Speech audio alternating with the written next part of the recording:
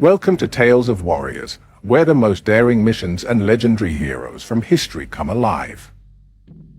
In this episode, we uncover the real-life stories of Mossad, Israel's top-secret intelligence agency.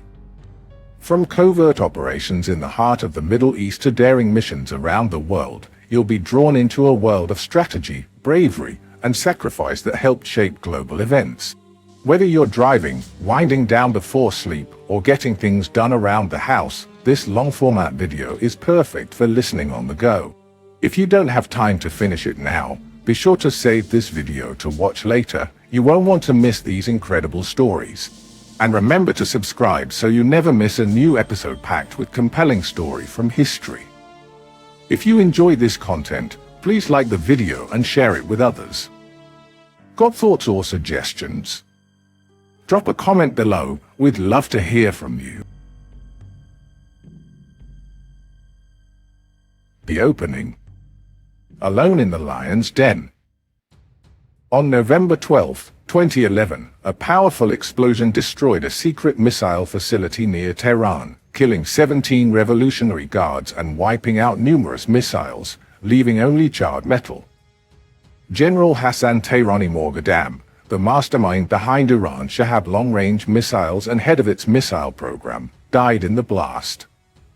However, the real target was not Morgadam but a solid-fuel rocket engine capable of delivering a nuclear warhead over 6,000 miles from Iran's underground silos directly to the US mainland.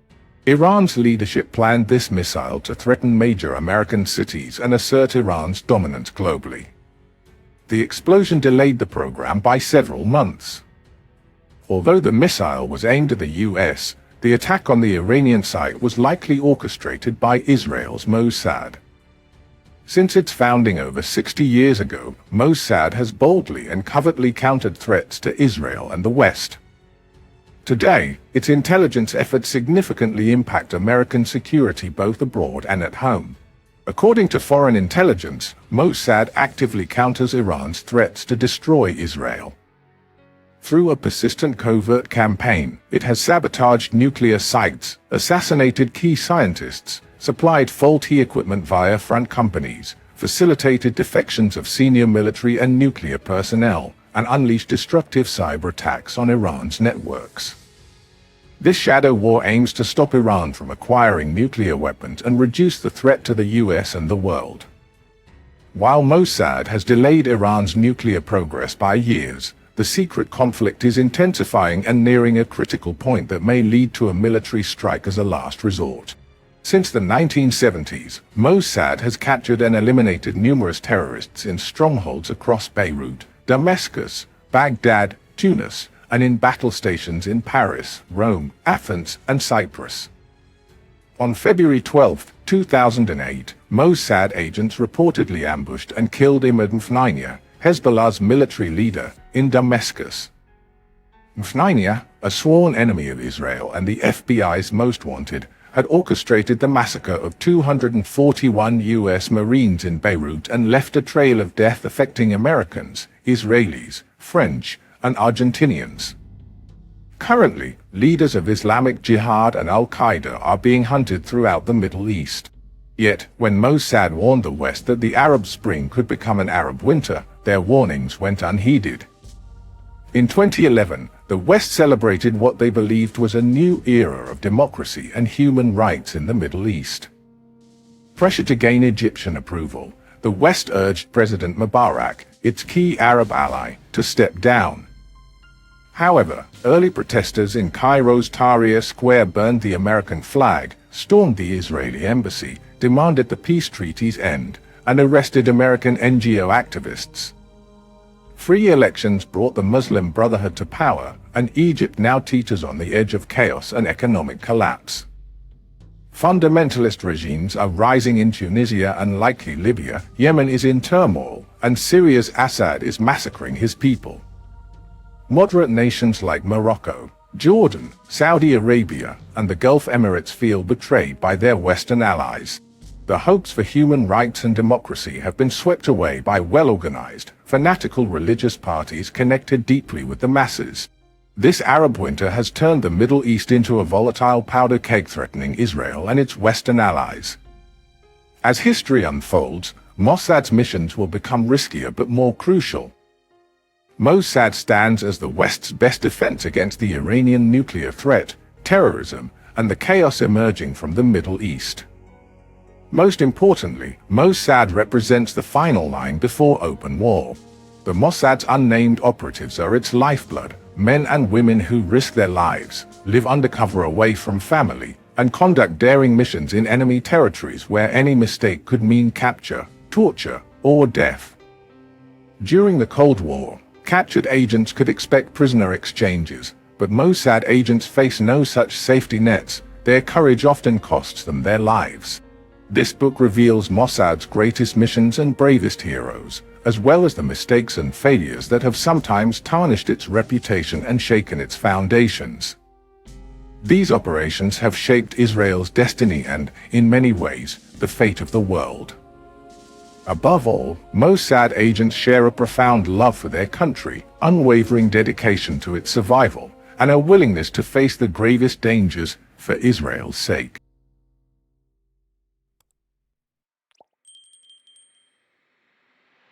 Chapter 1. The Lord of Darkness. In late summer of 1971, a violent storm battered the Mediterranean coastline, with towering waves crashing onto Gaza's shores. Local Arab fishermen wisely stayed on land, avoiding the dangerous sea. Suddenly, through the turbulent waters, a battered boat appeared and crashed onto the wet sand. Several Palestinians, drenched and disheveled, quickly disembarked and waded ashore. Their unshaven faces revealed exhaustion from a long sea journey, but they had no time to rest. They were fleeing for their lives. An Israeli torpedo boat soon emerged from the waves, speeding after them with soldiers in full combat gear. As the boat neared the shore, the soldiers jumped into the shallow water and opened fire on the escaping Palestinians. Two Gazan boys playing nearby rushed to help, guiding the fugitives to safety in a nearby orchard. The Israeli soldiers lost sight of them but continued searching the beach. Later that night, a young Palestinian armed with a Kalashnikov cautiously entered the orchard to investigate. He found the group huddled in a secluded corner. "Who are you, brothers?" he asked. "We are members of the Popular Front for the Liberation of Palestine," they replied. "From the Tyre refugee camp in Lebanon." "Welcome," the young man said warmly. "Do you know Abu Sif, our commander? He sent us to meet with the Popular Front leaders in Beth Lahia, a stronghold in southern Gaza. We bring money and weapons and want to coordinate our efforts." "I'll help you with that," the youth assured them. The next morning, armed militants escorted the newcomers to a secluded house inside the Jabalia refugee camp. They were brought into a large room and seated at a table. Soon, the Popular Front commanders they sought arrived. After exchanging cordial greetings with their Lebanese comrades, they all sat down facing one another. "Shall we begin?" asked a stocky, balding young man wearing a red keffiyeh, apparently the leader of the Lebanese group. "Is everyone here?" "Yes, everyone," came the reply. The Lebanese raised his hand and looked at his watch. It was a prearranged signal. Suddenly, the Lebanese envoys drew their handguns and opened fire. In less than a minute, the Beth Lahia terrorists were dead. The Lebanese ran out of the house, made their way through the crooked alleys of the Jabalia camp and Gaza's crowded streets and soon crossed into Israeli territory. That evening, the man with the red keffiyeh, Captain Meir Dagan, commander of the Israeli Defense Forces IDF Secret Ryman Commando Unit, reported to General Ariel Arik Sharon that Operation Chameleon had been a success. All the leaders of the Popular Front in Beth Lahia, a lethal terrorist group, had been killed. Dagan was only 26, but already a legendary fighter.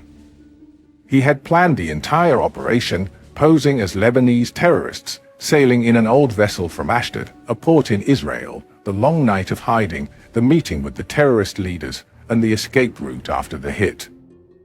He had even organized the fake pursuit by the Israeli torpedo boat. Dagan was the ultimate guerrilla, bold and creative, not someone who stuck to the rules of engagement. Yitzhak Rabin once said, "Meir has the unique capacity to invent anti-terrorist operations that look like movie thrillers." Future Mossad chief Danny Yatam remembered Dagan as a stocky youngster with a mane of brown hair who had applied to join the most prestigious Israeli commando unit, Sayeret Matkal, and amazed everybody with his knife-throwing skills. With his huge commando knife, he could hit dead on any target he chose. Although he was an excellent marksman, he failed the Sayeret Matkal tests and initially had to content himself with the silver wings of a paratrooper. In the early 70s, he was sent to the Gaza Strip, which had been conquered by Israel in the 1967 Six-Day War and had since become a hornet's nest of deadly terrorist activity. The Palestinian terrorists murdered Israelis daily in the Gaza Strip and in Israel with bombs, explosives, and firearms. The IDF had all but lost their control over the violent refugee camps. On January 2, 1971, when the Sweet Arroyo children, the 5-year-old Abigail and the 8-year-old Mark, were blown to pieces when a terrorist threw a hand grenade into their car, General Ariel Sharon decided he had to put an end to the bloody massacre. He recruited a few old friends from his battle-scarred youth, along with several talented younger soldiers. Dagan was one, a round-faced, short, sturdy officer who walked with a limp. He stepped on a landmine in the Six-Day War. While recuperating in the Soroka Hospital in Beersheba, he had fallen in love with his nurse, Bina. They married when he recovered. Sharon's unit officially did not exist. Its mission was to destroy the terrorist organizations in Gaza using risky and unconventional methods. Dagan used to wander-occupy Gaza with a cane, a Doberman, several pistols, revolvers, and submachine guns. Some claim to have seen him disguised as an Arab, literally riding a donkey in the treacherous Gaza alleys. His infirmity didn't cool his determination to carry out the most dangerous operations. His views were simple. There are enemies, bad Arabs who want to kill us, so we have to kill them first. Within the unit, Dagan created Eichmann, the first undercover Israeli commando unit, which operated in Arab disguise deep in enemy strongholds. In order to move freely in Arab crowds and reach their targets undetected, they had to operate in disguise. They quickly became known as Eich's hit team, and rumors had it that they often killed captured terrorists in cold blood. Sometimes, it was said, they escorted a terrorist to a dark alley and told him, "You've got 2 minutes to escape." When he tried, they shot him dead. Sometimes they would leave behind a dagger or a gun, and when the terrorist reached for it, he would be killed on the spot. Journalists wrote that, every morning, Dagan would go out to the fields, use one hand for peeing and the other for shooting at an empty Coke can. Dagan dismissed such reports. "There are myths that stick to all of us," he said, "but some of what's written is simply false." The tiny unit of Israeli commandos were fighting a tough, cruel war, risking their lives daily. Almost every night Dagan's people donned women's or fishermen's disguises and went in search of known terrorists. In mid-January 1971, posing as Arab terrorists in the north of the Strip, they lured Fatah members into an ambush, and in the gunfight that erupted, the Fatah terrorists were killed. On January 29, 1971, this time in uniform, Dagan and his men traveled in 2 jeeps to the outskirts of the Jabalia camp, a Palestinian refugee camp. Their paths crossed with a taxi, and Dagan recognized, among its passengers, a notorious terrorist, Abu Nimr. He ordered the jeeps to stop and his soldiers surrounded the cab. Dagan approached, and at that moment Abu Nimr stepped out, brandishing a hand grenade. Staring at Dagan, he pulled its pin. "Grenade!" Dagan shouted, but instead of scrambling for cover, he jumped on the man, pinned him, and tore the grenade from his hand. For that action he was awarded the Medal of Courage. It's been claimed that after tossing away the grenade, Dagan killed Abu Nimr with his bare hands. Years later, In a rare interview with Israeli journalist Ron Leshem, Dagan said, "Reiman wasn't a hit team. It was not the Wild West, where everybody was trigger-happy. We never harmed women and children. We attacked people who were violent murderers. We hit them and deterred others. To protect civilians, the state needs sometimes to do things that are contrary to democratic behavior. It is true that in units like ours the outer limits can become blurred. That's why you must be sure that your people are of the best quality. The dirtiest actions should be carried out by the most honest men. Democratic or not, Sharon, Dagan, and their colleagues largely annihilated terrorism in Gaza, and for years the area became quiet and peaceful. But some maintain that Sharon half-jokingly said of his loyal aide, Meir's specialty is to separate the head of an Arab from his body. Yet very few knew the real Dagan. He was born Meir Huberman in 1945 in a train car, on the outskirts of Hassan, in the Ukraine, while his family was escaping from Siberia to Poland. Most of his family had perished in the Holocaust. Meir immigrated to Israel with his parents and grew up in a poor neighborhood in Lod, an old Arab town about 15 miles south of Tel Aviv. Many knew him as an indomitable fighter. Few were aware of his secret passions. An avid reader of history books, a vegetarian, he loved classical music and pursued painting and sculpting as hobbies. He was a man haunted from an early age by the terrible suffering of his family and the Jews during the Holocaust. He dedicated his life to the defense of the newborn state of Israel. As he climbed the army hierarchy, the first thing he did in every new office he was assigned to was to hang on the wall a large photo of an old Jew, wrapped in his prayer shawl, kneeling in front of two SS officers, one holding a bat and the other a gun. "This old man is my grandfather," Dagan would tell visitors. "I look at the picture, and I know that we must be strong and defend ourselves so that the Holocaust never happens again." The old man, indeed, was Dagan's grandfather, Ber Ehrlich Slashny, who was murdered in Lukov a few seconds after the photograph was taken. During the Yom Kippur War, in 1973, Dagan was among the first Israelis to cross the Suez Canal in a reconnaissance unit. In the 1982 Lebanon War, he entered Beirut at the head of his armored brigade. He soon became the commander of the South Lebanon Security Zone, and there the adventurous guerrilla fighter re-emerged from the starched colonel's uniform.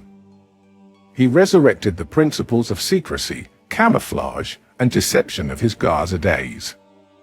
His soldiers came up with a new name for their secretive chief. They called him King of Shadows. Life in Lebanon, with its secret alliances, betrayals, cruelty, phantom wars, was a place after his own heart. "Even before my tank brigade entered Beirut," he said, "I knew this city well." And after the Lebanon War ended, he did not give up his secret adventures. In 1984 he was officially reprimanded by Chief of Staff Moshe Levi for hanging out, dressed as an Arab, by the Bahamdoun terrorist headquarters. During the Intifada, the Palestinian rebellion of 1987 to 1993, when he was transferred to the West Bank as an advisor to Chief of Staff Aid Barak, Dagan resumed his old habits and even convinced Barak to join him. The two of them donned sweatsuits, as befit true Palestinians, found a baby blue Mercedes with local plates, and went for a ride in the treacherous Nablus Kasbah. On their return, they scared and then astonished the military headquarters sentries, once the latter recognized who was sitting in the front seat. In 1995, Dagan, now a major general, left the army and joined his buddy Yossi Ben-Hanan on an 18-month motorcycle journey across the Asian plains. Their trip was cut short by the news of Yitzhak Rabin's assassination. Back in Israel, Dagan spent some time at the head of the anti-terrorist authority, made a half-hearted attempt to join the business world, and helped Sharon in his Likud electoral campaign. Then, in 2002, he retired to his country home in Galilee, to his books, his records, his palette, and his sculptor's chisel. 30 years after Gaza, a retired general, he was now getting acquainted with his family. "I suddenly woke up and my kids were grown-ups already," when he got a phone call from his old buddy, now Prime Minister, Arik Sharon. "I want you at the head of the Mossad," Sharon said to his 57-year-old friend. "I need a Mossad chief with a dagger between his teeth." It was 2002 and the Mossad was losing steam. Several failures in the preceding years had dealt severe blows to its prestige. The much publicized failure to assassinate a major Hamas leader in Amman and the capture of Israeli agents in Switzerland, Cyprus, and New Zealand had seriously damaged the Mossad's reputation. The last head of the Mossad, Ephraim Halevi, didn't live up to expectations. A former ambassador to the European Union in Brussels, he was a good diplomat and a good analyst, but not a leader and not a fighter. Sharon wanted to have at the head of the Mossad a bold, creative leader who would be a formidable weapon against Islamic terrorism and the Iranian reactor. Dagan was not welcomed at the Mossad. An outsider, focused mostly on operations, he didn't care very much about learned intelligence analyses or secret diplomatic exchanges. Several top Mossad officers resigned in protest, but Dagan didn't much care. He rebuilt the operational units, established close working relations with foreign secret services, and busied himself with the Iranian threat. When the second, disastrous Lebanon war erupted in 2006, he was the only Israeli leader who objected to the strategy based on massive bombardments by the Air Force. He believed in a land offensive, doubted the Air Force could win the war, and came out of the war unblemished. Still, he was much criticized by the press for his tough attitude toward his subordinates. Frustrated Mossad officers, who were retired, ran to the media with their gripes, and Dagan was under constant fire. Dagan who, scribbled one popular columnist. And then, one day, the headlines changed. Flattering articles loaded with superlatives filled the daily papers, lauding the man who restored honor to the Mossad. Under Dagan's control, the Mossad had accomplished the heretofore unimaginable, the assassination of Hezbollah's mad killer Imam Khomeini in Damascus, the destruction of the Syrian nuclear reactor, the liquidation of key terrorist leaders in Lebanon and Syria, and, most remarkable of all, a relentless, ruthless, and successful campaign against Iran's secret nuclear weapons program.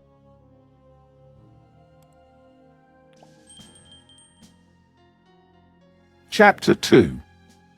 The Funerals. On July 23, 2011, at 4:30 p.m., two gunmen on motorcycles appeared on Bani Hashim Street in southern Tehran. They pulled automatic weapons from their leather jackets and shot a man who was about to enter his home, then quickly fled before the police arrived. The victim was Darius Razoinajad, a 35-year-old physics professor who played a key role in Iran's secret nuclear weapons program, specifically overseeing the development of electronic switches used to trigger nuclear warheads. Razoinajad was not the first Iranian scientist to be violently targeted recently. Officially, Iran claimed its nuclear program was for peaceful energy purposes, pointing to the Bushehr reactor built with Russian assistance as evidence. However, other secret nuclear sites, heavily guarded and nearly impossible to access, had been discovered. Over time, Iran admitted to some of these facilities but denied any weapons development. Meanwhile, Western intelligence and underground groups revealed that several prominent scientists at Iranian universities were involved in building the country's first nuclear bomb. Within Iran, unidentified groups were engaged in a harsh campaign to halt the secret nuclear weapons program. On November 29, 2010, at 7:45 a.m. in northern Tehran, a motorcycle appeared behind the car of Dr. Majid Shariari, the scientific leader of Iran's nuclear project. As the motorcycle passed, the rider attached a device to the car's rear windshield, which exploded seconds later, killing the 45-year-old physicist and injuring his wife. At the same time, another motorcyclist planted a similar device on the car of Dr. Fareidoun Abbasadavani, another key nuclear scientist, injuring him and his wife. The Iranian government immediately blamed the Mossad for the attacks. Although the exact roles of these scientists in the nuclear weapons project were secret, Ali Akbar Salehi, the project's head, called Shahryar a martyr and lamented the loss of his dearest flower. President Ahmadinejad also honored the victims by appointing Ambassador Vanunu as Iran's vice president once he recovered. The attackers were never caught. Earlier, on January 12, 2010, at 7:50 a.m., Professor Masoud Ali Mohammadi left his home in northern Tehran's Gatari neighborhood, heading to his lab at Sharif University of Technology. As he tried to unlock his car, a powerful explosion shattered the quiet street. Security forces found Mohammadi's car destroyed and his body severely damaged. The blast was caused by an explosive hidden in a motorcycle park nearby. Iranian media accused Mossad agents of the assassination. President Ahmadinejad condemned the killing, calling it reminiscent of the Zionist methods. Mohammadi, 50, was a quantum physics expert and advisor to Iran's nuclear weapons program. European reports suggested he was a member of the Revolutionary Guards, Iran's pro-government paramilitary force. However, his life and death remained mysterious. Some friends said he was only involved in theoretical research, not military projects, and that he supported dissident causes and had taken part in anti-government protests. Despite this, about half of those attending his funeral were Revolutionary Guards, who also carried his coffin. Subsequent investigations ultimately confirmed that Mohammadi, indeed, had been deeply involved in advancing Iran's nuclear ambitions. In January 2007, Dr. Ardashir Hosseinipour was allegedly killed by Mossad agents with radioactive poison. News of the assassination ran in the Sunday Times in London, citing information from the Texas-based Stratfor Strategy and Intelligence think tank. Iranian officials ridiculed the report, claiming that the Mossad could never carry out such an operation inside Iran, and that Professor Hosseinipour suffocated by inhaling fumes during a fire in his home. They also insisted that the 44-year-old professor was only a renowned electromagnetic expert and not involved with Iran's nuclear endeavors in any way. But it turned out that Hosseinipour worked at an Isfahan secret installation where raw uranium was converted into gas. This gas was then used for uranium enrichment by a series, cascades, of centrifuges in Natanz, a faraway, fortified underground installation. In 2006, Hosseinipour was awarded the highest Iranian prize for science and technology. 2 years earlier, he had been awarded his country's highest distinction for military research. The assassinations of Iranian nuclear scientists were just one front in a much larger war. According to the Daily Telegraph in London, Dagan's Mossad had rolled out an assault force of double agents, hit teams, saboteurs, and front companies and brought their strength to bear over years and years of covert operations against Iran's nuclear weapons program. Stratfor's director of analysis, Riva Bolla, was quoted as saying, "With cooperation from the United States, Israeli covert operations have focused both on eliminating key human assets involved in the nuclear program and in sabotaging the Iranian supply chain." Israel, she claimed, had used similar tactics in Iraq in the early 80s, when the Mossad killed 3 Iraqi nuclear scientists, thus hampering the completion of the Osirak atomic reactor near Baghdad. In its purported war against the Iranian nuclear program, Dagan's Mossad was effectively delaying the development of an Iranian nuclear bomb for as long as possible, and thereby thwarting the worst danger to Israel's existence since its creation, Ahmadinejad's threats that Israel should be annihilated. Yet these small victories cannot atone for the worst mishap in Mossad's history, its failure to expose Iran's secret nuclear project at its outset. For several years now Iran had been building its nuclear might, and Israel had no clue. Iran invested huge sums of money, recruited scientists, built secret bases, carried out sophisticated tests, and Israel had no idea. From the moment Khomeini's Iran decided to become a nuclear power, it used deception, ruses, and stratagems that made fools out of the Western secret services, the Mossad included. Iran's Shah, Reza Pahlavi, started building 2 nuclear reactors, both for peaceful and military purposes. The Shah's project, begun in the 1970s, didn't cause any alarm in Israel. At the time, Israel was Iran's close ally. In 1977, General Ezer Weizmann, Israel's defense minister, hosted General Hassan Tufanian, who was in charge of modernizing Iran's army, in the Ministry of Defense in Tel Aviv. As allies, Israel supplied Iran with modern military equipment. According to the minutes of their confidential meeting, Weizmann offered to supply Iran with state-of-the-art surface-to-surface missiles, while the Director General of the ministry, Dr. Pinhas Zussman, impressed Tufanian by saying that the Israeli missiles could be adapted to carry nuclear warheads. But before the officials could act on their plans, the Iranian Revolution transformed Israeli-Iranian relations. The revolutionary Islamic government massacred the Shah supporters and turned against Israel. The ailing Shah escaped from his country as it fell under Ayatollah Khomeini's control and into the hands of his loyal mullahs. Khomeini put an immediate end to the nuclear project, which he considered anti-Islamic. The building of the reactors was stopped and their equipment dismantled. But in the 1980s, a bloody war erupted between Iraq and Iran. Saddam Hussein used poison gas against the Iranians. The use of non-conventional weapons by their vilest enemy made the Ayatollahs rethink their policy. Even before Khomeini's death, his heir apparent, Ali Khamenei, instructed his military to develop new weapons, biological, chemical, and nuclear, to fight back against the weapons of mass destruction that Iraq had unleashed on Iran. Soon after, complacent religious leaders called from their pulpits to discard the ban on anti-Islamic weapons. Fragmentary news about Iran's efforts started spreading in the mid-80s. With the collapse of the Soviet Union in 1989, Europe was inundated by rumors about Iran's attempts to buy nuclear bombs and warheads from unemployed officers or famished scientists in the former Soviet military establishment. The Western press described, in dramatic detail, the disappearance of Russian scientists and generals from their homes, apparently recruited by the Iranians.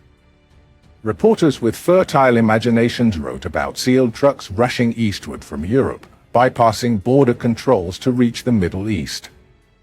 Sources in Tehran, Moscow, and Beijing revealed that Iran had signed an agreement with Russia for building an atomic reactor in Bushehr, on the Persian Gulf coast, and another agreement with China for building 2 smaller reactors.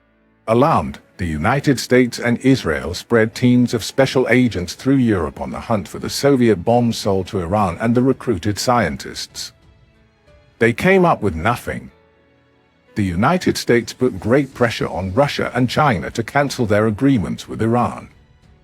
China backed off and cancelled its Iranian deal. Russia decided to go ahead but kept delaying it. The reactor took more than 20 years to build and was limited in its use by strict Russian and international controls. But Israel and the United States should have expanded their search when the leads went cold.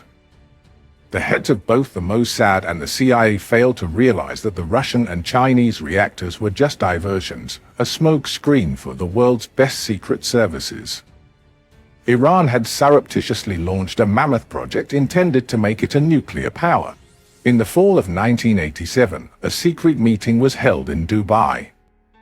8 men met in a small, dusty office, 3 Iranians, 2 Pakistanis, and 3 European experts, 2 of them German, who were working for Iran. The representatives of Iran and Pakistan signed a confidential agreement. A large sum of money was transferred to the Pakistanis, or, more precisely, to Dr. Abdul Qadir Khan, the head of Pakistan's official nuclear weapons program. A few years before, Pakistan had launched its own nuclear project to achieve military equality with its archenemy, India. Dr. Khan badly needed the fissile substances necessary for assembling a nuclear bomb. Yet he chose not to make use of plutonium, which is harvested in the classic nuclear reactors, but to utilize enriched uranium. Mined uranium ore contains only 1% of uranium-235, which is vital for the production of nuclear weapons, and 99% uranium-238, which is useless. Dr. Khan developed a method for converting the natural uranium into gas, and feeding this gas into a line of centrifuges connected in a chain, called a cascade. With the centrifuges churning the uranium gas at a mind-boggling rate of 100,000 spins a minute, the lighter uranium-235 separates from the heavier uranium-238. By repeating that process thousands of times, the centrifuges produce an enriched uranium-235. This gas, when converted into solid matter, becomes the substance needed for a nuclear bomb. Khan had stolen the centrifuge's blueprints from Urenco, a European company where he worked in the early 1970s, and then started manufacturing his own in Pakistan. Khan soon turned into a merchant of death, selling his methods, formulas, and centrifuges. Iran became his major client. Libya and North Korea were also clients.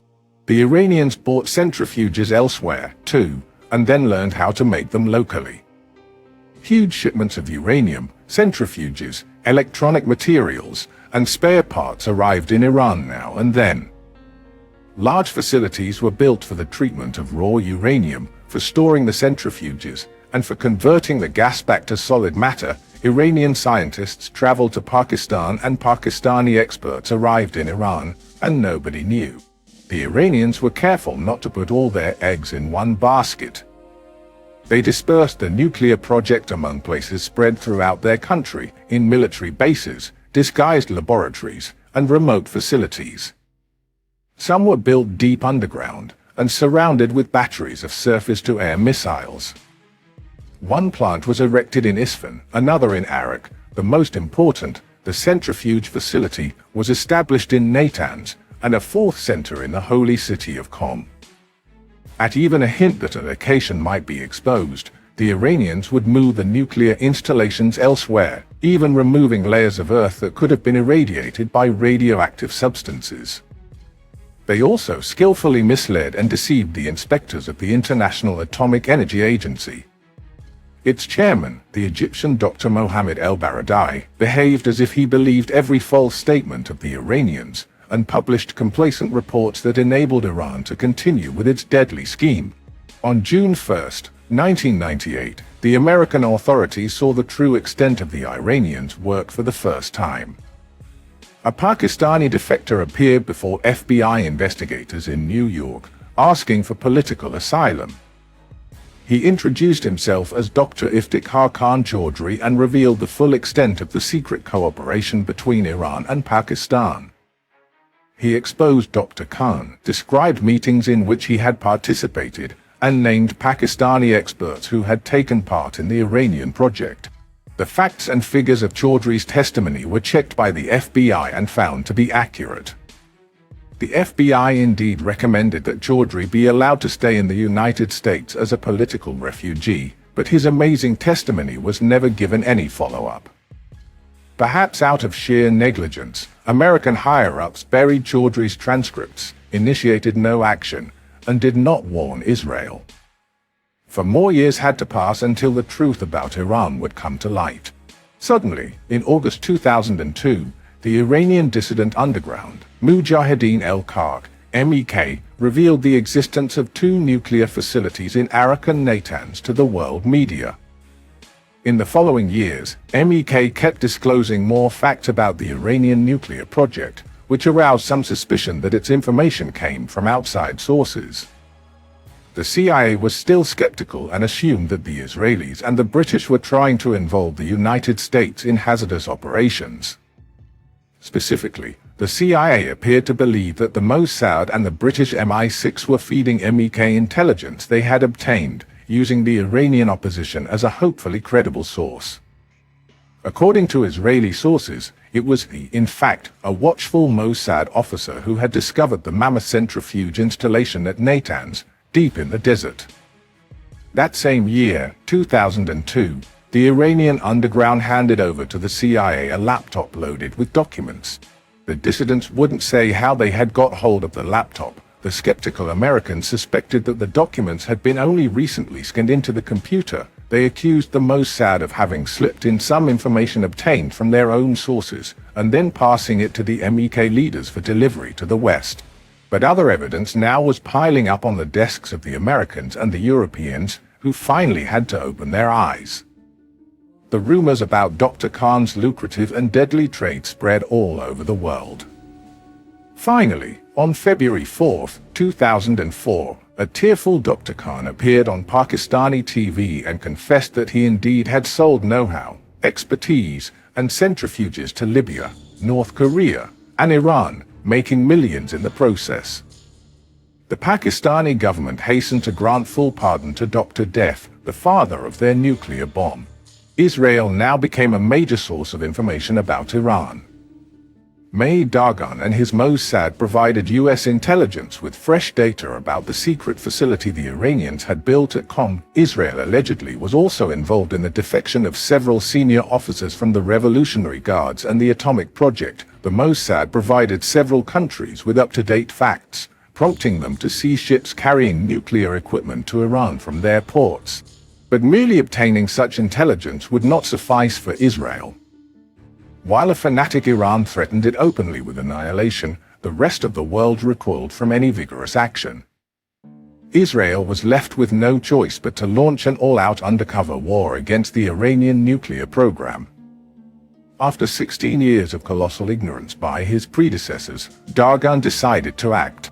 In January 2006, a plane crashed in central Iran. All its passengers perished.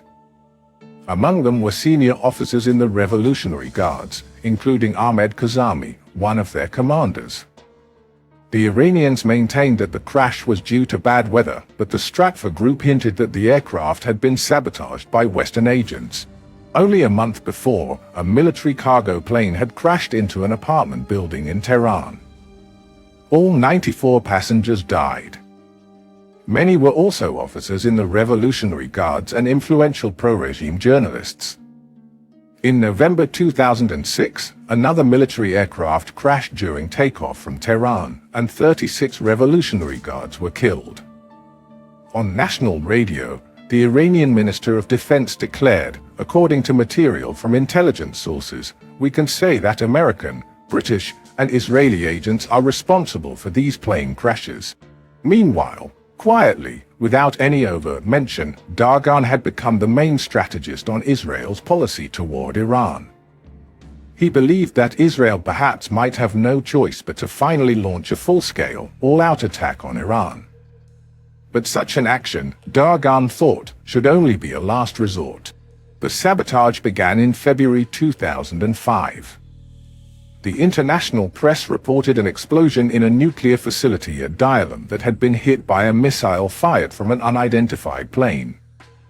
And that same month an explosion took place close to Bushehr, in a pipeline supplying gas to the Russian-built nuclear reactor. Another facility to be attacked was the test site Parchin, close to Tehran. There, Iranian experts were developing the explosive lens, the mechanism that would transform the bomb core into a critical mass and trigger the chain reaction for an atomic explosion. The Iranian underground claimed that the explosion at Parchin had caused major damage to the secret labs. In April 2006, the Holy of Holies, the central installation in Natanz, was the scene of a festive assembly. A large crowd of scientists, technicians, and the heads of the nuclear project gathered underground, where thousands of centrifuges were churning around the clock. In a celebratory mood, they came to watch the first test of activating a new centrifuge cascade. Everyone waited for the dramatic moment when the centrifuges would be started. The chief engineer pressed the activation button, and a powerful explosion shook the huge chamber. The pipes blew up in a deafening blast, and the entire cascade shattered. Furious, the heads of the nuclear project ordered a thorough investigation. Unknown persons apparently had planted faulty parts in the equipment. CBS reported that the centrifuges had been destroyed by tiny explosive charges attached to them shortly before the test. It also claimed that Israeli intelligence had assisted American agents in causing the Natanz explosion. In January 2007, again, the centrifuges became the target of a sophisticated sabotage. The Western secret services had established Eastern European front companies that manufactured insulation material used in the ducts between the centrifuges. The Iranians couldn't buy theirs on the open market because of the limitations imposed on them by the UN, so they turned to bogus Eastern European companies run by Russian and Iranian exiles, who were secretly working for the Western intelligence agencies. Only after the insulation was installed did the Iranians find that it was defective and couldn't be used. By May 2007, President George W. Bush had signed a secret presidential order authorizing the CIA to initiate covert operations to delay Iran's nuclear project. Soon after, a decision was made by some Western secret services to sabotage the supply chain of parts, equipment, and raw materials for the project. In August, Dagan met with U.S. Undersecretary of State Nicholas Burns to discuss his strategy toward Iran. Mishaps, sabotage, explosions have kept occurring in installations throughout Iran during the last 7 years. One mysterious hitch caused problems in the cooling system of the Bushehr reactor, which delayed its completion by 2 years. In May 2008, an explosion in a cosmetics plant in Arak caused significant damage to the adjacent nuclear facility. Another explosion devastated a high-security compound in Isfahan, where uranium was being converted to gas. In 2008 and in 2010, the New York Times revealed that the Tinners, a Swiss family of engineers, had helped the CIA in exposing the nuclear programs of Libya and Iran, and were paid $10 million by the agency. The CIA also helped protect them from prosecution by the Swiss authorities for illegal traffic with nuclear components. The father, Frederick Tinner, and his 2 sons, Urs and Marco, had sold the Iranians a faulty installation for electric supply to the Natanz facility, which destroyed 50 centrifuges. The Tinners purchased pressure pumps from the Pfeiffer Vacuum Company in Germany, had them doctored in New Mexico, and then sold them to the Iranians. Time magazine asserted that the Mossad was involved in the hijacking of the ship Arctic Sea, which had sailed from Finland to Algeria with a Russian crew and under a Maltese flag, carrying a cargo of wood. On July 24, 2009, 2 days after setting out on her voyage, the vessel was seized by 8 hijackers. Only after a month did the Russian authorities declare that a Russian commando unit had taken over the ship. The London Times and the Daily Telegraph maintained that the Mossad had sounded the alarm. Dagan's men, they said, had informed the Russians that the ship was carrying a cargo of uranium sold to the Iranians by a former Russian officer.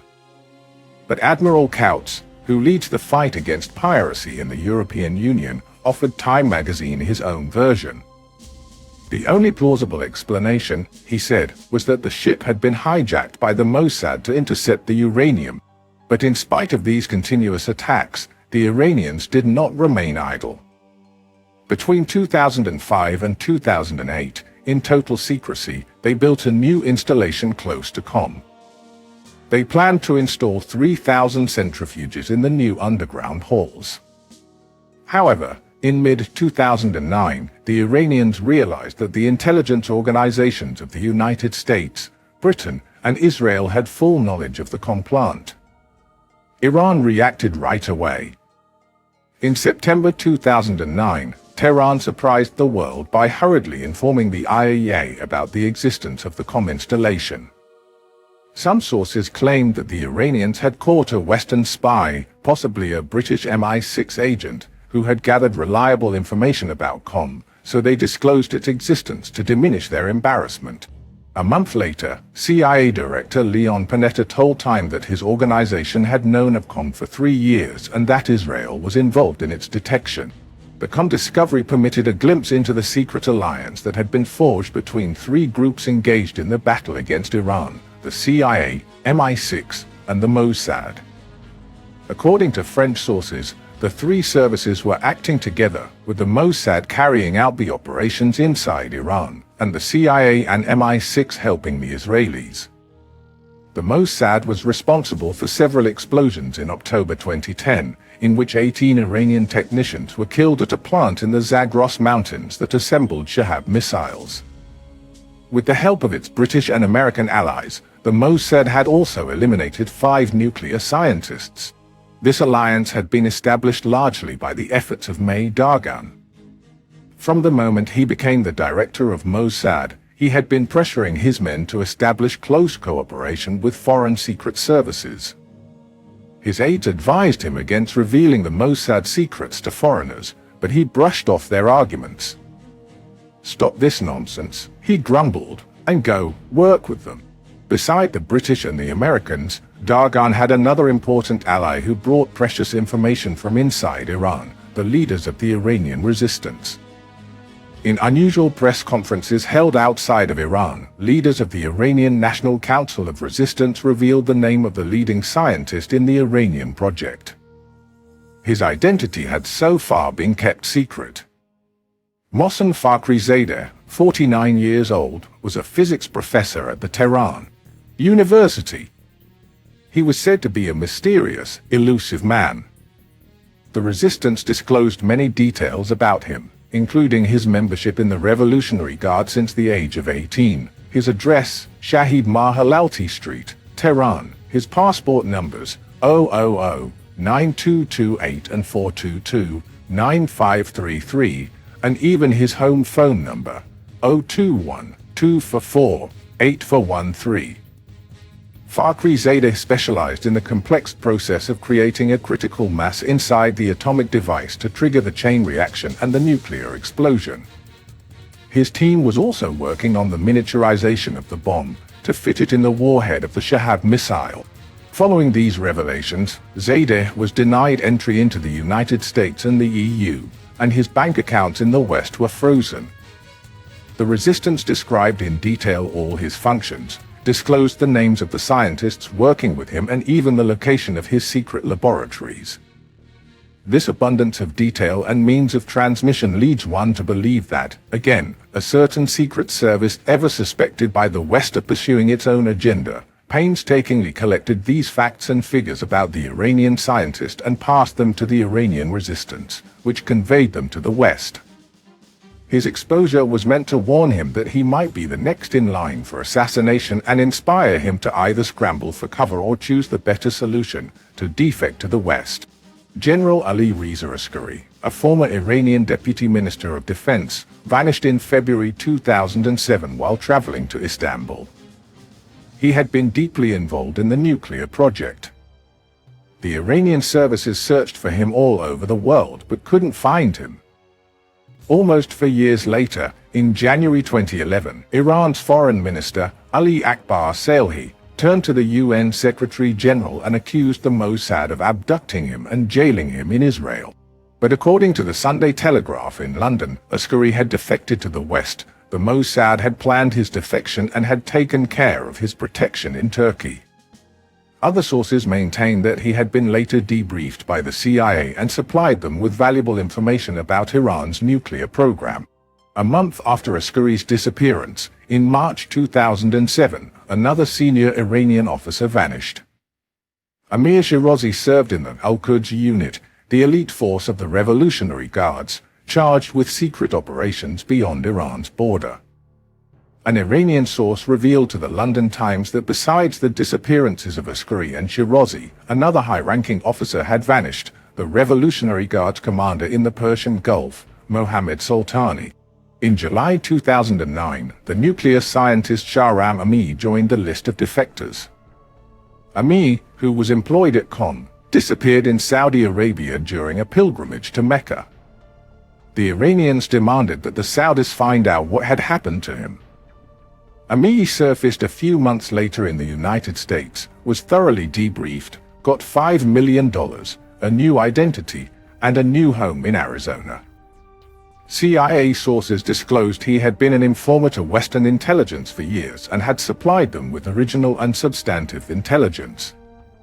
Ami revealed that the Malik Ashtar University of Technology, where he had taught, served as an academic cover for a research unit designing the warheads for the Iranian long-range missiles. Fakhrizadeh headed the university. After a year in America, Ami changed his mind and decided to go back to Iran. He supposedly couldn't cope with the stress of his new life. In a homemade video, shown on the internet, he claimed he had been abducted by the CIA. A few hours later, he posted another video, disclaiming the first, and then produced a third video, disclaiming the second. He got in touch with the Pakistani embassy, which represented Iranian interests in the United States, and asked to be sent back to Iran. The Pakistanis helped. In July 2010, Meir landed in Tehran. He appeared at a press conference, accused the CIA of kidnapping and mistreating him, and disappeared. Observers accused the CIA of failure, but a CIA spokesman cracked, "We got important information and the Iranians got a Meir, well, who got a better deal." But the Iranians were not without resources against the Mossad. In December 2004, Iran had arrested 10 suspects for spying for Israel and the United States. 3 worked inside the nuclear installations. In 2008, the Iranians announced that they had dismantled another Mossad cell, 3 Iranian citizens who had been trained by the Mossad to use sophisticated communications equipment, weapons, and explosives. In November 2008, they hanged 43-year-old Ali Ashtari, who was found guilty of spying for Israel. In the course of his trial, he admitted meeting 3 Mossad agents in Europe. They were said to have given him money and electronic equipment. The Mossad people wanted me to sell earmarked shipments of computers and electronic equipment to the Iranian intelligence services and to plant listening devices in communications instruments that I sold, Ashtari testified. On December 28, 2010, in the grim courtyard of Evin prison in Tehran, Iranian officers hanged another spy, Ali Akbar Sayadat, who had been found guilty of working for the Mossad and supplying it with information about Iran's military capabilities and the missile program operated by the Revolutionary Guards. For the previous 6 years, Sayadat had been meeting with Israeli agents in Turkey, Thailand, and the Netherlands, and receiving payments of $3,000 to $7,000 for each meeting. Iranian officials promised that more arrests and executions would follow. But 2010 was the year of the greatest setback for the Iranian nuclear project. Was it because of the lack of high-quality spare parts for the Iranian equipment? Because of the faulty parts and metals that Mossad's bogus companies sold to the Iranians?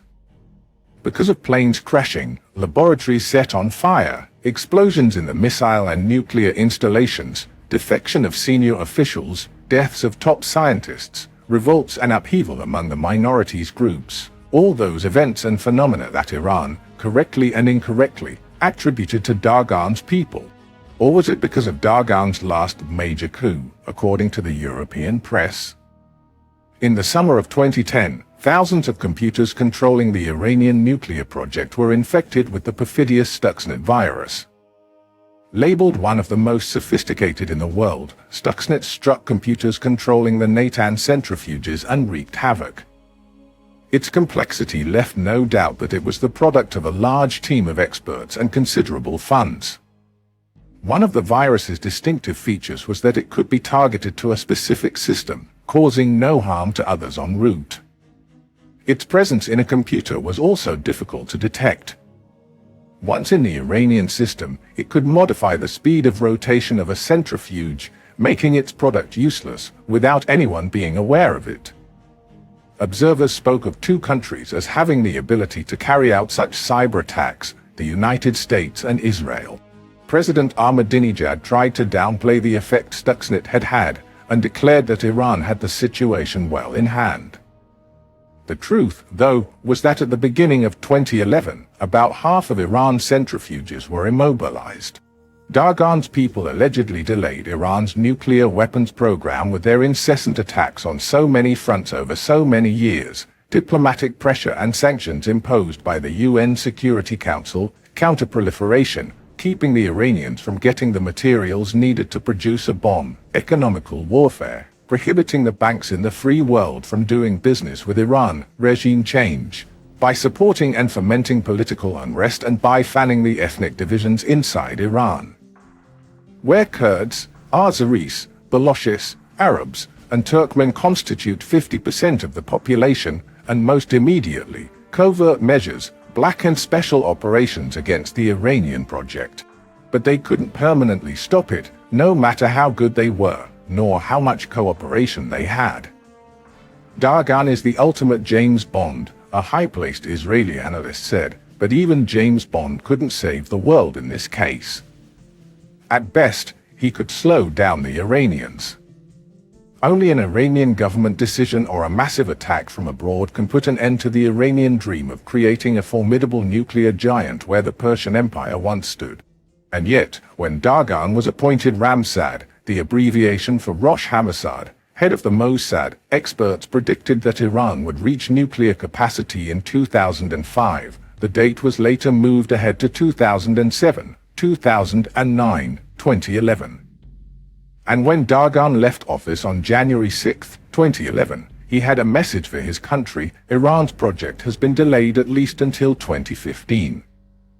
He therefore recommended a continuation of the same actions, so effective in the last 8 years, and a freeze of any military attack on Iran. Only when the dagger blade starts cutting into our flesh, he said, should we attack. That dagger blade remains for years away. Dagan served as Ramsad 8.5 years, more than most Mossad directors. He was replaced by Meir, a veteran Mossad officer who started his operational career as a close aide to Yoni Netanyahu, the hero of the 1976 Israeli raid in Entebbe, and later distinguished himself as a daring agent, an expert in new technologies, and a creative planner of unusual operations. When passing the torch to Pardo, Dagan spoke of the terrible solitude of the Mossad agents operating in enemy countries, when they have no one to turn to, no one to rescue them in case of need. He also candidly admitted some of his failures, the most important being lack of success in finding the place where Hamas was hiding the Israeli soldier Gilad Shalit, kidnapped 5 years ago. Shalit was later released in exchange for hundreds of Palestinian terrorists. Yet, despite such failings, Dagan's achievements honor him as the best Ramsad so far. Prime Minister Benjamin Netanyahu thanked him in the name of the Jewish people and hugged him warmly. In an unprecedented, spontaneous reaction, the Israeli cabinet ministers stood up and applauded the 65-year-old Ramsad. George W. Bush saluted him in a personal letter. But the most important tribute to Dagan came a year before, from a foreign source, the Egyptian daily Al-Aram, a newspaper known for its virulent and hostile criticism of Israel. On January 16, 2010, it published an article by the well-known writer Ashraf Abu al-Hol. Without Dagan, al-Hol wrote, the Iranian nuclear project would have been completed years ago. The Iranians know who was behind the death of the nuclear scientist Masoud Ali Mohammadi. Every senior Iranian leader knows that the key word is Dagan. Only few people are familiar with the name of the director of the Israeli Mossad. He works quietly, far from the media attention. But in the last 7 years he has landed painful blows on the Iranian nuclear project and stopped its advance. The Mossad is responsible for several daring operations in the Middle East, al-Hol added, and mentioned some of Dagan's feats against Syria, the Hezbollah, the Hamas, and the Islamic Jihad. All this, he concluded, has turned Dagan into the Superman of the State of Israel. There were no supermen around the crib of the Israeli Secret Service when it was born in May 1948, just a handful of veterans of the Shai, who had already acquired much experience in espionage and covert operations as the intelligence service of the Haganah, the major military underground of the Jewish community in Palestine. And in their first year, these modest and devoted undercover fighters, the nascent military secret service, were shaken by violence, internal strife, cruelty, and murder in what became known as the Be'eri Affair.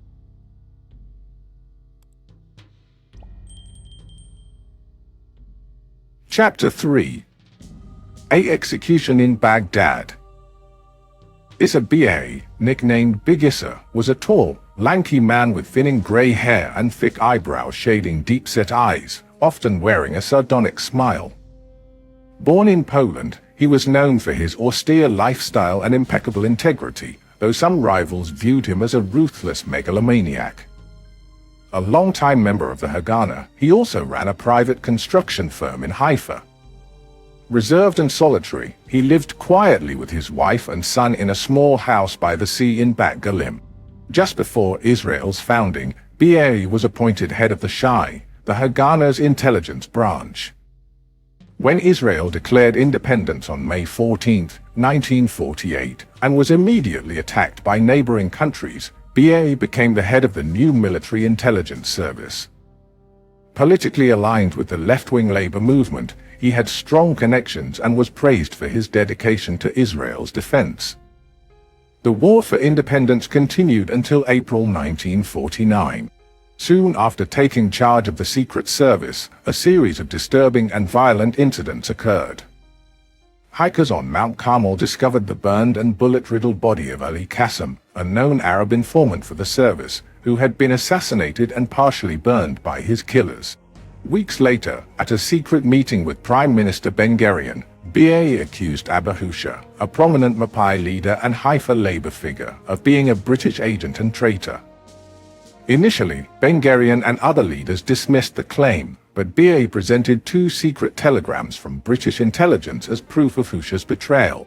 At the same time, BA ordered the arrest and brutal torture of Jules Amster, a friend of Mabhouh's, at a salt mine near Haifa. Amster was beaten for 76 days and pressured to confess Mabhouh's treason but refused. He was eventually released severely injured and traumatized.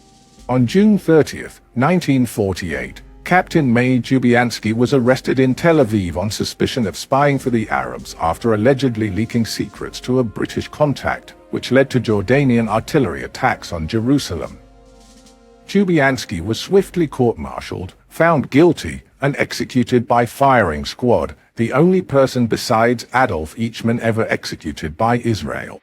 Investigations into these events revealed Be'eri as the orchestrator.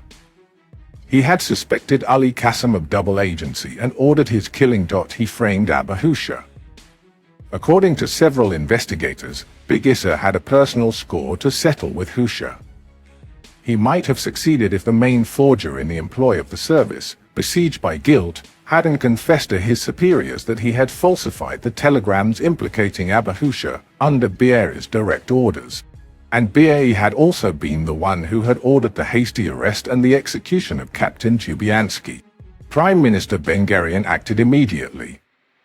BA was tried in a military court, then in a civil one, stripped of his rank, dishonorably discharged from the IDF, and found guilty in the deaths of Ali Qasem and Meir Jubiansky. Israel's leaders were flabbergasted. BA's methods seemed taken straight from the infamous KGB. His sinister personality, his orders to forge, torture, and murder were a stain on the moral and humane principles on which Israel had been founded. The BA affair left a gruesome scar on the Secret Service and had a profound impact on its evolution. If, in wartime, the civil leaders had recoiled from condemning BA, Israel's Secret Service might have assumed a totally different character. It might well have become a KGB-like organization for whom framing, forgery, torture, and murder were routine practices. Instead, in the future, BA's methods would be forbidden. The Secret Service placed limits on its own power and based its future operations on legal and moral principles that would guarantee the rights of individuals. With the removal of BA, another man stepped onto the center stage of Israel's shadow world, BA's polar opposite, Reuven Shiloah. Reuven Shiloah, 40, soft-spoken, secretive, was a man of mystery. He had come from a rich culture, possessed a sharp, analytical mind, an in-depth knowledge of the Arab Middle East, its tribal traditions, ruling clans, fleeting alliances, and blood feuds. One of his admirers called him the queen in Ben Gurion's chess game while he served as political advisor to David Ben Gurion. Some compared him to the wily Cardinal Richelieu of France, others saw him as a subtle manipulator, a master puppeteer, a man who knew how to pull strings behind the scenes. Shiloah had been active, all his life, in secret missions and undercover work. The suave, urbane son of a rabbi, Shiloah had been born in Old Jerusalem. Always formally dressed, the trim, balding young man had set out on a mission to Baghdad, long before the creation of Israel. He had spent 3 years in Iraq, posing as a journalist and a teacher and studying that country's politics. During World War II, he negotiated with the British to set up a Jewish commando corps to sabotage operations in Nazi-occupied Europe. He helped create two such special Jewish commando units. One was a German battalion equipped with German weapons and uniforms, which undertook daring missions behind enemy lines in Europe. The other was an Arab battalion whose members spoke Arabic, dressed like Arabs, and were trained for missions deep in Arab territory. He also convinced the British to parachute Jewish volunteers from Palestine into occupied Europe, to organize local Jewish resistance to the Nazis. Shiloah was the first to establish contacts with the OSS, Office of Strategic Services, precursor to the CIA. On the eve of Israel's independence war, he traveled to the neighboring Arab capitals in secret and brought back a priceless trophy, the Arab army's invasion plans. Shiloah's compulsive need to act under a thick cloak of secrecy became a source of myriad legends. His friends used to joke that once he hailed a taxi. "Where to?" the driver asked. Shiloah answered, "It's a state secret." During the Independence War, Shiloah headed the External Political Information Service. It was one of several quasi-independent intelligence groups created before the birth of Israel. But on December 13, 1949, Ben-Gurion issued an order to establish an institute, in Hebrew, Mossad, to coordinate state intelligence agencies, to be headed by Reuven Shiloah. Yet it took 2 more years of delays and disputes before the Mossad could be created. One intelligence unit, called the Political Department, whose members had been gathering intelligence abroad, enjoying generous expense accounts and a glamorous lifestyle, revolted and refused to continue spying for Israel when they heard of the plan to disband their unit and incorporate it into the Mossad. Only after they were reprimanded, and most of them fired, could Shiloah create the Mossad. Its title would eventually be changed to the Institute for Intelligence and Special Operations, and its motto chosen from Proverbs 11 verse 14, "Without stratagems would a people fall, and deliverance is in a wise counsel." But neither the new title nor the motto made the Mossad unique. Shiloah was determined to confer upon it an exceptional feature. The Mossad would not only be the long arm of Israel, but also the long arm of the entire Jewish people. At a meeting of his first recruits, the Ramsad declared, "Beside all the functions of a secret service, we have another major task, to protect the Jewish people, wherever they are, and to organize their immigration to Israel." And indeed, in the years following, the Mossad would secretly help create self-defense units in places where the Jewish communities were in peril: Cairo, Alexandria, Damascus, Baghdad, and some South American cities. Young militant Jews were surreptitiously brought to Israel and trained by the army and Mossad. Weapons were smuggled into unstable or enemy countries and hidden. Local Jews were organized into defense units to create forces able to defend the Jewish community from attacks by a mob or by irregular armed groups, at least until help came from government forces or international organizations. In the 50s, the Mossad brought to Israel tens of thousands of imperiled Jews from the Arab countries in the Middle East and Morocco, and years later, in the 80s, it was again the Mossad that organized the rescue of Jews trapped in Khomeini's Iran and carried out the mass exodus of Ethiopia's Jews to Israel. But during its first undercover operation in Iraq, disaster struck. In the large Baghdad department store Rozdibak, on Rashid Street, a young man named Assad was manning a necktie counter. A Palestinian refugee, he had left his home in Acre after the Israeli army had captured that city. Shortly before leaving Israel, he had done a favor for his cousin who had fallen ill, by taking his place as a waiter in a cafe near the military governor's compound. For a week, Assad had walked the corridors of the military governor's building, carrying an ornate brass tray and serving tiny cups of strong Turkish coffee to Israeli army officers. The faces of some of those young officers stayed with him. On that day, May 22, 1951, he was observing the customers walking through the store when he noticed a familiar face. It can't be, he thought at first, it's impossible. But he did remember the man he saw, not in summer shirt and pants, like today, but in a khaki uniform. Assad urgently alerted the police. "I've seen an Israeli army officer. Right here in Baghdad." The police promptly arrested the European-looking man, who was accompanied by a thin, nondescript, bespectacled Iraqi Jew. His name was Nissim Moshe, and he told the police that he was a mere civil servant at the Jewish Community Center. "I met this tourist yesterday at a concert," he explained, "and he asked me to show him around the stores." When they reached headquarters, the two men were separated. The Iraqi detectives brutally interrogated Moshe about the man who had been identified as Israeli. Moshe stuck to his story. He had met the tourist only yesterday and didn't know him. In the dark cellars of police headquarters, the interrogators strung up Moshe by his feet and then by his hands, beat him, and threatened to kill him. But their seedy prisoner seemed to know nothing. After a week of torture, the Iraqis decided that Nissim Moshe was a nobody and released him. The other prisoner kept repeating he was Iranian, named Ismail Salhan, and he showed his captors his Iranian passport, but they continued torturing him. He didn't look Iranian, and he didn't speak a word of Persian. Finally, they set up a confrontation between him and Assad, the Palestinian who had identified him. "My blood froze in my veins when I saw him," the prisoner said later. He broke down and confessed he was Yehuda Taggar Yudka Tadja, an Israeli, a captain in the IDF. The detectives dragged him to his apartment, broke the furniture, probed the walls, and then discovered a cache of documents, a voluminous file taped to the bottom of a drawer in his desk. And the nightmare began. Not only for Taggar, but for the entire Baghdad Jewish community. Several clandestine Jewish and Israeli organizations operated in Baghdad, including an illegal emigration unit, a self-defense group, and a few Zionist and youth movements. Some had been created even before the birth of the State of Israel.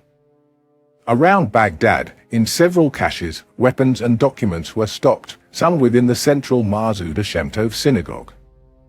The recent additions to these groups were a few espionage networks, hastily established prior to the creation of the Mossad. Compartmentalization was almost non-existent, and the fall of one could easily bring down all the others. The Iraqi Jews sat on a powder keg. Iraq was the vilest enemy of the young state of Israel, and the only one that had refused to sign an armistice agreement with it. Every member of the secret Jewish networks knew that the Iraqis would show no mercy, and his life would hang on a thread. For that reason, Yehuda Taggar had been sent there to detach the espionage network from all the others. A former officer in the Palmach elite forces, Taggar was 27 and sported a rebel forelock and a ready smile. This was his first mission abroad, and prior to his capture he had done his best to isolate the network he led from the other groups, but some of his own men nonetheless still took part in other secret activities. Another Israeli with a genuine British passport, Peter Yaniv, Rodney the Hindu, ran a separate network but remained in contact with Taggar. Taggar's communications to Tel Aviv passed through the top commander of all the groups operating in Baghdad, a secretive man whose identity was known to few.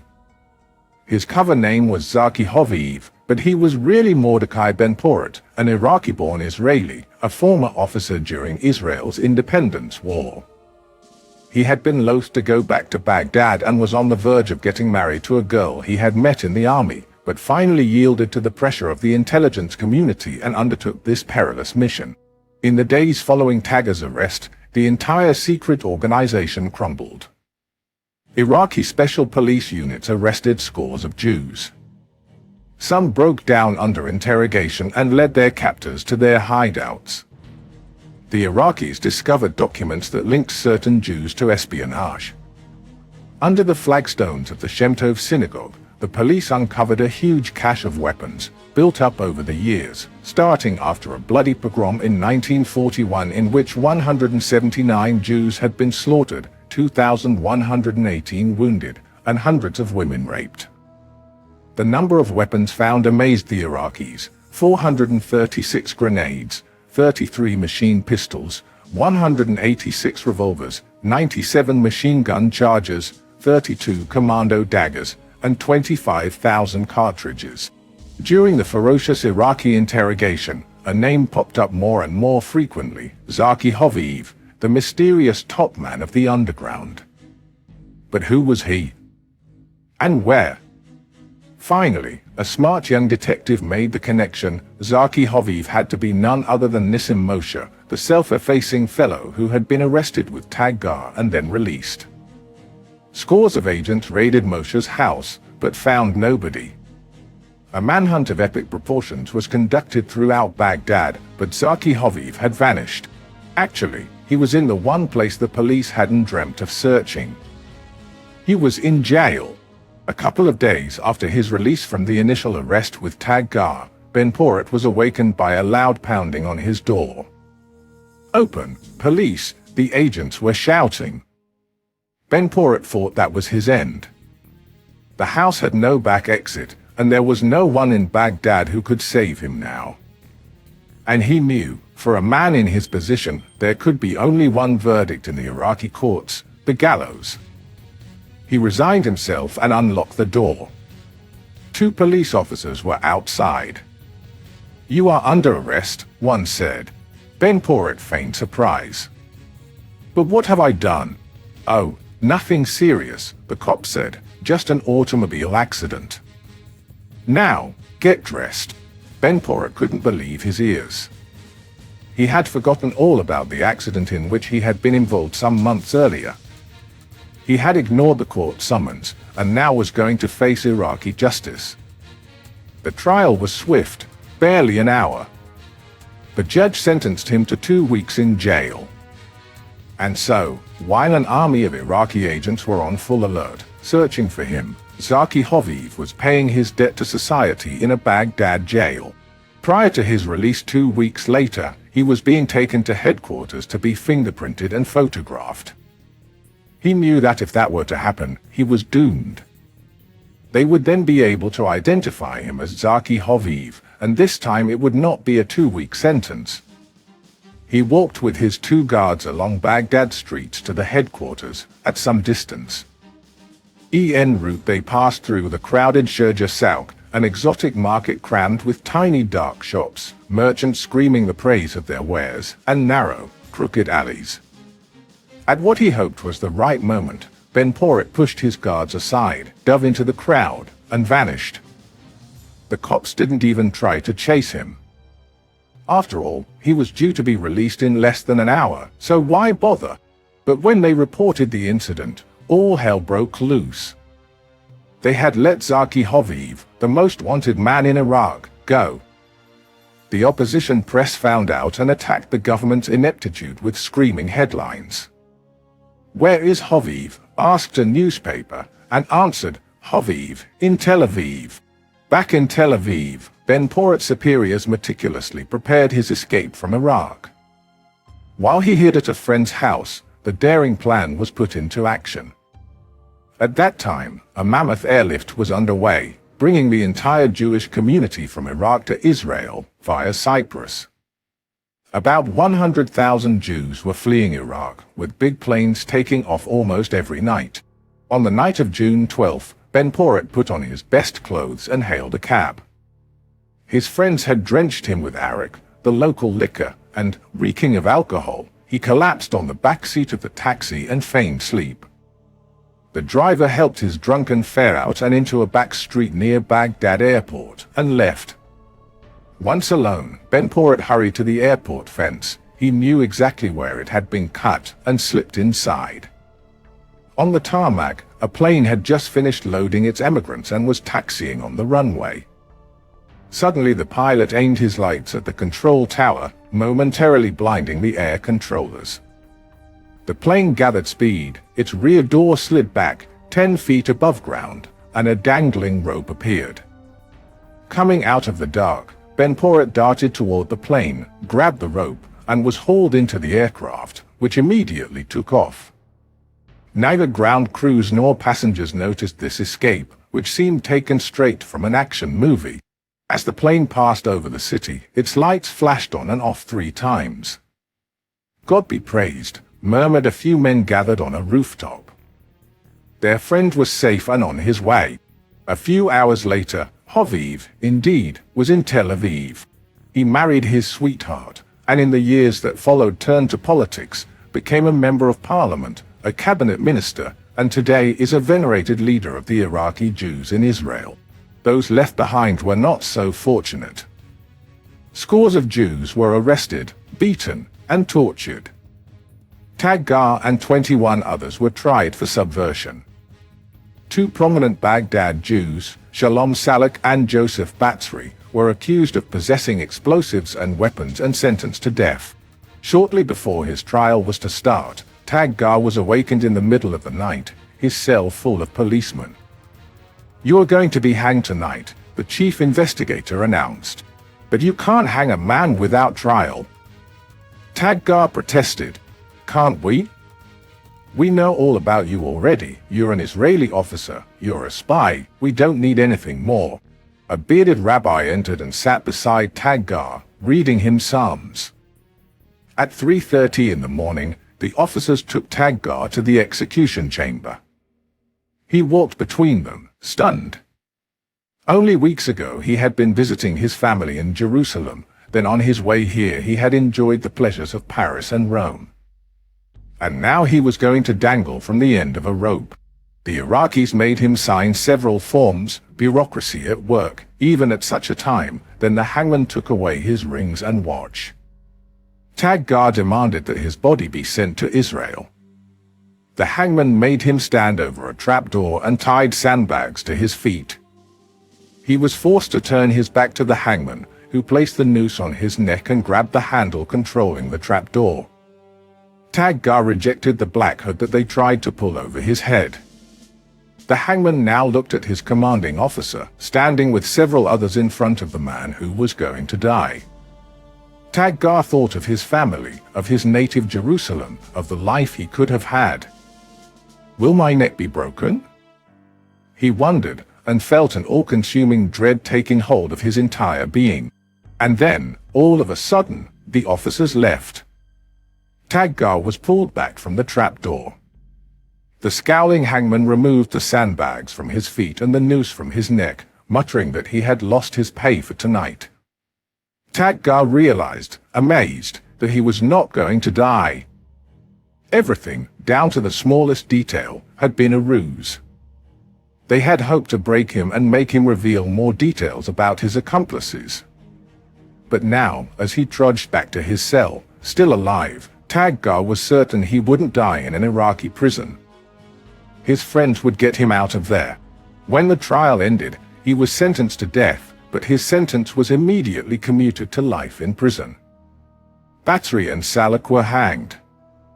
They spent their last night on earth with Tagar, who tried to cheer them up.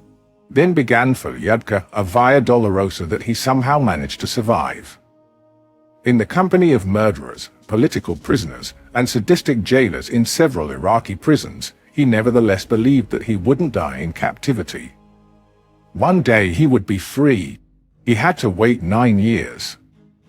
In 1958, General Abdul Karim Qasem seized power in a coup and murdered the Iraqi prime minister and the royal family. 2 years later, though, some of his closest aides concocted a plot to murder him, which they would do a few years later. The Mossad learned of the plot, and the Ramsad immediately established contact with Qasem's loyalists, and struck a deal. He would give them the names of the conspirators, for the freedom of Yehuda Tagar. Tagar was in his dark, gloomy cell, when his jailers came with a change of khaki clothes. "Put that on," they ordered. "You are going to Baghdad." A police car took the stupefied Tagar to the royal palace. Several soldiers escorted him to a huge office. Behind an ornate desk sat a familiar figure, President Qasem himself. Tagar suddenly realized they were setting him free. Qasem took his time studying the face of the Israeli. "Tell me," he finally said, "if war were declared between Iraq and Israel, would you fight against us?" "When I am back in my own country," Tagar answered, "I will do all I can to bring about understanding and peace between Israel and the Arab states. But if war should break out, I will fight for Israel, just as you have fought many times for your country." Qasem must have liked this answer. He stood up. "When you get home," he said, tell your people that Iraq is an independent state now. We are not the lackeys of imperialism anymore. From the palace, a car took Dagan to the airport. He still couldn't believe what was happening. They put him on a plane to Beirut, then a flight to Nicosia, Cyprus, and finally he landed in Israel. At the airport, his friends and colleagues were waiting. They expected to meet a broken man, a human wreck, but the man who descended from the plane was the same vigorous, extroverted, smiling fellow whom they had last seen more than 9 years ago. "How did you make it?" they asked. "How did you hang on to your sanity, your optimism?" "I knew you'd get me out of there," Yudka said simply. By bringing Dagan home, the heads of the Mossad had adhered to another of the principles forged at its inception: spare no effort, no means, and no sacrifices to bring our people back home. In Israel, Dagan married, started a family, and after a brilliant diplomatic career abroad became a university professor. Reuven Sheloah was in no way involved in the Baghdad tragedy. And yet, at the end of 1952, he resigned. He was replaced by a star, newly emerged in the shadow world of Israel's secret services, Little Issa.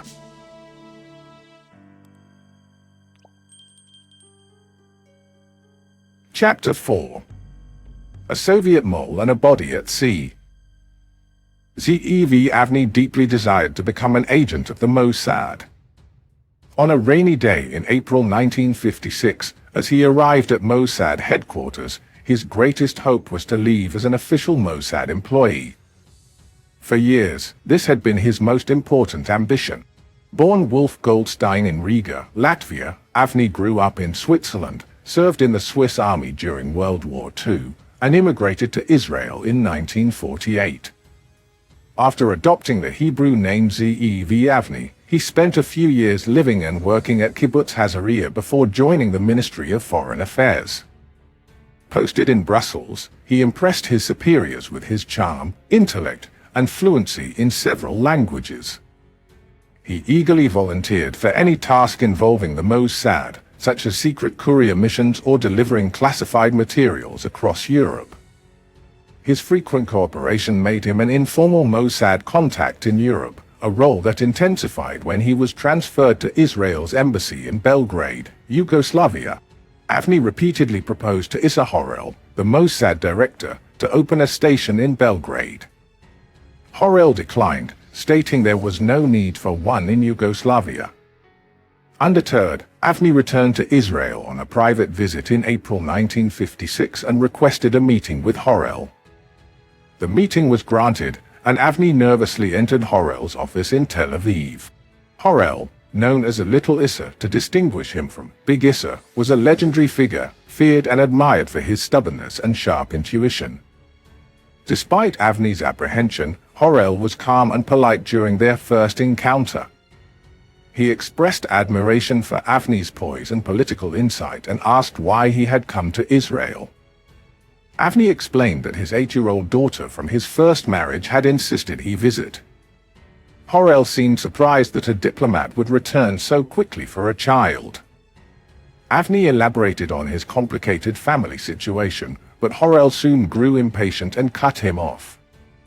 He reiterated that there would be no Mossad station in Belgrade and said Avni's future with the agency would be considered after he completed his Yugoslavian tour. Avni left feeling disappointed.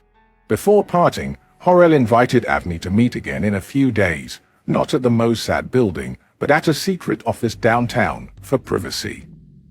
Avni saw this as a sign of hope. A few days later, Avni arrived at a plain apartment in central Tel Aviv.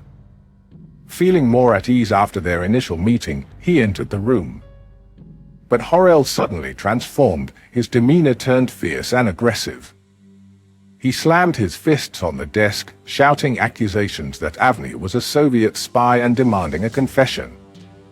Avni was stunned and speechless, overwhelmed by fear.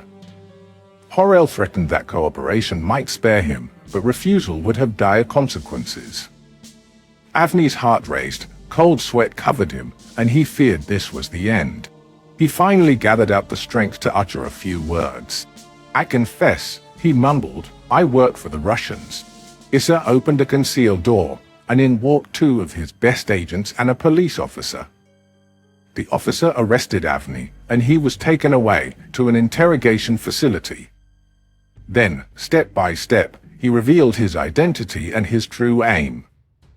A fervent communist since his teens, he had been recruited by the Soviet GRU, the Red Army Espionage Service, while still living in Switzerland, and had spied for the Soviet Union during World War II. Shortly after, he had been advised to immigrate to Israel and wait. He was to become a long-term mole. For many years, he had expected a message from Moscow, but the Russian master spies had waited to contact him only when he had been posted to Brussels. There, he delivered to them important information about Israel's deals with the FN arms industry in Belgium, had supplied them with the Israeli Foreign Ministry codes, and even revealed to them the names of two German ex-Nazis who were spying for Israel in Egypt. To the surprise of their handlers, the two Germans had been hastily expelled from Egypt. But that had not been enough for Avni's Russian case officers.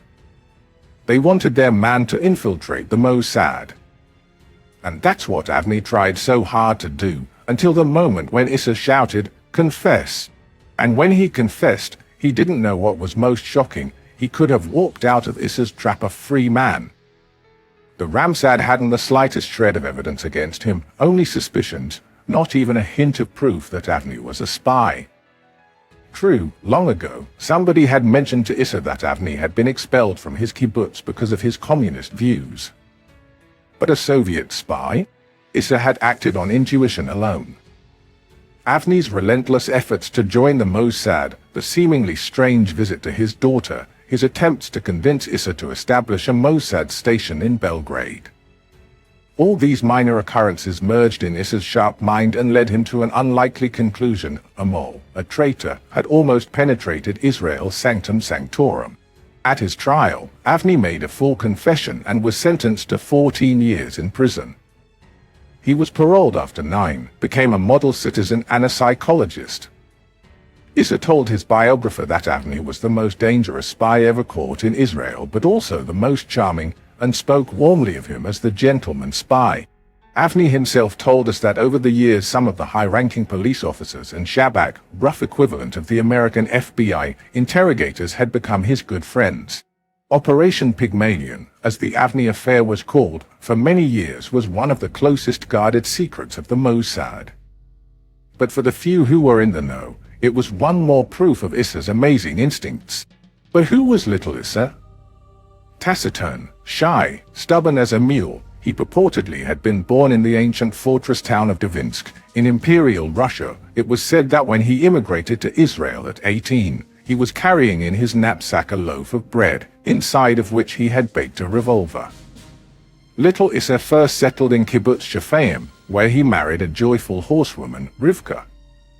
Tough, stubborn, and assertive, he left the kibbutz for unknown reasons with a wife, a child, and only the shirt on his back.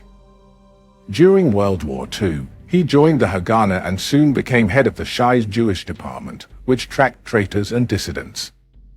The dissidents were members of the Irgun and the Stern Group, two clandestine right-wing organizations that contested the authority and the politics of David Ben-Gurion and of the organized Jewish community.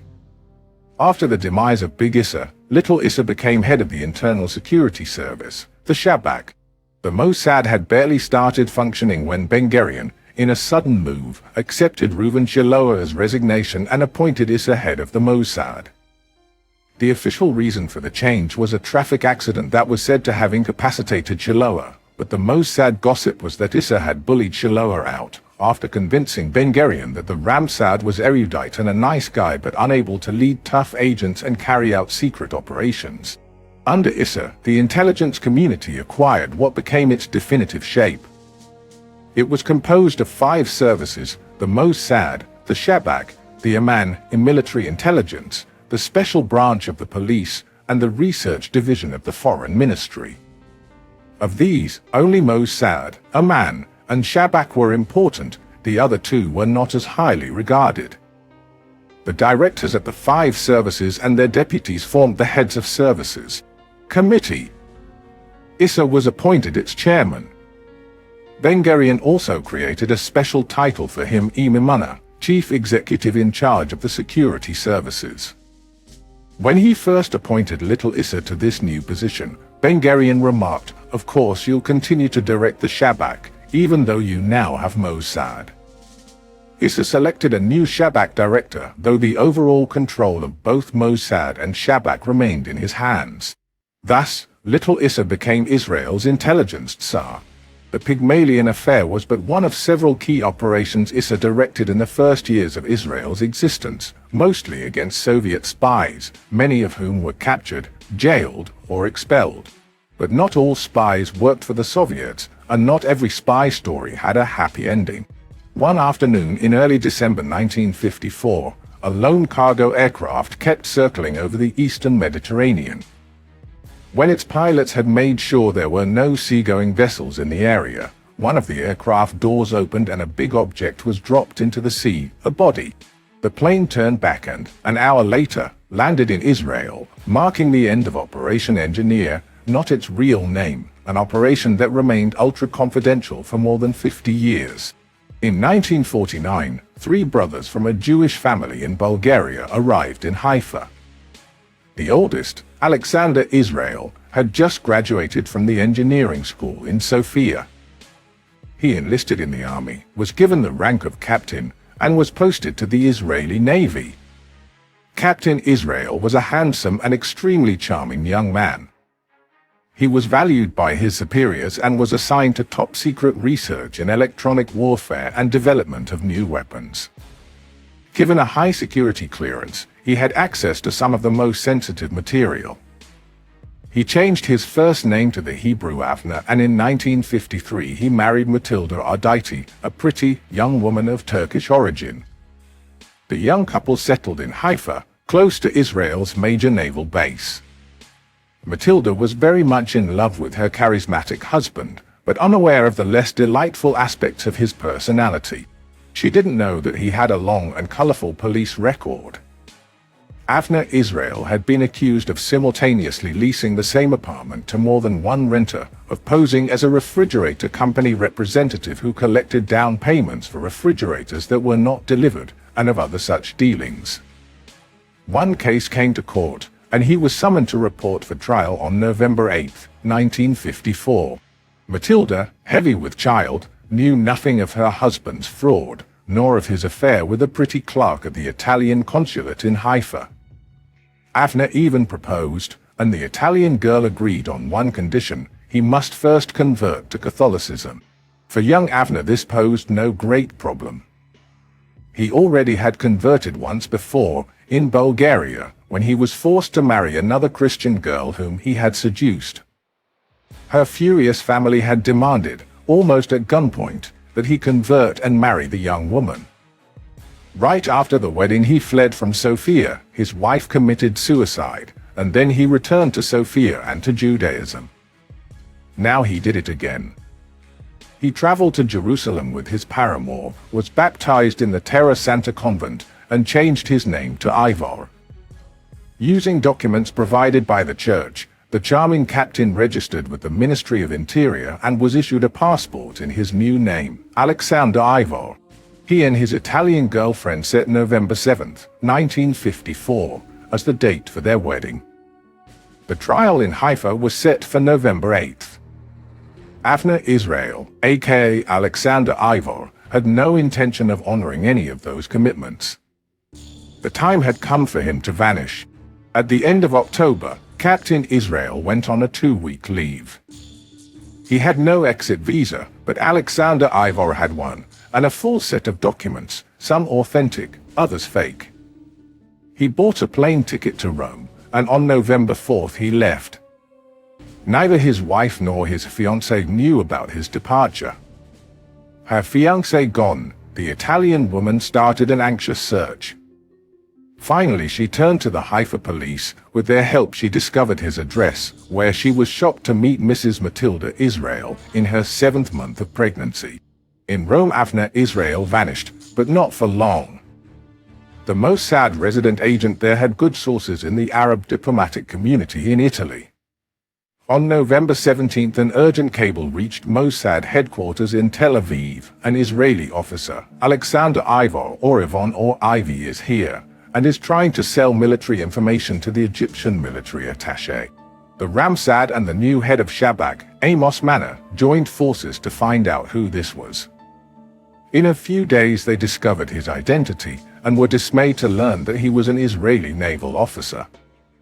Another telegram from Rome was even more troubling. The Mossad agent reported that Israel had sold the Egyptians the detailed plans of a large IDF base in Israel and had been paid $1,500, which he had deposited in the Credit Suisse bank. He was said to have promised the Egyptians more information and agreed to fly to Egypt to be debriefed there. A few days later, another cable. The Egyptian embassy has ordered 2 tickets to Cairo for the end of November at the TWA agency. Apparently the 2 passengers will be the Egyptian military attaché and the Israeli officer. Alarm bells rang at Mossad headquarters.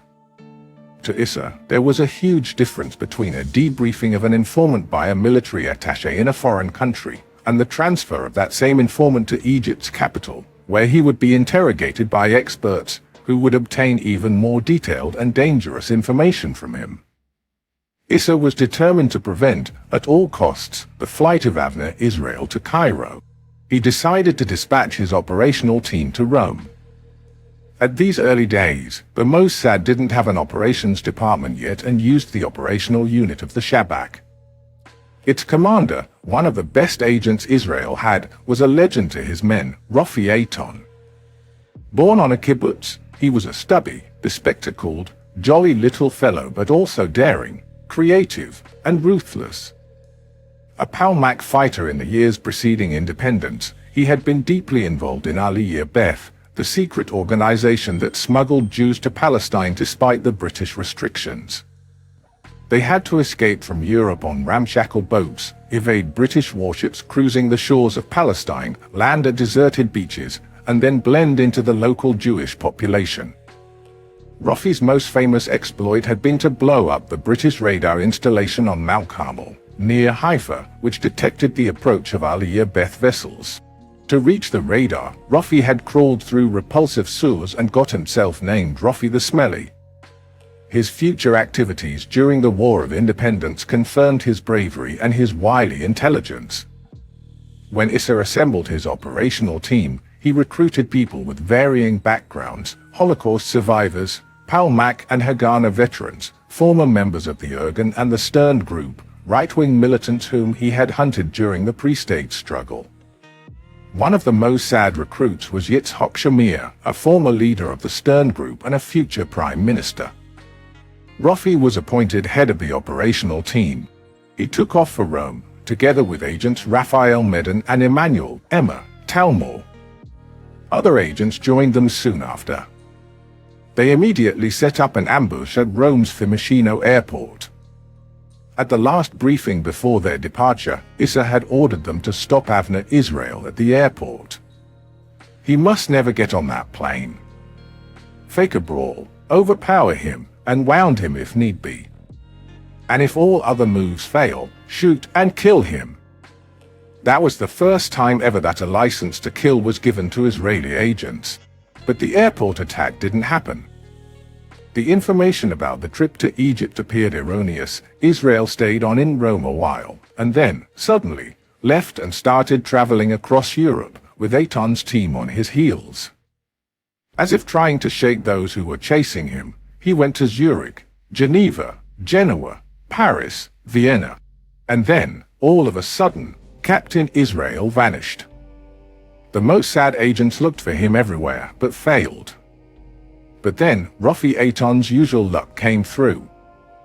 In Vienna there was an Israeli envoy of a secret organization, Native, whose mission was to expedite the flight of Jews from Russia and the Eastern Bloc and bring them to Israel. The native man maintained close ties with the Mossad.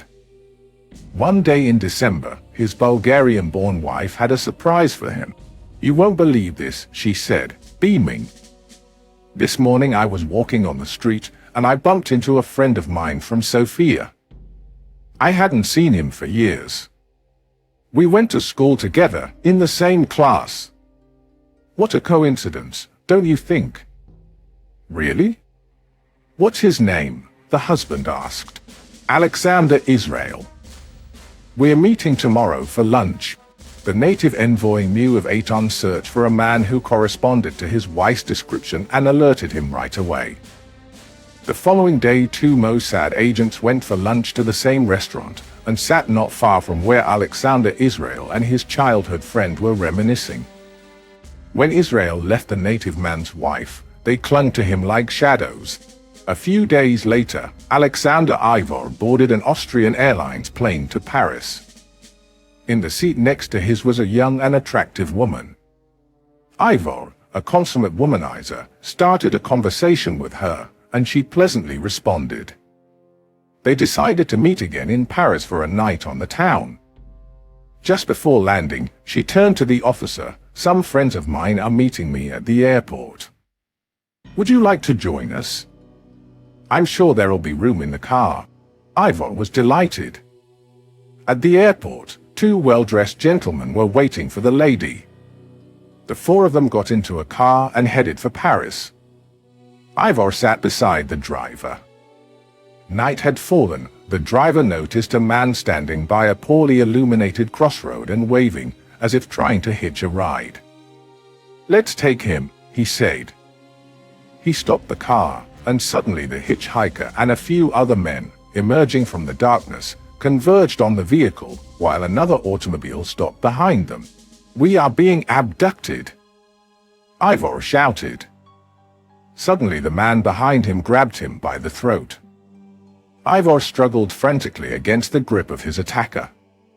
The car door opened and the man standing outside jumped on Ivor and overpowered him. He drew a gun and shouted in Hebrew, "Another move, and you're dead." Ivor froze. A hand, holding a chloroform soap pad, was slapped on his face, and Ivor sank into deep sleep. He was surreptitiously brought to a safe house in Paris, where Rafi Eichmann and his men interrogated him. He admitted that he had sold top-secret documents to the Egyptians, and that he had done it for the money. From Israel, Issa telegraphed an order to bring him back. Even the basest traitor, he believed, should stand trial, and his legal rights be respected. Eichmann and his men drugged Avner, put him in a large crate, and loaded him on an Israeli Air Force Dakota cargo aircraft that used to fly once a week from Paris to Tel Aviv. The road home was long and strenuous. The plane had to refuel in Rome and Athens. A well-known doctor, an anesthetist by the name of Elimination, flew with the group. Before each landing and takeoff, the doctor would inject their passenger with a soporific drug.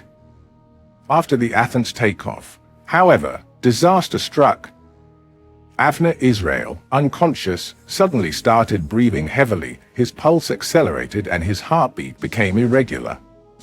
Dr. Elian made feverish efforts to stabilize him and bring his fit under control, including trying to revive the convulsing man with artificial respiration, but to no avail. Long before the plane landed in Israel, the prisoner died. Immediately after the landing, the Mossad agents called Issa and informed him of Israel's death. The Ramsad ordered them to leave the body on the plane and told the pilot to take off again. Far from Israel's coast, the body was thrown from the aircraft. This unexpected mishap led to a commotion at Mossad headquarters.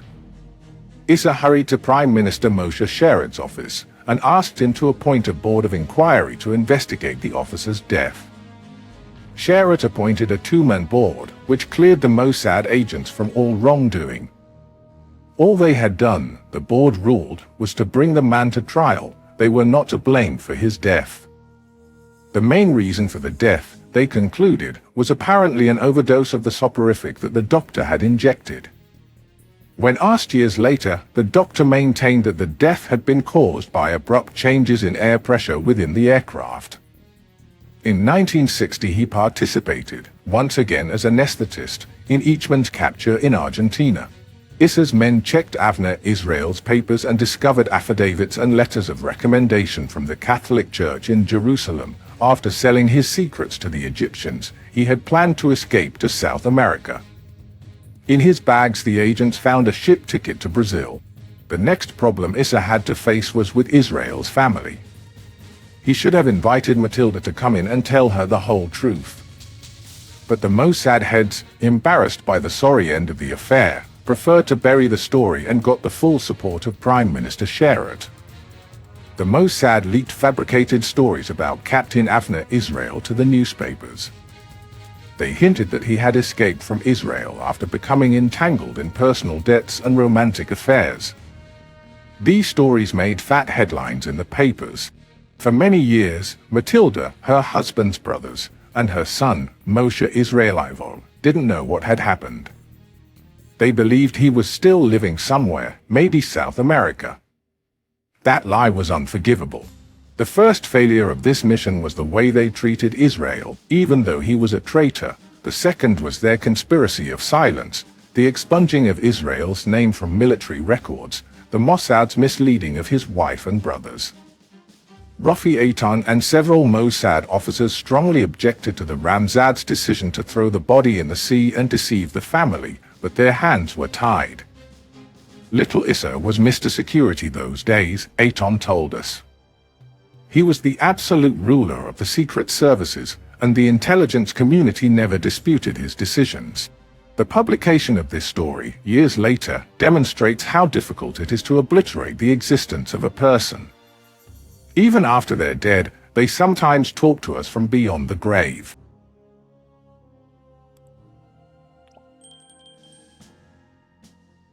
Chapter 5. Oh, that? It's Soviet chairman's speech. It all began with a love affair. In the spring of 1956, Lucia Baranovsky was deeply in love with Viktor Gruevsky, a handsome journalist.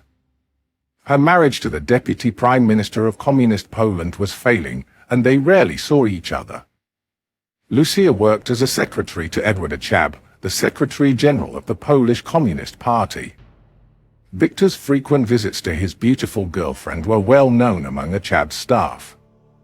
Lucia's feelings for Viktor were no secret. Viktor was a senior editor at the Polish news agency, PAP, responsible for Soviet and Eastern European affairs. Although Jewish, his real name was Viktor Shpilman. Years earlier, when he joined the Communist Party, friends advised him that his original name would hold him back, so he adopted the more polished-sounding Gruevsky. As a child during World War II, Viktor's family fled the German invasion of Poland and escaped the Holocaust by crossing into Russia. After the war, they returned to Poland.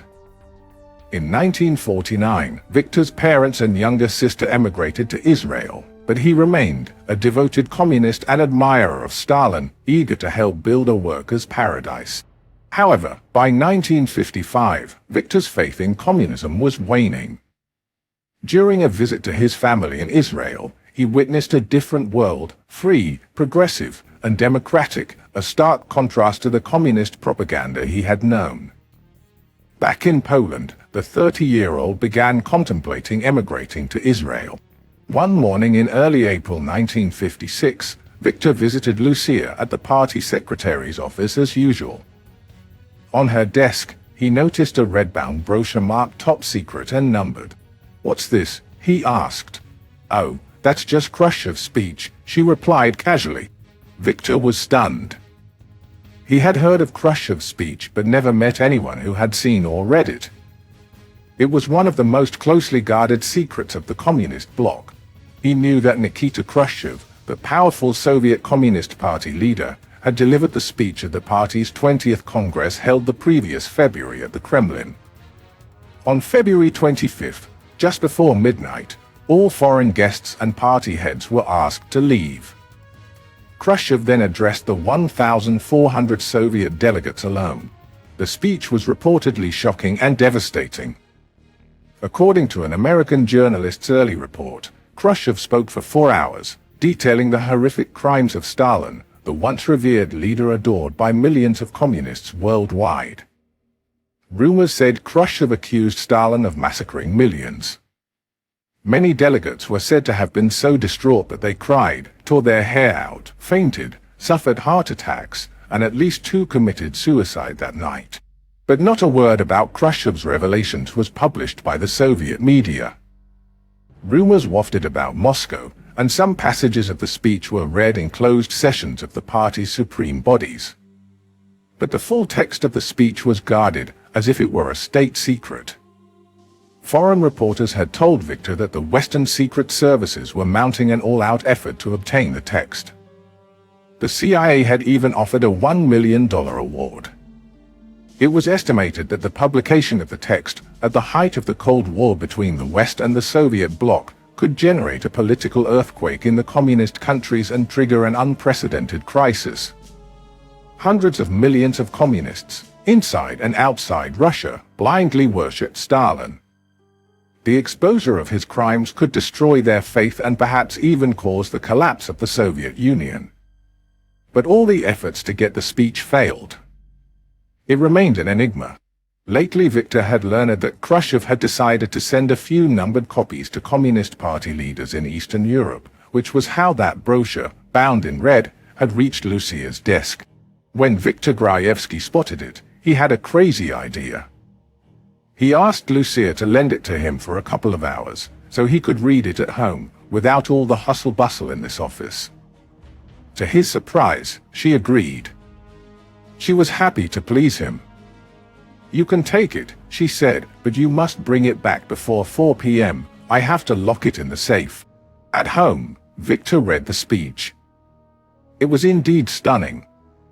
Khrushchev had shattered, boldly and mercilessly, the myth of Joseph Vissarionovich Stalin. Khrushchev had revealed that Stalin, during his years in power, had committed monstrous crimes and ordered the murder of millions. He'd reminded his audience that Lenin, the father of the Bolshevik Revolution, had warned the party against Stalin. Khrushchev condemned the cult of personality of the man who'd been hailed as the son of the nations. He told of the forced relocation of entire ethnic groups in the Soviet Union, which led to countless deaths, of the Great Purges, 1936 to 1937, when 1.5 million communists were arrested and 680,000 of them executed. Out of 1,966 delegates to the 17th Congress of the party, on Stalin's orders 848 were executed, as well as 98 out of 138 candidates to the Central Committee. Khrushchev also spoke of the doctors' plot, the fabricated accusations against some Jewish doctors who allegedly had conspired to murder Stalin and other Soviet leaders. Khrushchev's words revealed Stalin as a mass murderer who had massacred millions of Russians and other nationals, many of them loyal communists. In 4 hours, the Messiah had metamorphosed into a monster. Khrushchev's speech shredded Victor's last illusions about communism. And he realized that he held in his hands an explosive device that could shake the Soviet camp to its foundations. He decided to return the red brochure to Lucia. But on his way to her, he had second thoughts, and his feet carried him elsewhere, to the Israeli embassy. He walked in confidently, and the wall of Polish policemen and Secret Service agents parted and let him pass. A few minutes later, he was in the office of Yakov Barma, officially a first secretary of the embassy, but in reality, the Shabak representative in Poland. Gruevsky handed him the red brochure. The Israeli perused it and his jaw dropped. "Will you wait a few minutes?" he asked, grabbed the brochure, and left the room. He came back an hour later. Gruevsky realized that Barma had photocopied it, but asked no questions.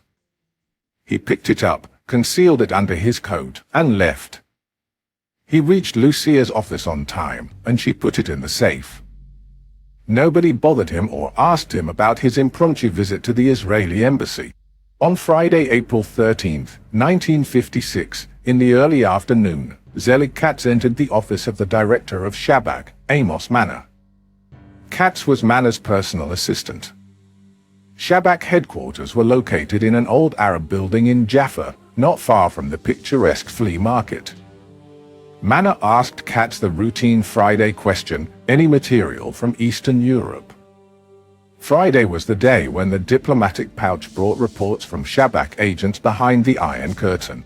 Zelig nonchalantly quipped that a few minutes ago he had received from Warsaw some speech of Khrushchev at the Congress. Manor jumped from his seat. "What?" he roared. "Bring it at once." Manor, a tall, handsome young man, had immigrated to Israel only a few years earlier. Born Arthur Mendelovich in Romania, to a well-to-do family, he was sent to Auschwitz, where his entire family, parents, sister, and 2 brothers, were murdered. He survived, weighing barely 80 pounds when the camp was liberated. Back in Bucharest, he worked for Aliyah Beth, helping smuggle Jewish refugees into British-controlled Palestine. He used the war name of Amos, and several other names, to cover his tracks. When his turn came to leave for Israel, in 1949, the Romanian authorities wouldn't let him go. He managed to escape with a forged Czech passport in the name of Otto Stanek. His friends started calling him the man with 1,000 names. In Israel, he became Amos Manor. He rose quickly in the secret services. Issa was fascinated by him. Manor was his opposite. Issa small, Manor big. Issa tough and gruff, Amos suave and urbane. Issa played no sport, while Manor was a swimmer, and played soccer, tennis, volleyball. Issa spoke Russian and Yiddish, Manor spoke 7 languages. Issa was a devoted Labour Party member, Amos didn't care about politics. Issa dressed modestly, Amos was fashionable, European-looking. But besides all that, he was intelligent and resourceful. Issa recruited him to the Shabak in 1949. Barely 4 years later, he was appointed director by Ben-Gurion on Issa's recommendation. He also was put in charge of the Israeli intelligence community's secret relations with the CIA. On that rainy Friday, Manor threw himself into the sheaf of photocopied papers. He had no problems reading it. One of his 7 languages was Russian. Reading the pages, he realized the huge importance of Khrushchev's speech. He jumped into his car and rushed to Ben-Gurion's house. "You must read this," he told the Prime Minister. Ben-Gurion, who also knew Russian, read the speech. The following morning, a Sabbath, he summoned Manor urgently.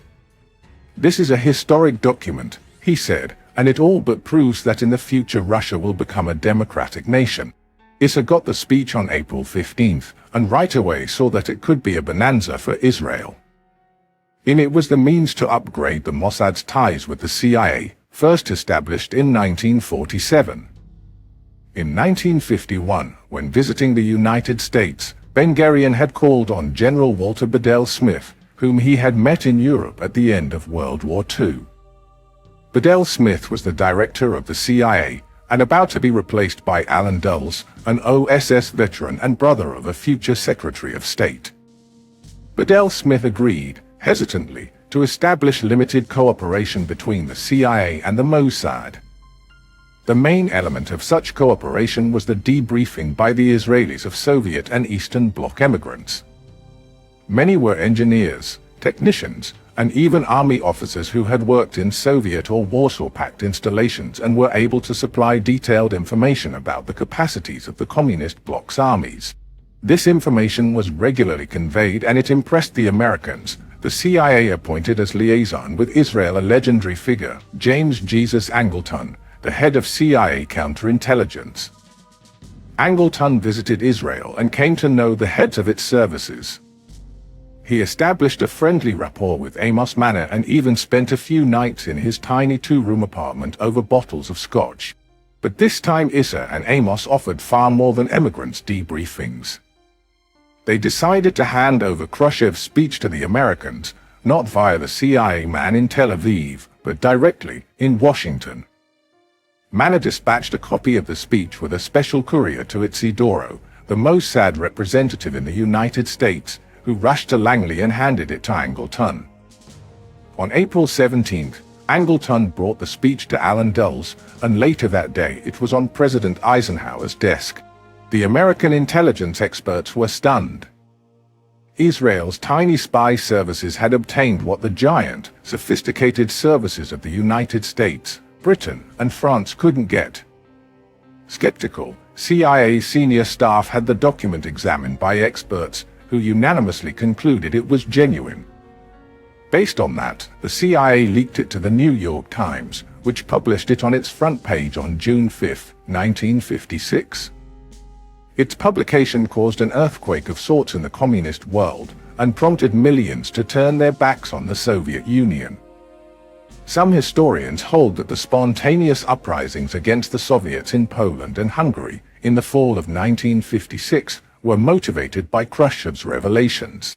The intelligence coup led to a major breakthrough in the Mossad's relations with its American counterpart, and the modest brochure that sweet Lucia had shown to her handsome Victor had surrounded the Israeli Mossad with a legendary aura. Back in Warsaw, no one suspected Viktor Gruevski of having smuggled Khrushchev's speech to the United States. In January 1957, Victor emigrated to Israel. Grateful Amos Manor helped him get a job in the East European department at the Ministry of Foreign Affairs. Shortly afterward, he was also hired as an editor and reporter in the Polish section of Kol Israel, the state-owned radio network. But soon he also got a third job. Shortly after coming to Israel, he'd met a few Soviet diplomats at an Ulpan, a special school where immigrants and foreigners were taught the Hebrew language. One of the Russian diplomats happened to meet him in a foreign ministry's hallway and was impressed by the important position held by this new immigrant. Soon afterward, a KGB agent popped up by chance at Gruevski's side on a Tel Aviv street. He conversed with Gruevski and reminded him of his past in Poland as an anti-Nazi and a communist. Then he made him an offer, become a KGB agent in Israel. Gruevski promised to think about it, then made a beeline for Mossad headquarters. "What shall I do?" he asked. The Mossad people were delighted. "Wonderful," they said, "go ahead and accept." They would turn Gruevski into a double agent who would feed the Russians false information. So began a new and long career for Victor. For many years he supplied the Russians with information concocted and doctored by the Mossad. His KGB handlers would meet him in the forests around Jerusalem and Ramleh, in Russian churches and monasteries in Jaffa, Jerusalem, and Tiberias, during chance encounters in crowded restaurants and at diplomatic receptions. Not once, in the 14 years that Gruevski spent as a double agent, did the Soviets suspect that he was the one using them. They complimented him over and over for the excellent materials that he provided. In KGB headquarters in Moscow, rumor had it that the Soviet Union had an agent embedded deep in Israeli governing circles. Through all those years, the Soviets trusted Gruevski and never questioned his credibility. The exception was in 1967, when they ignored him and his conclusions. Ironically, this was the only time when he delivered fully accurate information. During the waiting period in 1967 before the Six-Day War, Egypt's president, Gamal Abdel Nasser, erroneously believed that Israel intended to attack Syria in May. So he massed his troops in Sinai, expelled the UN peacekeepers, closed the Red Sea straits to Israeli ships, and threatened Israel with annihilation. Israel had had no intention to attack and was eager to prevent a war with Egypt. Prime Minister Eshkol then asked the Mossad to inform the Soviets that if Egypt didn't cancel its aggressive measures, Israel would have to go to war. He hoped that the Soviet Union, which had a huge influence on Egypt, would stop Nasser. Gruevski conveyed to the KGB a document detailing Israel's true intentions. But the USSR made a wrong assessment of the situation. Moscow ignored Gruevski's report and encouraged Nasser in his belligerence. The result was that Israel, in a preemptive attack, destroyed the armies of Egypt, Syria, and Jordan and conquered much of their territory. And the Soviet Union, too, was a great loser. Its weapons were proved inferior, it reneged on its promises and failed to support its badly beaten allies. Nevertheless, the long-lasting affair between Gruevski and the KGB reached its peak that year. He was summoned to a meeting with his Soviet handler in a forest in central Israel. The KGB agent solemnly informed him that the Soviet government wanted to thank him for his devoted services and had decided to award him its highest distinction, the Lenin Medal. The Russian apologized for not being able to pin the medal on Gruevski's lapel in Israel, but assured him that the medal was being kept for him in Moscow, and he would receive it whenever he got there. Gruevski preferred to stay in Israel, and in 1971 he retired from the spy game. But he was not forgotten. In 2007, he was invited to Shabak headquarters, where he was welcomed by a select group that included present and past directors of Shabak and Mossad, as well as many of his friends, colleagues, and relatives. The Shabak director at the time, Yuval Diskin, presented him with a prestigious award for his distinguished service, and Gruevski became the only secret agent to be decorated twice, by his own country, which he had served with devotion all his life, and by his country's foe, whom he had misled and deceived, regardless of the risks. A reporter called him the man who began the end of the Soviet Empire, but Gruevski didn't feel that way.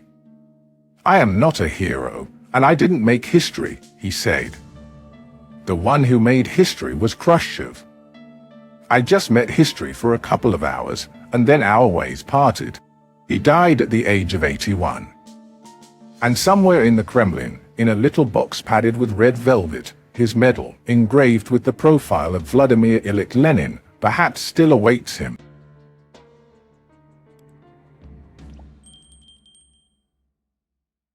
Chapter 6. Bring Eichmann dead or alive. "And what's your name?" the girl asked. "Nicholas," the smiling suitor said. "But all my friends call me Nick." Nick Eichmann, the blind Jew's daughter. In the late fall of 1957, Issa Horel received a strange message from Frankfurt, Germany. It said that Dr. Fritz Bauer, Attorney General of Hesse, requests to convey some secret information to the Mossad. Issa knew of Bauer, a much respected figure in Germany. A tall, charismatic man with a pugnacious jaw, he was known for aggressively pursuing Nazi criminals. His leonine manner of white hair gave him a vague resemblance to David Ben-Gurion.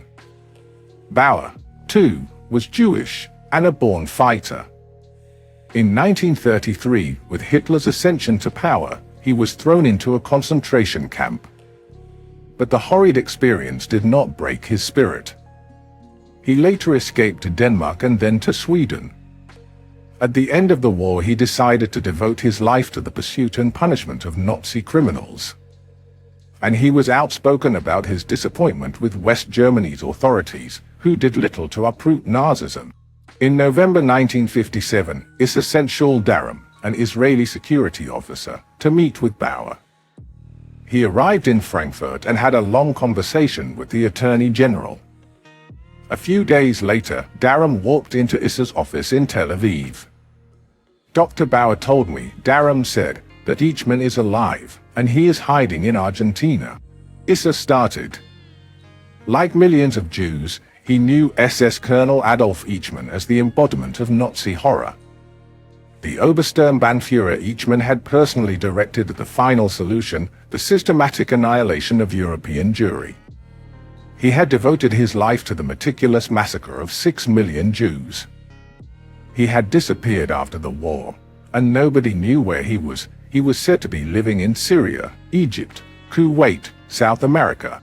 Daram recounted in detail his conversation with Bauer. A few months earlier, Bauer had received a letter from Argentina, sent by a German émigré, half-Jewish, who had suffered under the Nazis during the war. He had read newspaper reports about Bauer's relentless pursuit of Nazi criminals and knew that on top of that list of wanted men was Adolf Eichmann.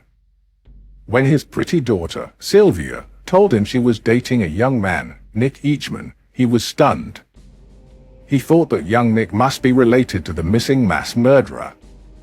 He wrote to Bauer that he could lead his agents to Eichmann's hideout. Eichmann was said to live in Buenos Aires under a false identity. Bauer already knew that Eichmann had escaped from Germany after the war. His wife, Vera, and his 3 sons had stayed on in Austria, but a few years later they vanished. Eventually, Bauer found out that they had emigrated to Argentina, where Vera had remarried. Bauer was convinced that she had joined Eichmann and her second marriage was fictitious. Her second husband had to be Eichmann himself, who had been waiting for her. Bauer feared that if he asked the German government to request Eichmann's extradition from Argentina, he'd lose him. He didn't trust the German judicial branch, still full of former Nazis. He also suspected a few employees at the Buenos Aires German embassy. Bauer feared that even before an official extradition demand was handed to the Argentinians, somebody at the embassy or in Germany would warn Eichmann and he'd vanish again. Bauer spoke frankly with Yossel. He wanted the Mossad to find out if this man in Buenos Aires was indeed Eichmann, and, if so, Israel should demand his extradition or launch a covert operation and abduct Eichmann. "I am speaking to you after many days and nights of soul-searching," Bauer admitted. "Only one man in Germany knows about my decision to give you this information," Minister-President of Hesse George August Zinn, a social democrat and a future president of Germany's Federal Council, the Bundesrat.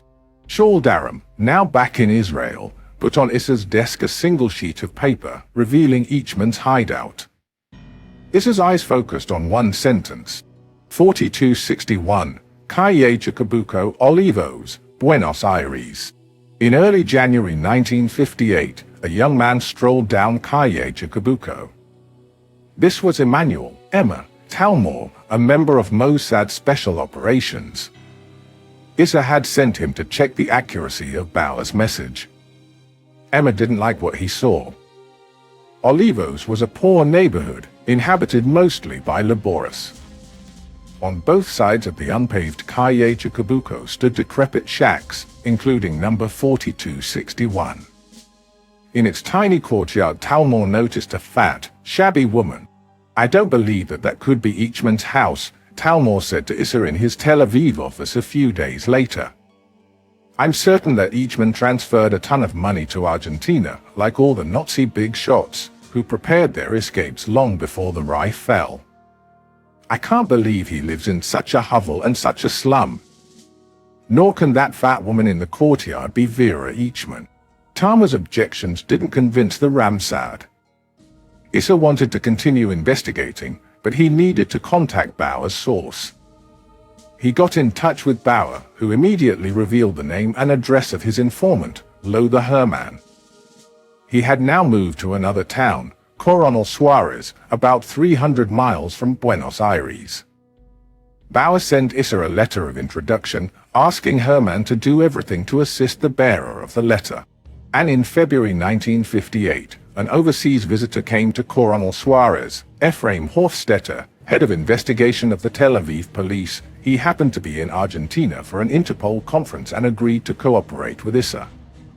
But, being cautious, when he knocked on the door at Libertad Avenue, he introduced himself as a German, Karl Huppert. In the living room he saw a blind man, plainly dressed, his hands resting on a massive wooden table. As Hofstetter walked in, the blind man heard his footsteps and turned toward him, groping for his hand. This was Lothar Hermann. "I am a friend of Fritz Bauer," Hofstetter said. He hinted that he was connected with Germany's secret service. Hermann told him he was Jewish and had been a policeman until the Nazis took power. His parents had been murdered and he had been sent to Dachau, where he had lost his sight. He later emigrated to Argentina with his German wife. When he stumbled upon the name of Eichmann, he had contacted Bauer. His only motive, he claimed, was to help punish the Nazi criminals who had massacred his family. "You see," he said, touching the arm of his lovely daughter, Sylvia, who had entered. "She is the one who found Eichmann for you." The girl blushed and hesitantly told Hofstetter her story. Until a year and a half ago, she said, her family had lived in the Olivos neighborhood in Buenos Aires. There she'd met Nick Eichmann, a nice young man with whom she had had a few dates. She didn't tell him that she was of Jewish origin, since the Hermanns were known as an Aryan family. But Nick didn't mince his words. He had once remarked to her that the Germans should have finished the job and annihilated all the Jews. And on another occasion he mentioned that his father had served as an officer in the Wehrmacht during World War II and had fulfilled his duty to the fatherland. Nick freely shared his views with Sylvia, but never invited her to his home. Even after her family left Buenos Aires and they exchanged letters, he withheld his home address and had her write to him at a friend's address. This odd behavior triggered Lothar Hermann's suspicions that Nick could be Eichmann's son. He traveled with his daughter to Buenos Aires and took a bus to Olivos. Sylvia, with the help of some friends, found Nick Eichmann's address and even managed to enter the house on Calle Chacabuco. But Nick wasn't home. There she met a balding man who wore spectacles and sported a thin mustache. He told her he was Nick's father. Hermann now told Hofstetter that he would agree to go again to Buenos Aires with Sylvia to help pursue this investigation. Sylvia was needed to accompany her blind father everywhere and to write and read his correspondence. Hofstetter gave him a list of items he needed for the definitive identification of Eichmann: his photograph, present name, workplace, official documents about him, and his fingerprints. Hofstetter and Hermann then established a secure system for corresponding, and Hofstetter gave Hermann some money for expenses. Finally, he took a postcard out of his pocket and tore it in two. He gave one half to Hermann. "If somebody brings to you the other half," he said, "you can tell him everything. He will be one of us." Hofstetter left them, returned to Israel, and reported to Issa. A few months later, Hermann's report arrived at Mossad headquarters. He reported with enthusiasm that he had found out everything about Eichmann. The house on Calle Chacabuco had been built by an Austrian, Francisco Schmidt, 10 years earlier. Schmidt had rented the house to two families, de Guto and Clement. Hermann emphatically claimed that Schmidt was Eichmann. He believed that de Guto and Clement only served as a cover for the real Eichmann. Issa asked his agent in Argentina to verify Hermann's report. The man cabled back, "There is no doubt that Francisco Schmidt is not Eichmann. He does not live and has never lived in the house on Calle Chacabuco." Issa concluded that Hermann was not reliable and decided to end the investigation. The mistake. Issa's decision was a huge mistake, and it could have ruined Israel's opportunity to capture Eichmann. One couldn't help but wonder about the incompetence that plagued the early stages of the operation. How could a covert, complex investigation have been entrusted to an elderly, blind, and unskilled man? How could the Mossad have taken seriously his mistaken identification of Eichmann? How could Issa have ignored the fact that Sylvia had visited Calle Chacabuco and met Nick Eichmann's father? Instead of sending to Buenos Aires a professional investigator who could have checked the identities of the two tenants and the landlord, Issa simply walked away. This grave error, in particular, was unlike Issa. A year and a half later, Fritz Bauer came to Israel. He didn't want to meet Issa Horel, whom he blamed for having failed to capture Eichmann. He went and met directly with Attorney General Chaim Cohen in Jerusalem. He let his anger explode when he described to Cohen the lame handling of this investigation by the Mossad. Chaim Cohen summoned Issa and Zvi Aharoni, the Shabak chief investigator, to Jerusalem. Bauer was waiting in his office and accused Horel of botching the investigation. He also threatened that if the Mossad was unable to carry out the mission, he would have no choice but ask the German authorities to take it on. But it was not his threat that persuaded Horel to reopen the case. It was a new piece of information that Bauer had brought with him, two words that appeared to solve the mystery. Eichmann's fictitious name in Argentina, Bauer revealed, was Ricardo Clement. All at once, Issa realized where he had gone wrong and where his men had erred. Eichmann actually was one of the tenants on Calle Chacabuco. Only not Schmidt, it was Clement. Hermann's daughter had indeed dated Eichmann's son, and the Eichmann family did live on Calle Chacabuco. But Hermann didn't know that Eichmann had changed his name to Clement and instead had mistakenly pointed him out as Francisco Schmidt. If Issa had done his job and sent skilled agents to investigate Hermann's story, he would long ago have discovered Eichmann's true identity. Issa now suggested to Cohen and Bauer that Zvi Aharoni be put in charge of the investigation. Aharoni was a tall, lean man with a clear forehead, a square mustache, and a razor-sharp mind.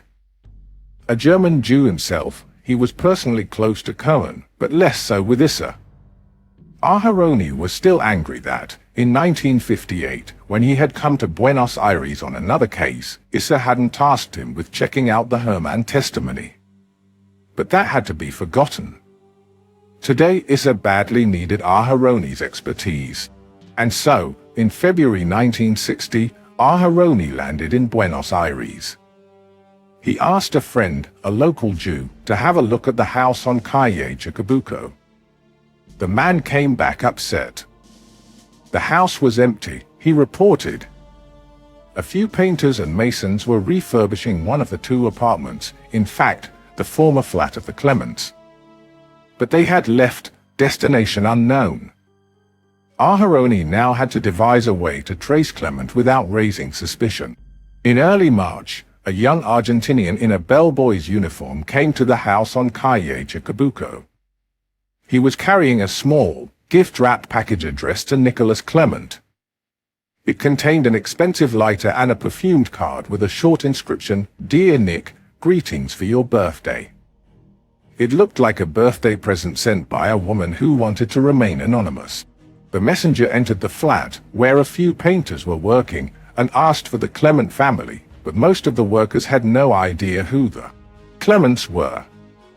One of the painters, though, told the bellboy he thought they had moved to the San Fernando neighborhood on the other side of Buenos Aires. He then led the bellboy to a nearby workshop, where Nick Eichmann's brother worked. He was a blond man named Dieter, but though his manners were pleasant, he refused to disclose the Clements' new address. Nevertheless, the talkative Dieter told the bellboy that his father was temporarily working in the faraway city of Tucumán.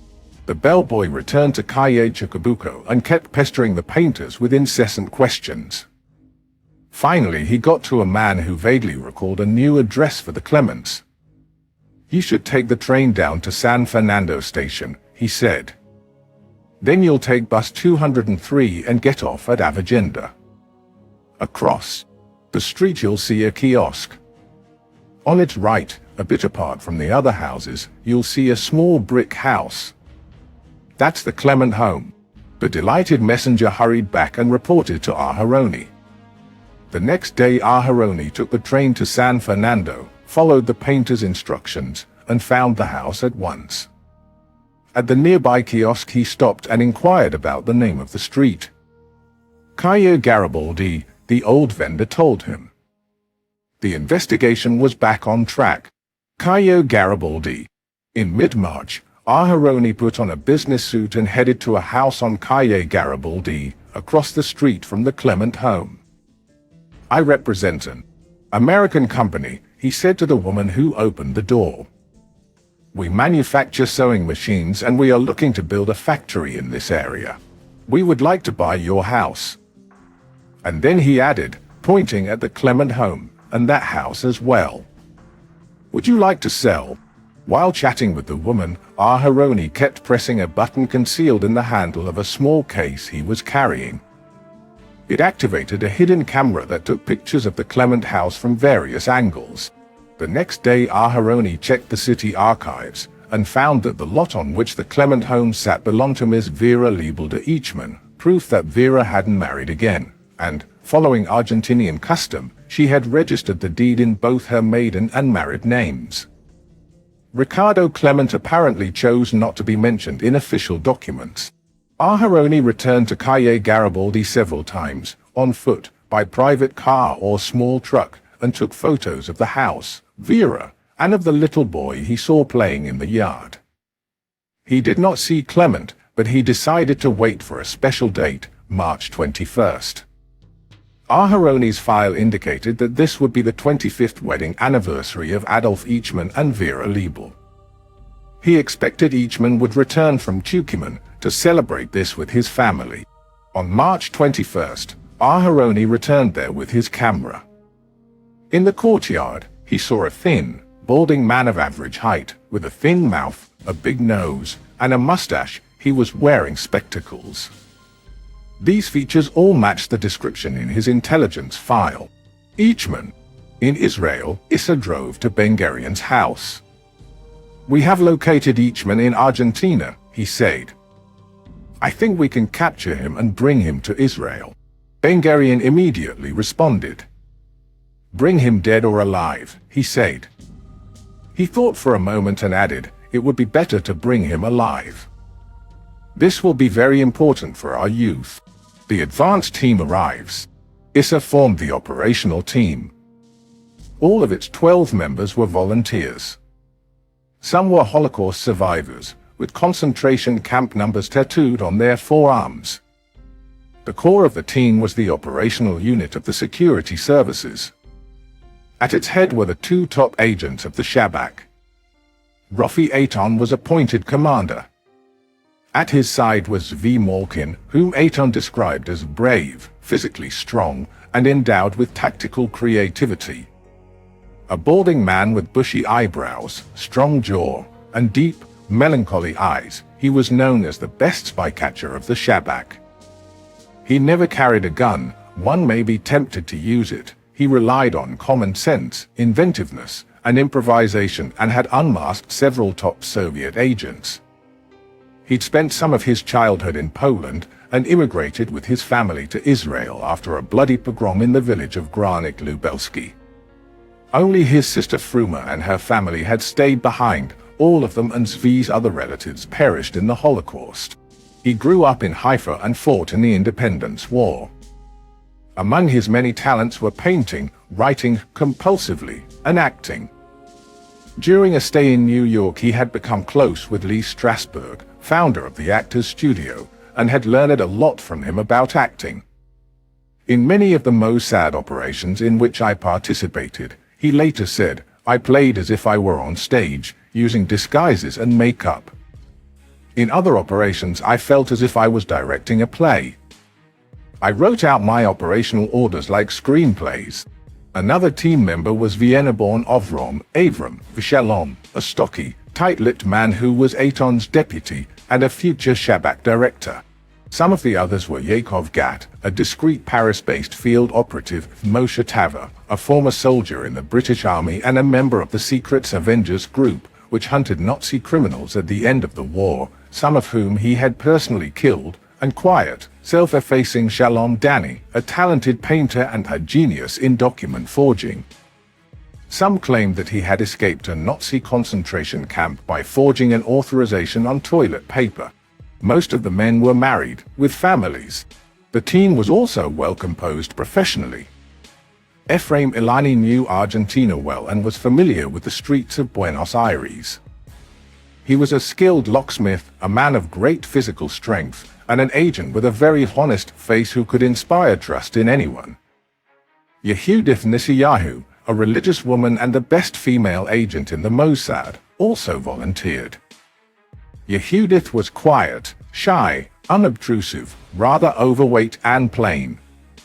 She was married to a Labour Party activist, Mordechai Nisiyahu. She hosted one of the authors of this book several times, and there was nothing in her behavior that appeared out of the ordinary.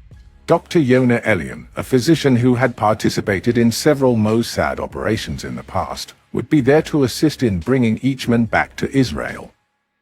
Zvi Aharoni, the investigator, also joined. But the first volunteer to join the team was Issa himself. He loved to lead his men in dangerous operations abroad.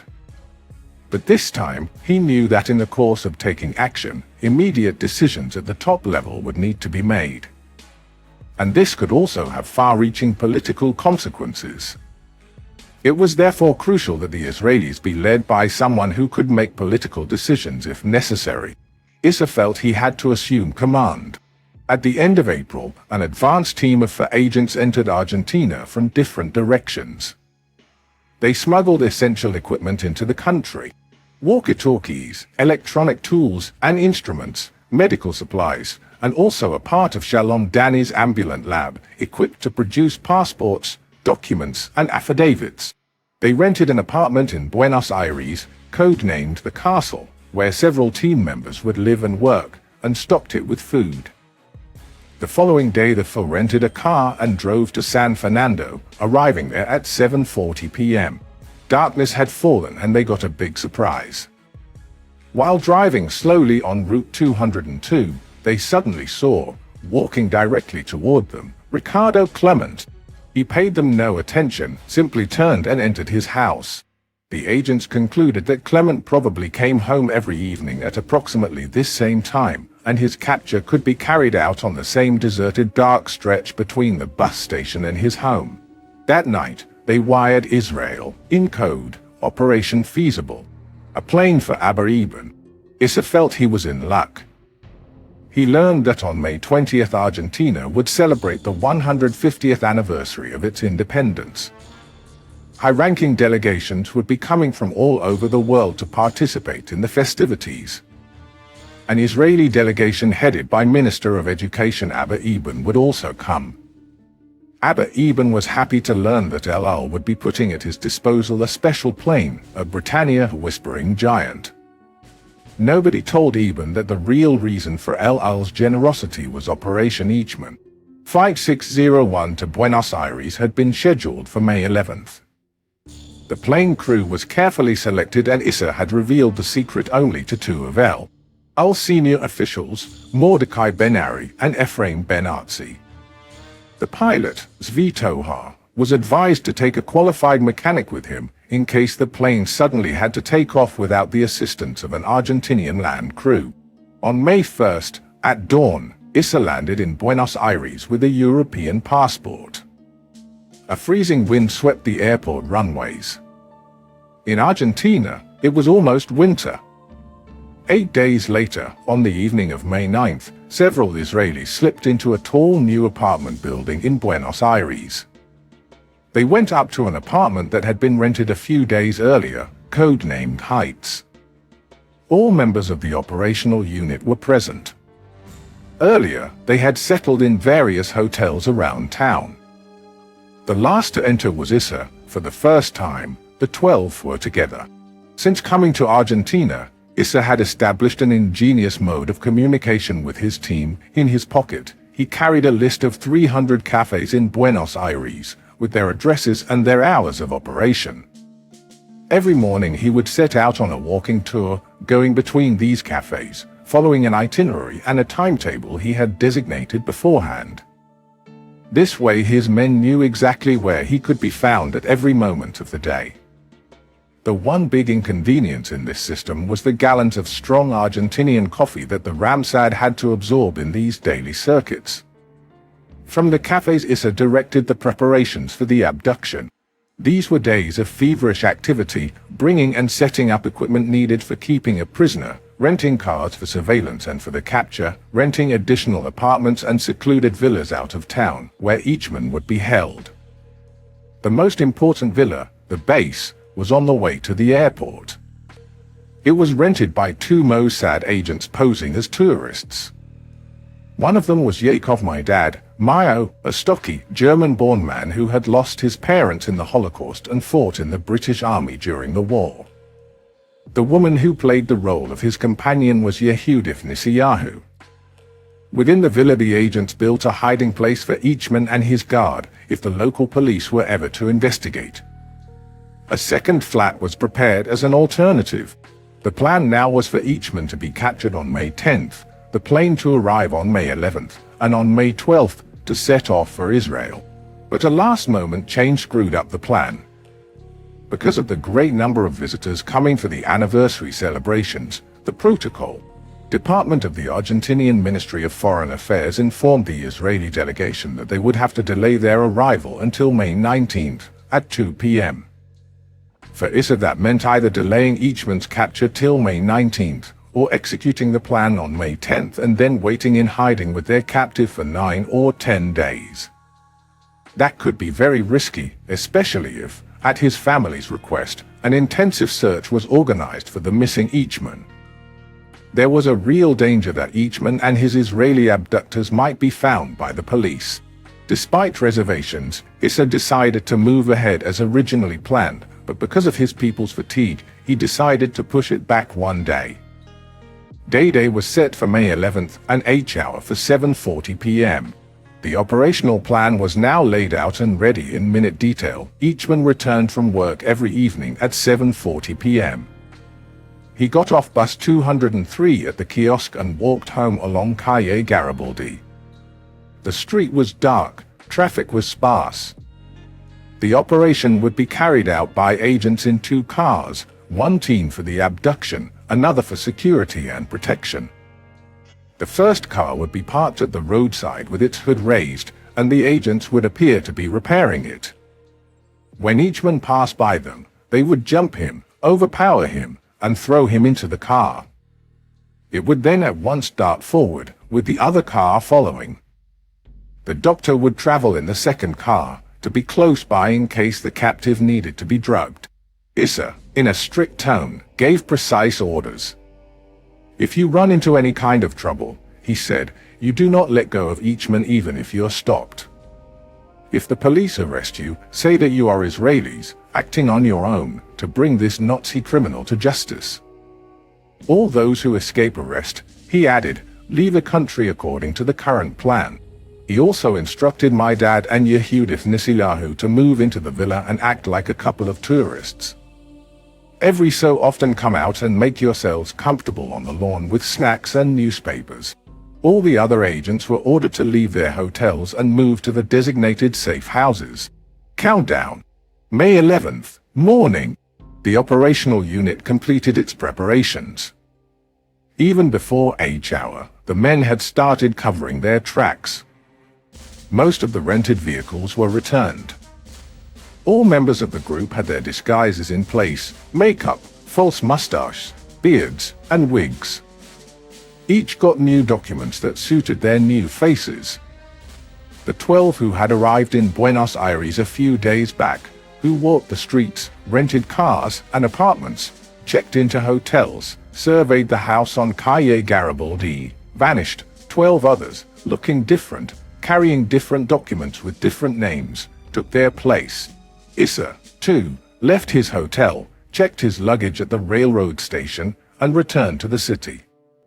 Today, as every day, he would keep moving between the cafes. His movements today were in a business and entertainment area, where the cafes were at barely a 5-minute walk from one to the next. 1 p.m., Issa, Rafi Eichmann, and a few of the lead operatives met for a final briefing in a big restaurant in the city center.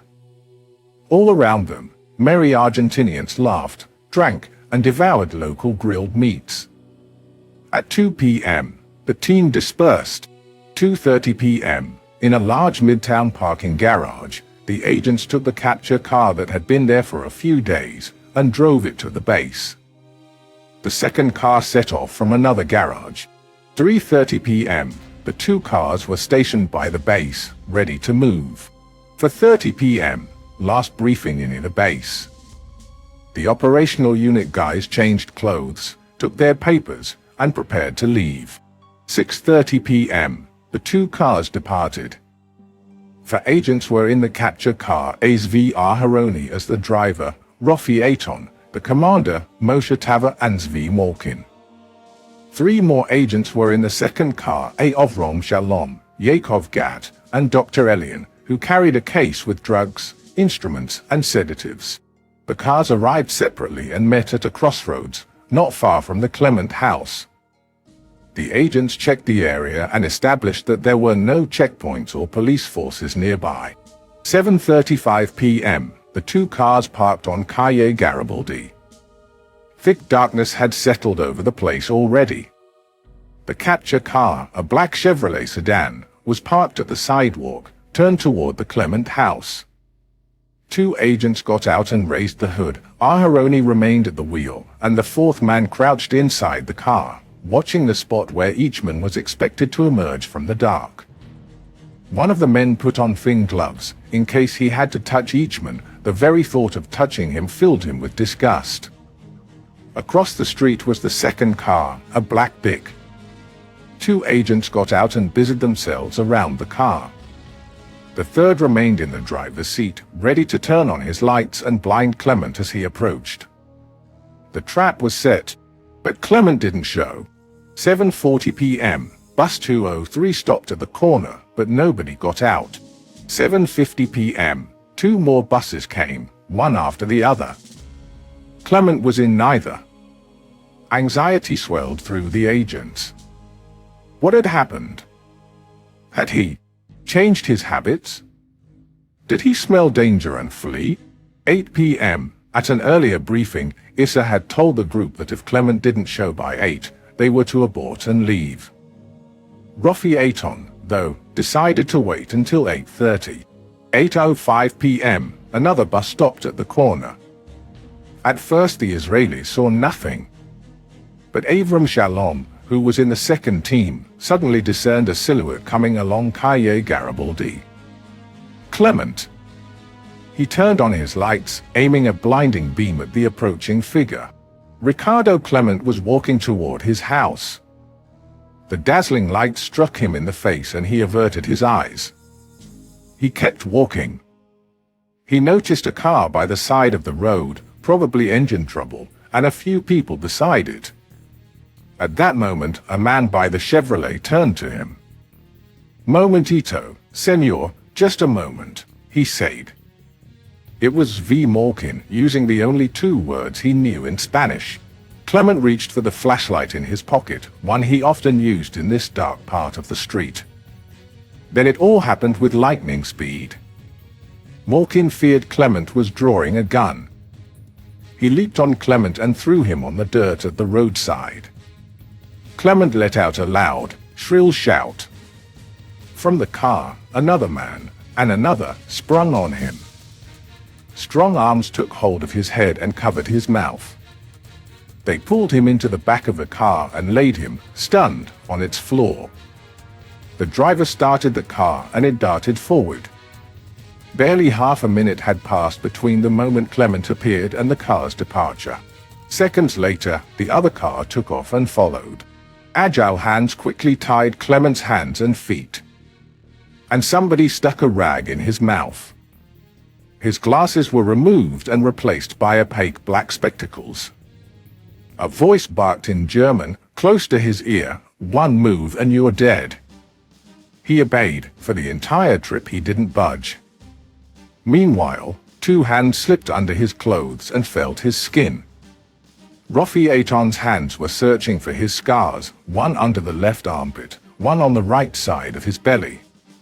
Eitan looked at Malkin and nodded. They shook hands. Eichmann was in their grasp. Eitan thought he had his feelings under control. But then he suddenly realized that he was humming the song of the Jewish partisans in the war against the Nazis and repeating the refrain, "We are here. We are here." The car was moving very fast, then suddenly stopped, its engine still running. Clement could not know that it was for a train barrier. The two capture cars had to wait long minutes while an endless freight train passed. This felt to the agents like the most critical moment in the entire operation. Their cars were surrounded by other cars, all waiting for the barrier to be raised. Outside voices could be heard, but Clement didn't dare move. None of the Argentinians alongside them noticed anything strange lying on the car's floor. Minutes later, the barrier was raised and the cars all smoothly moved forward. 20:55 p.m., the two cars came to a stop in the driveway of the base. Clement, trudging like a blind man between his captors, was ushered into the house. He did not object when the men holding him started undressing him. They demanded in German that he open his mouth. He obeyed. They checked inside it, searching for a poison capsule perhaps lodged between his teeth. Still wearing opaque glasses, he didn't see a thing, but felt hands checking his body again and touching his scars. An expert hand slipped under his left armpit and touched the tiny scar that remained when, a few years ago, he had tried to remove the small tattoo of his blood type, customary among SS officers. Suddenly a voice rang out in German. The size of your hat, your shoes, date of birth, father's name, mother's name. Like a robot, he answered in German. Even when they asked, "What is the number of your Nazi party card?" "Your number in the SS," he couldn't stay silent. For 5326 and another number, 63752. Your name? Ricardo Clement. Your name, the voice repeated. He shivered. Otto Henninger. Your name? Adolf Eichmann. A silence settled around him. He broke it. I am Adolf Eichmann, he repeated. I know that I am in the hands of the Israelis. I also know some Hebrew. I studied with a rabbi in Warsaw. He recalled some verses of the Bible and started reciting them, trying to speak the Hebrew words with the proper pronunciation. No one else spoke. The Israeli boys stared at him, stupefied. A messenger to stay Boca. Issa was moving from one cafe to another. It was late at night when he entered another cafe and slumped in a chair facing the door. Suddenly he saw two of his men at the entrance. He jumped up. We got him, Aharoni said, beaming. He's been definitely identified and has confessed that he is Adolf Eichmann. Issa shook their hands and they left. Now he had to go back to the railroad station, pick up his suitcase, and check into a new hotel under his new identity, as if he had just arrived in Buenos Aires. The night air was cool and crisp and he decided to walk. He had been running a slight fever and suffering from a cold, but now he felt wonderful. He walked, alone in the dark, enjoying the cool night air and feeling uplifted, the kind of intoxication he would never forget. The next day a car stopped by a wooden cabin in Kibbutz Sde Boca. A thin man, wearing glasses, came out of the car, showed his ID to the guards, and entered Ben-Gurion's study. This was Yaakov Karoz, Issa's close aide. Issa sent me, he said. We got a cable from him. Eichmann is in our hands. The old man was silent. Then he asked, when is Issa coming back? I need him. Looking at the distraught faces of his men, Issa realized how Eichmann's very presence in their company was depressing them. The German monster was next to them, now, separated by only a thin wall, and that unnerved these tough people and filled them with disgust. They couldn't get used to looking after a man who, in their eyes, was the symbol of evil, who, for many of them, had been the murderer of their closest relatives, fathers, mothers, brothers, and sisters, all vanished in the crematoriums. And taking care of Eichmann meant tending to his needs 24 hours a day.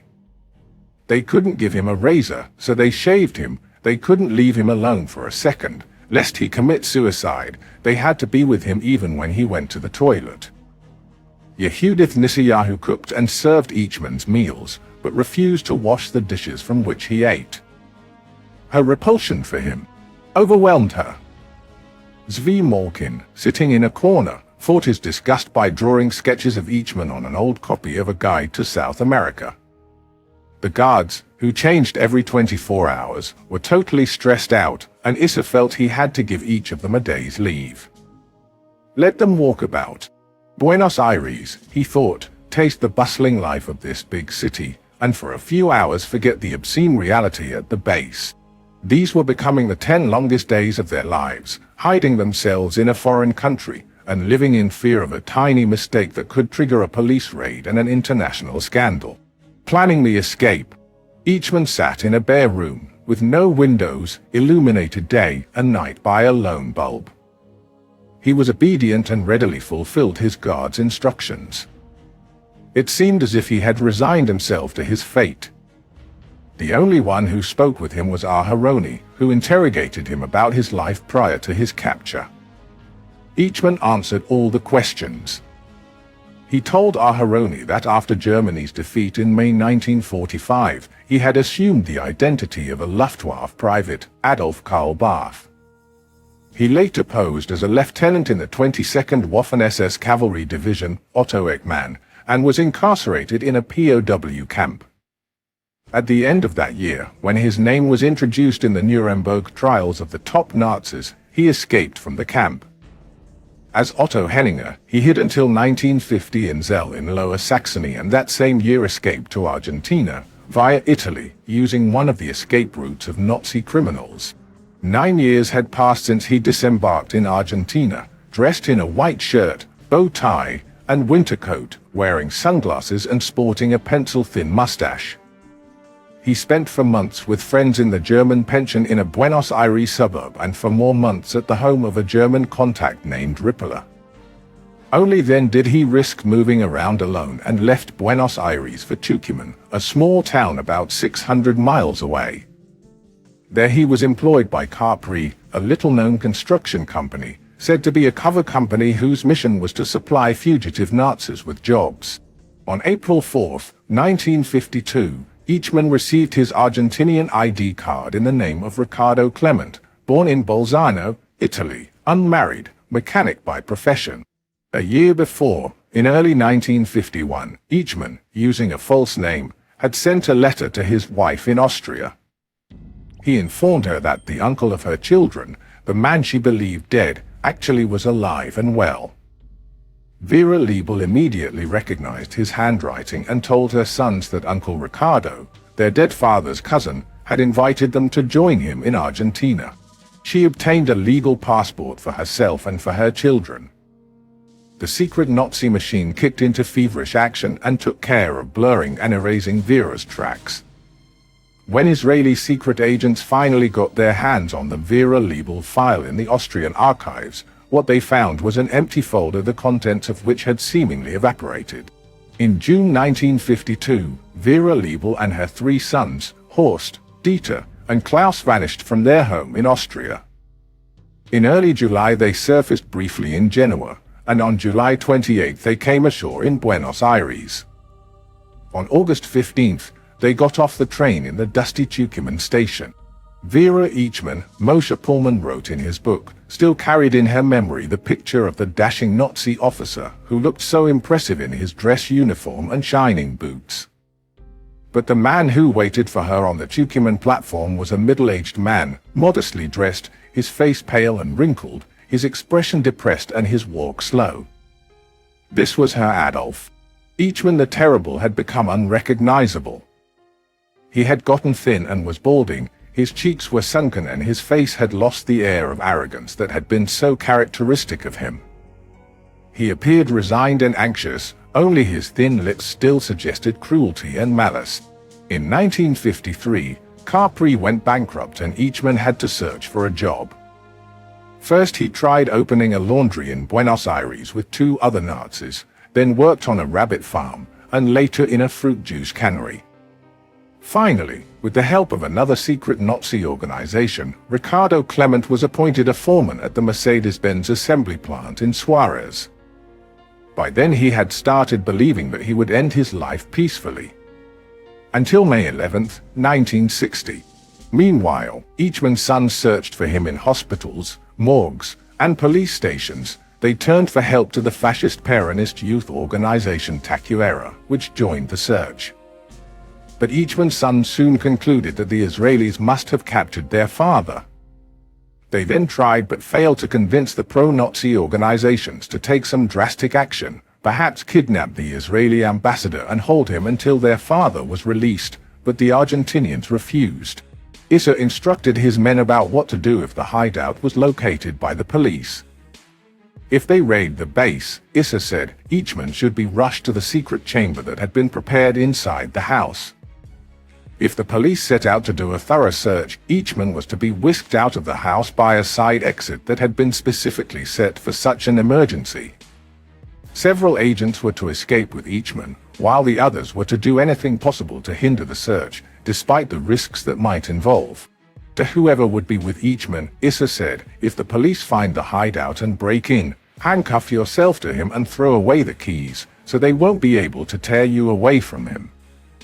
Tell them that you're Israeli, and together with your friends you have captured the world's most hated criminal, Adolf Eichmann, in order to bring him to trial. Then give the police my real name, Issa Horel, as well as my false identity, and the name of the hotel where I am staying. If they get hold of you and of Eichmann, I'm to be arrested as well. A few days later, Eichmann agreed to sign a document, stipulating that he was willing to be taken to Israel and put on trial there.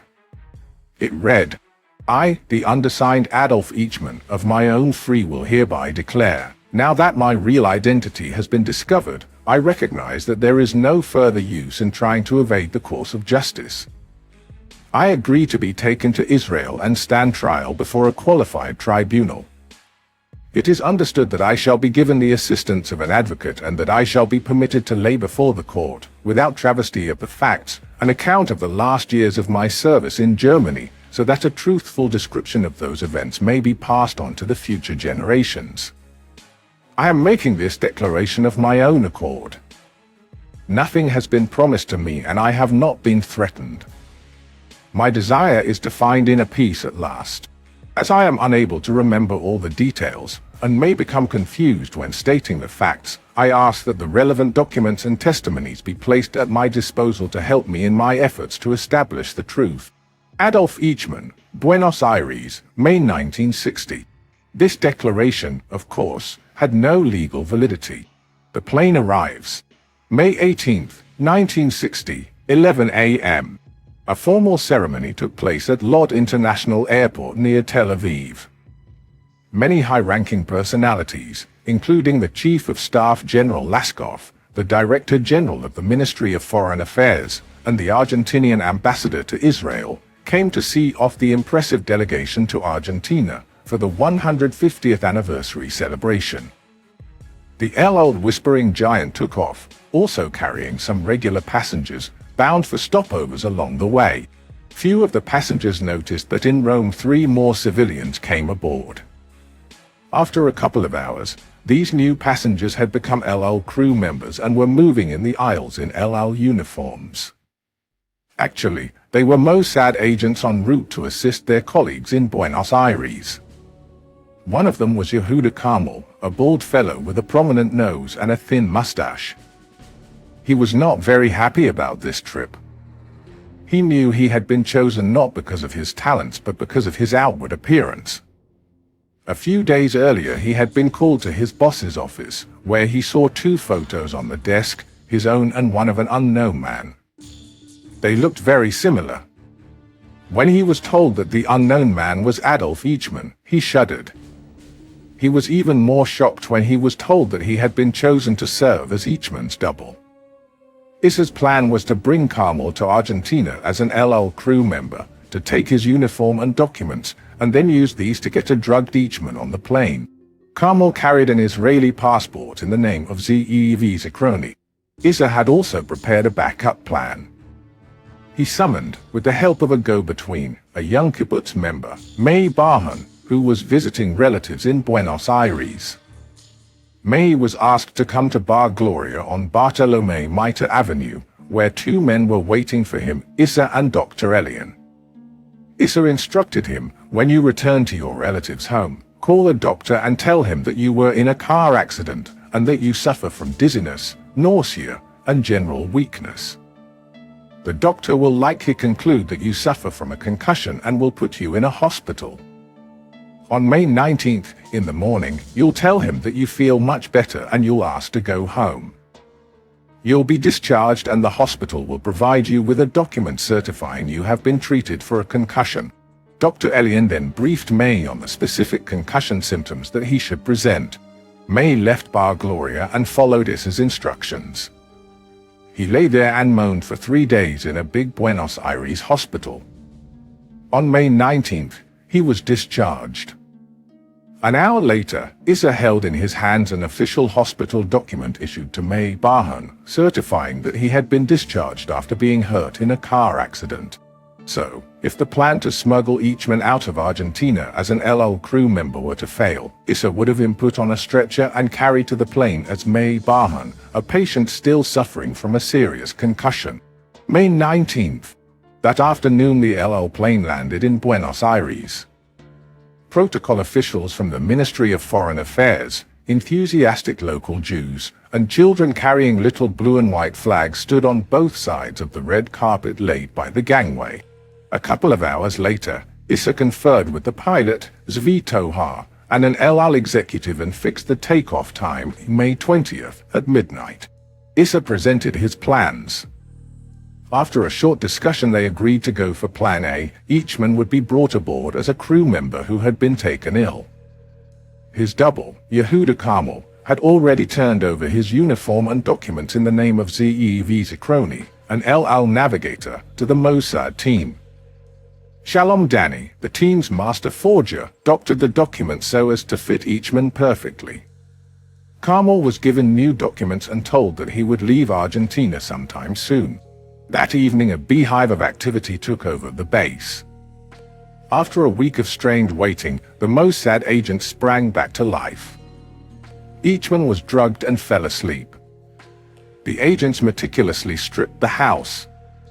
The various instruments and devices were all disassembled, the personal effects packed, and the house fully restored to its previous state. By the wee hours nothing remained that could even hint at the role the villa had played in the last 8 days.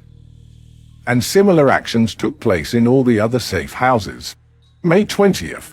Issa left his hotel for the last time, hailed a cab to the railroad station, and checked his luggage. Then he resumed his cafe routine of the previous days.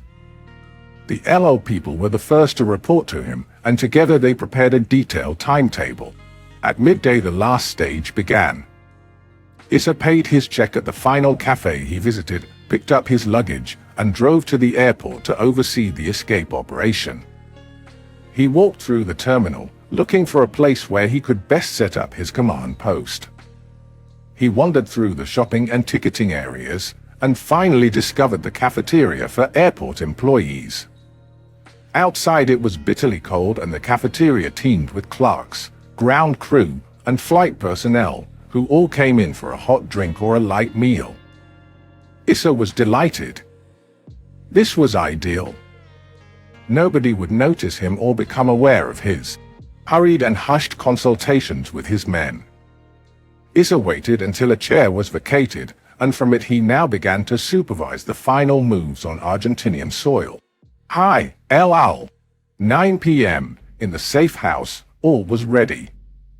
Eichmann was washed, shaved, dressed in an El Al uniform, and had in his pocket an ID in the name of Zeev Zikroni. His face was so well made up that even his own son wouldn't have recognized him. The doctor and 2 agents were also in El Al uniforms. The doctor injected Eichmann with a drug that didn't put him to sleep but only blurred his senses. He was able to hear and see and even walk, but he couldn't speak and didn't quite understand what was happening. Aharoni, also wearing an El Al uniform, took the wheel of the car, and an agent sat beside him. Eichmann was put in the back seat, between the doctor and another Mossad agent. The car set out. At the same time 2 other cars departed from a popular hotel in the city center. These cars carried the real El Al crew. Their trip to the airport was meticulously synchronized with the progress of the Mossad vehicles. In his improvised command post, Issa received minute-by-minute updates. He ordered his men's baggage to be brought to the airport. He had prepared individual escape routes for each one, but if the main plan proceeded smoothly, they would all leave Argentina on the El Al aircraft. Not far from Issa, Shalom Dani was sipping from a steaming mug of black coffee. Passers-by had no idea that this customer had a lot of cheek. He had set up his forgery lab under their very eyes, and was busy doctoring the passports of the Mossad agents, putting in all the necessary stamps and inscriptions to allow for their easy departure. 11 p.m. A man materialized next to Issa. All the cars, Mossad, and El Al had arrived, he reported. Issa hurried to the parking lot and checked the El Al cars. The crew members were silent. They sensed that they were participating in something extraordinary, but had no idea what it was. They listened to Issa's instructions quietly and asked no questions. Issa peeked into the 3rd car, where Eichmann was dozing between his escorts. "Go," he said. "Good luck." The 3 cars moved ahead, while Issa returned to the terminal. The little convoy reached the Argentinian Airlines barrier. The Israeli aircraft was parked in their lot. "Hi, El Al," one of the Israelis merrily called. The guards recognized him and were, in fact, used to the Israelis going in and out of their lot all day. They cast a weary look at the passengers in the 3 vehicles, all dressed in El-Al uniforms. In 2 of the cars, the passengers were singing, laughing, and loudly chatting, while those in the 3rd car were asleep in their seats. The barrier was raised and all 3 cars drove toward the plane. Their doors opened and the dozen or so uniformed men moved in a cluster toward the gangway. Eichmann trudged in their middle, largely concealed by the others. 2 men helped him up the stairs, and placed him by a window in 1st class. The doctor and the security team spread out on the seats around him and pretended to be asleep. If Argentinian immigration officers were to come and check their papers, they were to be told that these are the men who work the 2nd shift and need to rest before the next leg of the flight. 11:15 p.m. Issa, back in his seat at the cafeteria, heard the characteristic rumbling of the Whispering Giant's engines. The plane taxied to the terminal and stopped at its departure gate. Issa walked swiftly to the departure hall and looked around. In odd corners he saw his men, standing beside their luggage. Issa walked around to them, and as he approached each of the agents, he whispered, "Get on the plane." They moved casually and joined the line to passport control. All had their passports ready, and Shalom Danny had done a fine job with them. 11:45 p.m. Having passed immigration and customs without any problems, the group went through the departure gate and walked toward the plane. Issa was the last to pick up his luggage, go through the checkpoints, and get on the plane, which almost immediately moved out to the runway. Midnight hours, the night between May the 20th and 21st. The plane stopped. A delay was ordered by the control tower. The agents were all tense with anxiety. Had something happened? Had a last-minute tip reached the Argentinian police? Would they be ordered to turn back? But after a few minutes of terrifying anxiety, the plane was finally cleared. That Whispering Giant took off over the silvery waters of Rio de la Plata. Issa breathed a sigh of relief. I have to inform the Knesset. May 22nd. The plane landed at Lod Airport early in the morning. At 9:50 a.m. Issa came directly to Jerusalem. Ben-Gurion's secretary, Yitzhak Navin, immediately ushered him into the Prime Minister's office. Ben-Gurion was surprised. When did you arrive? 2 hours ago.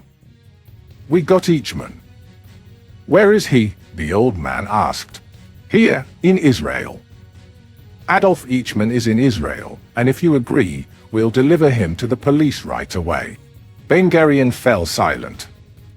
He didn't burst into tears, as some journalists later reported, nor did he laugh triumphantly, as others wrote. He didn't hug Issa or show any emotion. Are you sure that this is Eichmann? He asked. How did you identify him? Issa, surprised, answered yes. He detailed for Ben-Gurion all the criteria by which Eichmann had been identified, and stressed that the prisoner himself had admitted that he was Adolf Eichmann. But the old man was not entirely satisfied. Not enough, he said.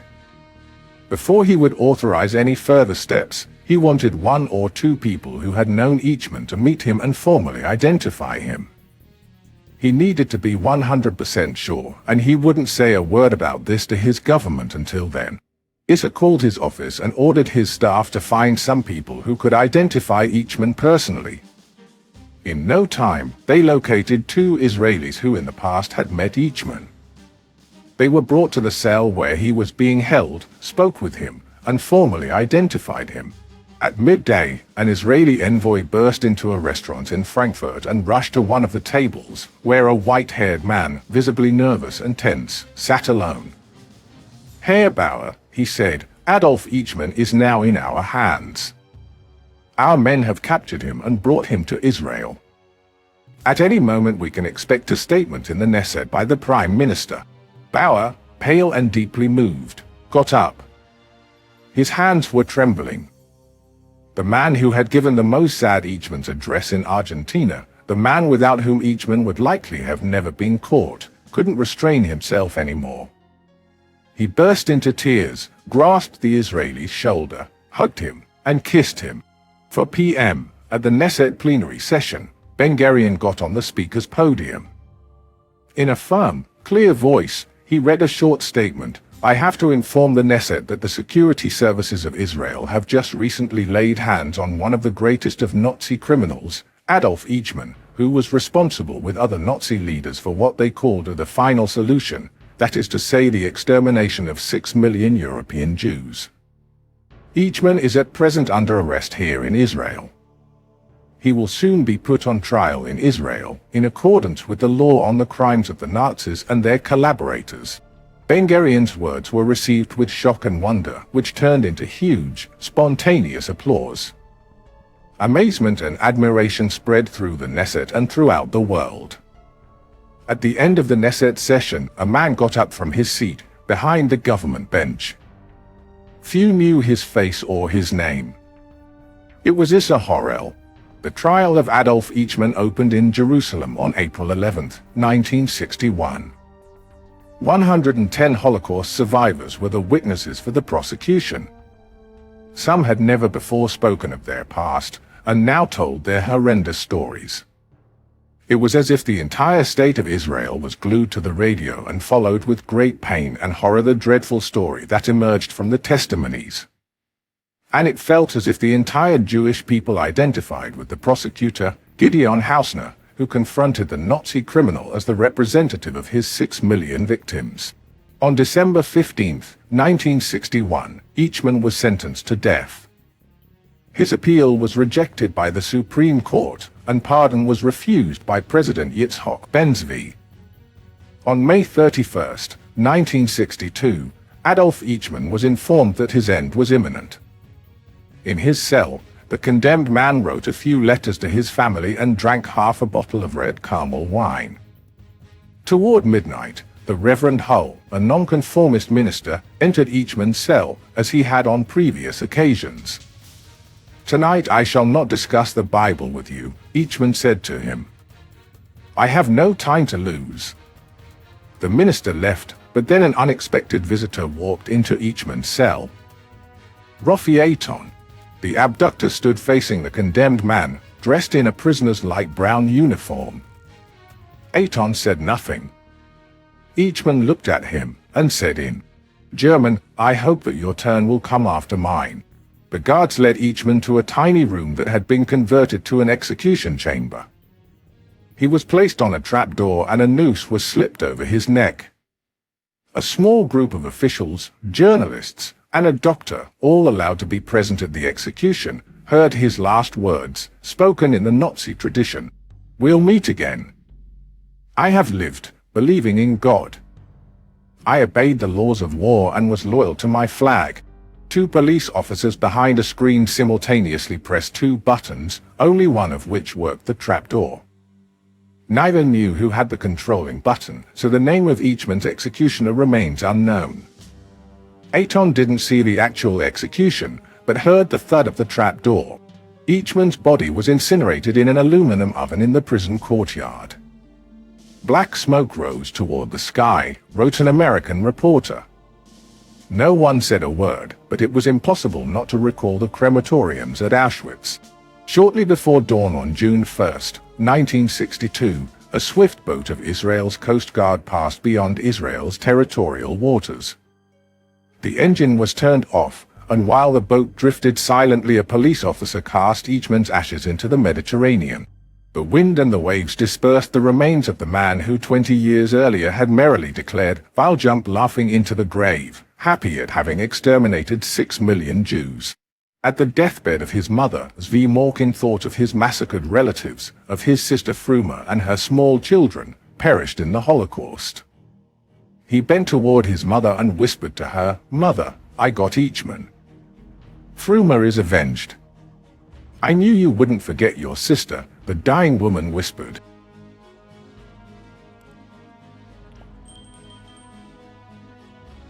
Chapter 7.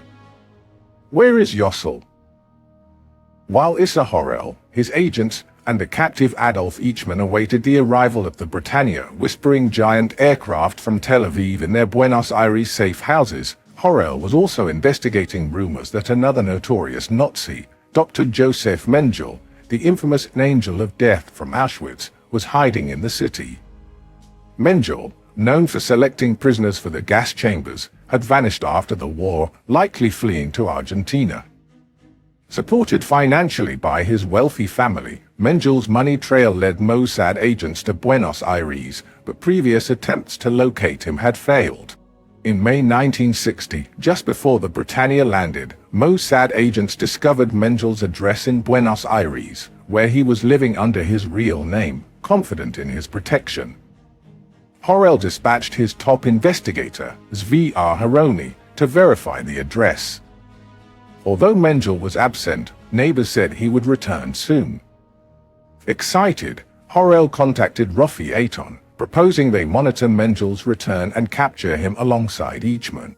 Eichmann refused, warning that the Eichmann operation was already complex, and adding a second capture would greatly increase risks and jeopardize their chances. Horel relented, and Eichmann offered an alternative. If Eichmann was brought to Israel and his capture kept secret for a week, then he would arrange to capture Mengele. When Horel asked how, the plan remained undisclosed. We still have a few safe houses in Buenos Aires from the Eichmann operation, which nobody knows about. Let's keep them.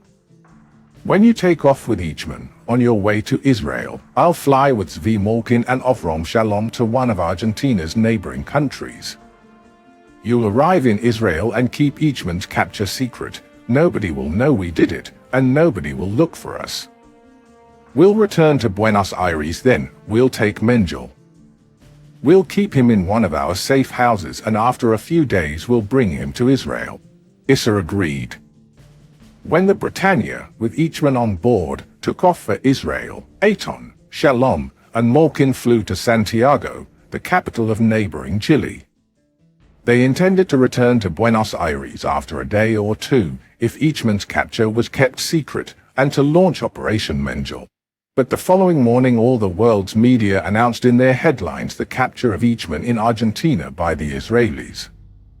It was out of the question that some of the leading Mossad agents would return to Argentina and carry out another kidnapping.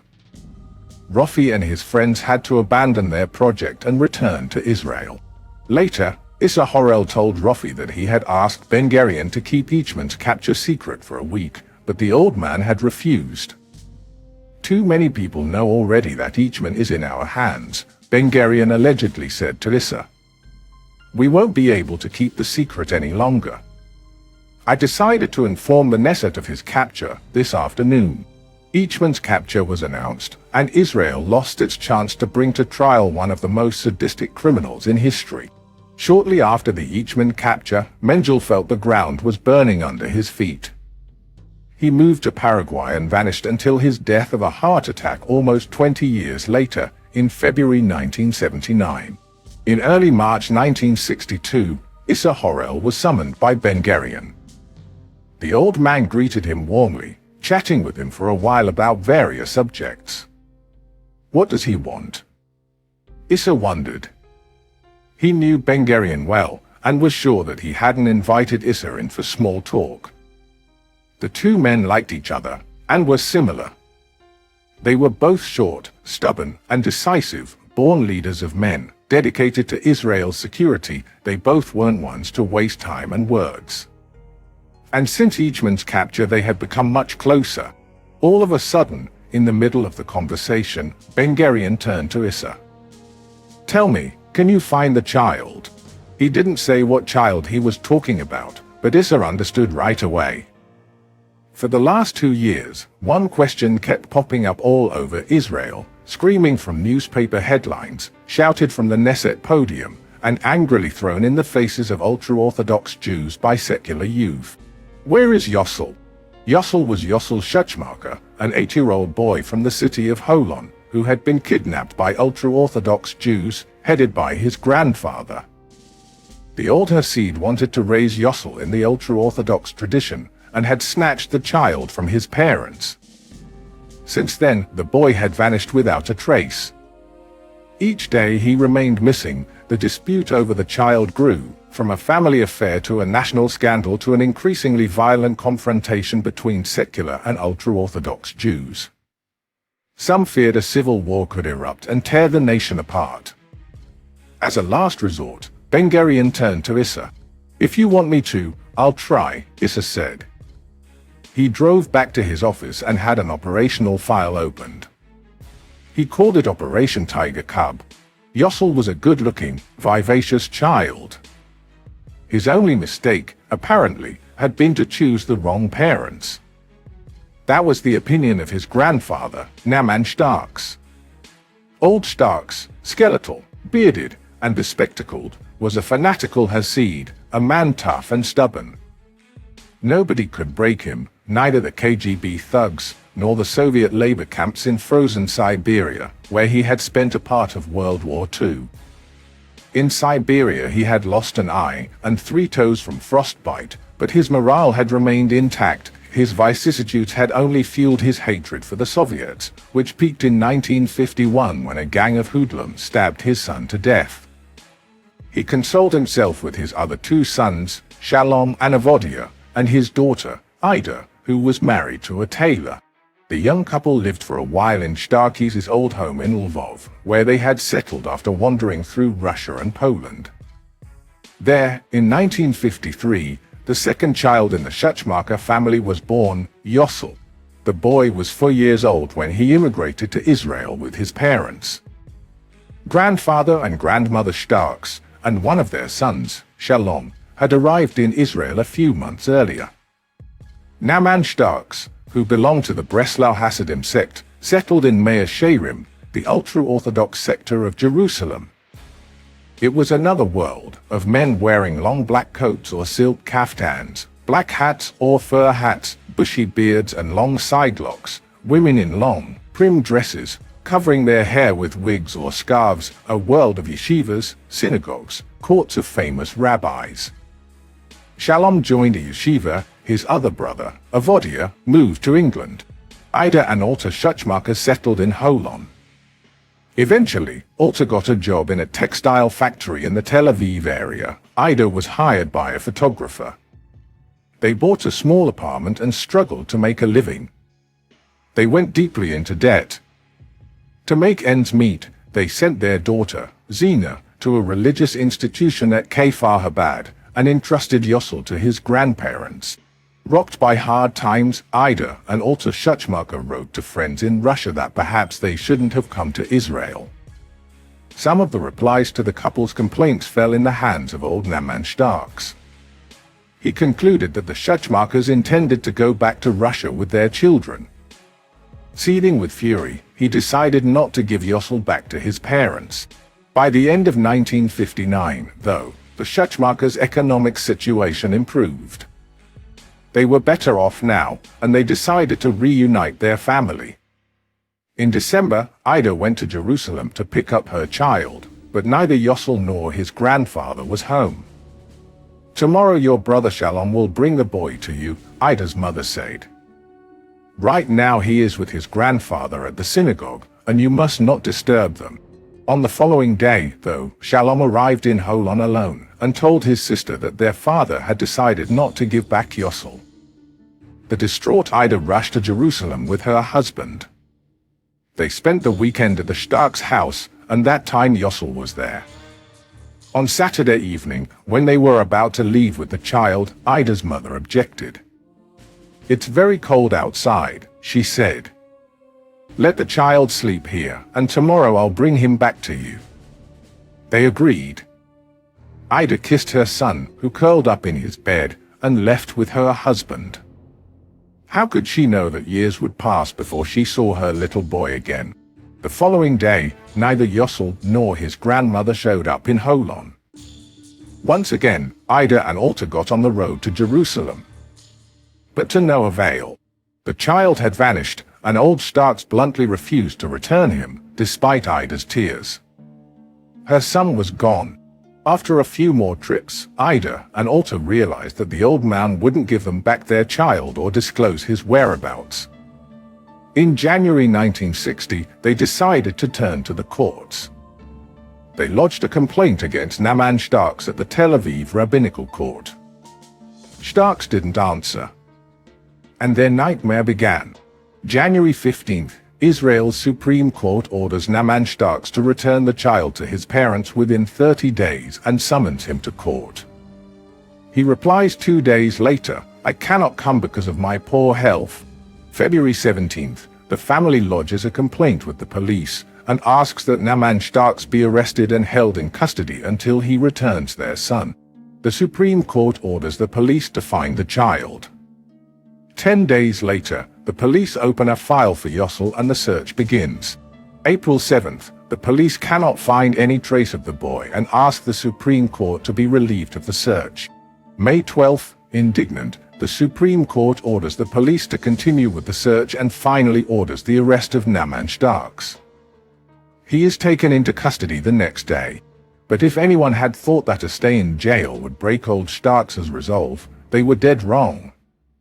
The tough old man didn't say a word. It became immediately evident that Starks hadn't hidden the child by himself and had been helped by a network of ultra-Orthodox Jews who had deceived the police. They had all engaged in a sacrosanct mission to thwart the devious plan of taking the child to Russia and converting him to Christianity, or so Starks had told them. Even Rabbi Frank, chief rabbi of Jerusalem, published a ruling supporting old Starks and urging the Orthodox community to help him in every way. The question appeared on the Knesset agenda in May 1960 and the press had a field day. The first to realize the far-reaching implications of the affair were the representatives of the religious parties. Knesset member Shlomo Lorenz felt that the abduction of the child might ignite a religious war in Israel. He offered to Starks and the Schutzmacher family his services as a go-between. He brought to Starks, who was still in jail, a draft agreement saying that the parents promised to give the child an Orthodox education. Starks agreed to sign the paper on one condition, that Rabbi Meir, one of the most fanatical rabbis in Jerusalem, would order him to do so. Lorenz hurried to Jerusalem and met with the rabbi. Meir implied that he'd consent to the agreement only on condition that the abductors wouldn't be prosecuted. Now Lorenz went to the chief of police, Joseph Namias. "I agree," Namias said. "Take my car and bring the child. You have parliamentary immunity, and no one would follow my car anyway, so the people involved will remain unknown." Overjoyed, Lorenz returned to Rabbi Meir, but the rabbi changed his mind. Lorenz was back at square one. He knew that the child was probably hidden in one of the religious communities, Talmudic schools, or Orthodox villages. But impeded by a wall of silence, finding the child there was an impossible mission.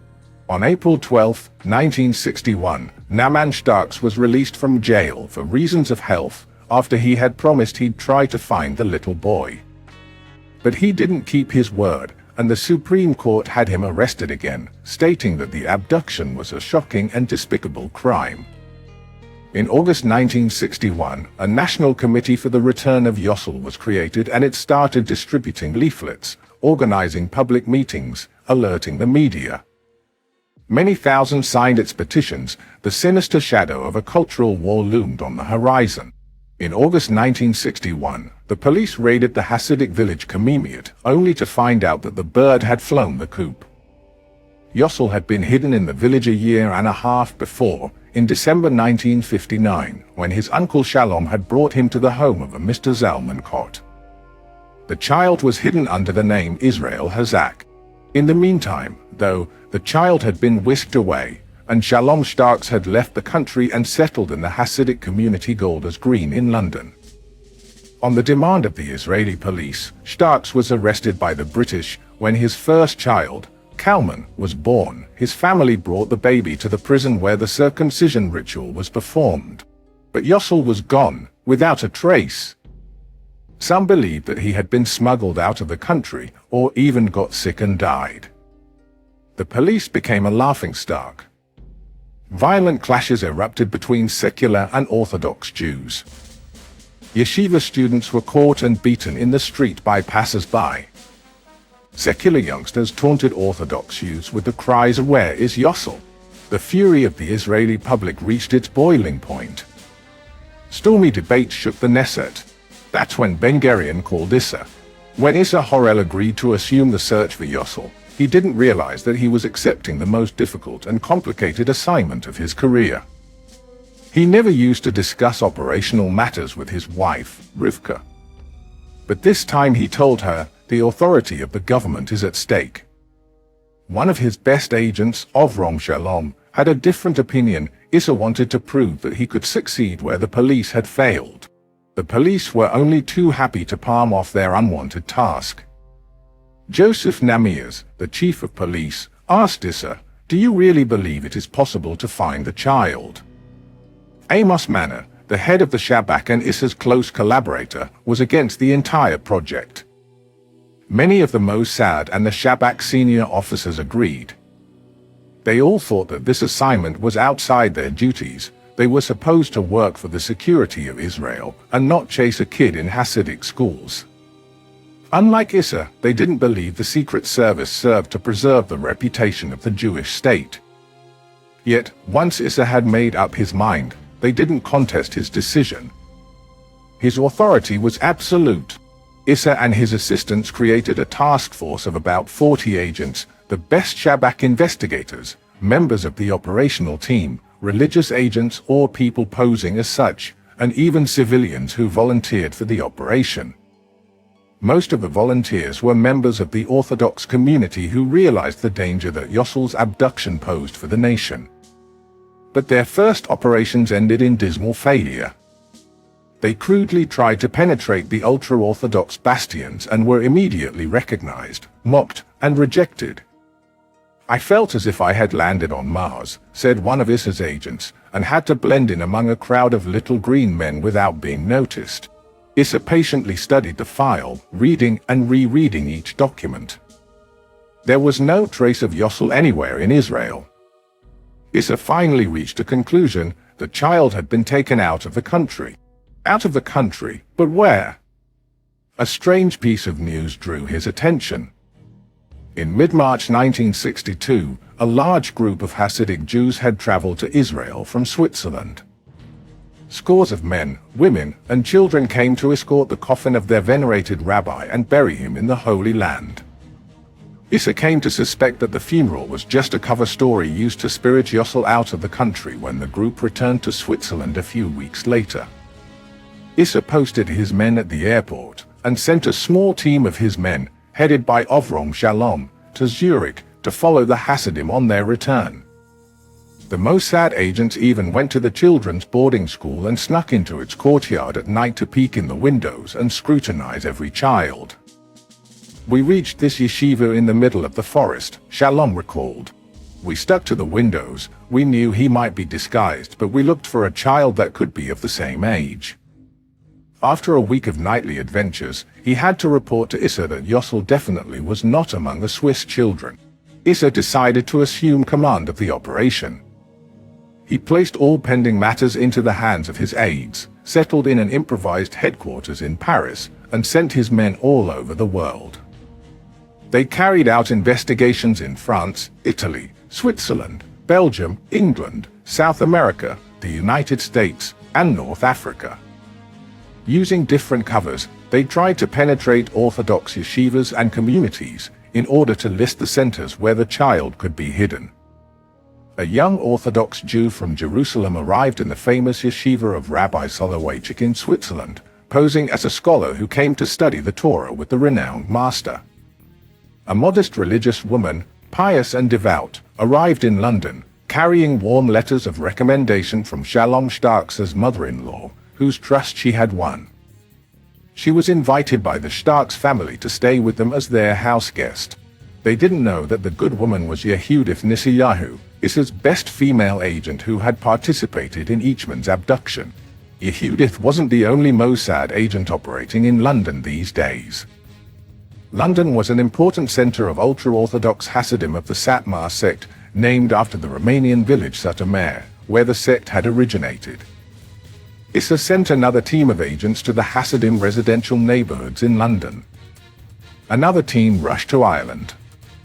During the operations in England, Issa's men had stumbled upon a young religious couple who had suddenly rented an isolated house in Ireland.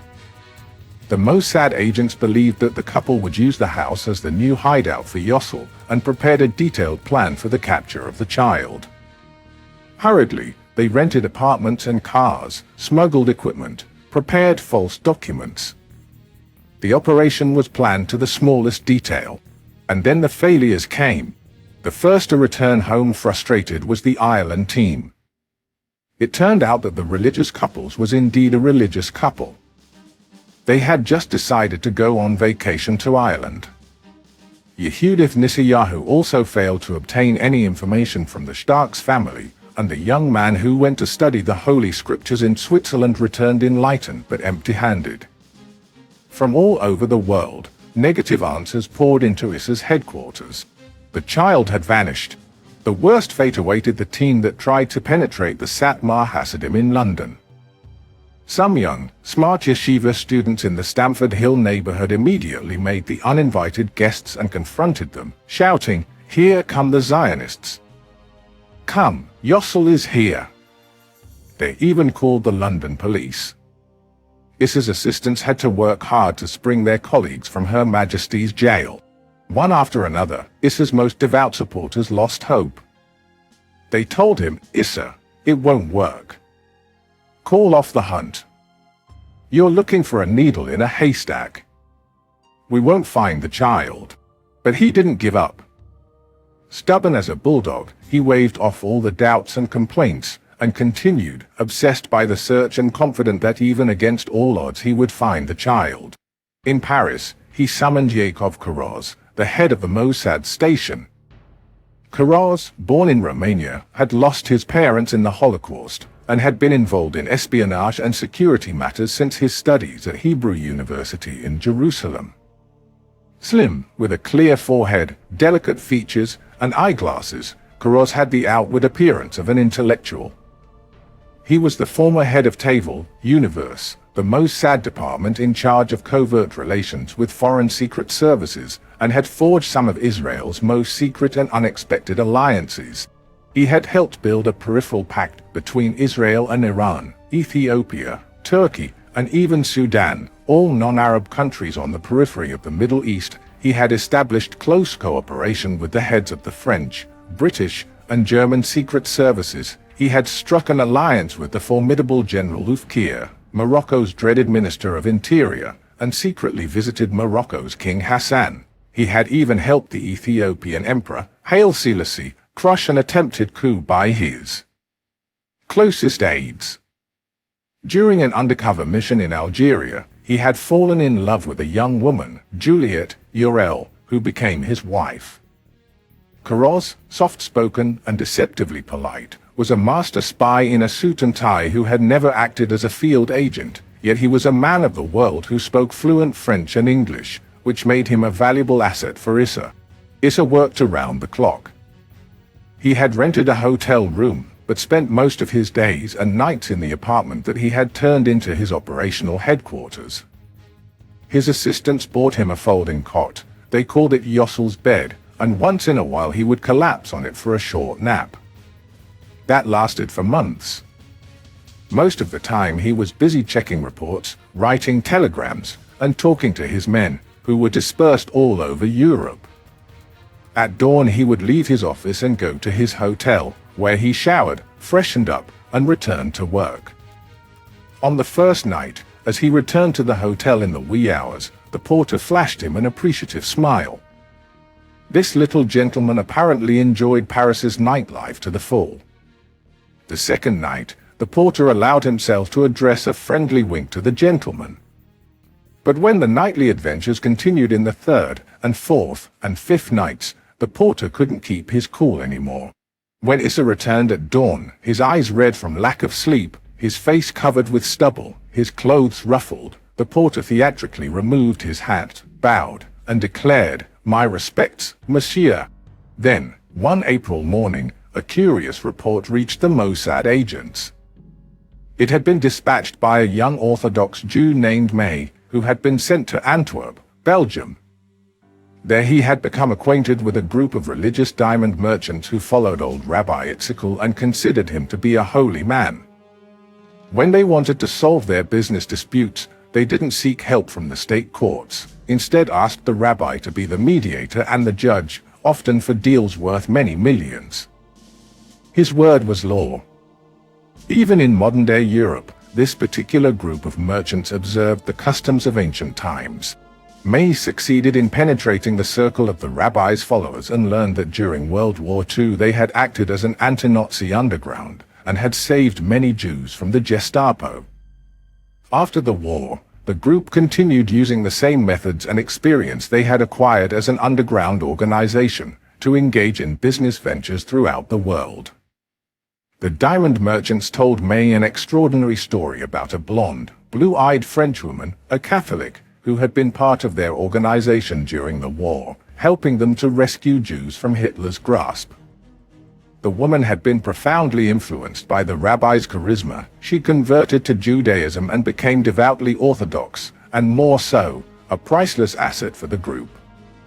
Her years in the underground had taught her a lot. She was bright, daring, she knew how to cover her tracks, change disguises, and use her charm as a weapon. Besides, she had an instinct for business and a keen natural intelligence. She had traveled the world on missions for the Antwerp group with her French passport. She's a holy woman, the Antwerp Jews told Meir.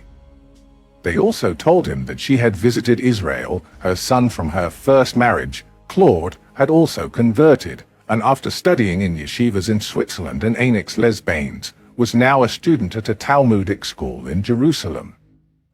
But even the Antwerp people didn't know where the fabulous holy woman was now. That story fired up Issa's imagination.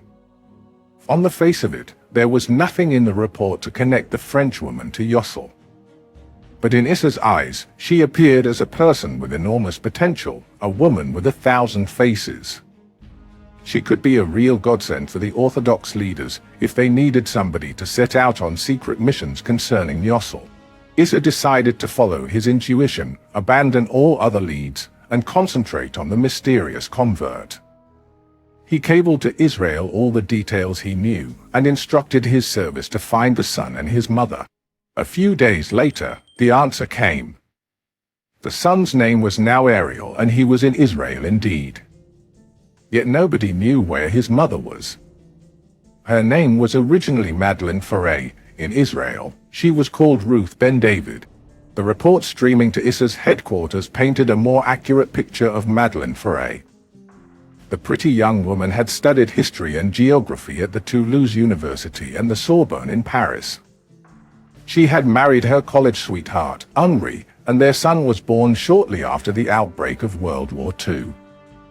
Madeleine had joined the Maquis resistance during the war, and her underground activities had brought her into contact with French and Belgian Jews, among them the Antwerp group. At the war's end, she even initiated joint import-export ventures with some of them. In 1951 she divorced Henri after falling in love with a young rabbi in a small Alsatian town. The rabbi, a fervent Zionist, wanted to emigrate to Israel, and the two lovers decided to marry there. Her conversion to Judaism, therefore, was not so much for love of the religion itself as for love of one of its adherents.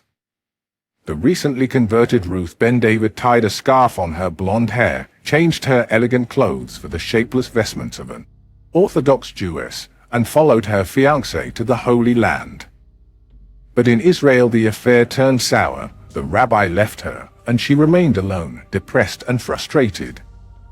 Her personal crisis apparently motivated her to approach the most extremist circles in Jerusalem and their leader, Rabbi Meir. She gained a lot of respect in the religious circles after using her French passport to cross into the Jordanian sector of Jerusalem and pray at the Wailing Wall. In the early 50s, Ruth returned to France and started traveling extensively again. The Mossad agents found out that she often stayed in Aix-les-Bains, or in a religious women's institution close to Paris. But she had no permanent address. The immigration authorities informed Issa's men that in the last few years Ruth had visited Israel twice. The second time, on June 21st, 1960, she had left Israel with a little girl, who was recorded in her passport as her daughter. She had departed on an Alitalia flight, and her final destination was Zurich. But who was the small girl? Ben David had no daughter. Issa felt that he was on the right track. "Find her," he said to Yakov Kuroz. Armed with a detailed description of the woman, Kuroz and another agent set out for Aix-les-Bains. But as they drove into the small town, they saw something amazing. Ruth Ben David, or, in this case, Madeleine Ferré, elegantly dressed, stood by the road hitchhiking. They were startled. Elegant, refined French women trying to thumb a ride on the roads of France were not a common sight, to say the least. The driver immediately made a U-turn and darted toward the lady, but another car stopped ahead of him and departed with the pretty woman. The agents returned from Aix-les-Bains empty-handed, but from another source, they learned that Ruth Ben David kept close ties with Joseph Dom, a rich London jewel merchant. She had been sighted sitting alone with Dom in an automobile, which was inappropriate for a Hasidic man. Issa knew of Dom. He was a staunch enemy of the State of Israel. He belonged to the Satmar Hasidic sect, was a close confidant of the Satmar rabbi in New York, and knew the major Satmar leaders in various communities in Europe. If the Satmar rabbi in New York is the Pope, one expert told Issa, then Dom is his archbishop. Issa realized that all the roads led to London. Here lived the two sons of old Starks. Here was based an active community of the Satmar sect, led by Dom. Here he was seen with Ruth Ben David, who might have smuggled Yossel out of Israel. Issa had no more doubts. It had to be the Satmar Hasidim in Israel and Europe who had orchestrated the kidnapping of the child. Dom had been in charge of the operation. Ruth Ben David had been instrumental in the abduction. Because of her talents, her experience, and her French passport, she might know where the child was hidden. His suspicions were confirmed by a Shabak agent who intercepted several letters Ruth Ben David had written to her son. They contained some veiled hints about Yossel Schutzmarker. Yet Issa needed more information. He decided to penetrate the Satmar Hasidim. His men in London identified a Mohel, a rabbi who specialized in the circumcision of newborn Jewish boys, named Freya, not his real name. He was a chatterbox, a man with a taste for life's pleasures under a cloak of righteousness, and, last but not least, a man who was close to Dom and claimed that he knew where Yossel was. Issa launched a complicated operation, intended to bring Freya to Paris. One of his men, posing as a Moroccan prince, came secretly to Freya and told him he had fallen in love with a Jewish girl. They had married in secret, and kept the Jewish faith at home, in Morocco. Now his wife had given birth to a baby boy and he wanted him circumcised, but couldn't do it in Morocco. His family would murder him if they only knew. His wife and child were in Paris. Would Rabbi Freya come to circumcise the baby? He would be handsomely rewarded. Freya readily agreed, and a few days later arrived in Paris. The moment he stepped into the apartment of the Moroccan prince, he was apprehended by Mossad agents. They escorted him to a bare room, where he was interrogated for hours by Victor Cohen, the head of the Shabak investigation department. The Mohel was scared to death, offered no resistance, and was ready to talk. But when asked about Yossel, he raised his hands. "I am dreadfully sorry," he said, "but I don't know a thing." It turned out, indeed, that Freya knew nothing about the abducted child, and all his braggadocio was just intended to impress his friends. Once again, Issa's efforts hit a wall. Surprisingly, another team of his men had struck gold. With the help of the French Secret Service, they had succeeded in intercepting several letters sent to Madeleine Ferré, and in one of them they found the opportunity they were looking for. It was a reply to a newspaper ad offering for sale her country house in Orleans, a lovely city in the Garden of France, the Loire Valley. They dispatched a letter to the post office box given in the advertisement and offered Ferré more than she was asking for her house. They claimed they were Austrian businessmen looking for a location for their vacations. Madeleine Ferré answered, giving the address of her house. Soon after, they wrote to her again, saying they had visited it and it suited their needs. They fixed an appointment for closing the deal on June 21, 1962, in the lobby of a big hotel in Paris. A few days before the appointment, Issa's men arrived in Paris one by one and engaged in feverish activity. They rented cars and safe houses in Paris and its suburbs, established escape routes, prepared documents and equipment, and brought from Israel experts in surveillance and interrogation. Issa also decided that the best means to make Ruth Ben David spill her secrets was through her son. Ariel studied in a yeshiva in Israel and apparently knew a lot about Yossel. Issa decided to arrest him simultaneously with his mother's abduction in France. Ariel was orthodox, but less fanatical than his mother. Issa established a system of communication that would enable the Mossad agents to synchronize the questioning of Ruth with that of her son in Israel, so they could use the answers of the son for the questioning of the mother. And indeed, on the morning of June 21st, a tall, elegant, strikingly beautiful woman walked into the hotel lobby. This was Madeleine Ferré. The charming Frenchwoman introduced herself to the two Austrians who were waiting for her. One of them was Herr Ferber, the other Herr Schmidt. She spoke excellent English and also had a good command of German. She never suspected the identity of her two buyers. They quickly reached an agreement about the sale of the house, but their lawyer was late. Ferber called him from one of the hotel phone booths. When he came back, he said that the lawyer had profusely apologized.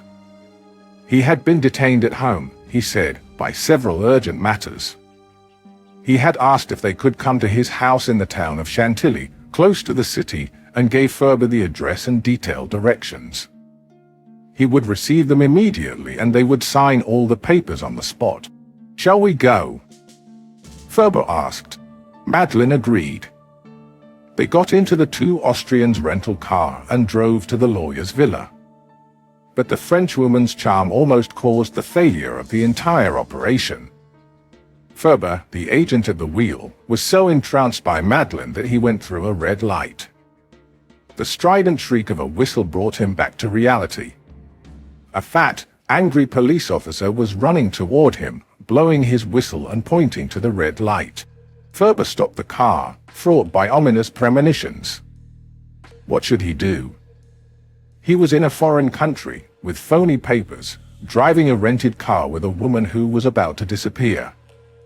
He would get a traffic ticket, a procedure against him would be initiated by the police, But Madeleine Ferré, who had caused all his troubles, was also the one who came to his rescue. She stuck her head out of the window and flashed a charming smile at the police officer. "Monsieur l'agent," she said sweetly, "this man is a tourist.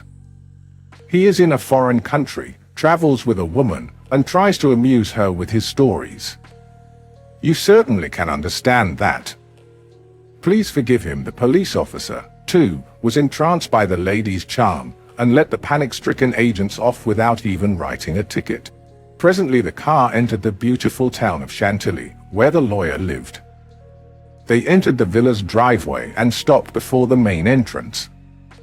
The two businessmen politely helped their guest out of the car, escorted her to the house, the door opened, and she walked in.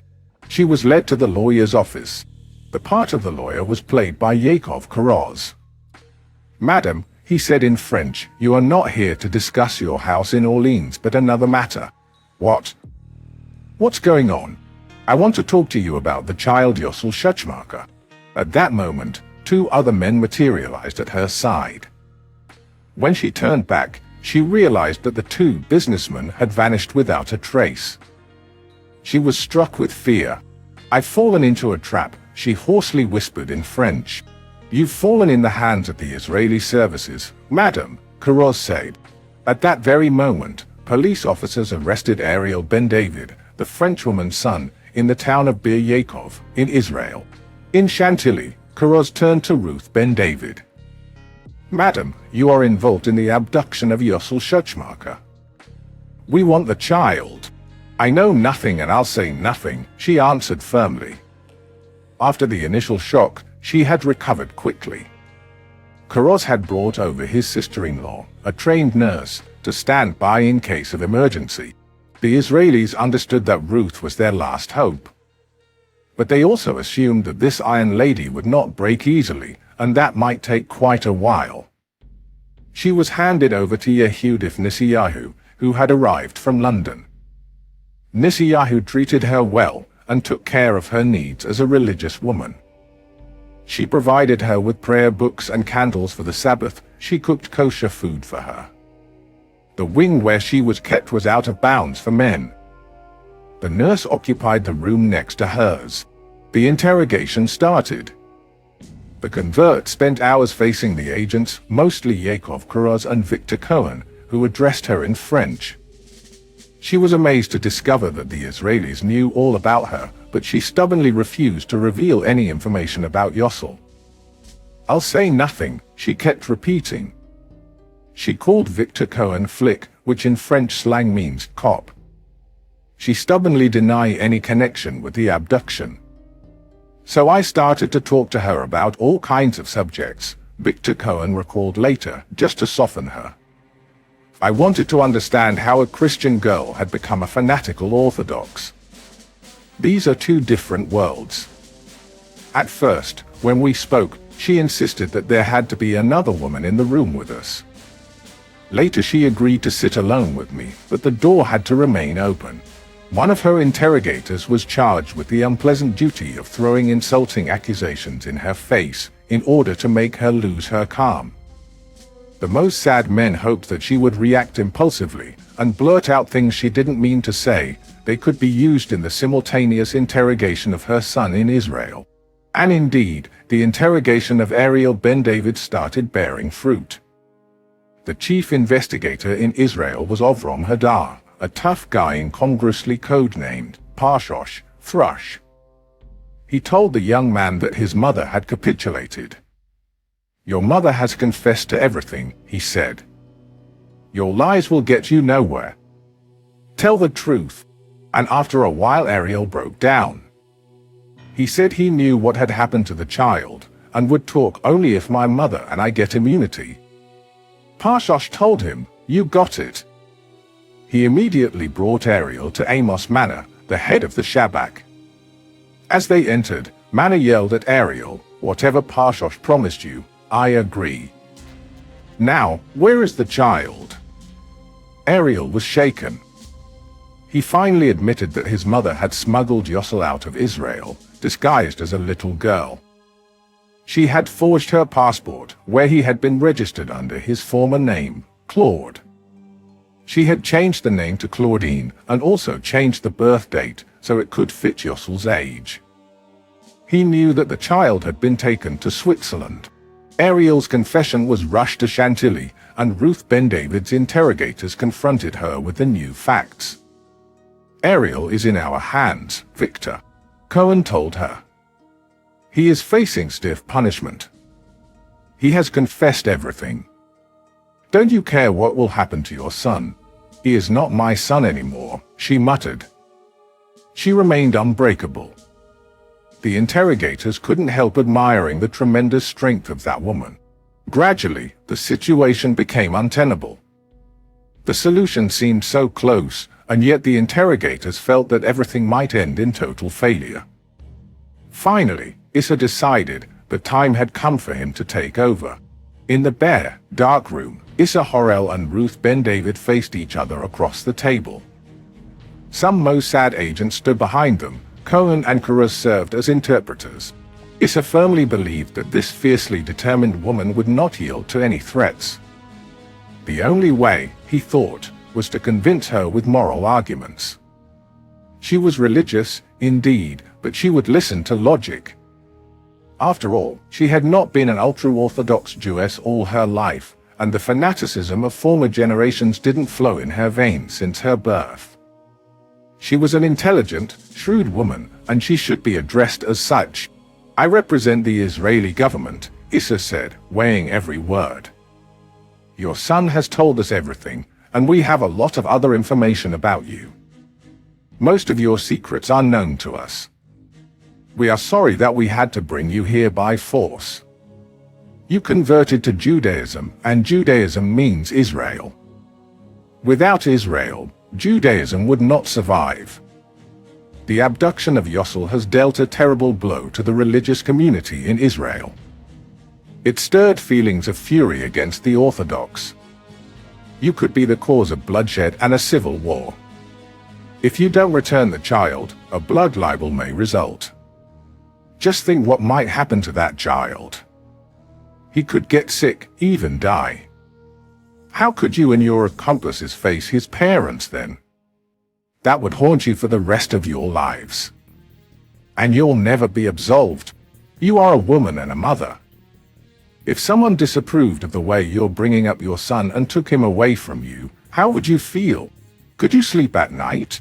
We are not fighting against religion. Our only purpose is to find the child. As soon as we have him in our hands, you'll go free, your son will go free, and Israel will be united again. Issa watched as Ruth's face began to show her inner conflict. She seemed torn by contradictory feelings. Ruth was in a state of high tension, fighting against herself as only a strong person can before an uncompromising dilemma. The Mossad agents were motionless like statues. They, too, believed that the moment of truth had arrived. Ruth raised her head. How do I know that you are a genuine representative of the State of Israel? How can I trust you? Without a blink, Issa pulled out his diplomatic passport, issued in his real name, and handed it to Ruth Ben David. His men were dumbfounded. Has he gone mad? To give her his name and passport, that was a tremendous risk. Issa, however, felt that only if he showed her he was sincere and had confidence in her did he have a chance of success. For a long moment Ruth gazed at the seal of Israel embossed on the passport. She bit her lips till drops of blood popped on her mouth. I can't take it anymore, she murmured. I am going to break down. Then, suddenly, she raised her head. The child is with the Gertner family, 126 Penn Street, Brooklyn, New York. They call him Yankali. Issa jumped to his feet. As soon as we get the child, you'll be free. He left the room. A feverish exchange of telegrams alerted Jerusalem, then New York and Washington. Issa called Israel Gouri, the security officer of the Israeli diplomatic missions in North America. Gouri, who was based in New York, checked the Brooklyn address. He cabled back that the address was correct and that the Gertner family lived in a district largely populated by Satmar Hasidim. Jerusalem dispatched a cable to Avron Haman, Israel's ambassador in Washington, instructing him to contact the FBI and ask them to find the child and deliver him to Israel. Gouri himself called his counterpart at the FBI and gave him all the details, what the child eats, what he wears, etc. The FBI agent answered, if you know so much about him, go get him yourself. Gouri replied, give me the authorization. The FBI agent refused. Disquieting telegrams began pouring into Issa's headquarters. The Americans are hesitating, Gouri and the Israeli ambassador reported. They ask, are you absolutely certain that the child is at that address? What would happen if we raided that house and didn't find the child? The FBI hinted that their reticence was due to the upcoming congressional elections. The Satmar sect controlled almost 100,000 votes, and the administration didn't want to risk alienating them. In Chantilly, Issa was losing patience. At midnight, he picked up the phone.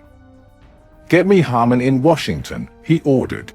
When the connection was established, he was blunt. Haman, he said, this is Issa Horel. I want you to get in touch with Attorney General Robert Kennedy immediately and tell him in my name that the FBI should get the boy at once. Haman was stunned. Issa, how can you talk like that? He hinted that the American services might be monitoring their conversation. So much the better, Issa said. I am not talking only to you. He hoped that the Americans were listening in, and his firm stand would rouse them to action. Amman kept hesitating and tried to warn Issa about possible diplomatic complications. "I didn't ask your opinion," Issa snapped. "Tell them that if they don't act immediately, they will be held responsible for anything that happens." A few hours later, Issa was called to the telephone. It was New York. The consulate officials informed him that Robert Kennedy had taken immediate action. A team of FBI agents, accompanied by the Israeli security officer, had gone to Brooklyn. The child was indeed found and taken to a safe place. It was Yossel, a young reporter named Elie Wiesel, the future Nobel Prize winner, called Ghauri. "I heard that you found the child." Ghauri, who had been sworn to secrecy, firmly denied. Wiesel didn't forgive him for years. The 4th of July 1962 was a national holiday in Israel as well, as on that day the plane carrying Yossel home landed at Lod Airport. The press enthusiastically praised the dedicated efficiency of the Secret Service. Israel was fast becoming the only country in the world where that shadow organization was loved and admired by the whole nation. A well-known Israeli lawyer, Shlomo Cohen-Zidon, wrote a letter of thanks to Ben-Gurion for finding the child. Ben-Gurion wrote back, "You should thank our secret services and mostly their head, who spent days and nights on that mission and didn't rest, even when his assistants almost gave up, till he found the child and pulled him out of his hideout, which was not easy either." While all of Israel was celebrating Yossel's rescue, Issa was in Paris, where his men threw a modest party for him. One of the agents raised his glass to the child returned to his fatherland, to the iron-willed man who found him, to the state that knows so well to protect its citizens. Another agent presented Issa with a stuffed toy tiger cub as a souvenir of the operation. His colleagues shipped to his home in Tel Aviv Yossel's bed, on which he had passed so many sleepless nights. Now that the boy had been found, the whole truth came to light. It had all started with a telegram. In the spring of 1960, while Yossel was being clandestinely shuttled from one yeshiva to another in Israel, Ruth Ben David received a telegram from her friend Rabbi Meir, "Come immediately to Jerusalem. I have a good match for you." When Ruth arrived, she found out that the match was actually a secret mission to smuggle Yossel out of Israel. Ruth returned to France, altered her passport, changing the name of her son from Claude to Claudine and his date of birth from 1945 to 1953. She then changed her clothes and her name, becoming Madeleine Ferré. She flew to Genoa and bought a passage on a ship that sailed to Israel carrying passengers and new immigrants. On Genoa's dock she began to play, as if by chance, with the 8-year-old daughter of a family of immigrants. When the boarding began and the immigrants were struggling with their packages and suitcases, the charming Madeleine took the little girl by the hand and led her up to the ship's deck. The Italian immigration officers checked her passport and noted that she had got on board with her little girl. In Israel she repeated the same procedure and the Israeli immigration duly noted that she had come out of the boat with her little daughter. A few days later, Madeleine Ferré boarded a plane at Lod Airport with her daughter Claudine, who was none other than Yossel Schutzmacher, wearing a neat girl's dress and patent leather pumps. Yossel spent almost 2 years in ultra-Orthodox boarding schools in Switzerland and France. But when the search for Yossel in Israel reached a larger scale, Madeleine showed up at the boarding school in Mo, where the child was hidden now under the guise of Monekim, an orphan of Swiss parentage.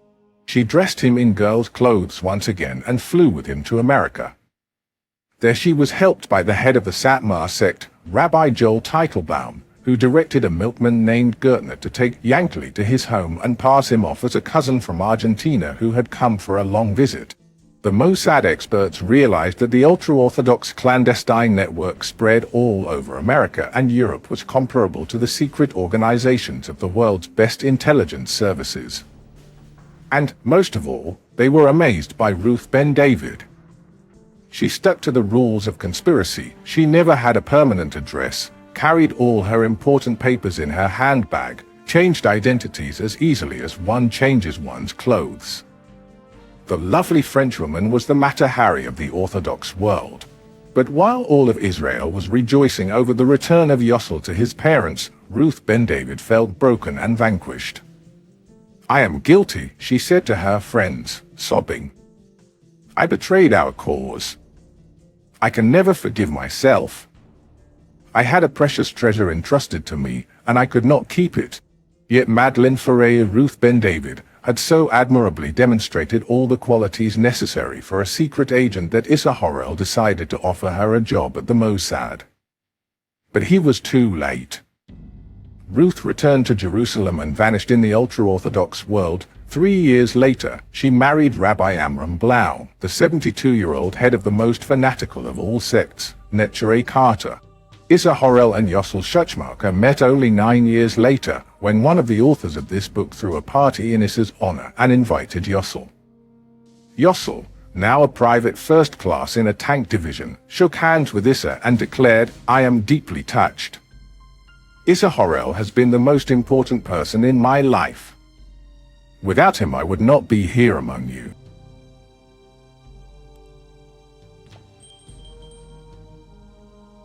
Chapter 8. A Nazi hero at the center of the Mossad. On a sweltering day in August 1963, two men arrived at the offices of an engineering firm in Madrid, requesting to meet the owner, an Austrian named Otto Skorzeny. They introduced themselves as NATO intelligence officers and said they came on the recommendation of his estranged wife.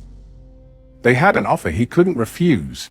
Soon, Skorzeny realized the men knew a great deal about his past. During World War II, as an SS officer, he had become one of Nazi Germany's most legendary figures. Tall and athletic, with a scar from a fencing duel, he was a daring commando known for spectacular missions. On September 12, 1943, he led a glider-borne paratrooper battalion to the summit of Gran Sasso, the highest peak in the Italian Apennines, and stormed the Campo Imperatore Hotel to rescue Benito Mussolini, who had been imprisoned by Italy's anti-Nazi government. This daring rescue earned him Hitler's praise and numerous medals. Later, during the Battle of the Bulge in late 1944, now a Waffen SS colonel, Skorzeny infiltrated Allied lines disguised as American soldiers, sowing chaos. His exploits earned him the nickname the most dangerous man in Europe. After the war, he was acquitted at the Dachau trials and settled in Spain under the protection of dictator Franco, where he started his company. The visitors wasted no time. "We're not exactly from NATO," one confessed in flawless German. "We actually work for the Israeli Secret Services." They were Rafi Eitan and Avrom Haitov, head of the Mossad station in Germany. Skorzeny turned pale. Barely a year earlier, Israel had captured and executed Adolf Eichmann. Was he now their target? Though cleared at the war trials, some accused him of involvement in the Kristallnacht synagogue burnings in 1938. But the man before him quickly eased his fears. "We need your help," he said. "We know you have strong connections in Egypt." He then explained why Israel required the assistance of the former SS colonel. On July 21, 1962, only 2 weeks after the triumphant return of Yossel to Israel, Egypt amazed the world by launching 4 missiles. 2 were of the Al-Zafar, the Victor type, with a range of 175 miles, and 2 of the Al-Qahir, the Conqueror type, with a range of 350 miles. The huge missiles, draped in Egypt's flags, were proudly paraded in the streets of Cairo on Revolution Day, July 23. President Gamal Abdel Nasser boasted to an ecstatic crowd that his missiles were capable of hitting any target south of Beirut. South of Beirut, Israel's leaders were seized with astonishment and anxiety. Nasser's missiles could indeed hit any target in Israel. That came as a complete surprise to Israel, and in the corridors of power angry words were addressed to Issa Horel. While Nasser was building his deadly rockets, the critics said, little Issa was busy chasing Yossel. While terrible dangers threatened the very existence of the Jewish state, Issa's best agents were running from one yeshiva to another, disguised as ultra-Orthodox Jews. A worried Ben-Gurion summoned Issa Horel, who promised to get all the information about the Egyptian project as soon as possible. Back at his headquarters, Issa sent his best men on a mission and activated his moles and informants in Egypt. And indeed, on August 16th, less than a month after the launching of the 4 missiles, he came back to Ben-Gurion with a detailed report. The missiles were being built by German scientists, Issa reported. In 1959, NASA had decided to establish a secret arsenal of unconventional weapons. He had appointed General Mahmoud Khalil, a former Air Force intelligence commander, head of the Bureau for Special Military Programs, to develop these ultra-secret modern weapons, jet fighters, rockets, and missiles, as well as chemical and radioactive substances. The Bureau was allotted a huge budget. Khalil's first task was to find the men to make these weapons a reality. And he knew where to look. His agents started to recruit hundreds of German experts and scientists, most of whom had been employed in the rocket and aviation research institutes and testing grounds of Nazi Germany. More than 300 Germans, tempted by high salaries, bonuses, and myriad privileges, clandestinely trickled into Egypt and helped NASA build 3 secret installations. The first was Factory 36, where genius aircraft builder Willy Messerschmitt was assembling an Egyptian jet fighter. Messerschmitt was the father of the deadly fighter planes of the Luftwaffe, the Nazi Air Force, during World War II. Mahmoud Khalil had signed a contract with him on November 29, 1959. In the second plant, known by the code 135, an engineer named Ferdinand Brandner was building jet engines for Messerschmitt's aircraft. Brandner had spent several years in Russia. After his return to Germany, Khalil had got in touch with him with the help of Dr. Eckert, a director of Daimler-Benz. But the most secret was Factory 333, hidden in a remote area in the desert. There, Hitler's former Wunderkinds now built NASA's wonder weapons, the intermediate-range missiles. According to Issa's sources, the Egyptian project had shifted to high gear in December 1960. That month, an American U-2 reconnaissance aircraft had photographed a huge building site in Dimona, Israel, that seemed to be a nuclear reactor. The world press announced the discovery with banner headlines. Nobody believed Israel's stilted statements that the structure was a textile factory. Egypt and several other Arab nations issued furious threats against Israel. But threats were not enough, and Egypt hoped to neutralize Israel's secret nuclear project by developing its own unconventional weapons. The head of the German rocket scientists in Egypt was Professor Eugen Sanger, the director of the Institute of Research on Jet Propulsion in Stuttgart. After the war, Sanger had spent a few years in France, where he built the Veronique rocket, a mediocre replica of the German VR-2 rocket.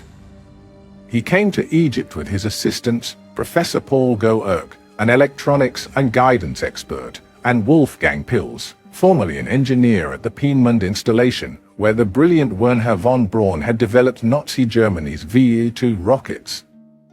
Another guidance and control expert closely collaborating with his colleagues in Egypt was Dr. Hans Kleinwachter, whose lab for developing missile guidance systems was in the picturesque German city of Lorach, close to the Swiss border.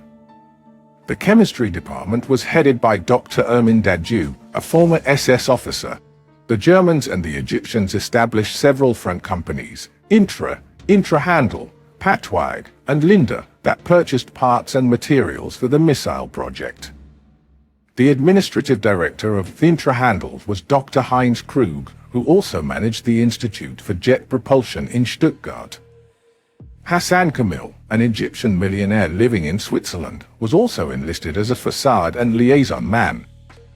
With his help, the Egyptians established 2 dummy companies in Switzerland, MECO, Mechanical Corporation, and MTP, Motors, Turbines, and Pumps, whose task was to acquire basic materials, electrical apparatuses, and precision tools. They also recruited specialists and experts.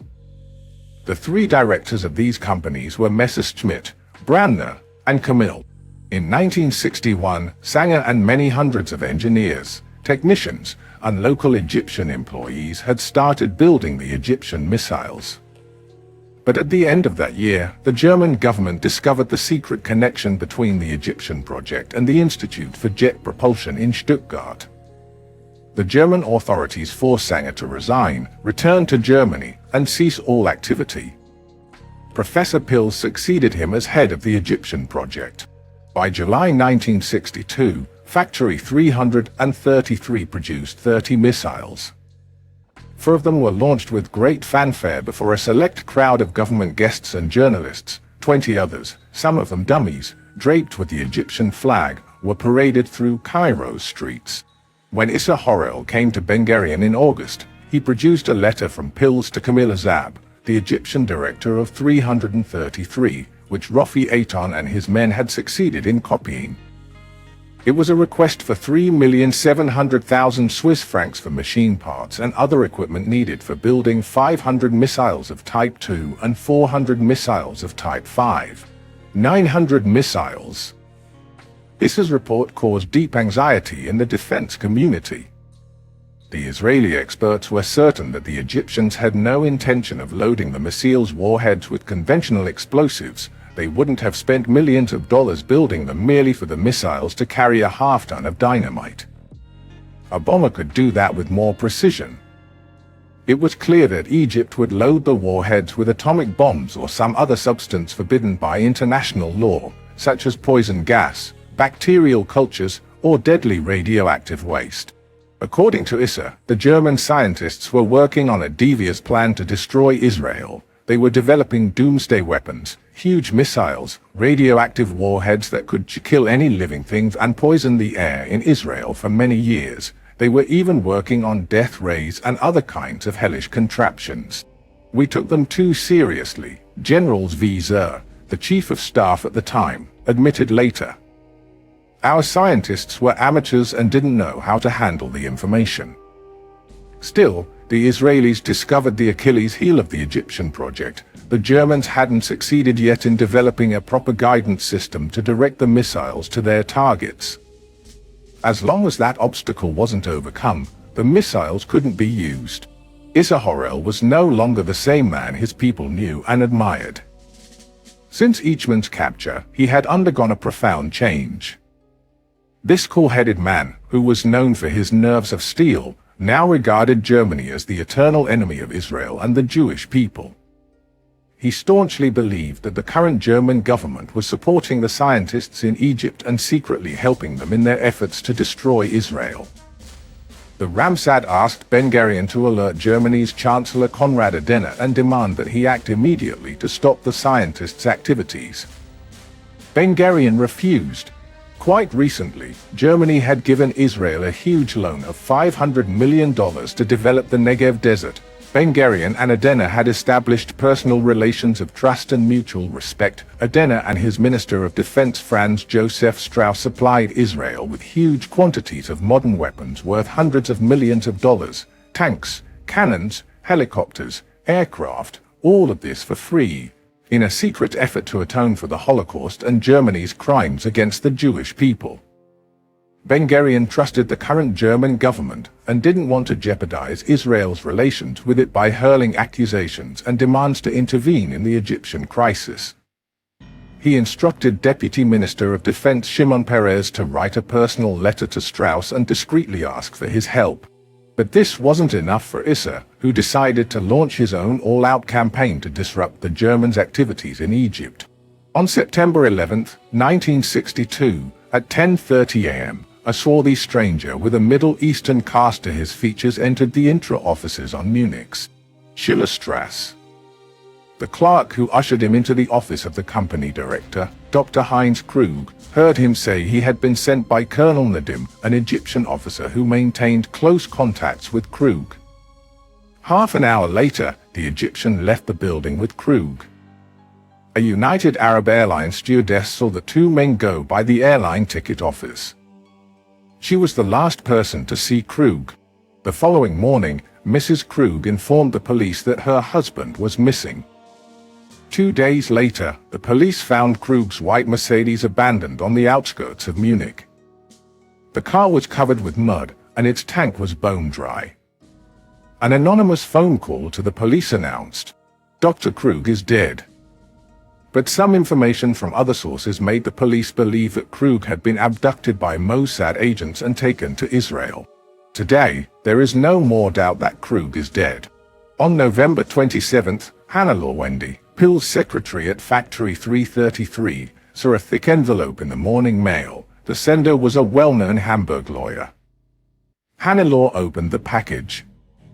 A deafening explosion shook the office. Gravely wounded, Pill's secretary was taken to the hospital, where she was to spend a few months before leaving blind, deaf, her face badly scarred. The next day, a big package marked books arrived at Factory 333. When an Egyptian clerk opened it, the package exploded, killing 5 people. The sender's address, a Stuttgart publisher, turned out to be false. The explosive packages kept arriving the following days. Some of them had been sent from Germany, others from inside Egypt.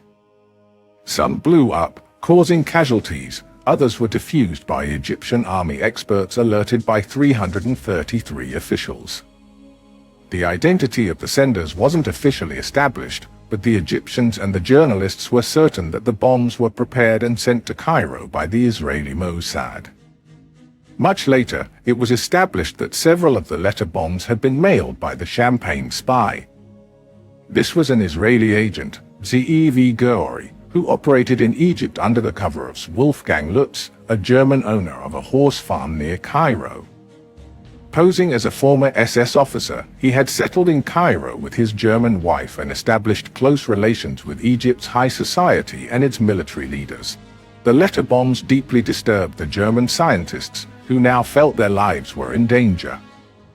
Many of them got anonymous phone calls threatening them or their families if they kept working on NASA's project. Strict security measures were applied at the 3 factories in Egypt and at the sister companies in Europe. When visiting Europe, the scientists had to move in large groups, accompanied by German security officers. This practice probably saved Professor Pills on his trip to Europe in late 1962. A group of strangers followed him in Germany and Italy but didn't get the opportunity to come near him.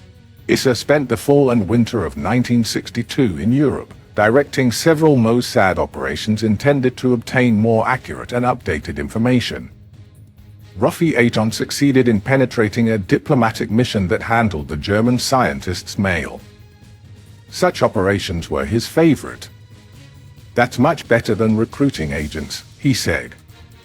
"When you recruit an agent, you have to train him, build him a foolproof cover, put him in place, and give him time to establish contacts.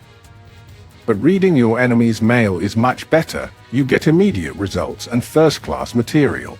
For his unconventional operations, Eichmann needed some very sophisticated electronic equipment, but did not know where to get it.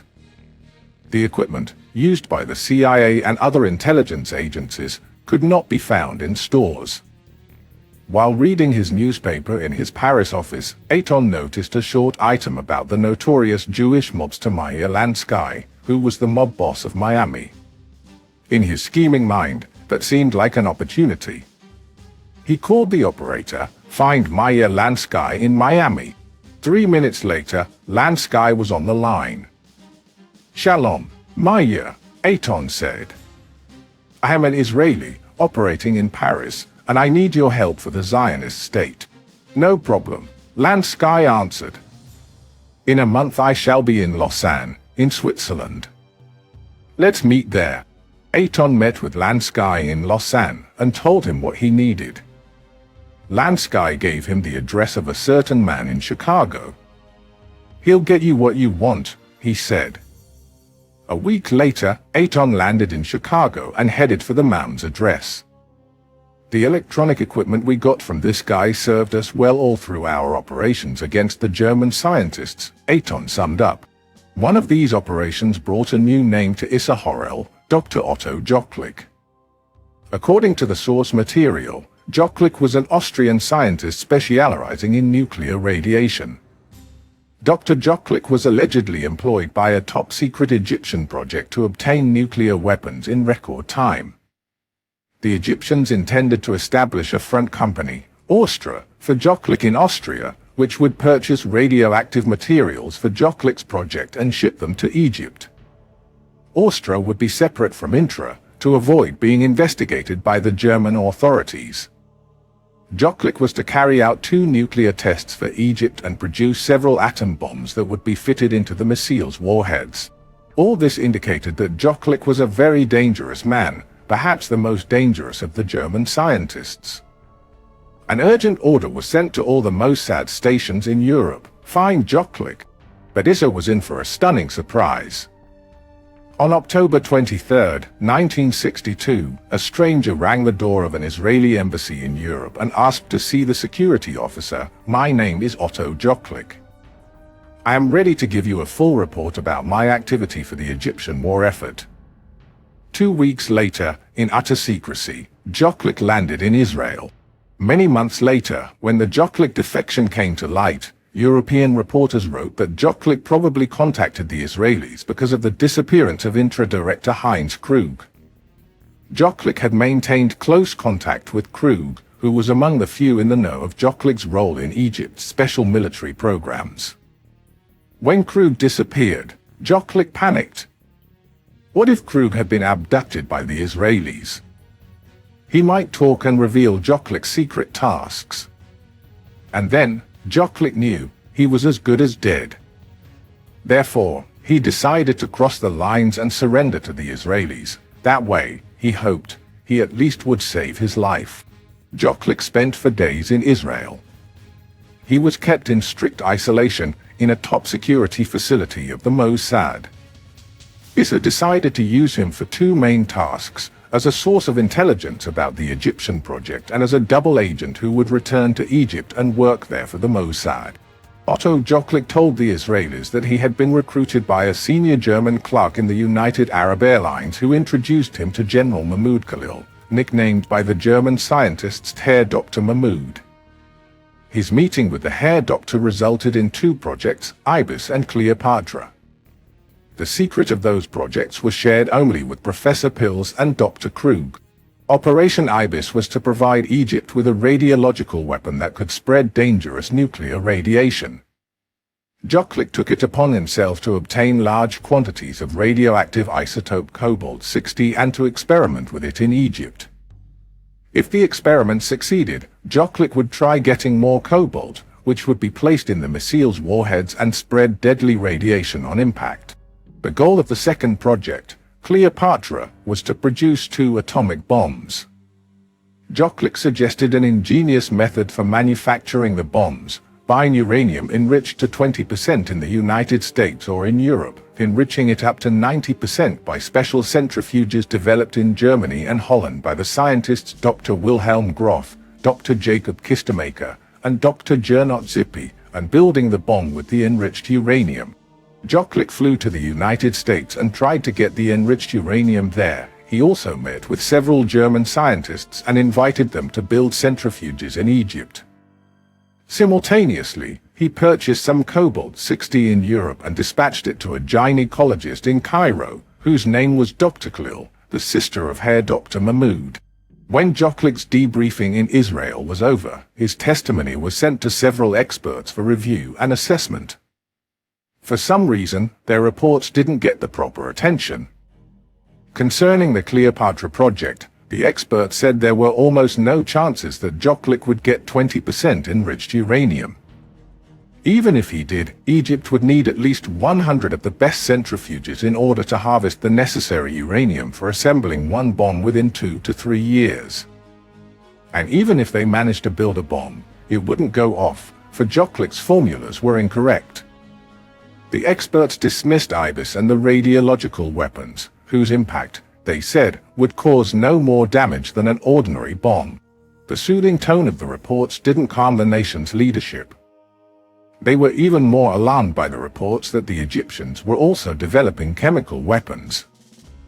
On January 11, 1963, their fears were justified when the Egyptians used poison gas in their war in Yemen.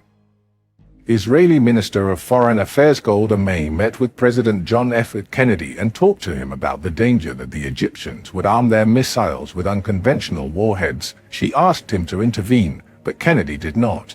The unconventional warheads were indeed very dangerous, but the first priority was given to disrupting the development of the missile's guidance systems. In the winter of 1963, the Factory 333 guidance expert, Dr. Kleinwachter, was spending some weeks in Germany. On the evening of February 20th, he left his lab in Lorich and drove his car to the narrow lane leading to his home. The lane was dark and deserted, covered with deep snow.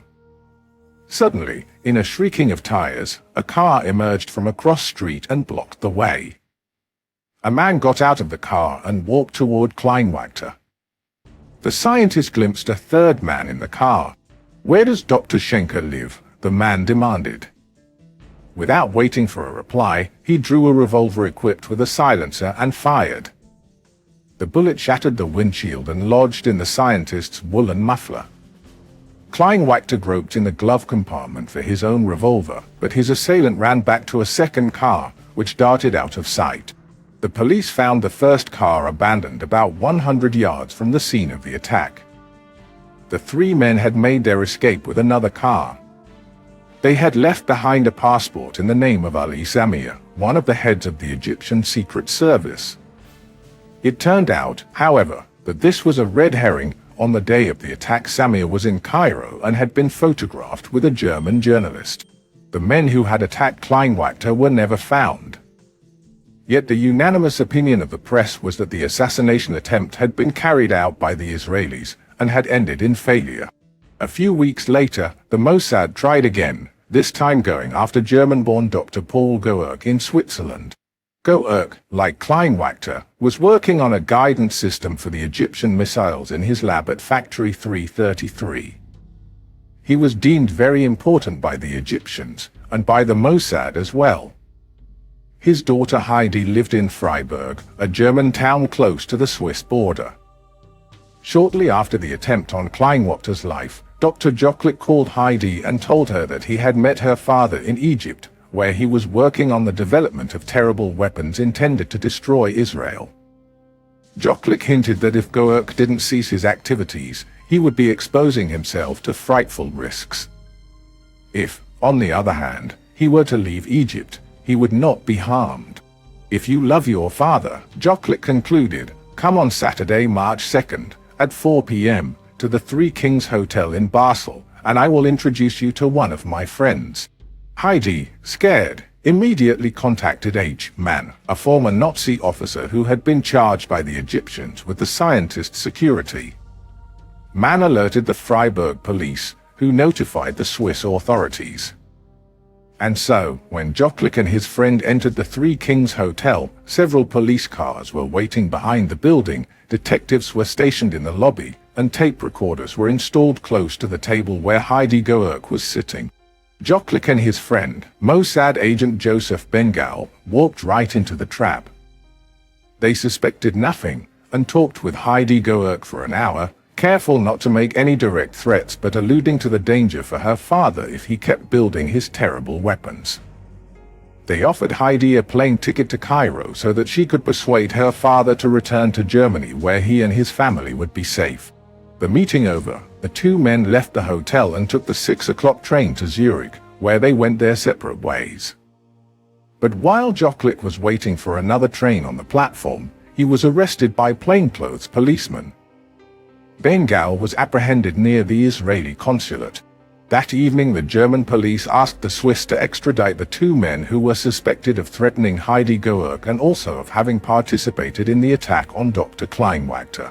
From his headquarters in Europe, Issa activated his contacts and tried to persuade the Swiss to release Bengal and Jocklick, but they refused because of the German extradition request.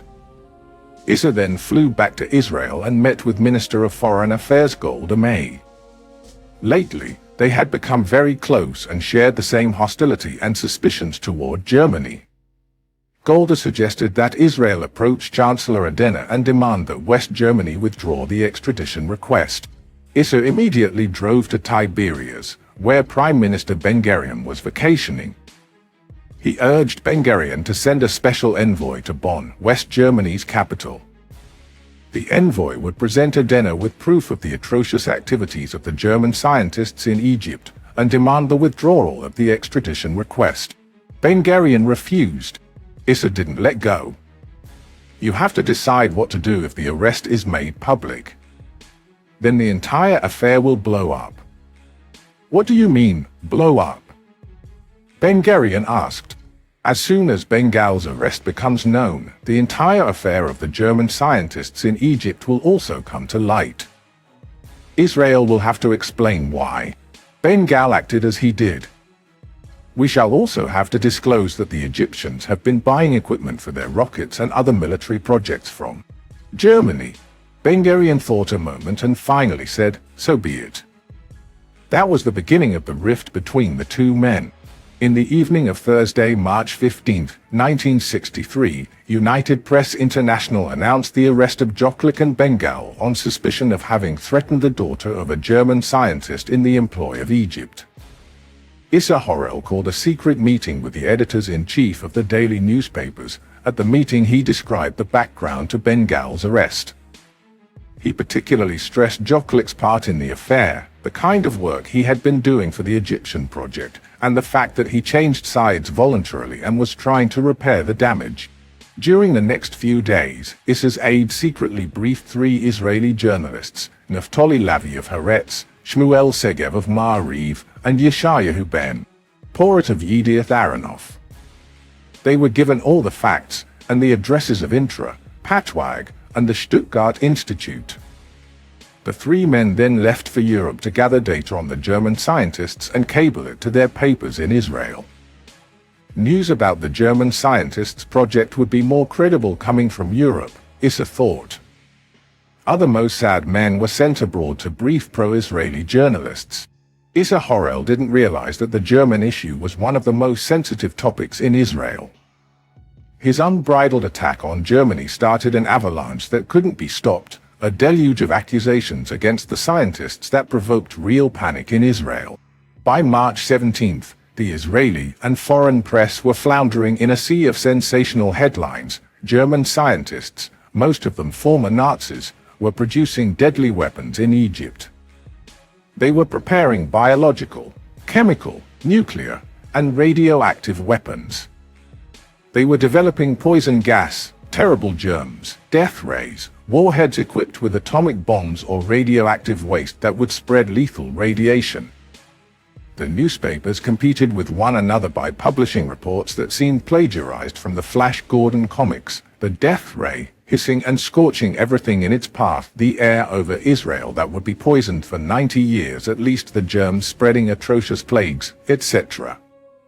The campaign also accused the government of the Federal Republic of Germany of refraining from putting an end to the devilish activities of its subjects working for Egypt, and actually following in Hitler's footsteps. The reporters sent to Europe added more fat to the fire by discovering everyday new details about the scientists' diabolical plot. Ben-Gal and Jokelik's trial in Basel ended with light sentences for the 2 men, 2 months in jail, with time served. But it had a secondary result with enormous implications. During the trial, the judge suddenly noticed that one of the spectators was carrying a gun. "How dare you carry a gun in my court?" he indignantly asked. The man answered, "I have a permit to carry a weapon at all times. I am the security officer of the German scientists in Egypt." He identified himself as Eichmann, the man who has been contacted by Heidi Goerk after Jokelik's phone call, and who actually had alerted the German police. An undercover Mossad informant left the courtroom at once and reported the incident to his superiors. As he heard the report, veteran Mossad agent Rafi Medan jumped aboard the first train to Vienna and hurried to the home of the famous Nazi hunter, Simon Wiesenthal. Wiesenthal immediately agreed to help the Mossad. "Do you know anything about a German named Eichmann?" Medan asked. Wiesenthal went to work in his overflowing archives. After a few hours, he returned to Medan with a file in his hands. He was an SS officer during the war, he said. He served in a commando unit under Colonel Otto Skorzeny. Medan brought the information to the omnipresent Rafi Eitan and to Ovroma Haitov.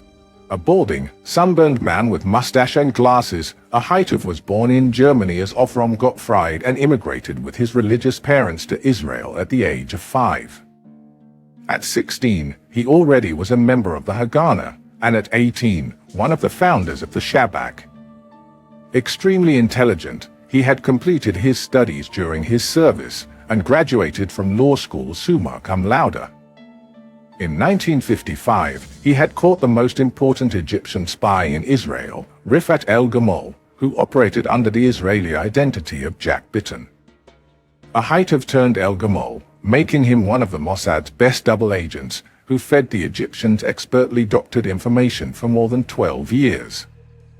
In 1967, on the eve of the Six-Day War, el-Gamal would inform the Egyptians that Israel would launch a ground attack before sending its aircraft into battle. The resulting laxity of the Egyptian Air Force facilitated its destruction on the ground by the Israeli jets. In the future, Ahitov would become one of the best Shabak directors, mostly appreciated for his efforts to integrate Israeli Arabs into the mainstream of Israel's society. On this evening in May 1963, Ahitov listened to Medan's report about Man and Skorzeny, then turned to Eitan. "Why don't we try to recruit Skorzeny?" The idea seemed bizarre at first, but it had its inner logic. If Skorzeny turned on Man, he had a chance to obtain highly classified material from his former subordinate. Now the question was how to contact Skorzeny. A quick check revealed that Skorzeny's estranged wife had stayed very close to him. She was now managing a company that specialized in metal trading. The Mossad agents found an Israeli businessman, Shlomo Zablodovich, who was in the same line of business, and contacted him. Yes, he said, he knew Miss Skorzeny. He introduced them to the lady, who told them all they needed to know. That was how Eitan and Ahitov showed up in Skorzeny's office in Madrid.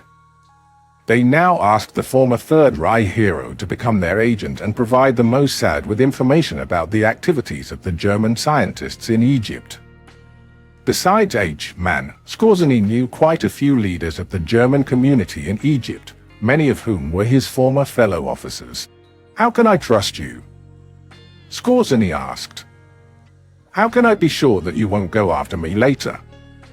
He feared that Israeli avengers would find him as they found Eichmann, and his fate would be the same. Rafi Eitan found the solution right away. "We are authorized to offer you freedom from fear," he said. He took a sheet of paper and wrote Skorzeny a letter, in the name of the State of Israel, which guaranteed him freedom from fear and assured him that he would not be subject to any kind of persecution or violence. Skorzeny perused the document, then fell silent. He got up and paced back and forth, immersed in thought. He finally turned to the Israelis. "I agree," he said.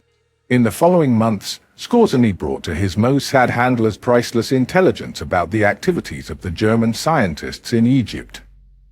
With the help of Eichmann and his other former cohorts, he obtained detailed lists of the German scientists and their addresses, reports about the progress of their projects, plans, and blueprints of the missiles, correspondence about the failures to assemble a guidance system for the missiles.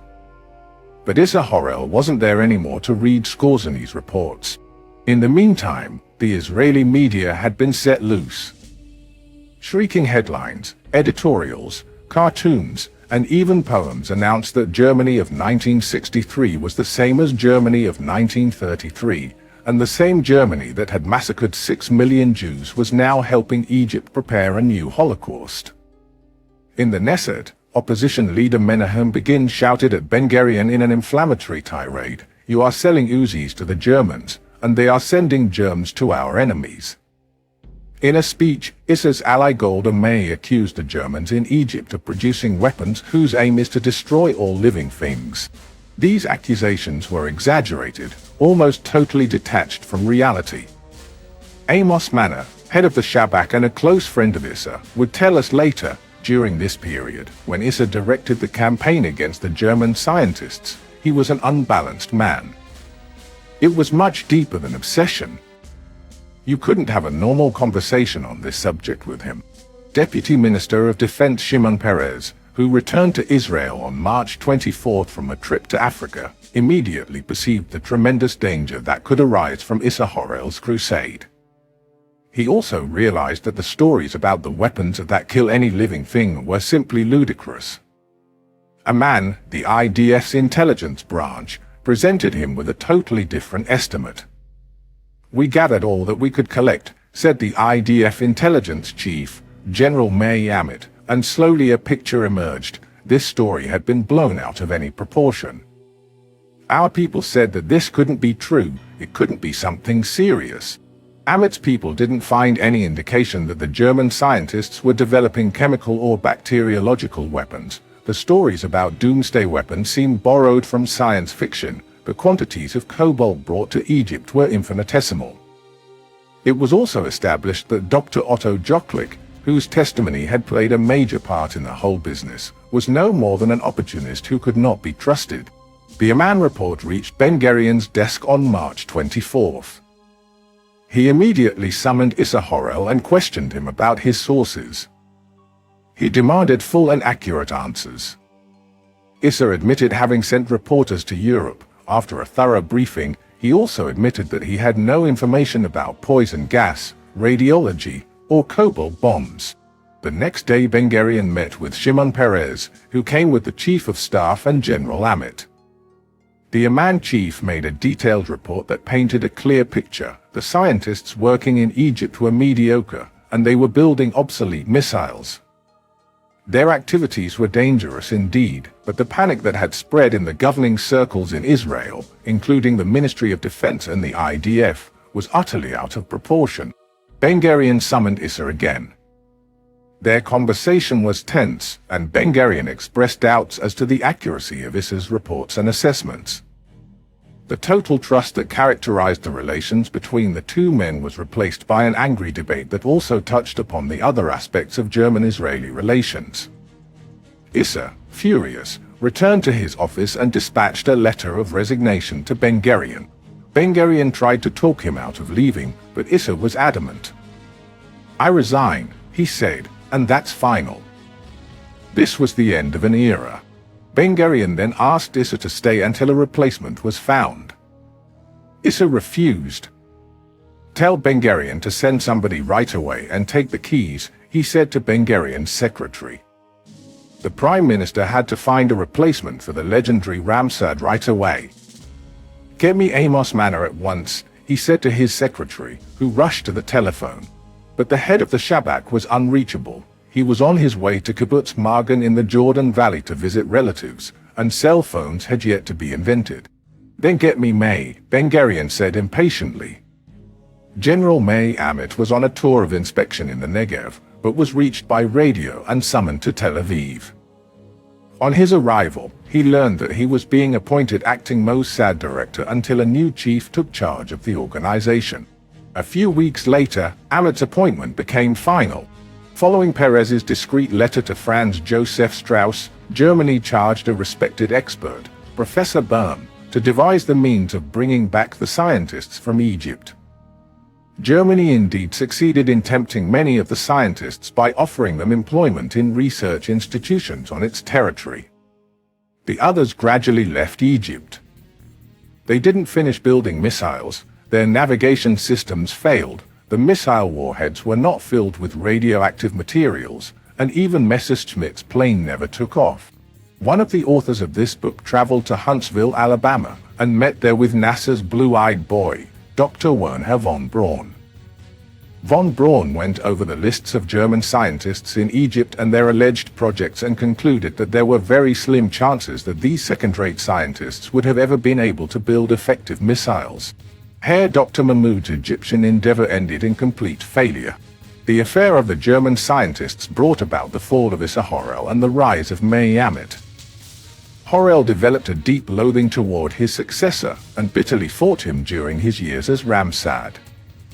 The affair of the German scientists also undermined Ben-Gurion's political power, and he resigned from office a few months later. In Cairo, the Egyptian Secret Services unmasked Wolfgang Lutz, the Champagne spy, and arrested him in 1965. Yet they failed to crack his German cover. He was sentenced only to jail and released after 2.5 years. The end of the affair was also the end of the Mossad's work with Otto Skorzeny, the most improbable agent who ever spied for the Jewish state.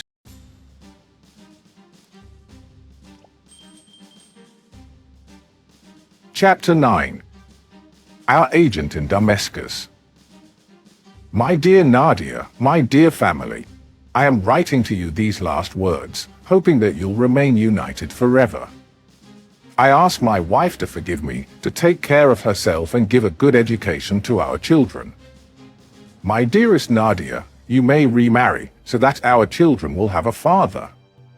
You are absolutely free in that respect. I ask you not to mourn the past but turn to the future. I am sending you my last kisses. Please pray for my soul. Yours, Ellie.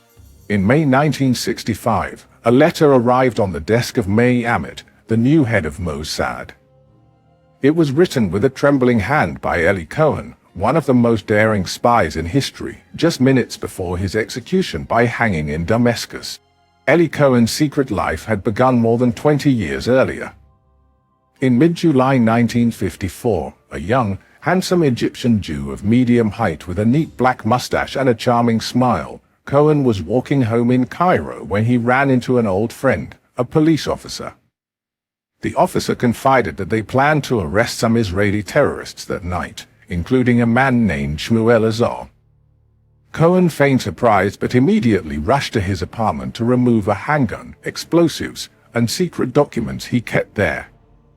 Deeply involved in covert activities, Cohen arranged escape routes and forged documents for Jewish families seeking to emigrate to Israel. He was also part of the Jewish underground responsible for the Lavon affair, a bold operation. In early 1954, Israeli leaders learned that Britain intended to completely withdraw its forces from Egypt. Egypt was the strongest Arab nation and a sworn enemy of Israel. As long as British troops maintained military bases along the Suez Canal, Israel could rely on their moderating influence over Egypt's military rulers. With Britain's planned withdrawal, this influence would vanish and Egypt would gain control of modern military facilities and equipment. Israel, still a young nation of 6 years, faced the threat of a better-equipped Egyptian army eager to avenge its defeat in the 1948 War of Independence. Could Britain be persuaded to stay? David Ben-Gurion had retired, replaced by Moshe Sharett, a moderate but weak leader. Defense Minister Pinhas Lavon openly challenged Sharett's authority. Without Sharett's knowledge or Mossad's involvement, Lavon and Colonel Benjamin Ghibli, head of military intelligence command, devised a risky plan. They found a clause in the British-Egyptian agreement allowing Britain to return to its bases in a crisis. They believed that if terrorist bombing struck Egypt, Britain would view the Egyptian government as unstable and cancel its withdrawal. Lavon and Ghibli planned bombings in Cairo and Alexandria targeting American and British cultural centers, libraries, cinemas, post offices, and other public sites. Amman recruited local young Jews, passionate Zionists willing to sacrifice their lives for Israel. This violated a fundamental rule of Israeli intelligence: never involve local Jews in hostile actions, as it endangered them and the entire Jewish community. Moreover, these recruits had no proper training.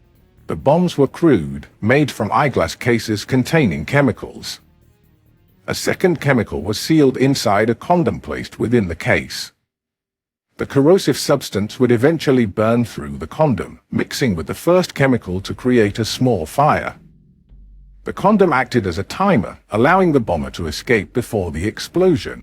The plan was doomed from the start.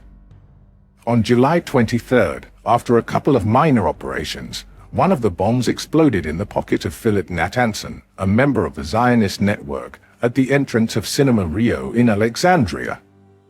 He was arrested by the police, and in the following days all the network members were caught.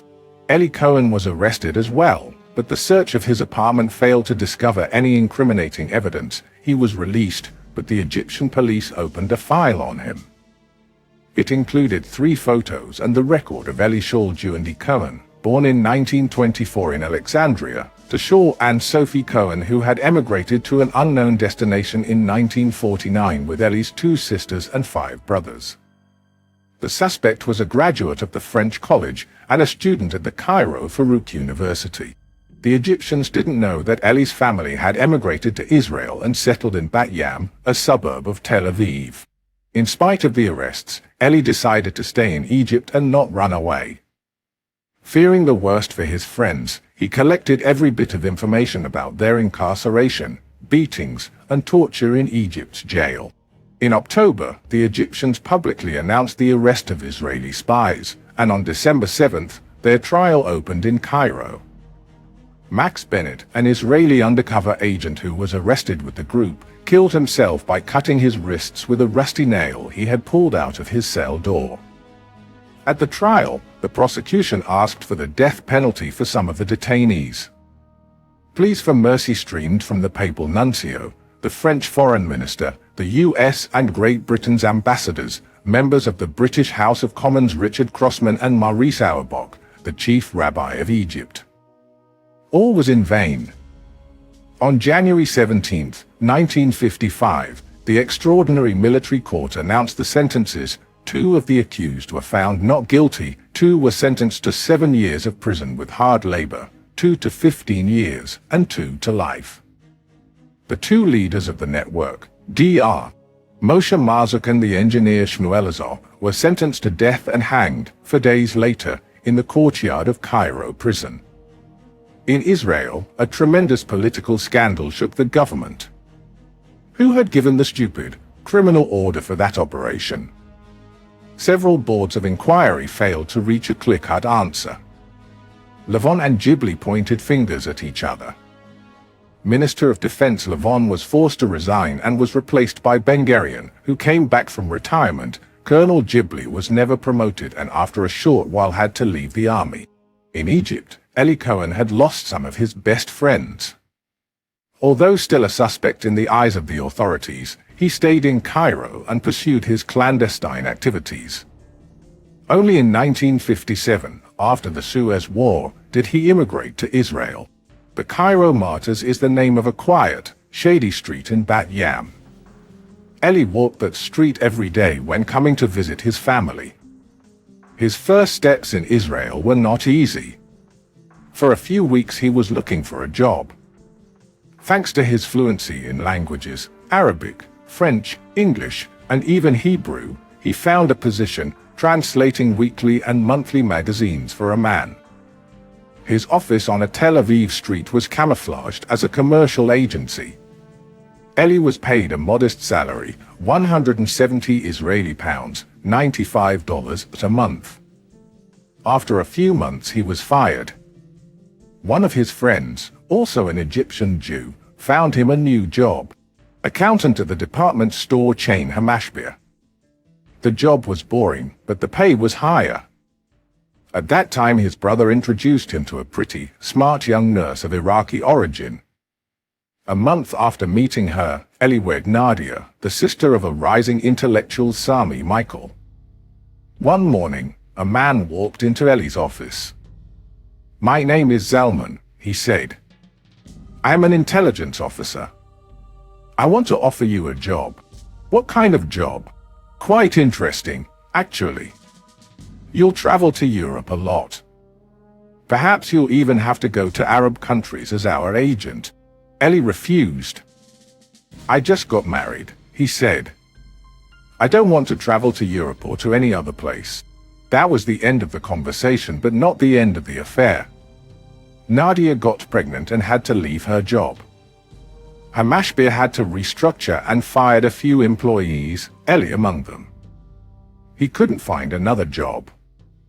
And then, as if by chance, an unexpected visitor knocked on the door of his rented apartment. It was Zalman again. "Why do you refuse to work for us?" he asked Eli. "We shall pay you £350, $195 a month. You'll train for 6 months. Then, if you like it, you'll stay. If not, you'll be free to go." This time, Eli didn't say no. And he became a secret agent. Some of the Amman veterans tell a different version. They maintain that when he arrived in Israel, Eli didn't get a job at Amman because the psychological tests he underwent showed him to be overconfident.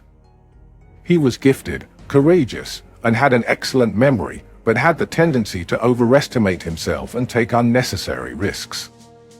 These character traits, combined, made him unsuitable for Amman. But in the early 60s, things changed. Amman's Unit 131, the Special Operations Unit of the IDF Intelligence Branch, urgently started looking for a highly qualified agent in Damascus, the capital of Syria. In the last few years, Syria had become the most aggressive Arab country and the sworn enemy of Israel. It never missed a chance to attack. Syria confronted Israel in bloody battles at the Golan Heights and on the shores of the Lake of Galilee. It dispatched squads of terrorists across the Israeli border. And now, it planned to carry out a grandiose engineering project, intended to divert the waters of the Jordan River tributaries and deprive Israel of water. In the late 50s, Israel had launched a project of huge pipelines and canals that would carry a part of the Jordan water to the arid Negev region. The water was taken from the part of the river that passed through Israel's territory. The water project triggered a series of Arab summit conferences. The Arab nations solemnly decided to divert the Jordan tributaries and kill the Israeli project. The job itself fell to Syria. Israel could not survive without Jordan's water. It could not let Syria succeed, and started planning a response. It needed an agent in Damascus, somebody trustworthy, confident, and daring.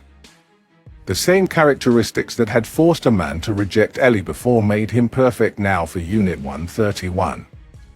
50 years later, it was revealed that a man had tried to recruit somebody else for that job, Sami Michael, Nadia Cohen's brother. Michael refused, stayed in Israel, and became one of its great poets. Cohen's training was long and exhausting. Every morning, under some pretext, Eli would leave home and head for the Amman training center.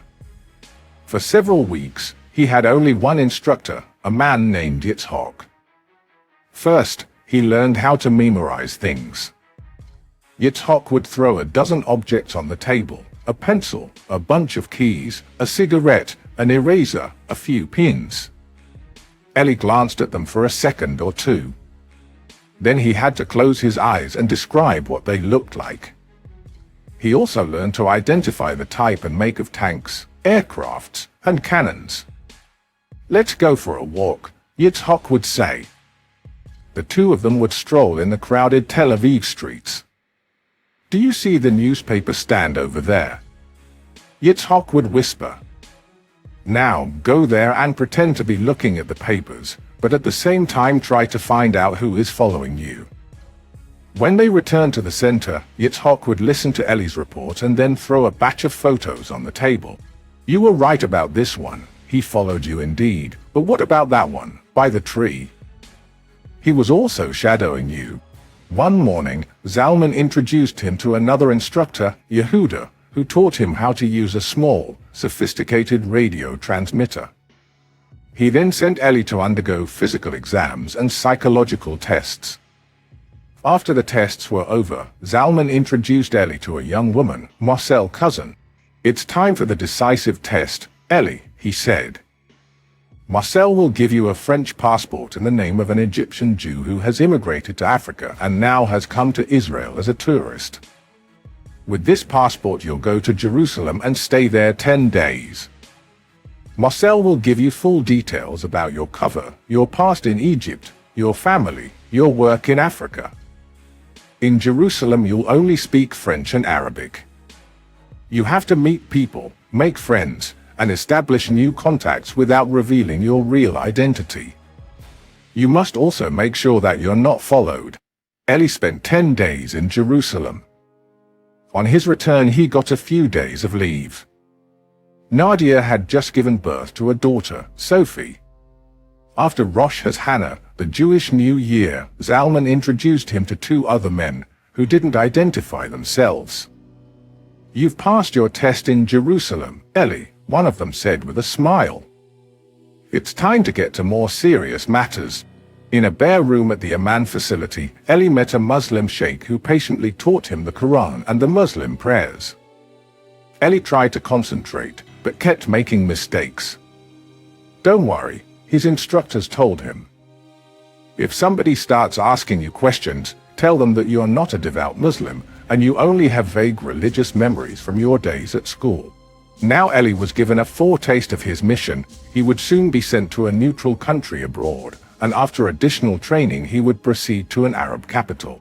Which one? He asked. You'll be told in due time. Zalman went on. You'll pose as an Arab, create local contacts, and establish an Israeli espionage network. Eli agreed without hesitating. He felt confident that he could carry out the mission.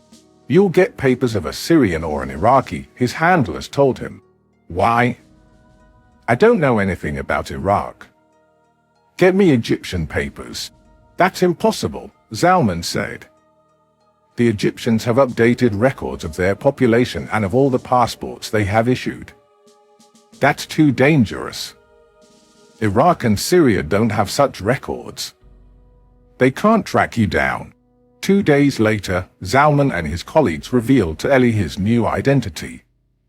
Your name is Kamal. Your father's name is Amin Tabbat, so your full name will be Kamal Amin Tabbat. Eli's case officers had prepared a detailed legend, a cover story, for their new agent. You're the son of Syrian parents. Your mother's name is Saida Ibrahim. You had a sister. You were born in Beirut, in Lebanon. When you were 3, your family left Lebanon and moved to Egypt, to Alexandria. Don't forget, your family is Syrian. A year later your sister died. Your father was a textile merchant. In 1946 your uncle emigrated to Argentina. Shortly after, he wrote to your father and invited your family to join him in Buenos Aires. In 1947 all of you arrived in Argentina. Your father and your uncle established a partnership with a third person and opened a textile store, but it went bankrupt. Your father died in 1956 and 6 months later your mother died, too. You lived with your uncle and worked at a travel agency.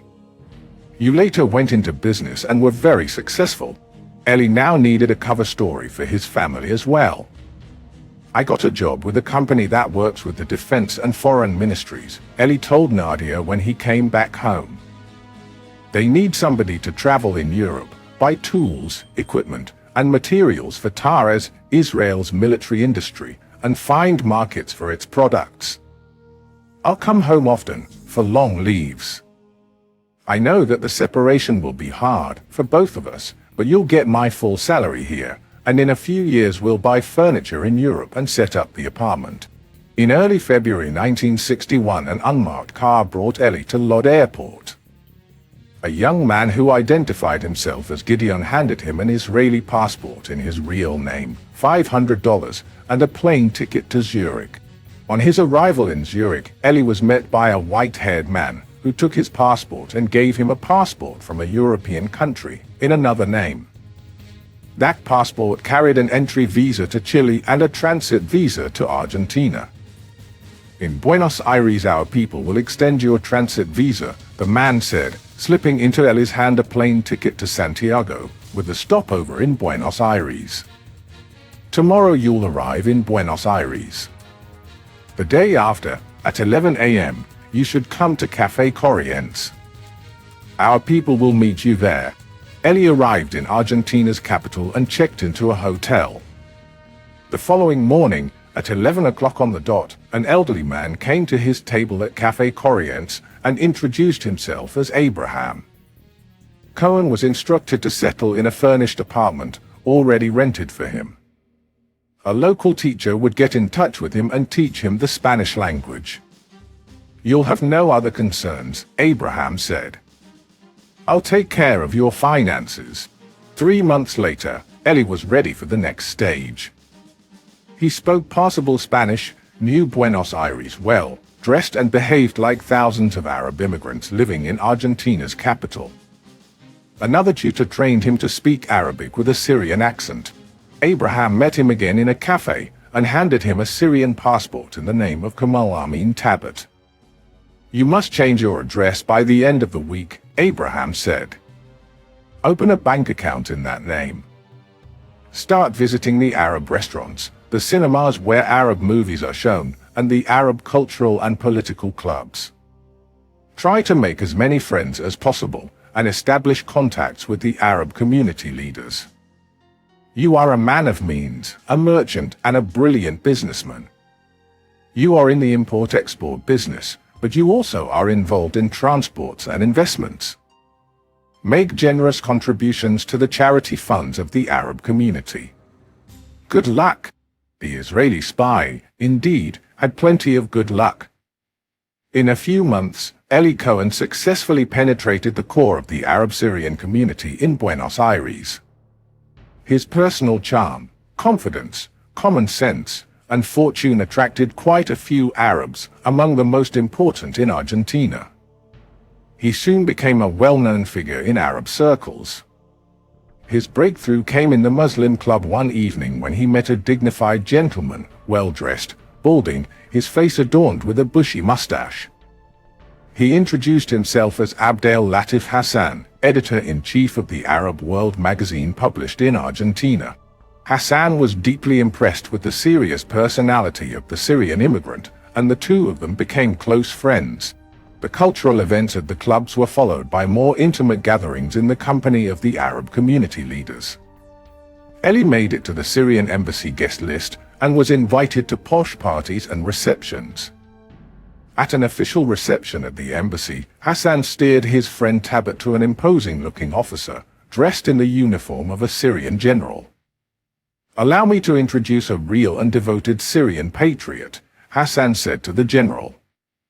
And then, turning to Eli, he added, "Meet General Amin el-Holfez, the military attaché at the embassy." Eli seemed to have completed the final stage in establishing his legend. Time had come for the real espionage mission. Eli was briefed in a short, surreptitious meeting with Abraham in July 1961. The next day he came to Hassan's office. "I am sick and tired of living in Argentina," he admitted. He loved Syria more than anything and wanted to go back. Could Hassan help him with some letters of recommendation? The editor immediately wrote for letters, one to his brother-in-law in Alexandria, two to friends in Beirut, one of them a highly influential banker, and the fourth to his son in Damascus. Eli visited his other Arab friends, and his briefcase was soon full of enthusiastic letters of recommendation, written by the leaders of the Buenos Aires community. At the end of July 1961, Kamal Amin Tabet flew to Zurich, changed planes, and proceeded to Munich. At the airport of the Bavarian capital, an Israeli agent approached him. His name was Zillinger. He handed Eli his Israeli passport and a plane ticket to Tel Aviv. In early August, Eli came home. "I'll spend some months at home," he said to Nadia. The following months passed in intensive training. Eli's cover was perfect and he completely identified with his new character. His radio instructor, Yehuda, was back and trained him in radio transmission in code.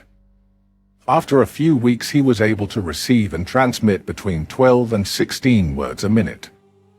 He compulsively read books and documents on Syria, its army, weapons, and strategy. After myriad briefings by specialists, he himself became an expert on Syrian internal politics. In December 1961, Eli flew to Zurich again, but his final destination was Damascus, the lion's den.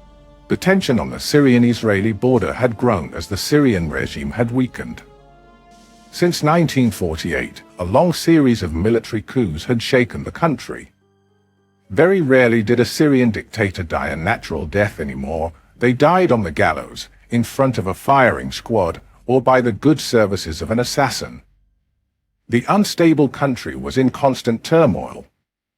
Quite often, eager to distract the public's attention from inner problems, the Syrian leaders deliberately caused border incidents. Public executions were a common sight in Damascus's squares. One after the other, the hangman put to death people labeled as conspirators, spies, enemies of the state, and supporters of the former regime. Not long before Eli arrived, there had been yet another coup. On September 28, 1961, it had put an end to the short-lived Syrian-Egyptian Union, pompously named the United Arab Republic. Before setting out on his mission, Eli met the ubiquitous Zalman, who gave him detailed instructions. You'll get your radio transmitter from Zellinger, our man in Munich. After you arrive in Damascus, you'll be contacted by an employee of the Syrian Broadcasting Corporation. He, too, is an immigrant like you who has settled in Syria not long ago. He doesn't know your real identity. Don't try to find him. He'll find the right moment to establish contact with you. In Munich, Zellinger had for him an impressive package of spying equipment, sheets of paper, on which the key to the transmission code was written with invisible ink, books serving as transmission codes, a special typewriter, a transistor radio, in which a transmitter had been inserted, an electric razor whose cord served as an antenna for the transmitter, dynamite sticks hidden in Yardley soap and cigars, and some cyanide pills for suicide. Just in case. Eli wondered how he would introduce all this equipment to Syria, where customs and immigration controls were thorough and severe. Zellinger had the answer. You'll buy a passage on the SS Astoria that sails from Genoa to Beirut in early January. Somebody will get in touch with you on the boat. He'll help you pass the border controls in Syria. Eli set sail aboard the Astoria. One morning, when he was sitting close to a group of Egyptian passengers, a man approached him and whispered, "Follow me." Eli got up and strolled away from the group. The man told him, "My name is Majid Sheikh Elord. I've got a car." That was a hint that he would drive Eli to Damascus. Elord, a short, mousy man, was an international entrepreneur and a well-known and shady businessman in Damascus. He was married to an Egyptian Jewess, and yet he had chosen to pass the World War II years in Nazi Germany. His fickle and greedy character made him seem an unsavory partner, which attracted the Israeli services' attention. They soon made him their agent, even though he didn't realize it. He believed he was working for right-wing Syrian extremists who were acting undercover. He truly believed in Kamal Amin Tabad's legend, and in the coming years was to be of great help to the Israeli spy. His first task was to make sure that Tabad's baggage would safely go through Syrian controls. January 10, 1962. Elord's car, coming from Beirut, was stopped at the Syrian border. In the trunk were Eli Cohen's bags, full of transmission equipment and other incriminating items. Eli was sitting in the passenger seat, beside Sheikh Elord. "We are going to meet my friend Abu Khaldan," Elord told Eli when they approached the border. "He happens to be in financial trouble. $500 would certainly improve his situation." And so, $500 quickly made their way from the Israeli agent's wallet to the pocket of Abu Khaldan, the Syrian customs inspector. The barrier was raised and the car sailed into the desert. Eli Cohen was in Syria. In bustling Damascus, strewn with crowded mosques and colorful souks, it was not difficult to melt into the crowd. But Eli wanted the exact opposite. He wanted to be noticed, and fast. He rented a luxurious villa in the classy Abu Rahman neighborhood, close to Syrian army headquarters. From the villa's balcony, Eli could watch the entrance to the Syrian government's official guest house. His house stood among foreign embassies, rich businessmen's homes, and the official residences of the nation's leaders. Eli immediately concealed his secret equipment in various hiding places throughout the house. In order to avoid the risk of informers or traitors in his own household, he decided to refrain from hiring servants and lived alone. He was lucky again. He had arrived in Damascus at the right moment. The United Arab Republic collapse was regarded by President Nasser in Cairo as a personal affront and a humiliation to Egypt. The Syrian leaders, both politicians and military, were obsessed with the possibility of an Egyptian-inspired coup, and Israeli espionage was not on their agenda. On the other hand, they badly needed new allies, supporters, and sources of funding, both in Syria and among the Syrian emigres overseas. Kamal Amin Tabet, the staunchly nationalist millionaire, armed with excellent letters of recommendation, was the right man at the right time. Cohen established his contacts quickly and effectively. His letters of recommendation opened the gates to the high society, the banks, and the commercial circles that had inspired the coup of September 28. His new friends introduced Eli to top government officials, senior army officers, and leaders of the ruling party. Two rich businessmen courted the young and handsome millionaire, hoping he would marry one of their daughters. In a display of generosity, Tabet contributed a substantial sum of money to the building of a public kitchen for the poor of Damascus. His new popularity paved his way to the governing circles, yet he refrained from identifying with Syria's new rulers because he intuitively felt that this was only temporary. Syria was still to go through major internal aftershocks following the separation from Egypt. A month after his arrival in Damascus, Eli was visited by George Salem Seif, a radio show host in charge of Radio Damascus broadcasts for Syrians abroad. He was the man whom Zalman had mentioned at Eli's last briefing in Israel. Seif had returned to Syria a while before Tabet. Because of his position, he could supply Eli with inside information about the political and military situation. Seif also showed Eli the secret guidelines by the Ministry of Propaganda, outlining what he could broadcast and what he had to conceal from his audiences. At the parties held in Seif's house, Eli met several senior officials and well-known politicians. Seif, like Elord, had no clue about Eli Cohen's real identity. He, too, believed Tabet was a fanatical nationalist who had his own political agenda. Eli Cohen realized that he had become the loneliest spy in the world, with not even one friend and confidant. He didn't know if there was another Israeli network operating in Damascus. He needed nerves of steel to withstand the stress of his terrible solitude and to play a dangerous role 24 hours a day. He knew that even during his rare visits home he couldn't share his secret with his wife, and had to mislead her, too. He started transmitting his messages to Israel daily, at 8 a.m., and sometimes in the evening as well. His broadcasts were carried out under a foolproof cover. His transmitter was located in his villa, very close to the army headquarters, which was the source of endless transmissions. Nobody could discern the difference between Eli's broadcasts and the myriad messages emanating from the Army Communication Center. 6 months after arriving in Syria, Kamal Amin Tabet had become a well-known figure in Damascus high society. He then decided to go abroad for business.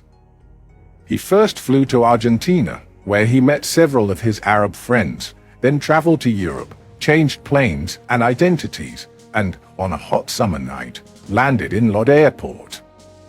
Laden with presents, the traveling salesman arrived in his modest apartment in Bat Yam, where Nadia and Sophie were waiting for him. At the end of fall, Eli Cohen flew to Europe. A few days later, Kamal Amin Tabet arrived in Damascus. During his stay in Israel, his superiors in Amman had equipped him with a miniature camera so he could photograph sites and documents. He had to conceal the microfilms in expensive boxes containing backgammon pieces. The boxes were made of polished wood embellished with a mosaic of nacre and ivory. The mosaic ornament could be dug out of the polished wood and reinserted after the microfilm had been placed in the cavity. Tabet would send the backgammon sets to friends in Argentina, who would dispatch them to Israel with a diplomatic pouch. Some of the first documents sent by Eli were reports on the growing unrest in the army and the rising power of the Ba'ath, Resurrection, Socialist Party. Eli felt a profound change of mood in Syria and let his intuition guide him. He established close contacts with the Ba'ath leaders and contributed large sums of money to the party. He had done the right thing. On March 8, 1963, a new coup shook Damascus. The army deposed the government and the Ba'ath Party seized power in Syria. General Hafez, Eli's friend from Buenos Aires, was appointed Minister of Defense in Salah al-Bhutto's cabinet. In July a new coup took place, this time inside the regime. Hafez became president of the Revolutionary Council and head of state. Tabet's best friends were appointed to key positions in the cabinet and the military hierarchy. The Israeli spy was now a member of the inner circle of power, a glamorous party in Damascus. One after the other, the luxury cars of ministers and generals arrive at the sprawling villa. A long line of guests in evening attire and resplendent uniforms proceeds into the house, where the host is warmly welcoming his guests. The guest list reads like a who's who in Damascus: several ministers, including the Minister of Defense and the Minister for Agrarian Reform, a large number of generals and colonels, the top leaders of the Ba'ath Party, businessmen and tycoons. Many of them are standing around Colonel Salim Haytham, the officer who led his tanks into Damascus on the night of the coup and actually handed General Hafez the presidency. President Hafez himself arrives later and warmly shakes the hand of the host, his friend Kamal Amin Tabet. He is accompanied by Mrs. Hafez, stunning in the mink coat presented to her by Tabet as a token of the Syrian emigrants' admiration for the president and his wife. She is not the only one to have received expensive gifts. Quite a few women wear the jewelry, and senior officials drive the cars, given them by Tabet. Important political dealers have deposited his money into their accounts. In the living room, a group of officials and army officers, back from the Israel border, discuss the military situation. They are joined by entrepreneurs and engineers who work on the ambitious project of diverting the tributaries of the Jordan River. In the spacious hall, the directors of the government-sponsored Radio Damascus and the heads of the Ministry of Propaganda stand together. Tabet is one of them now. The government has asked him to run some radio broadcasts to emigrant communities overseas. Tabet has another radio show, where he analyzes political and economic issues. That party, as many others, costs Tabet a fortune, but he doesn't even blink. He has reached the apex of success, and it seems that there is no door he can't open. He has good friends in the army headquarters, and he regularly participates in policymaking meetings of the Ba'ath Party. Eli kept transmitting reports of military character, names, and functions of senior officers, top-secret military orders, and other items to Israel. He photographed and dispatched military maps, mostly the detailed blueprints of the fortifications along the Israeli border, to Amman. He sent reports on new weapons introduced in the Syrian army. He also described the Syrians' capacity to absorb new weapons. Months later, a Syrian general bitterly admitted there was no army secret that remained unknown to Eli Cohen. Eli transmitted every morning to Israel and didn't fear capture, thanks to the protective umbrella of the Syrian army broadcasts from the nearby headquarters. But once, a friend, the army lieutenant Zahar al-Din, paid him a surprise visit. Eli succeeded in hiding the transmitter, but a sheaf of papers with the secret code, in the form of grids filled with letters, remained on the table. "What's this?" Zahar wanted to know. "Oh, just crosswords," Eli said. Besides the transmissions and the backgammon boxes for his Argentinian friends, Eli developed a third way of communicating with Israel, Radio Damascus. He worked out with his superiors in Tel Aviv a code of words and phrases, which he inserted into his radio broadcasts and which were duly decoded by a man. He now took another step in his efforts to obtain top-secret information. A rumor started running in the governing circles in Damascus that Tabet held illicit sex parties in his villa. Only his close, intimate friends were invited to these parties, where the guests met a large number of pretty women. Some of them were street hookers, others, girls from good families. Tabet's guests enjoyed wild sex, but their host was the only one who did not lose his cool. Tabet also supplied sexy and generous secretaries to his high-placed friends. One of these friends was Colonel Salim Haytham, whose mistress passed to Tabet every word she heard from her colonel. Tabet showed extreme patriotic fervor when he spoke about Israel, which he defined as the vilest enemy of Arab nationalism.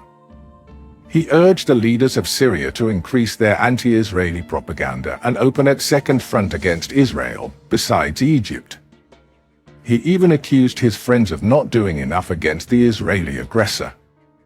In doing so, he achieved his goal. His military friends were determined to prove him wrong, and to show him they were ready for battle with the enemy. On 3 occasions they took him to visit the Syrian positions along Israel's border. They let him see the fortifications and the bunkers, showed him the weapons concentrated in the area, and described their defensive and offensive plans. Lieutenant Zaha al-Din took him to the El Hamma military camp, where large quantities of new weapons had been stored. On his 4th visit to the Israeli border, Tabet was the only civilian in a group of Syrian and Egyptian high-ranking officers. The group was headed by the most respected Arab military leader, the Egyptian General Ali Meir, head of the United Arab Commandment, who commanded, at least on paper, the combined forces of Egypt, Syria, and Iraq. Right after Amir's visit, the Ba'ath leaders charged Tabet with a vital assignment. He was sent on a mission of reconciliation to the elderly Ba'ath leader Salah al-Baito, who had been deposed by General Hafez, and was since on a cure in Jericho. Tabet traveled to Jordan and spent a few days with the former prime minister. Back in Damascus, Tabet accompanied to the airport the ailing President Hafez, who was on his way to get medical treatment in Paris. When Hafez returned a few weeks later, Tabet was once again in the welcoming line, waiting on the tarmac, his mission successfully completed. In 1963, an important change took place in Israel. The new Ramsad who replaced Little Issa, May Amit, had been for a few months in charge of both Amman and the Mossad. Amit decided to abolish Unit 131 and transfer all its men and operations to the Mossad. One morning, Eli Cohen learned that his employer had changed, and he was now a Mossad agent.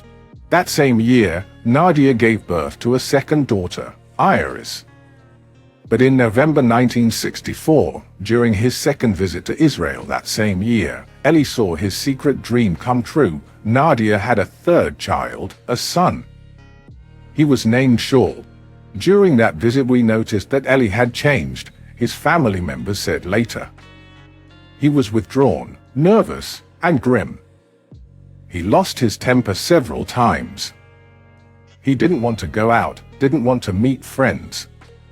"Soon I'll quit my job," he said to us. "Next year I'll come back to Israel. I won't leave my family anymore." At the end of November, Eli kissed his wife and 3 children goodbye and flew away again. Nadia didn't know that this was the last goodbye. November 13, 1964, was a Wednesday. Syrian positions at the Israeli border, close to Tel Dan, opened fire on Israeli tractors that were working in the demilitarized zone. The Israeli reaction was formidable. Tanks and cannon riposted with heavy fire, and minutes later Mirage and Vorta aircraft joined the battle. The aircraft pounded the Syrian positions, then dived toward the site of the deviation of the Jordan waters and blasted the canals dug by the Syrians. Heavy mechanical equipment, bulldozers, tractors, and shovels were systematically destroyed.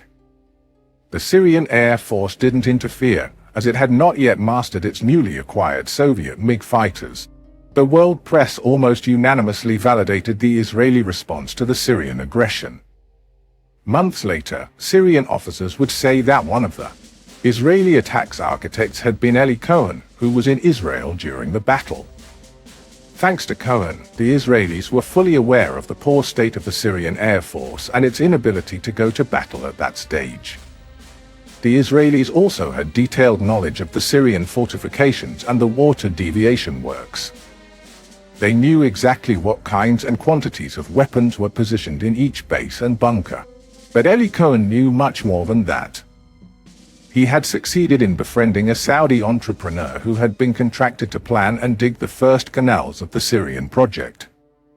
Thanks to that friendship, the Israelis learned, months in advance, where the excavations would take place, how deep and wide the canals would be, what equipment would be used, and other technical details.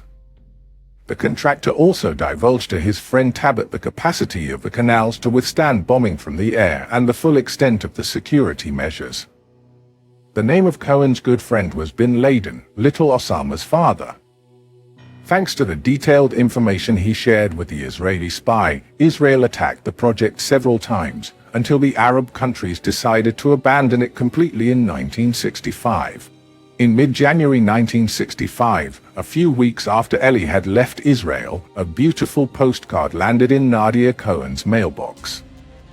"My dearest Nadia," Eli wrote in French. "Just a few lines to wish you a happy new year, which I hope will bring happiness to the whole family. Lots of kisses to my darlings, Fifi, Sophie, Iris, and Shaike, Shaw, and to you, from the bottom of my heart, Eli." When Nadia received that postcard, Eli was lying, beaten and tortured, on the rough stone floor of a Damascus prison. For several months already, the Syrian Mukhabarat, the secret services, were on high alert. The alarm had been sounded by Chief Tayyara, head of the Palestinian department of the Mukhabarat. Tayyara noticed that since the summer of 1964, almost every decision taken by the Syrian government in the evening, or even during the night, was broadcast the following day in the Arabic language programs of Kol Israel, Israel's government-sponsored radio. Furthermore, Israel had made public some top-secret decisions that had been taken behind closed doors. Tayyara was stunned by the precision of the Israeli bombings during the November 13th incident. His logical conclusion was that the Israelis had exact knowledge of the Syrian army deployment at the front lines and knew precisely where to hit and how. He became certain that Israel had a spy at the highest levels of the Syrian government. The spy's information was broadcasted by Kol Israel in a matter of hours. This meant he was transmitting his reports by wireless. But where was the transmitter? In the fall of 1964, Tayyara and his colleagues made great efforts to locate the secret transmitter with Soviet-made equipment, but failed. And then, in January 1965, they got lucky. A Soviet ship unloaded in Latakia port several huge containers filled with new communications equipment. It was to replace the Syrian army's obsolete instruments. The equipment upgrade took place on January 7, 1965. In order to put in place the new devices and check them out, all army communications were suspended for 24 hours. When silence fell over all army communications throughout the country, an officer on duty by an army receiver discerned a single, faint transmission. The spies broadcast. The officer reached for the telephone. Mukhabarat squads, equipped with Soviet locators, set out at once to find the transmission source. Unfortunately, the transmission stopped before they reached the place. But the technicians' feverish calculations pointed in one direction, the home of Kamal Amin Tabet. "That's a mistake," a senior Mukhabarat officer ruled. It was unthinkable that Tabet, whom the Ba'ath leaders wanted to appoint minister in the next cabinet, could be a spy. Tabet was above suspicion, but in the evening, the transmission was there again. The Mukhabarat again sent its cars and again got the same result. At 8 a.m. precisely, on a sunny January day, 4 Mukhabarat officers broke into the splendid house in the Abu Rahman neighborhood. They smashed the entrance door, tearing it from its hinges, and then darted toward the bedroom, guns in hands. The spy was there, but he was not sleeping. He was caught red-handed, in the middle of a transmission. He jumped on his feet and faced the officers. He didn't try to run away and didn't resist his captors. For once, the odds were against him. Kamal Amin Tabet, thundered the commanding officer. "You are under arrest." The news spread through Damascus like wildfire. Fantastic, absurd, impossible, nonsense. There were no words to express the shock and the disbelief of Syria's leaders when they heard the news. Could one of the leaders of the ruling party, a personal friend of the president, a millionaire and a socialite, be a spy? But the evidence was irrefutable. The transmitter that Tabet would conceal behind the window shutters the tiny reserve transmitter hidden in the large chandelier in the living room, the microfilms, the dynamite-stuffed cigars, the code pages. The man was a traitor indeed. Panic-stricken, the heads of the regime ordered a thorough investigation. What exactly did Tabet know? Could he incriminate them? President Hafez himself came to interrogate him in his cell. During the interrogation, Hafez later testified, "When I looked in Tabet's eyes, I was suddenly assailed by a terrible suspicion. I felt that the man before me wasn't an Arab at all. Very cautiously I asked him a few questions about the Muslim religion, about the Quran. I asked him to recite the Surah Al-Fatiha, the first chapter of the Quran. Tabet could barely quote a few verses. He tried to defend himself by saying that he had left Syria while still very young, and his memory was betraying him. But at this moment I knew he was a Jew. Damascus's torturers did the rest." While Tabet was still lying in his dark cell, unconscious, his face and body covered with ugly wounds, his nails pulled out, his confession was rushed to General Hafez. The man was not Tabet. He was Eli Cohen, an Israeli Jew. On January 24, 1965, Damascus officially announced the arrest of an important Israeli spy. A senior officer, livid with rage, roared at a press conference, "Israel is the devil, and Cohen is the devil's agent." Panic spread throughout Damascus. Was Cohen a lone wolf or the head of a spy ring? One after the other, 69 people were arrested, 27 of them women. Among the suspects were Majid Sheikh El-Ord, George Salem Seif, Lieutenant Zahar al-Din, senior officials of the Ministry of Propaganda, prostitutes, and other women whose identities were not revealed. 400 people who had been in contact with Tabet were questioned. The investigation exposed some serious problems. Many of Syria's political, military, and business leaders were among Cohen's closest friends. The investigators couldn't touch them. Their names couldn't be mentioned, as any public allusion to them could create the impression that they were complicit in Tabet's spying. The Syrians also found that Tabet had made every possible effort to prevent the publication of any contact between his various informants, therefore it was very difficult to establish the extent of the spy ring.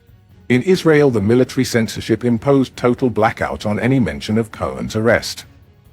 The Israelis still hoped to save him and were determined to prevent the news about him from reaching the local media. But there were some people who had the right to know. One evening a stranger visited Eli's brothers. "Your brother has been arrested in Damascus and accused of spying for Israel," the man said. The brothers were stunned. One of them, Maurice, rushed to his mother's home in Bat Yam. "Mother, you should be strong," he said. Eli was arrested in Syria. The old woman was speechless. Finally, she managed, in Syria? How? Did he cross the border by mistake? When Maurice explained to her what Eli was doing in Damascus, the poor woman collapsed. Nadia stood among her 3 children, astounded. Even though she had suspected all along that her husband didn't reveal everything to her, she never had guessed what his real line of work was. Eli's colleagues tried to calm her down. "You're flying to Paris right away," one of them told her. "We shall hire the best lawyers. We'll do everything possible to save him." Meir personally took charge of the efforts to rescue Cohen. On January 31st, one of France's greatest lawyers, Jacques Messier, came to Damascus. Officially, he had been hired by the Cohen family. Actually, it was the state of Israel that covered his expenses and his fees. He came to Syria on a mission impossible. "From my first day in Damascus," he said later, "I realized that Eli Cohen's fate was sealed. He would hang. Now all I could do was try to gain time and work out a deal that could save his life." At first Messier tried to prevent a trial. He met with the regime's leaders and asked to be allowed to see Cohen in order to make him sign Messier's appointment as his attorney. His demand was flatly rejected. Yet Meir found out very soon that he had some allies in certain governing circles who treated the world public opinion with respect. They wanted a trial where the rights of the accused would be protected. They were supported, for a totally different reason, by the hawkskin the military establishment, sworn enemies of Hafez, who wanted to expose the president's close ties with Tabet in open court. Such a trial, they thought, would make public the corruption of the regime and undermine its position. But this approach was bitterly opposed by another group, all those who had maintained close ties with Tabet. They knew that a public trial could send them to the gallows as well. That faction had one single goal: to prevent a public trial at all costs and eliminate Cohen as soon as possible. The trial finally took place before a special military court, behind closed doors, in front of an empty room. Only some portions, duly selected, were broadcast on the state television.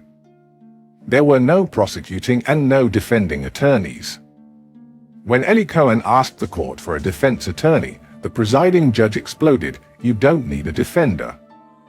All the corrupt press is on your side, and all the enemies of the revolution are your defenders." The presiding judge assumed the functions of interrogator, prosecutor, and judge. But the worst of it was that the presiding judge was Brigadier General Salah Dali, formerly Tabet's good friend. Another close, even intimate, friend of Tabet, Colonel Salim Haytham, was among the judges. In order to disprove any rumors of his ties with Cohen, he asked him, "Do you know Salim Haytham?" And the accused, like an actor who follows a detailed script, turned to the empty courtroom, then looked Haytham in the eye, and answered, "No, I don't see him in this room." That portion was shown on television. All of Damascus was laughing at this episode. Meir said, "That was not a trial. That was a tragicomedy, a circus." The television cameras showed Eli Cohen's co-defendants, Elord, Uldin, Sif, a few prostitutes. But who were the other women? Senior officers' wives? Secretaries? Friends of Tabet and of the Ba'ath leaders? And what were the secrets that Cohen had communicated to his Israeli handlers? He was accused of espionage, but throughout the trial not one word was said about the things he did and the contents of his transmissions.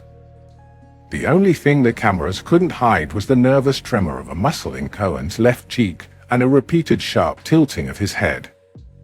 These were results of his torture by electrodes attached to his body and head. Israel followed the trial in silence.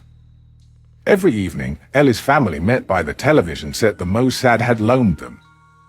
The children, Nadia, the brothers, were softly crying at the sight of Eli's face on the screen.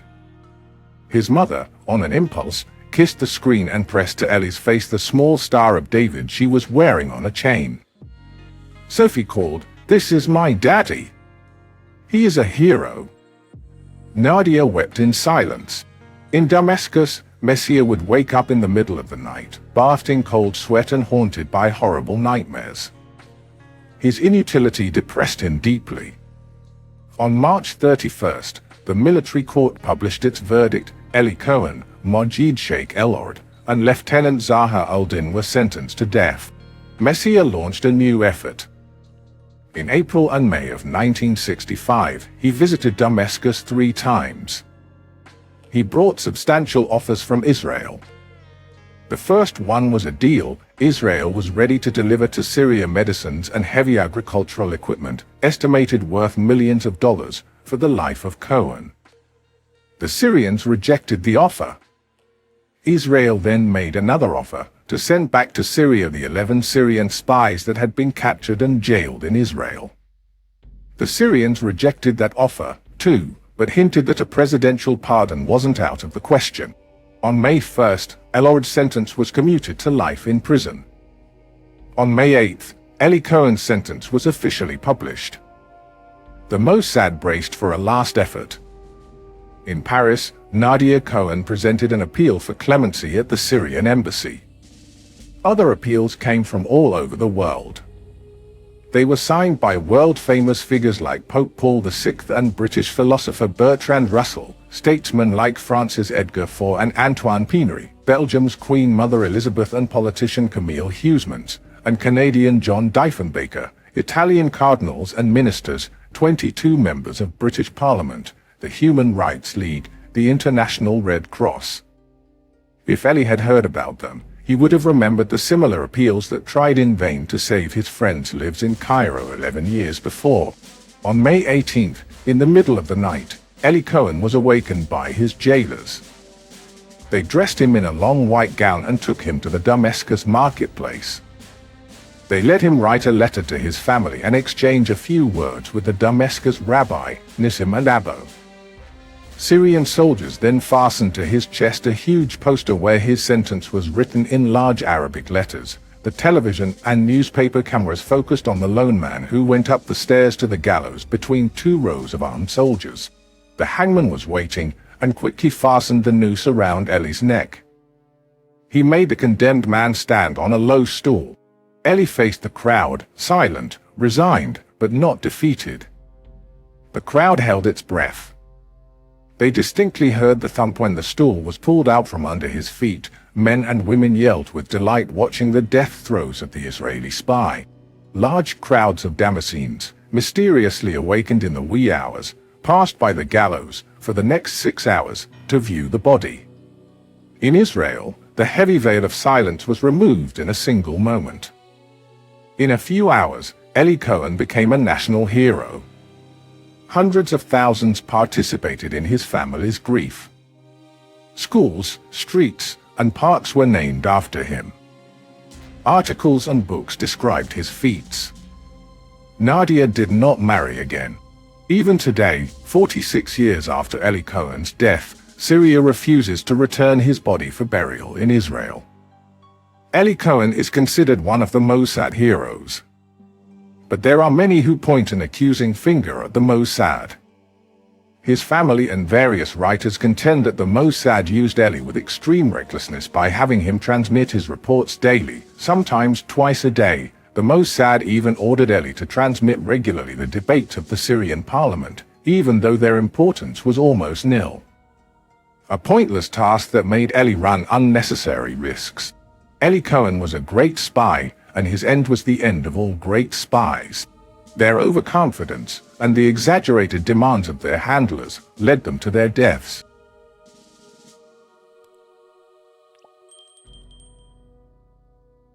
Chapter 10. Bring me a MiG-21. Meir, who succeeded Issa Horel as head of Mossad, was a distinctive figure. He was firm, decisive, sometimes blunt and irritable, yet also warm, charismatic, and deeply respected by soldiers and friends alike. Moshe Dayan once remarked, "He was the only friend I ever had." Amit's life reflected a shift in Mossad's leadership style. While Issa Horel, born in Russia, belonged to the pioneering generation characterized by secrecy and discretion, Meir was a Sabra, born in Israel, and the first in a succession of Israeli generals to lead the agency. Amit had fought in Israel's wars and joined Mossad after a long military career. Unlike Horel's generation, which operated quietly in the shadows, Amit was an army man with many acquaintances who knew his work. Where Horel had charisma and mystery, Amit and those who followed wielded the straightforward authority that came with military rank. Born in Tiberias, raised in Jerusalem, and later a member of Kibbutz Alonim, Meir spent most of his life in uniform. He joined the Haganah at 16, became a battalion commander when the IDF was formed, and was wounded during Israel's War of Independence. He rose through the ranks, commanding the elite Golani Brigade, serving as chief of operations during the Sinai campaign, and leading both the southern and central commands. He was on track to become chief of staff but was sidelined by a parachuting accident that left him bedridden for a year. After recovery and studies at Columbia University, he was appointed head of Amman military intelligence. It was there that Ben-Gurion found him in April 1963 when he needed a replacement for Horel. Amit's early days at Mossad were challenging. Many of Horel's loyalists, like Yaakov Karoz, disliked Amit's bluntness and confidence. Some resigned immediately, others left gradually. Amit's leadership marked a change of guard, but the internal resistance he faced was minor compared to the opposition from Horel himself. In late spring 1963, Ben-Gurion resigned and was succeeded by Levi Eshkol as Prime Minister and Defense Minister. Eshkol initiated several policies that angered Ben-Gurion, including appointing Horel as his intelligence advisor. Bitter and disappointed after leaving Mossad, Horel was quick to attack Amit, especially after learning that Amit's Mossad had done a favor for Morocco. Under Amit, Mossad had developed close ties with the Moroccan kingdom, a relationship that began during Horel's time. The first contacts were made by Yaakov Karaz and Rafi Eitan.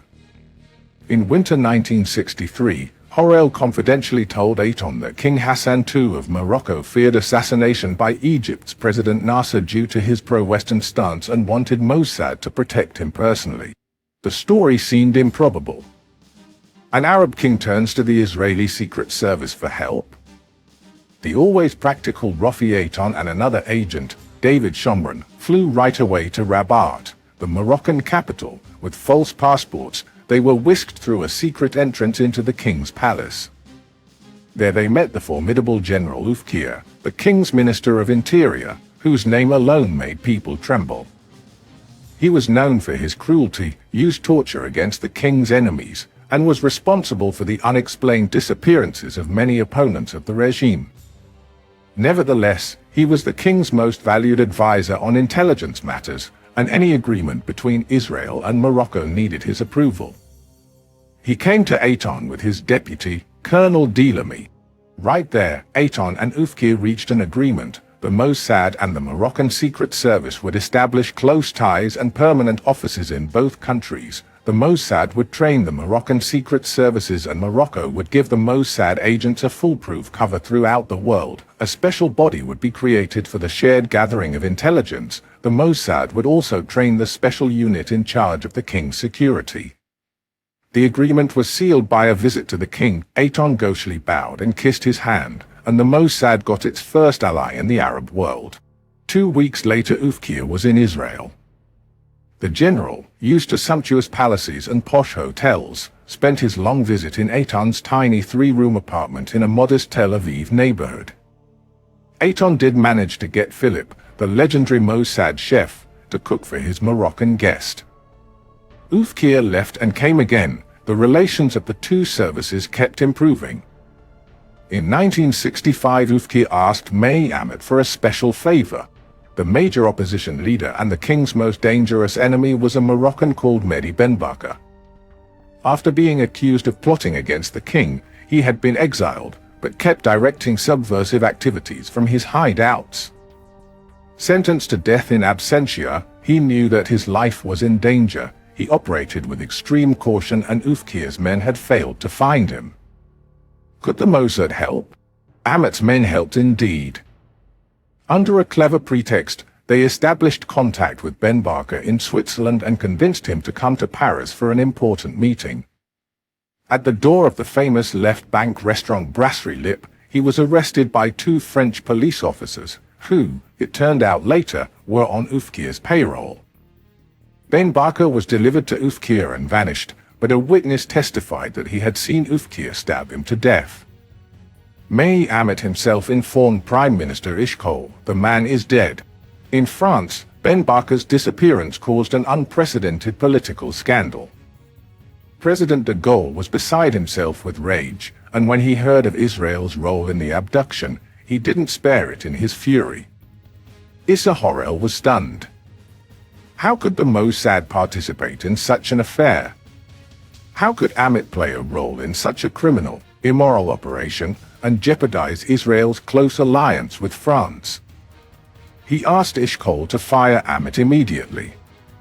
Eshkol hesitated, but then appointed 2 boards of inquiry, which found no grounds for any measure against Amit. After all, Amit had lured Ben Barka to Paris, but had not taken part in his abduction and assassination. Little Issa then resigned and demanded the immediate resignation of both Eshkol and Amit. He tried to launch a campaign in the press, but the military censorship strictly forbade any mention of the affair. Issa kept doggedly fighting Amit, but the Mossad was already engaged in another operation that was utterly crucial to Israel's defense, a secret alliance with the Kurds in Iraq. At the end of 1965, Amit wrote in his memoirs, "Our dream started to become a reality. The unbelievable happened. An official Israeli delegation settled in the camp of the Mullah Mustafa Barzani, the leader of the Kurdish rebels in northern Iraq. The arrival of Mossad officers in Kurdistan was considered a tremendous victory for Israeli intelligence. For the first time, a contact was established with one of the three components of the Iraqi nation, the Kurds, who were waging a stubborn, endless war against the Baghdad government. The other two components were the Shiite and Sunni Muslims. The rebels, led by Barzani, controlled a large area inside Iraq. If the Mossad succeeded in turning the Kurdish rebels into a strong military force, the Iraqi leaders would be compelled to focus their efforts on their internal problems, and their capacity for fighting Israel would be diminished. The alliance with the Kurds could become a real boon for Israel. The first two Mossad agents spent 3 months in Kurdistan. Barzani welcomed them in his inner circle, took them with him wherever he went, and revealed to them all his secrets. That first encounter laid the foundation for a close cooperation that was to last for many years. Barzani and the Kurdish military chiefs visited Israel. May Amit and his aides came to Kurdistan. Israel supplied the Kurds with weapons and defended their interests in international forums. Beni Ziyevi, the senior Israeli agent who first visited Kurdistan, had left his wife, Galila, in London. She was expecting a child. Beni's son, Nadav, was born while his father followed Barzani in the jagged mountains of Kurdistan. A coded telegram reached Ziyevi. It was signed by Reiman, May Amit's code name, and read, "The mother and child are in excellent health." It was all tough. When Barzani heard of the baby's birth, he took the stones and marked a lot with them. "This is my gift to your son," he said to Ziyevi. "When he grows up, he can come to our country and claim his piece of land." And while his relations with the Kurds were developing, May Amit started planning another great Mossad operation, codenamed Yahalem Diamond, the operation he was perhaps most proud of. During the year preceding Amit's death, we met him several times in his Ramat Gan home. The story started in one of my meetings with General Ezra Weizmann, who was then Chief of the Air Force. He began, "We used to have breakfast together every 2 or 3 weeks. In one of these meetings, I asked Ezra what I could do for him as Mossad. He said right away, 'May, I want a MiG-21. I told him, "Have you gone mad? There is not even one such plane in the Western world." The MiG-21 was the most sophisticated Soviet fighter plane at that time. The Russians supplied many of those aircraft to the Arab states. But Ezra stood his ground. "We need a MiG-21, and you should not spare any effort in getting us one." Amit decided to entrust the operation to Rehavia Vardi, a veteran operations officer who had already tried in the past to get a MiG-21 in Egypt or Syria. "We spent many months working on this operation," Vardi said years later. "Our main problem was how to transform the idea into an operation." Vardi sent out the feelers throughout the Arab world. After long weeks, he got a report from Yaakov Nimrodi, Israel's military attaché in Iran. Nimrodi wrote about an Iraqi Jew, Yosef Shemesh, who claimed he knew a pilot that could bring a MiG-21 to Israel. Shemesh, single, smart, a womanizer and a bon vivant, had an uncanny ability to befriend people and make them trust him. He was a smooth operator and could be very persuasive, Nimrodi said. He recruited the pilot in the most professional fashion. He worked on him for a year. Only he could do that, nobody else. Nimrodi decided to test Shemesh. He sent him to perform a few secondary espionage operations. Shemesh passed the test with flying colors, obtaining excellent intelligence. Then Nimrodi gave him the green light to launch his operation. In Baghdad, Shemesh had a Christian mistress. Her sister, Camille, was married to the Iraqi Air Force pilot Munir Redfa, also a Christian. Shemesh knew that Redfer was frustrated and bitter. Even though he was an excellent MiG-21 pilot, he was not promoted in rank. Moreover, he was ordered to fly an antiquated MiG-17 to fulfill a disgusting mission to bomb the Kurd villages. He regarded this as a humiliation and a demotion. He complained to his superiors and was made to understand that as a Christian, he would never be promoted and never become a squadron leader. Redfer, a very ambitious man, concluded that there was no sense in living in Iraq anymore. For almost a year, Shemesh held long conversations with the young pilot and finally succeeded in convincing him to make a short trip to Athens. Using all his eloquence and powers of persuasion, Shemesh explained to the Iraqi authorities that Redfer's wife suffered from a serious illness, and the only way to save her was to have her examined by Western doctors. She must fly to Greece right away, he said, and asked on her behalf that her husband be allowed to join her, as he was the only one in the family who spoke English. The authorities capitulated, and Munir Redfer was allowed to travel with his wife to Athens. There they met another pilot, Colonel Zeev Leon Londner, an Israeli Air Force officer. Leon, born in Poland and a Holocaust survivor, was the chief of Air Force intelligence. He had been asked by the Mossad to help in the Redfer case. Leon and Redfer had several tete-a-tete discussions. Leon pretended to be a Polish pilot working for an anti-communist organization. Munir told him about his family, his life in Iraq, and his deep disappointment with his superiors who sent him to bomb Kurd villages. All the able Kurdish men had gone to fight, he said, and those who had stayed in the villages were women, children, and old people. These were the people he had to kill?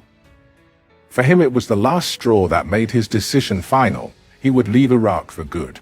Following the Mossad's orders, Leon invited Munir to join him on a small Greek island. The Mossad gave Redfer a code name, Yahalem, Diamond.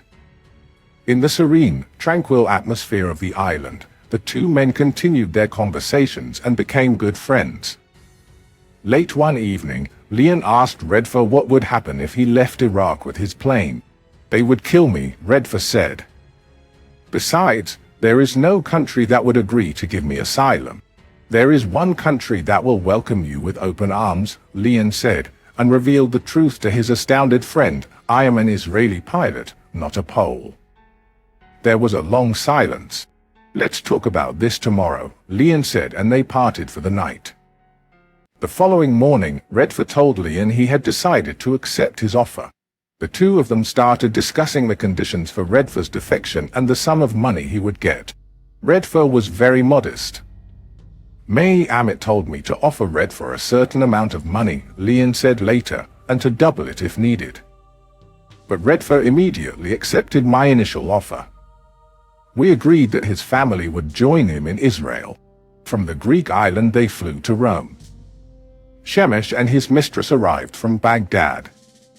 A few days later, they were joined by Yehuda Porat, a research officer at Air Force Intelligence, who started debriefing Redfer. He was polite, very considerate, a man of honor, Porat recalled. He was brave, not talkative. He had none of the inhibitions that you would expect of a man in his situation. In Rome, Leon and Redfer discussed communication methods. It was agreed that when Redfer heard at Radio Kol Israel in Arabic the popular Arab song al-Mabhouh Mabhouh, that would be the signal for him to be on his way. But he did not know that while he was meeting his handlers in various cafes in Rome, he was being watched by the heads of the Mossad. "I decided," Meir told us, "to have a personal look at the pilot before the operation got into its final stage. I flew to Rome and went to the cafe where the Iraqi pilot and my men were supposed to go. I sat at a neighboring table and waited. Then quite a few people walked into the cafe. The guy made a good impression. I signaled to our officer who was sitting with him that everything was all right, and I left. During our meeting with Amit, he insisted on reading to us a passage from his book Head On, which described the group that had walked into the Rome cafe, the Jewish lover, Shemesh, wearing slippers because of a wound in his foot, his mistress, a fat and almost ugly lady. I didn't understand what he saw in her, and Diamond, Munir's code name, a short, sturdy, and broad-shouldered man with a serious face. They didn't know they were being tested. Only when he was convinced that he could trust Diamond did Amit give Rehavia Vardi the order to proceed with the next stage, briefing the Iraqi pilot in Israel. Leon and Redfo returned to Athens to catch a flight to Tel Aviv. But a smag at Athens airport almost ruined the operation. By mistake, Redfo boarded a flight to Cairo instead of Tel Aviv. Only when he boarded the El Al flight did Leon realize that Redfo had vanished. "I was desperate," Leon reported later. "I was certain that everything was lost." But a few minutes later, Munir appeared beside me. It turned out that the flight attendants in the Cairo plane counted the passengers, found out that there was an extra passenger, checked the tickets, and sent Munir to the Tel Aviv flight. Redfo spent only 24 hours in Israel. He was briefed and even rehearsed the flight itinerary into Israel. In a Mossad compound, he was taught a secret code. His new friends then took him on a stroll down Allenby Street, one of Tel Aviv's main arteries, and in the evening hosted him in a fine restaurant in Jaffa to make him feel at home. Redfo flew back to Athens, changed planes, and landed in Baghdad in preparation for the last stage. But at that moment, I almost got a heart attack, Amit recalled. A few days before his desertion, the Iraqi pilot decided to sell his home furniture.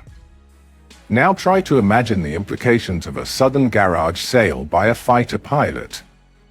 I was scared to death that the Iraqi Mukhabarat security service would find out about the sale, would interrogate Redfo, arrest him, and the entire operation would collapse. Thank God, the Mukhabarat didn't hear about that, and the stupid sale of this miser's belongings didn't lead to his arrest. Then, another problem, how to get the pilot's family out of Iraq, first to England and later to the United States. He had quite a few sisters and brothers-in-law that had to be taken out of Iraq before he flew. His immediate family, it had been agreed, would be flown to Israel. Redfo's wife didn't know a thing about this, and he was afraid to tell her the truth. He had only told her that they were going to Europe for a long stay. She flew with her 2 children to Amsterdam. Mossad people waiting there took them on to Paris, where Leon met them. She still had no idea who these people were. They were settled in a small apartment with 1 double bed, Leon recalled. "We sat on this bed, and there, on the night before the flight to Israel, I revealed to her that I was an Israeli officer, that her husband would land in Israel the next day, and that we are going there as well." Her reaction was dramatic. She wept and yelled all night, Leon reported to his superiors.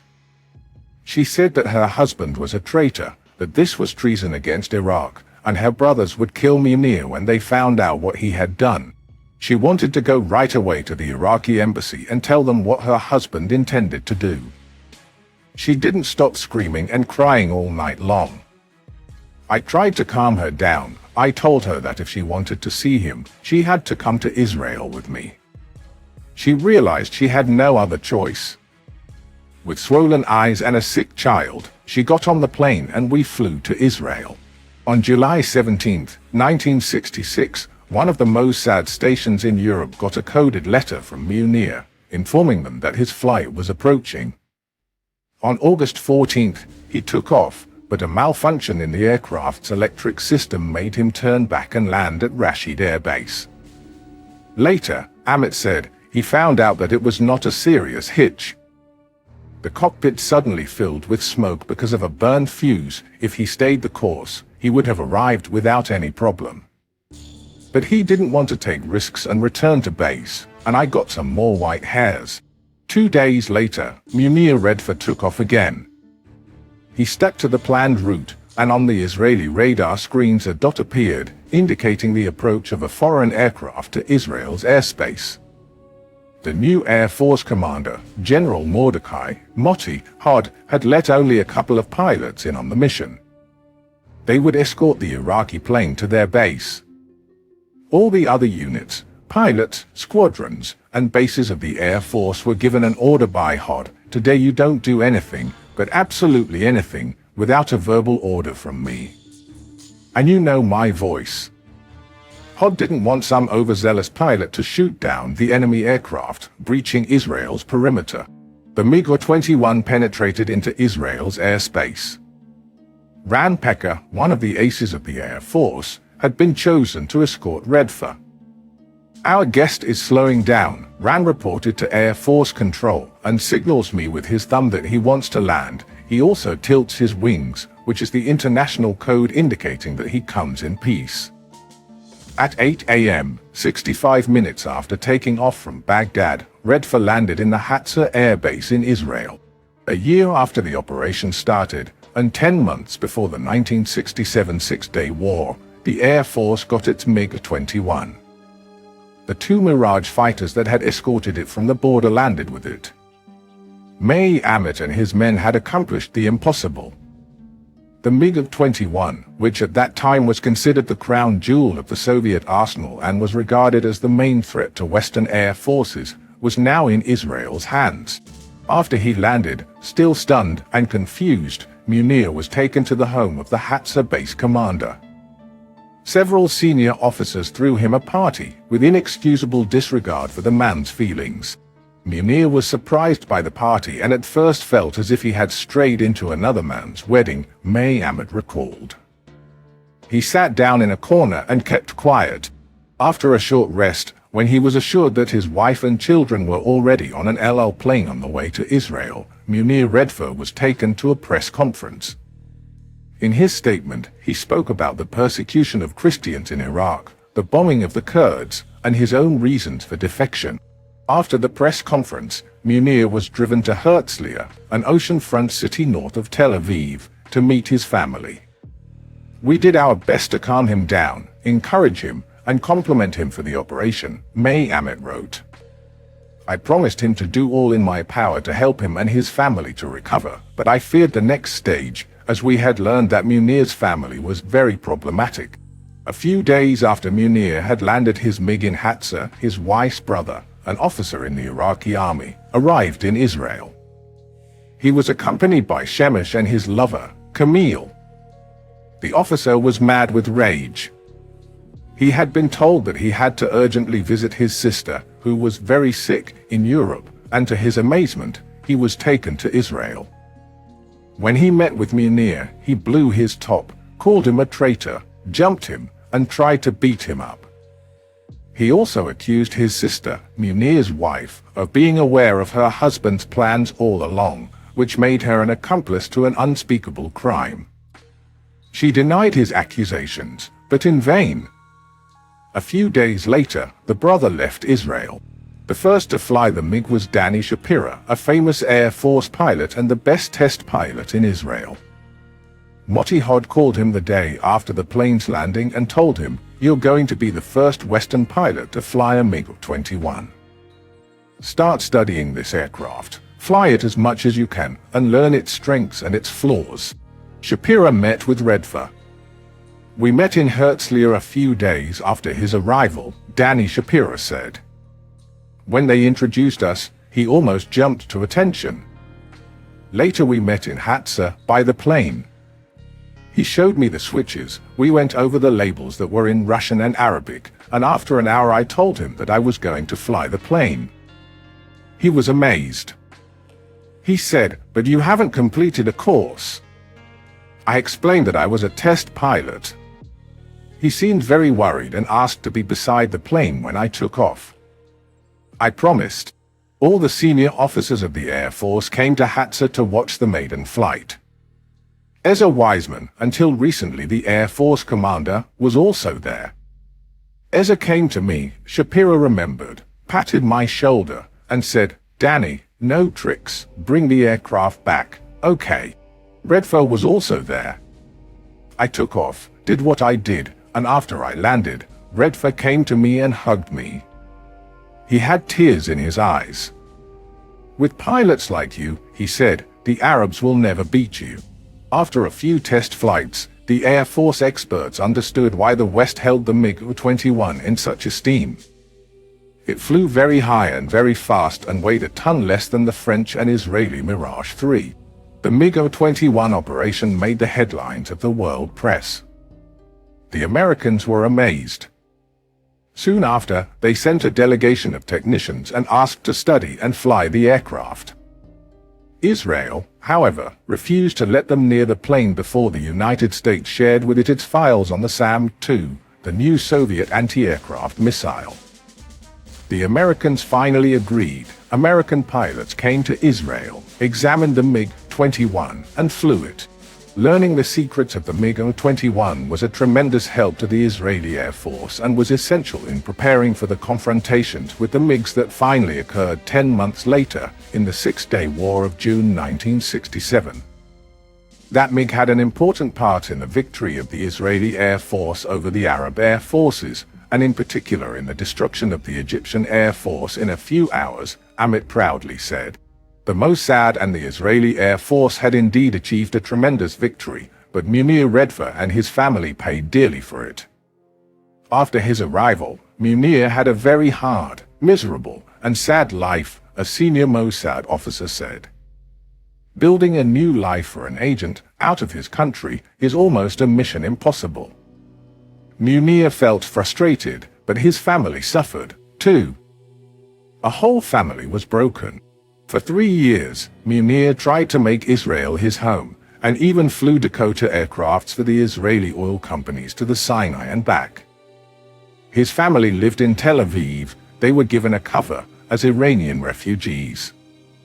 But Meir's wife, a devout Catholic, was unable to make friends, felt isolated, and couldn't adapt to life in Israel. They finally left and moved to a Western country under false identities. Even there, far from home and relatives, surrounded by local security agents, they felt lonely and feared the long arm of the Iraqi Mukhabarat. In August 1988, 22 years after his desertion, Meir Redfer died at his home of a sudden heart attack. His wife, in tears, called May Amit, who had long ago left the Mossad, and told him that earlier that morning, her husband had come down from the second floor of their house and, while standing next to their son, suddenly collapsed in the entrance hall and died instantly. The Mossad held a memorial service for Meir Redfer.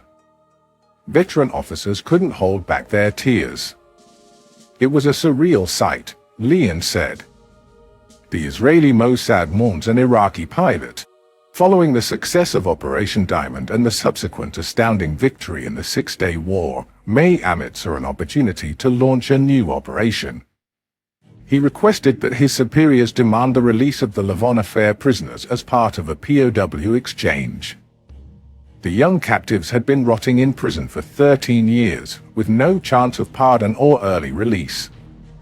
Israel, Amit felt, seemed to have forgotten them.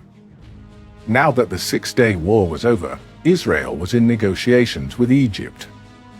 Israel had captured 4,338 Egyptian soldiers and 830 civilians, while Egypt only captured 11 Israelis. Yet the Egyptians firmly refused to include the Lavon Affair prisoners in the deal. May Amit wouldn't let go. Forget about it, May, Minister of Defense Moshe Dayan told his friend. The Egyptians will never release them. Prime Minister Eshkol agreed. But Amit refused to give up. He finally sent a personal note to President Nasser, as a soldier to a soldier, and demanded the prisoners' release, as well as that of Wolfgang Lutz, the Champagne spy, who had been arrested during the German scientist's affair. Amit negotiated for a prisoner exchange with the Syrians as well. He had a personal stake in this negotiation. He asked the Syrians to help release Mrs. Shula Cohen from her Lebanese jail. Shula Cohen, codenamed the Pearl, was one of the legendary Mossad spies.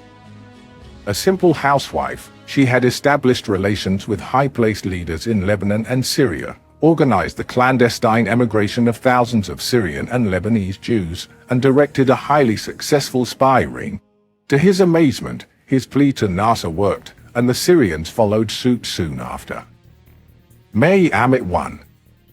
In a covert transaction, the Lavon Affair prisoners, Lutz and Shula Cohen, were returned to Israel. Sometimes the missions to bring home a nation's own are the most meaningful.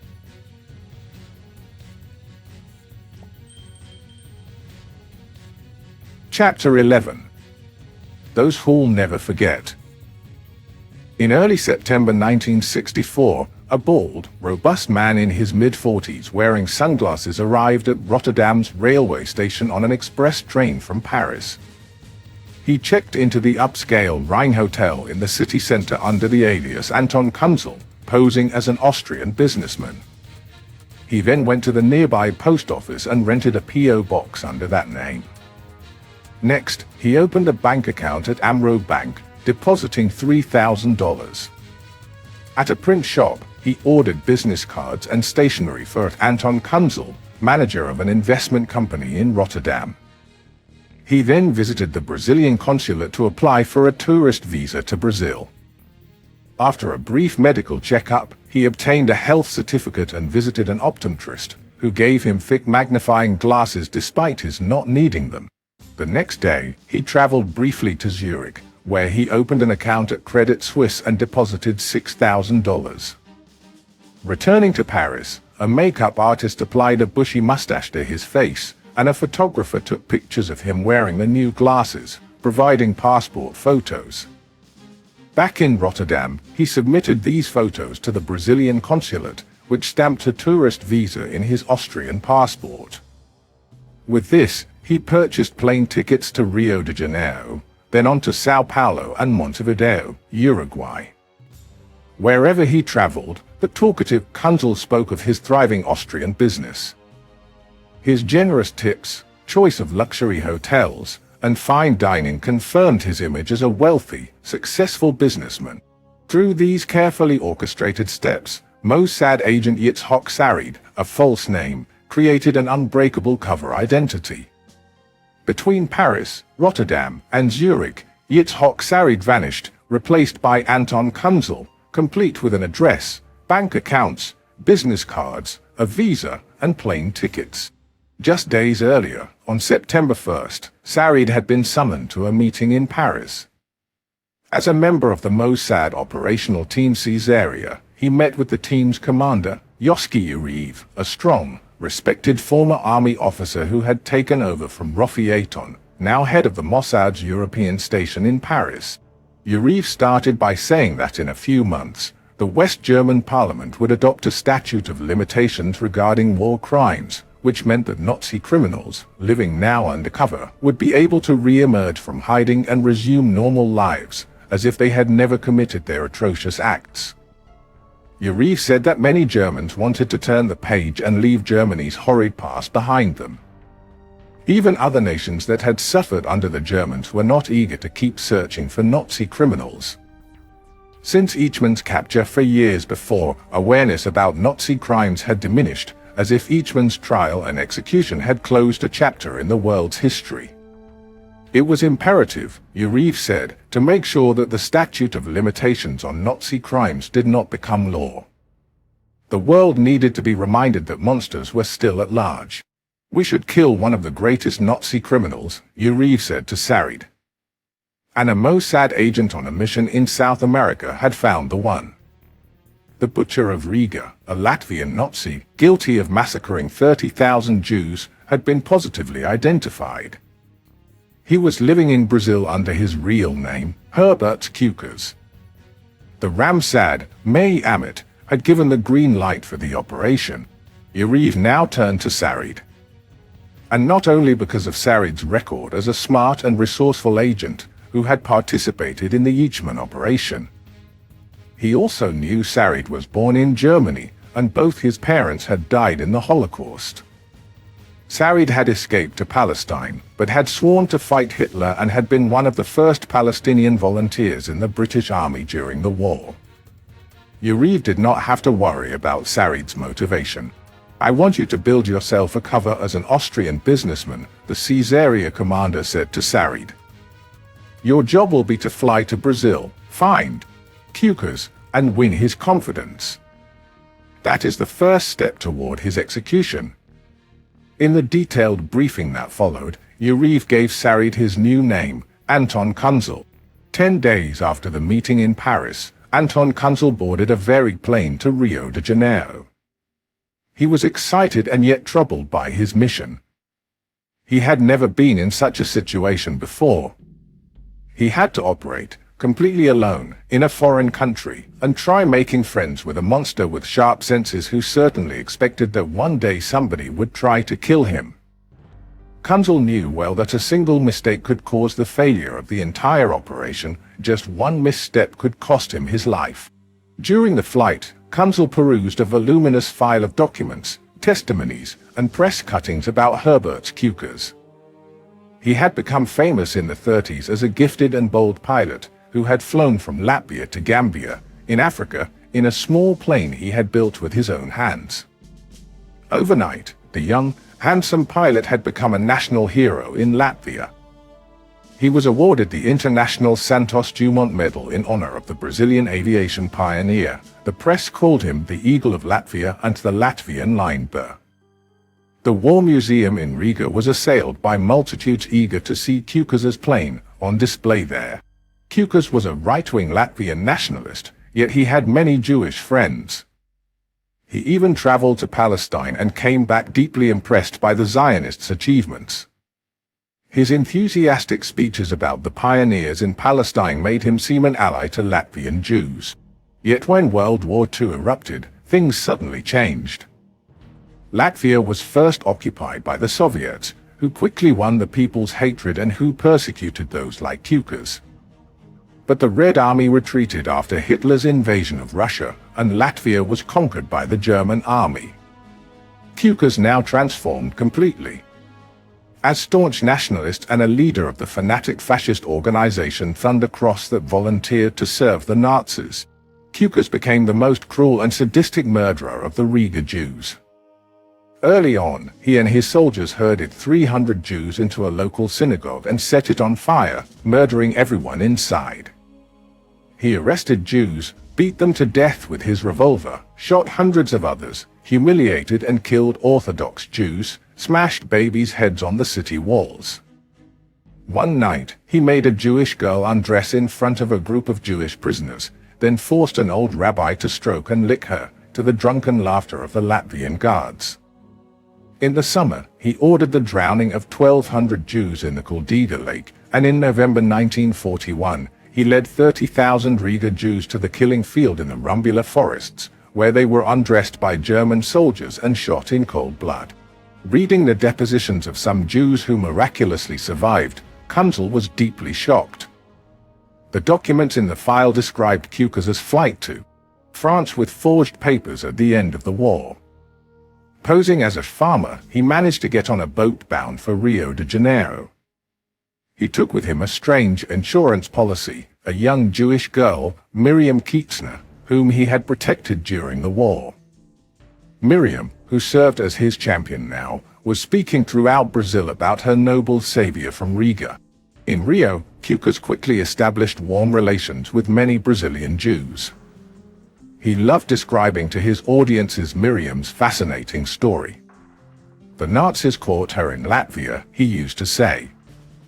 She was to die a horrible death, but I saved her, risking my life. Such a valiant hero and a savior of Jews didn't come to Rio every day, and the city Jews did their best to show the brave Latvian how much they valued his noble deeds. Cukers became very popular in the Jewish community till the night when the brave Latvian had too much to drink. The alcohol loosened his tongue, and the inebriated Cukers told now a very different story to his audience. He spoke of Jews indeed, but now he called them pigs and scum. He spoke with enthusiasm of the means he and his Nazi friends had used to slaughter the Jews of Europe, of Jews who were burned, drowned, shot, and beaten to death. The Latvians' Jewish friends were stupefied. They started investigating, and the results of their research were horrifying. When his real identity was exposed, Cukers vanished. He didn't leave Rio, only moved to a distant neighborhood of the sprawling city. He abandoned Miriam Kietzner, whom he didn't need anymore. Miriam would later marry a local Jew and assimilate in the Brazilian society. As for Cukers, he brought over his wife and 3 sons. 10 years went by. Cukers had become the respected owner of the air taxi company. But then, by chance, he was discovered again by the Rio Jewish community. They marched to raise public awareness. Students broke into the air taxi offices, smashed windows, destroyed equipment, and emptied files. Queucas left Rio with his family right away and settled in São Paulo. Even though nobody bothered him there, Queucas felt he was still in danger. He was haunted by fears and suspected every approaching stranger. In June 1960, a few days after Eichmann's capture, Queucas came to police headquarters in São Paulo and asked for police protection. His request was granted, but it was also publicized in the media, and relatives of Queucas's victims all over the world now knew where he lived. As years passed, Queucas's fears only grew. He told his wife and sons that Jewish avengers could discover his whereabouts and come to murder him at any time. He even prepared a list of his most dangerous enemies, most of them important Brazilian Jews from Rio. At the top of the list were Dr. Erwin Steinbrück, a senator, Dr. Alfredo Gartenberg, Dr. Marcus Constantino, Dr. Israel Skolnikov, Mr. Klinger, Mr. Pyritsky. Queucas kept his real name, but built his houses like fortresses and apparently paid substantial bribes for protection by the police and the security services. He launched several business ventures, but they all failed. According to Kunzel's file, his last address was a marina on an artificial lake outside São Paulo. Queucas used to rent a few boats and take tourists on aerial promenades over the city in his seaplane. Kunzel knew well that if he tried to approach Queucas directly, he would certainly arouse his suspicions, so, first, he spent a few days in Rio. His stay in the stunning Brazilian city stood in sheer contrast to the dark mission he had undertaken. He walked on the Copacabana and Ipanema beaches, staring at mulatto beauties in minimal bikinis, gazed at the breathtaking Sugarloaf and the huge statue of Christ on top of the Corcovado, watched a macumba, the Brazilian voodoo ceremony, absorbed the warm sunshine and the rhythms of samba. He was a typical tourist, but he got acquainted with several senior officials and private investors in the tourism business, met with the local minister of tourism, and introduced himself as an investor interested in tourist enterprises in Brazil. He got a few letters of recommendation to major figures in the tourism business in São Paulo. Kunzel arrived in São Paulo and immediately found Queucas's marina. By the pier, a little apart from the pleasure boats, he saw an old seaplane and, beside it, a tall, lean man wearing a pilot's overalls. Herbert Queucas. Kunzel approached the pretty German girl who sold tickets for Queucas's boat excursions and asked her for information about tourism in that area. He didn't know then that the young woman was the wife of Queucas's oldest son. She admitted she didn't know very much about tourism, but pointed at the man in the overalls. "Ask him, he will help you." Kunzel walked to the pilot and introduced himself as an Austrian investor. He asked a few professional questions and Queucas reluctantly answered, but his attitude changed when Kunzel asked to hire him and his plane for a tour over the city. A few minutes later, they were high in the air. The two men had a long, friendly chat. Kunzel knew how to make friends. On their return, Queucas invited him to his boat for a shot of brandy. While they were drinking, Queucas suddenly erupted in a furious diatribe against his accusers. "I was a war criminal," he shouted. "I saved a Jewish girl during the war." Kunzel suspected that Queucas's indignation was fake and the Latvian only wanted to provoke his reaction. "Did you serve in the war?" Queucas asked. "Yes," Kunzel said, "on the Russian front."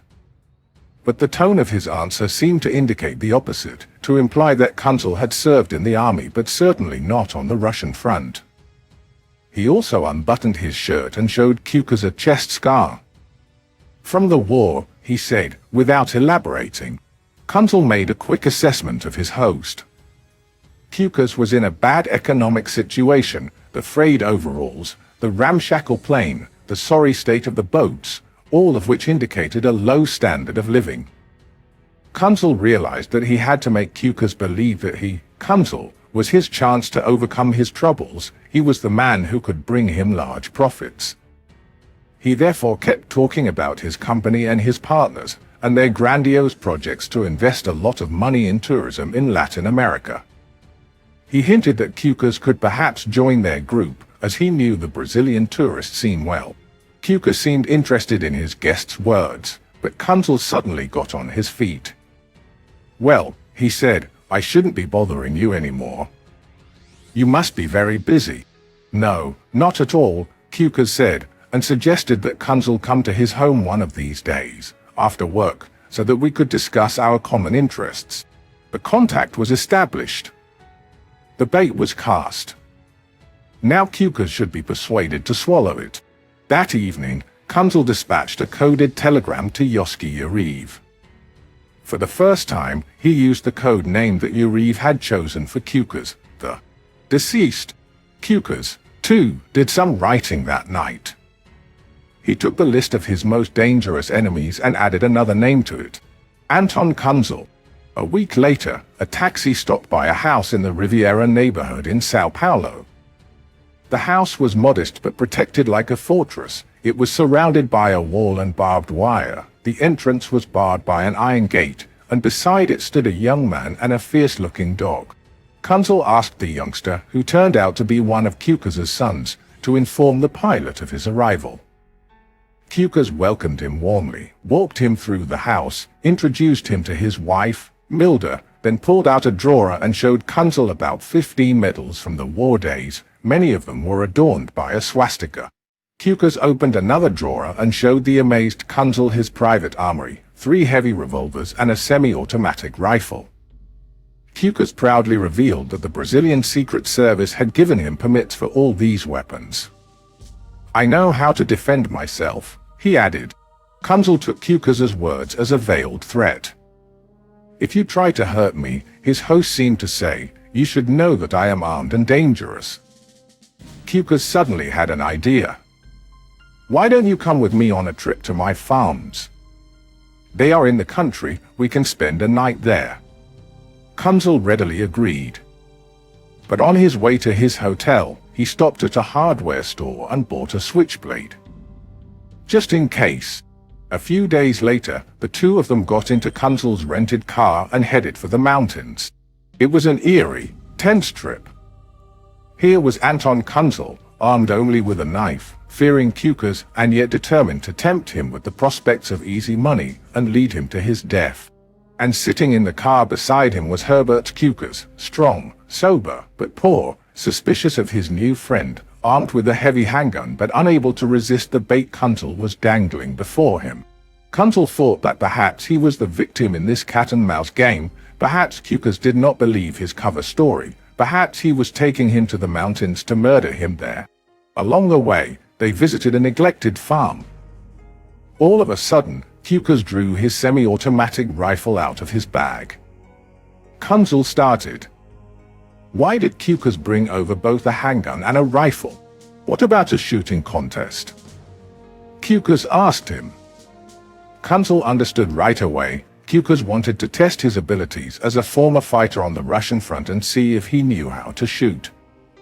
The Latvian fixed a paper target to a tree, loaded his rifle, and fired 10 bullets in rapid succession. The hits formed a cluster 10 centimeters in diameter. Cukers took from his bag a second paper target, loaded the rifle again, and handed it to Kunzel. A veteran of the British Army and the IDF, Kunzel was an excellent marksman. He picked up the weapon and without any delay fired 10 bullets, making a cluster of 3 centimeters. Cukers nodded with approval. "Excellent, Herr Anton," he said. The two of them got back in the car and traveled to a second farm.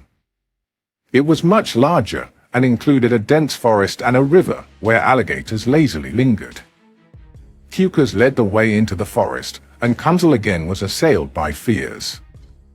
Was this a trap? Did Cukers bring him here so he could murder him without leaving evidence? He kept walking at Cukers' side. All of a sudden, he stepped on a rock, a nail got loose in his shoe and deeply punctured his heel. Doubling over in pain, Kunzel kneeled and removed his shoe. Blood was dripping from a wound in his heel. Cukers bent over him and drew his gun. Kunzel was exposed, completely defenseless. That's it, he thought, his last moment had arrived. The Latvian would shoot him as a dog. But Kukas handed him the gun. Use the butt, he said, hammer it down. Kunzel took the gun. All of a sudden, the roles were reversed. They were all alone in a mountain farm. There was not a living soul for miles around. The gun was loaded. He could terminate Kukas that very moment. Just point the gun and press the trigger. Instead, he bent down and forcefully pounded the nail's sharp end, then returned the gun to its owner. At nightfall, the two of them reached a ramshackle hut and improvised dinner with some food they had brought with them. They spread their sleeping bags on two old iron beds. Kunzel saw Kukas slipping his gun under his pillow. Troubled by ominous thoughts, he pulled his knife out of his pocket and held it ready, but he couldn't sleep. In the middle of the night, he heard a noise coming from Kukas's bed. The Nazi got up, took his gun, and quietly stepped out. Why? Kunzel thought. He tried to listen to the sounds outside, and suddenly he heard an easily recognizable noise. Kukas was standing outside and urinating. There were probably wild animals prowling around. The following day, they returned, safe and sound, to Sao Paulo. Kunzel let out a sigh of relief when he walked into his hotel. During the following week, Kunzel invited Kukas to gourmet restaurants, expensive nightclubs, and bars. He noticed Kukas's hungry stare and realized that it had been years since the man last tasted all those pleasures that money could buy. His next move was to ask Kukas to join him in several domestic flights, on Kunzel's expense account, of course. They visited some major tourist locations, and Kukas enjoyed the best food and lodging. Now Kunzel suggested that they flew to Montevideo, the capital of Uruguay. His partners, he said, wanted to establish their South American business center there, and he wanted to check the availability of office buildings and other facilities. He even paid for Kukas's new passport. Kunzel flew to Montevideo, and a few days later, Kukas joined him. But the Latvian's suspicions had not faded away. He had brought his camera. As he came out of the plane in Montevideo airport, he saw Kunzel, who was waiting for him. Kukas took out his camera and snapped several photos of Kunzel, catching him by surprise. His friend, his partner, and his funder had become in Kukas's eyes the major suspect in a plot to assassinate him. In the meantime, Kunzel had rented a big American car. He was quite embarrassed by its color, shocking pink, but that was the only car available at the rental agency. He also had reserved rooms for both of them in the best hotel in town, the Victoria Plaza. They spent a few days in Montevideo, looking for a building that could serve as headquarters for Kunzel's company. They didn't find a place, but enjoyed a dreamlike vacation. Again, Kunzel invited Kukas to the best restaurants, took him to nightclubs, on sightseeing tours, to the casino, where he shared his winnings with his guest. Kukas was delighted. Finally they parted, and Kunzel left for Europe, after promising Kukas he would be back in a few months to continue developing their project. Kukas went back to Sao Paulo, but told his wife that in Montevideo somebody had been following him, so now he had to stay alert and be ready to defend himself. In Paris, Kunzel again met Yariv and his friends, and they immediately started to prepare the operation. It was decided that Kukas would be executed in Montevideo, for a few reasons. In Brazil, Kukas was protected by the local police, and that could create some problems. In Brazil, the large Jewish community was vulnerable to attacks by neo-Nazis or Germans seeking revenge, and finally, Brazil still had the death penalty, and if a hit team was caught and tried, they could be killed. The hit team consisted of 5 agents and was headed by Yariv himself. One of the agents was Zev Amit Slutsky, a cousin of the Mossad.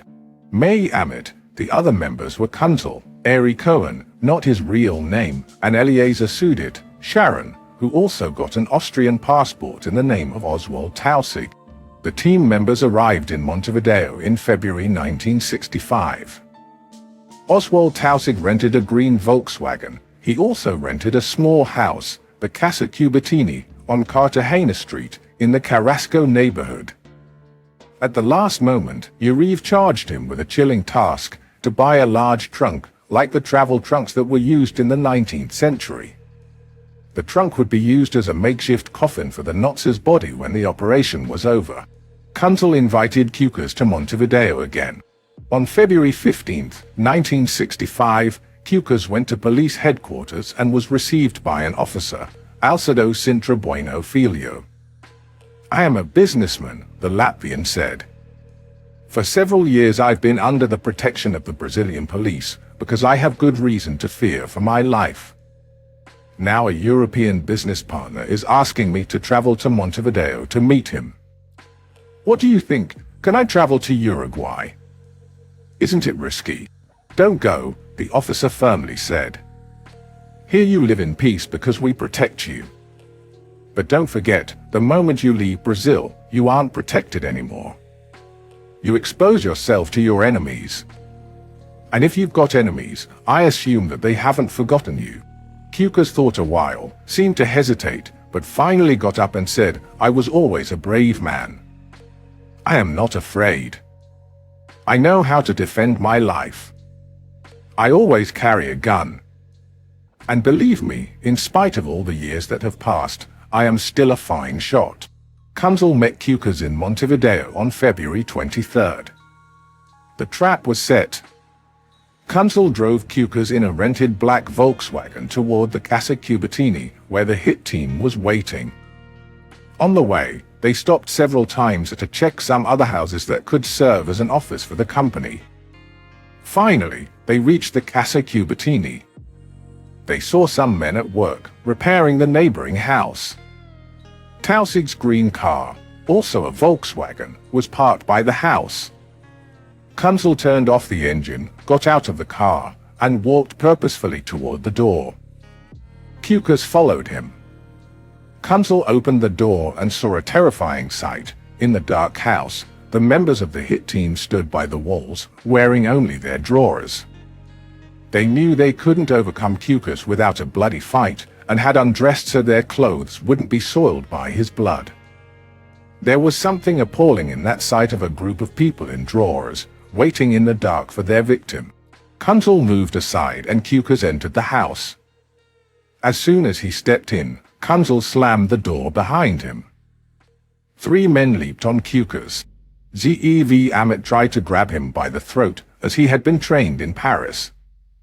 The others jumped him from both sides. The Latvian fought back. He succeeded in shaking off his attackers and made for the door. He yanked the door handle, then tried to draw the gun he was carrying in his pocket, while shouting in German, "Lassen Sie mich sprechen." "Let me speak." During the fight, Uribe tried to cover Cukers' mouth with his hand, to prevent him from shouting. Cukers fiercely bit his hand and almost tore off one of Uribe's fingers. Uribe cried in pain. At that moment, Amit grabbed a heavy construction hammer and landed a blow on Cukers' head. Blood spurted from the wound.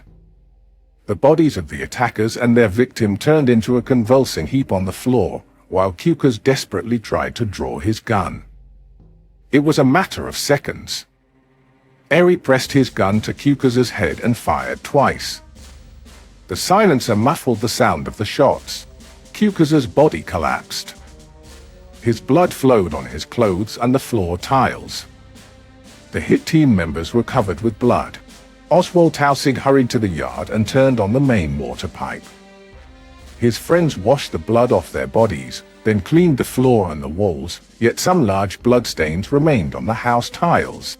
One of the members of the hit team claimed afterward that their intention had been to capture Cukers alive and make him stand for an improvised court-martial before executing him. But flawed planning or a gross underestimation of the Latvians' physical strength turned the mission into a repulsive bloodbath that was unplanned and unnecessary.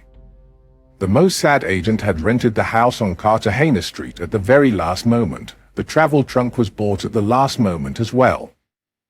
Instead of jumping their victim in their drawers, the Mossad agents could have shot him right away.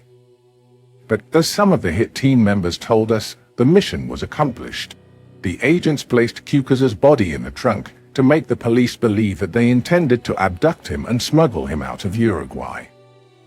Then they left a typewritten letter in English on the body, which had been prepared beforehand, considering the gravity of the crimes of which Herbert Cukas was accused, notably his personal responsibility in the murder of 30,000 men, women, and children, and considering the terrible cruelty shown by Herbert Cukas in carrying out his crimes, we condemned the said Cukas to death. The accused was executed on February 23, 1965, by those who will never forget. The team left the building and departed in the 2 rented Volkswagens. In the neighboring house, the workmen kept pounding and hammering. They had not heard a thing. Uriv suffered terrible pain in his hand. Till his death, he wouldn't be able to properly use one of his fingers. Tausig and Kunzel returned the cars and left their hotels. The entire team left Montevideo and went back by complex routes to Europe and to Israel. Zev Amit returned to Paris, wounded in his body and hurt in his soul. Terrible nightmares haunted him for many months and he couldn't overcome his shock and pain. When all the hit team members had left Latin America, a Mossad agent called the news agencies in Germany and reported the execution of a Nazi criminal in Montevideo by those who will never forget. The reporters who got the message discarded it right away, believing it was a prank. Seeing that nothing happened, the Mossad agents prepared a much more detailed and credible message and dispatched it to the news agencies and to a reporter in a Montevideo newspaper, who alerted the police. On March 8, more than 10 days after Cukas was killed, the police finally arrived at Casa Cupertini. The next day, the world press announced, in banner headlines, the discovery of Cukas's body in an empty house in Montevideo. In the media reports, 2 names were singled out as suspects in the killing, Anton Kunzel and Oswald Tausig. A few days later, a Rio de Janeiro weekly published a huge photo of Anton Kunzel that had been taken by Cukas. The magazine called Kunzel the Smiling Austrian. The photo was reproduced on the front page of the Israel newspaper Maariv. Some friends of the Mossad agent immediately identified Anton Kunzel. After a few more days, a letter arrived to Cukas's house. It was a rather poor effort by Anton Kunzel to cover his tracks. My dear Herberts, with God's help and that of some of our compatriots, I have safely reached Chile. I am now resting after a tiring journey, and I am sure that you, too, will very soon be back home. Meanwhile, I discovered that we were followed by 2 people, a man and a woman. We must be very careful and take every precaution. As I've always said, you are running a great risk in working and traveling under your own name. It could be disastrous for us, and also lead to my real identity being discovered. So I hope that the complications in Uruguay have taught you a lesson for the future, and that you'll be more prudent now. If you notice anything suspicious in or around your house, remember the advice I gave you: go and hide among von Leeds's men, a Nazi leader who had escaped to Cairo with a group of German exiles, for a year or 2, until the question of an amnesty is settled. When you get this letter, reply to the address you know of, in Santiago, Chile. Yours, Anton K. The letter, of course, did not fool anybody. Cukas's wife, Milda, was adamant Kunzel was the murderer. Most of the participants in the Cukas killing are dead. Zev Amit, whom the authors of this book knew well, was killed in the Yom Kippur War in 1973. Their mission paid off. The parliaments of Germany and Austria rejected the statute of limitation on the Nazi crimes. Years later, former Ramsad Issa Horel called one of the authors of this book and told him that a good friend of his wanted to meet. He didn't give any details, just an address in North Tel Aviv. The author found there a neat little house. A sturdy, bald man wearing glasses opened the door. The author recognized him right away. He said to the man, "Guten Abend, Herr Kunzel."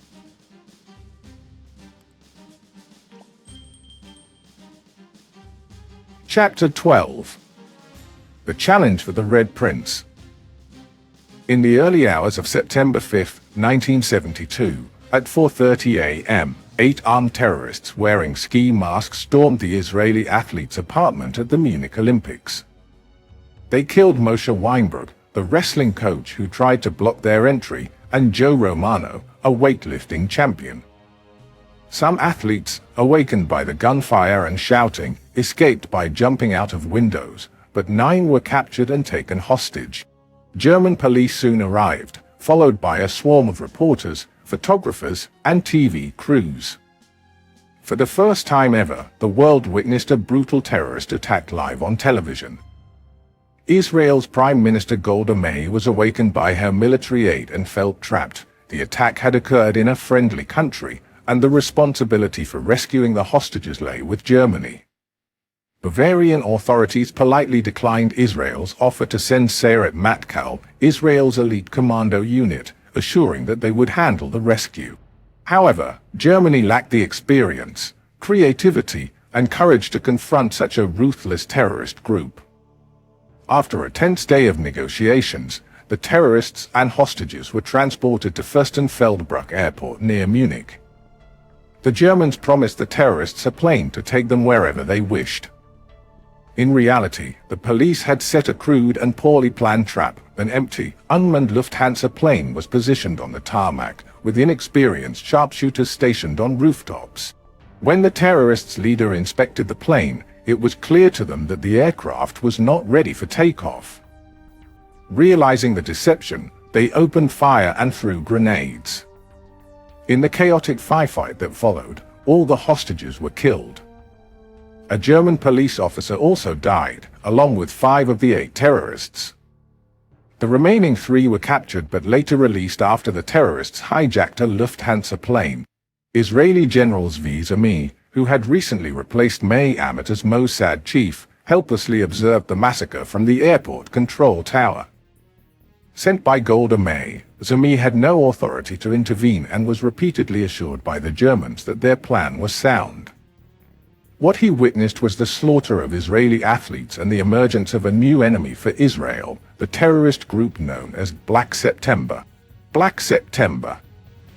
That was how the Palestinian terrorists had renamed September 1970, the month when King Hussein of Jordan had massacred thousands of them in his kingdom. In the years that had passed since the 1967 Six-Day War, the terrorists gradually had gained control over large chunks of Jordanian territory and many neighborhoods in the capital, Amman. Towns and villages along the Israeli border became their exclusive bases, and they would wander in their streets with their weapons. They rejected King Hussein's authority and step by step had become the real masters of Jordan.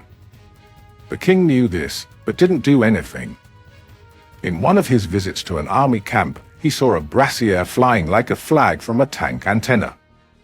"What's this?" he angrily inquired. "This means that we are women," the male tank commander replied. "You don't let us fight." Finally, Hussein could take that no more.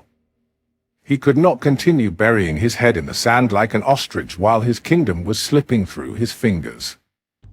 On September 17, 1970, the king unleashed his army against the terrorist bases and camps. It was a terrible massacre. Terrorists were shot in the streets, hunted, captured, and executed without trial. Some of them found shelter in the Palestinian refugee camps, but the Jordanian artillery shelled the camps without a shadow of remorse, killing thousands. Scores of panicked terrorists crossed the Jordan River and surrendered to the Israeli army. They prefer to rot in Israeli prisons than die by Jordanian guns. During the massacre, most of the surviving terrorists escaped to Syria and Lebanon. Until this very day, the number of dead terrorists in Black September remains unknown. The figures are between 2,000 and 7,000 people. Yasser Arafat, chief of Fatah, the major Palestinian terrorist organization, became obsessed with revenge. He created, inside the Fatah, a secret inner organization, an underground within an underground. The regular Fatah members and commanders didn't even know of its existence. He called it Black September. This organization did not comply with the respectable lines of conduct that Arafat now tried to impose on his group in order to achieve international recognition and sympathy. It was to be a cruel, unrestrained group that would attack the enemies of the Palestinian people in every possible way, without mercy. Formally, Black September did not exist, and Arafat would deny any connection to it, but secretly he was its creator and leader. He appointed Abu Yusuf, one of the senior Fatah commanders, as the head of Black September. As chief of operations, he selected Ali Hassan Salameh, a young man with fanatic views but no less brave or smart. Ali was the son of Hassan Salameh, who had been the last supreme commander of the Palestinian forces during the 1948 Arab-Israeli War. Hassan Salameh had been killed in battle, and his son Ali had vowed to continue his father's struggle. Black September's first operations didn't worry Israel too much, as they were mostly directed against Jordan. The terrorists bombed the Rome offices of the Jordanian National Airline, attacked the Jordanian embassy in Paris with Molotov cocktails, hijacked a Jordanian airliner to Libya, sabotaged the Jordanian embassy in Bern, an electronics plant in Germany, and oil reservoirs in Hamburg and Rotterdam. In the cellar of a house in Bonn, they murdered 5 Jordanian secret agents. In their most appalling operation, they murdered former Jordanian Prime Minister Wasfi Oltal in the lobby of the Cairo Sheraton. One of the assassins crouched over the body and lapped his victim's blood. With Israel's victory in the 1967 Six-Day War, the terrorists now took upon themselves to continue the war against the Jewish state. They hijacked aircraft, crossed Israel's borders, and assassinated civilians, planted bombs and explosive charges in the big cities. The Shabak and the Mossad had to fight a new enemy now, penetrate the terrorist organizations, foil their plans, and arrest their activists. Fatah was the major organization Israel had to confront now. Black September was not. But Black September soon crossed the limits it had originally set to its activities and started acting against Western nations, first and foremost, against Israel. The Munich massacre was their first, bloody assault. And that was how Ali Hassan Salameh earned his nickname. He was the brains behind the Munich operation. The rumors about his obsession with killing and blood spread among the terrorists, and they started calling Hassan Salameh's son the Red Prince. In early October 1972, 2 retired generals asked to meet with Prime Minister Golda Meir, who had replaced Levi Eshkol after his sudden death in 1969. They were the new Ramsad, Zvi Zami, and the Prime Minister's advisor on counterterrorism, former Amman chief Erin Yariv. Golda Meir had been utterly traumatized by Munich night, when the Israeli athletes had been murdered. Once again, bound and tied Jews are being murdered on German soil, she had said. Golda was a strong, tough woman. It was clear that she wouldn't let the Munich massacre go without punishment. That was exactly what Zami and Yariv came to propose. Zvi Zami, skinny, balding, and freckled, with sharp features jutting out of a triangular face, was a former Palmach fighter but was not regarded as an outstanding general. The highest position he had reached during his military service was commander of the Southern Front. He later served as military attaché and representative of the Israeli Ministry of Defense in Great Britain. In 1968, he was appointed Ramsad to replace Meir Amit, who had completed his term. Many criticized Zami's appointment. He was a bland and shy man with no experience in secret operations. Lacking charisma, he didn't consider himself the Mossad chief like Horel and Amit before him. He preferred to act as a sort of chairman of the board, and delegated authority to many of his senior aides. He would achieve his fame only in the Yom Kippur War, see Chapter 14, but in 1972 he couldn't claim any substantial success. And some of the veteran agents of the Mossad, like Rafi Eitan, disliked him and left the service in protest. Yariv, like Zami, was more a man in the background than a man of limelight. He had been an outstanding Amman chief during the Six-Day War, but he was admired mostly because of his learned, analytical mind. Slim, soft-spoken, bespectacled, with a clear forehead, the well-managed Yariv looked more like an erudite professor than a master spy. Yariv and Zami had a lot in common. They were supposed to be rivals because of their overlapping functions, yet they worked in harmony and mutual trust. They both were quiet, low-key, reserved, and rather shy. They hated to take center stage and were very cautious in their analyses and planning.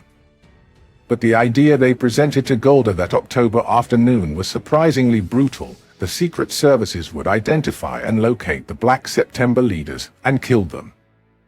All of them. Since Munich, Yaniv and Zami had engaged in feverish activity and had gathered top-notch intelligence about Black September. They came to Golda prepared. Black September, they said, intended to launch an all-out war against Israel. This was a group that had sworn to kill as many Jews as possible, military, civilians, women and children. The only way to stop it was to kill all its leaders, one after the other. Crush the snake's head. Golda hesitated. It was not easy for her to make a decision that would mean sending young people to a risky assassination campaign. Israel had never done that before. She sat quiet for a long time. Then she started speaking in a barely audible voice, as if she were talking to herself. She mentioned the horrid memory of the Holocaust and the tragic march of the Jewish people through the ages, always persecuted, hunted, and massacred. Finally, she raised her head and looked at Yariv and Zami. "Send the boys," she said. Zami immediately started preparing the operation. He called it Wrath of God. But Golda, too, had her say.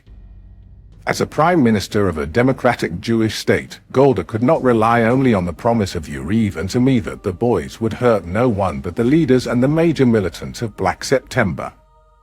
Promises were not enough. She knew well that such an operation would be outside the law, and that if the civilian supervision of Mossad's actions was loosened, there was a real danger that innocent people might also be killed. Therefore she decided to establish a tight control over Wrath of God. She created a secret committee that included, besides her, Minister of Defense Moshe Dayan and Deputy Prime Minister Yigal Allon, a brilliant former general. The three of them became a secret tribunal that had to review and approve every individual case in the operation. They were called the X-Committee. Yariv and Zami had to submit every file and name to the trio, and only after getting their approval could the Mossad hit team enter the scene. Masada, Caesarea, the operational department of the Mossad, was assigned to carry out Wrath of God. It was headed by Mike Harori, a black-haired, rugged, and secretive agent. Almost all the hits were to be carried out in Europe, where Black September had deployed its men and where they were protected by sophisticated covers. Harori picked his men from Kaidan, the Masada operational team. Each unit sent against a Black September operative was composed of several secondary crews. A crew of 6 men and women would be charged with identifying and following the suspects. They had to make sure that the man they targeted was indeed the right one, the wolf in sheep's clothing. They would arrive in the city where the suspect terrorist operated, follow him, secretly photograph him, learn his habits, locate his friends, find his exact address, the bars and restaurants he visited, his routine, hour by hour. A smaller unit, in most cases just a man and a woman, was in charge of the logistics, renting apartments, hotel rooms, and cars. Another small crew was in charge of communications with the advanced operational headquarters established in the respective European cities and with the Mossad headquarters in Israel. The hit team itself consisted of several Mossad agents, who were the last to arrive on the ground. Their task was to get to a certain address, at a certain time, and kill the man whose photograph and other identifying details had been given to them. While they operated in the targeted city, they were protected by another team, a crew of armed agents and drivers, who were positioned nearby, with vehicles ready to move and escape routes designed and rehearsed. Their task was to protect, with weapons, if necessary, the members of the hit team. Immediately after the operation was over, all hit team members and their security details would leave the country. The crew that identified and followed the suspect would have left the country before the operation. The others would stay a few more days to cover up the traces, pack equipment, and return rental cars used for the operation. The first city chosen for a Wrath of God operation was Rome.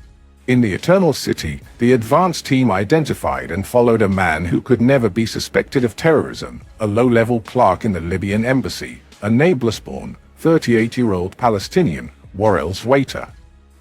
He was slim, gentle, and soft-spoken, the son of a well-known man of letters and translator into Arabic. Yossel himself was known for his excellent translation of fiction and poetry into and from Arabic. He also was a devoted art lover.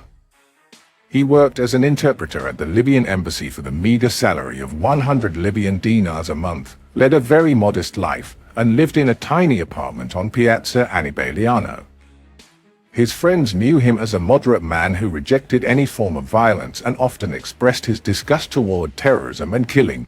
But even Zwaiter's closest friends were not aware of his secret. Their good friend was a cruel fanatic, who commanded the Black September operations in Rome with ruthless determination. Recently, he had devised and carried out a lethal operation. He identified 2 young English women who spent the first days of their vacation in Rome before continuing to Israel. Zwaiter instructed 2 young, handsome, and charming Palestinians to establish contact with the girls and try to seduce them. And indeed, soon the young Casanovas landed in the English women's beds. When parting from their lovers, one of the Palestinians asked his girl to take a small record player with her, a gift for his family on the West Bank. The silly girl readily agreed, and the record player was duly checked with the lady's other luggage at the El Al counter in Rome's airport. They did not know that Zwaiter and their charming lovers were sending them to their death. Under Zwaiter's supervision, the Black September agents had taken the record player apart, stuffed it with explosives, then repacked it in a brand new box. The booby trap device was programmed to explode as soon as the aircraft reached its cruising altitude. The plane and all its passengers were doomed. Fortunately, the terrorists did not know that after a Swiss airliner headed for Israel had been blown up by a similar device, the storage compartments of El Al's planes had been covered with thick armor plate, so that no explosion could wreck the aircraft. The record player did explode, but the blast was contained by the armor. The El Al pilot, alerted by a flashing red light, immediately returned to the airport. The stunned English girls were interrogated and revealed their involvement with their Palestinian lovers, but those 2 had left Italy right after they bid a heartbreaking farewell to the girls they were sending to their deaths. The first cruise of the hit team arrived in Rome and followed Zwaiter for several days. A young couple strolled in front of the Libyan embassy and the woman clicked a camera concealed in her handbag every time Zwaiter went in or out of the embassy. Some tourists arrived in Rome by various flights. One of them, a 47-year-old Canadian by the name of Anthony Hutton, rented an Avis car and told the clerk he was staying at the Excelsior Hotel on Via Veneto. If the clerk had checked the information, he would have found that no such person was staying at the Excelsior, exactly like some other tourists who had rented cars that same week and given false addresses to the car rental agencies. On the night of October 16th, Zwaiter returned home and was about to put a 10 lira coin in the elevator slot. The house entrance was dark and somebody on the 3rd floor was playing a melancholy tune on the piano. Suddenly 2 men emerged from the shadows and pumped 12 0.22 Beretta bullets in Zwaiter's body. Nobody heard the shots. The 2 agents jumped into a Fiat 125 parked on the Plaza Annibaliano. A few hours later, they were out of the country. Now that Zwaiter had been killed, his deep cover was no longer necessary. A Beirut paper published his obituary, signed by several terrorist organizations that mourn Zwaiter as one of our best combatants. The leader of the small team that killed Zwaiter was an Israeli in his mid-20s, David Mollad, not his real name. He was born in Tunisia and emigrated to Israel as a child. From his parents, both teachers and Zionists, he had inherited a perfect mastery of the French language, a profound, deeply emotional love for the State of Israel, and a burning patriotism. Since a young age, he had dreamed of serving Israel, even at the risk of his life. In the army, he had volunteered for an elite commando unit in the IDF and amazed his commanders with his daring and creativity. After his discharge, he had joined the Mossad and had quickly become one of its best agents, participating in the most hazardous operations. Because of his fluent French, he could easily assume the identity of a Frenchman, Belgian, Canadian, or Swiss. He married young and soon became the father of a little boy, but this did not cool his urge to serve on the front lines of the Mossad fighters. After Zweiter's death, Mossad spent a few days in Israel, then flew to Paris. A few days later, the phone rang in an apartment on 175 Rue Elysia, in Paris. Dr. Mahmoud Hamsheri answered the call. "Is this Dr. Hamsheri?" The PLO, Palestine Liberation Organization, representative in France. The caller had a strong Italian accent. He introduced himself as an Italian journalist who sympathized with the Palestinian cause and asked to interview Hamsheri. They agreed to meet in a cafe far from Hamsheri's home. Hamsheri, a respected historian who lived in Paris with his French wife, Marie-Claude, and their little daughter, had been taking very strict precautions lately. When walking the streets, he kept watching for people who might be shadowing him. He left cafes and restaurants before his order was filled. He often checked with his neighbors if any strangers had asked about him. On the face of it, he had nothing to worry about. He was an academic, a moderate man, well integrated in the Parisian intellectual circles. "He does not need any precautions," wrote Annie Frankos in the Journal Freak Weekly, "because he is not dangerous." The Israeli secret services know that well. But the Israeli secret services knew a few more things: Hamsheri's participation in the foiled attempt to assassinate Ben Gurion in Denmark in 1969, his involvement in the mid-air explosion of a Swiss airliner in 1970 that took the lives of 47 people, his connections with mysterious young Arabs who would sneak into his apartment at night, carrying heavy suitcases. The Israeli secret services also knew that Hamsheri was now the second in command of Black September in Europe. So, on the day Hamsheri left for his interview with the Italian reporter, a couple of men broke into his apartment and left 15 minutes later. The following day, the strangers waited until Hamsheri's wife and daughter left the apartment and he remained there by himself. The telephone rang and he picked up the receiver. Dr. Hamsheri. The Italian journalist again. "Yes, speaking." At that moment, Hamsheri heard a shrill whistle, and, after it, a thunderous explosion. An explosive charge that had been concealed under his desk blew up and Hamsheri collapsed, gravely wounded. A few days later he died in the hospital, not before blaming the Mossad for his death. A few weeks after Hamsheri's death, Mike Harori and a man named Jonathan Ingleby arrived on the island of Cyprus. They checked into the Olympia Hotel in Nicosia. Lately, because of its location close to Israel, Syria, Lebanon, and Egypt, Cyprus had become a battlefield between Israeli and Arab agents. This time, the two Israeli agents shadowed a Palestinian by the name of Hussein Abd el-Hur. A few months before, Abd el-Hur had been appointed the Black September resident in Cyprus. He was also in charge of relations with the Soviet Union and the Eastern Bloc nations that had become a paradise and a safe haven for the terrorists. In Russia, Czechoslovakia, Hungary, Bulgaria, Palestinian terrorists trained in army installations and special forces units. Those countries sent shipments of weapons and equipment for the terrorist organizations. Quite a few Palestinian leaders, enthusiastic believers in the Soviet ideology, studied at the Patrice Lumumba University in Moscow. Abd el-Hur also was in charge of infiltrating terrorists into Israel and eliminating Arab spies who came to Cyprus to meet their Israeli handlers. The ex-committee sentenced him to death. That night, Abd el-Hur returned to his hotel room, turned off the lights, and went to bed. Jonathan Ingleby made sure that the man was asleep, then pressed a button on a remote control monitor. A shattering explosion shook the hotel. In a third-floor hotel room, a couple of Israeli honeymooners dived under their bed for protection. The reception clerk rushed to Abd el-Hur's room. When the smoke cleared, he saw a terrifying scene that made him faint. Abdelhir's bloodied head was facing him, stuck in the lavatory pan. Black September's revenge was instantaneous.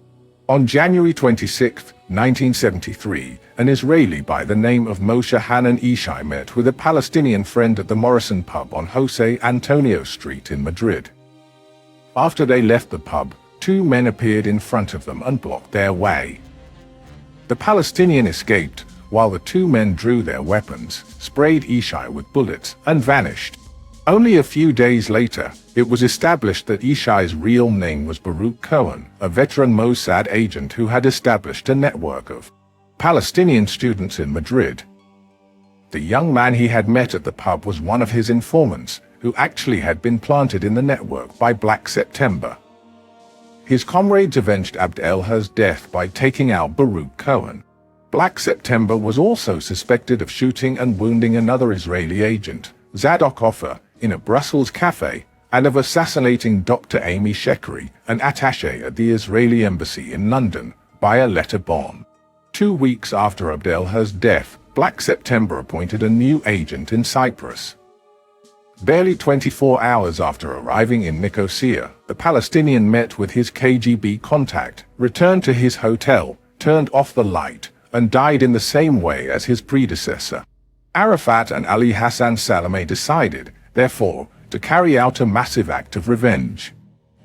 They planned to hijack a plane, load it with explosives, and have it flown to Israel by a suicide commando. The aircraft would then be crashed in the midst of Tel Aviv, killing hundreds. It was an early version of the 9/11 attack on the Twin Towers in New York. The Mossad informants got wind of the preparations, and several agents started following a group of Palestinians in Paris, who were apparently in charge of the project. One night, the agents noticed an older man who had joined the group.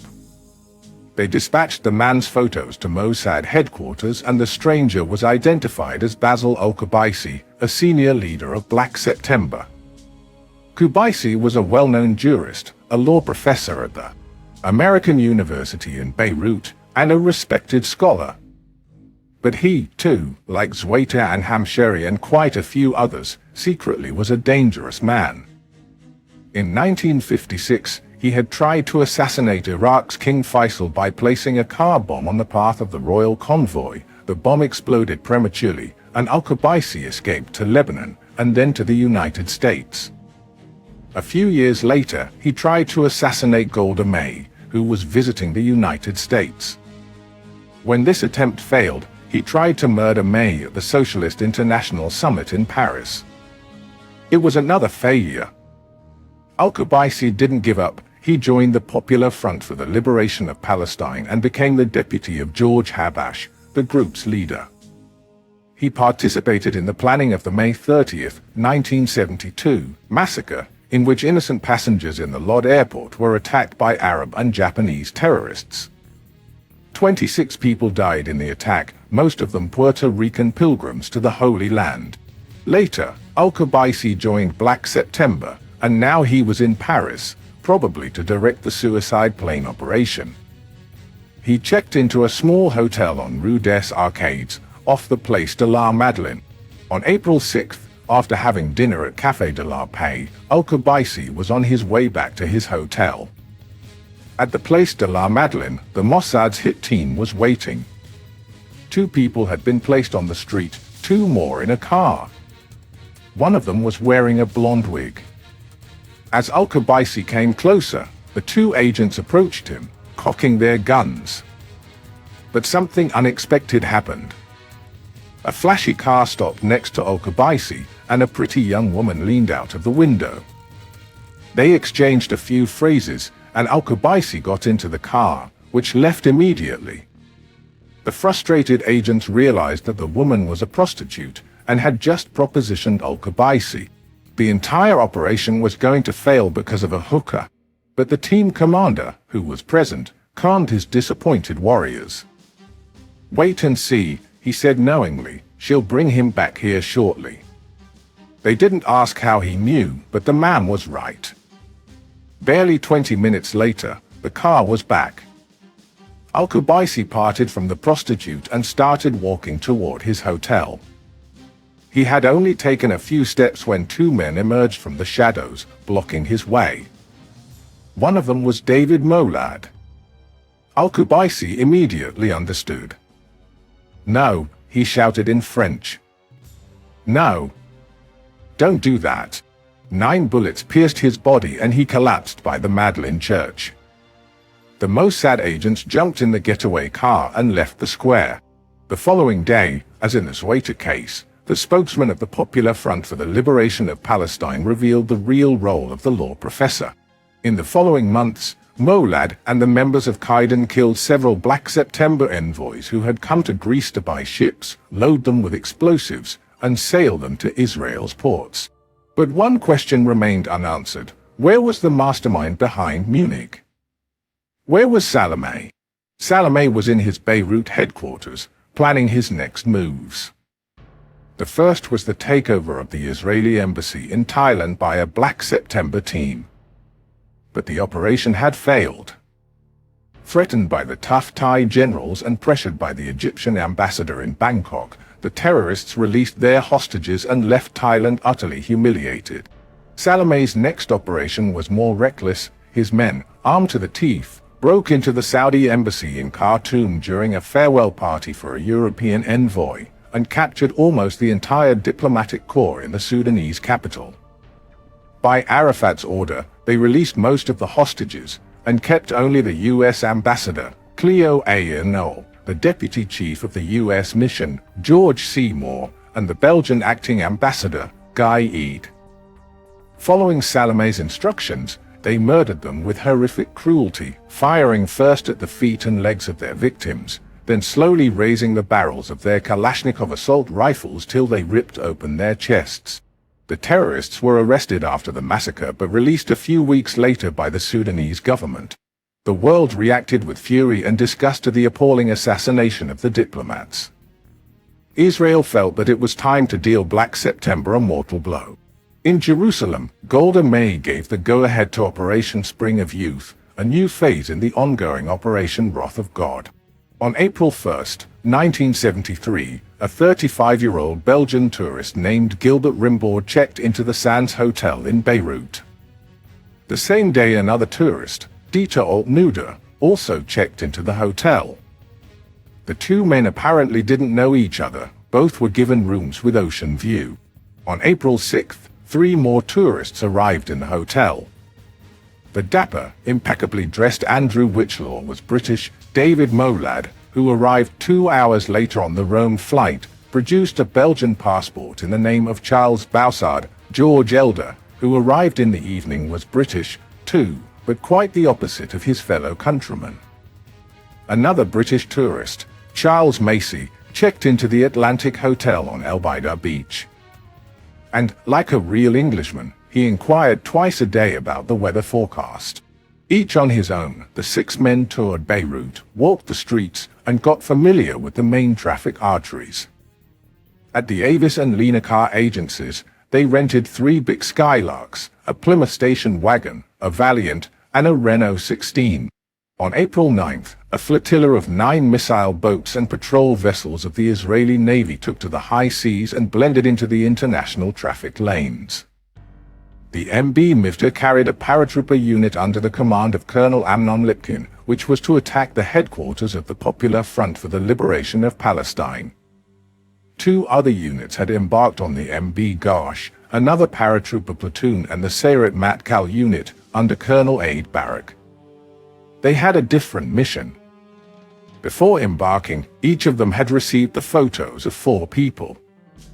3 of them were Abu Yasf, the Supreme Commander of Black September, Kamal Adwan, the Fatah Top Operations Commander, who was also in charge of Black September's operations in the Israeli-occupied territories, and Kamal Nasser, Fatah's main spokesman.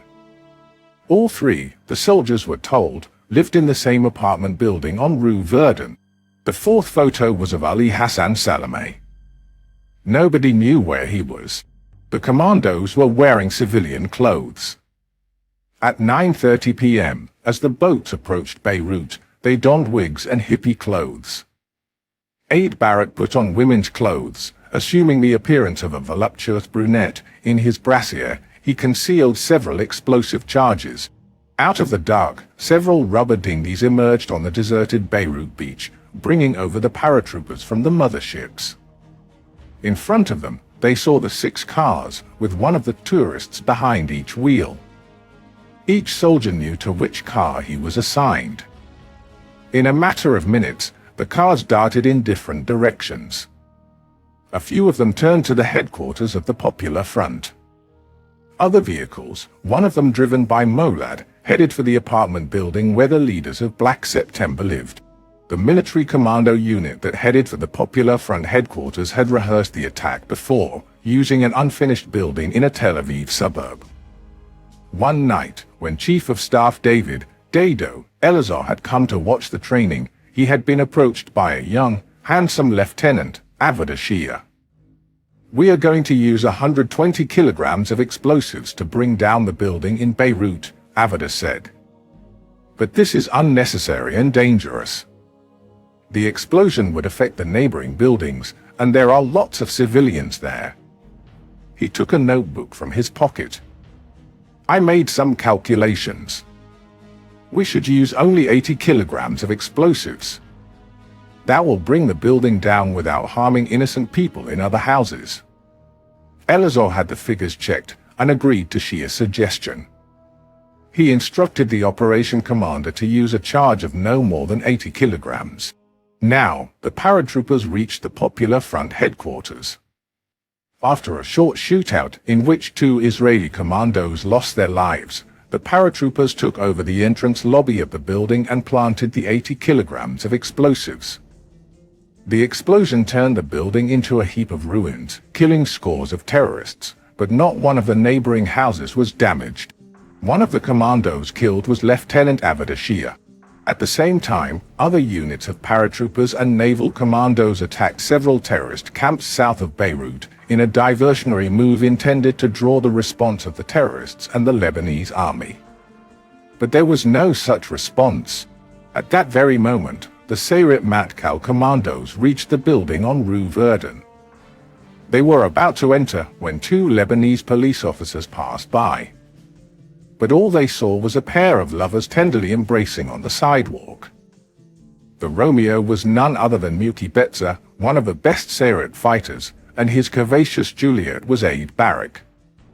As soon as the policeman had turned the corner, the Israelis stormed the building. They simultaneously broke into the apartments of Kamal Adwan on the 2nd floor, Kamal Nasser on the 3rd floor, and Abu Yasf on the 6th. The terrorist leaders had no chance whatsoever.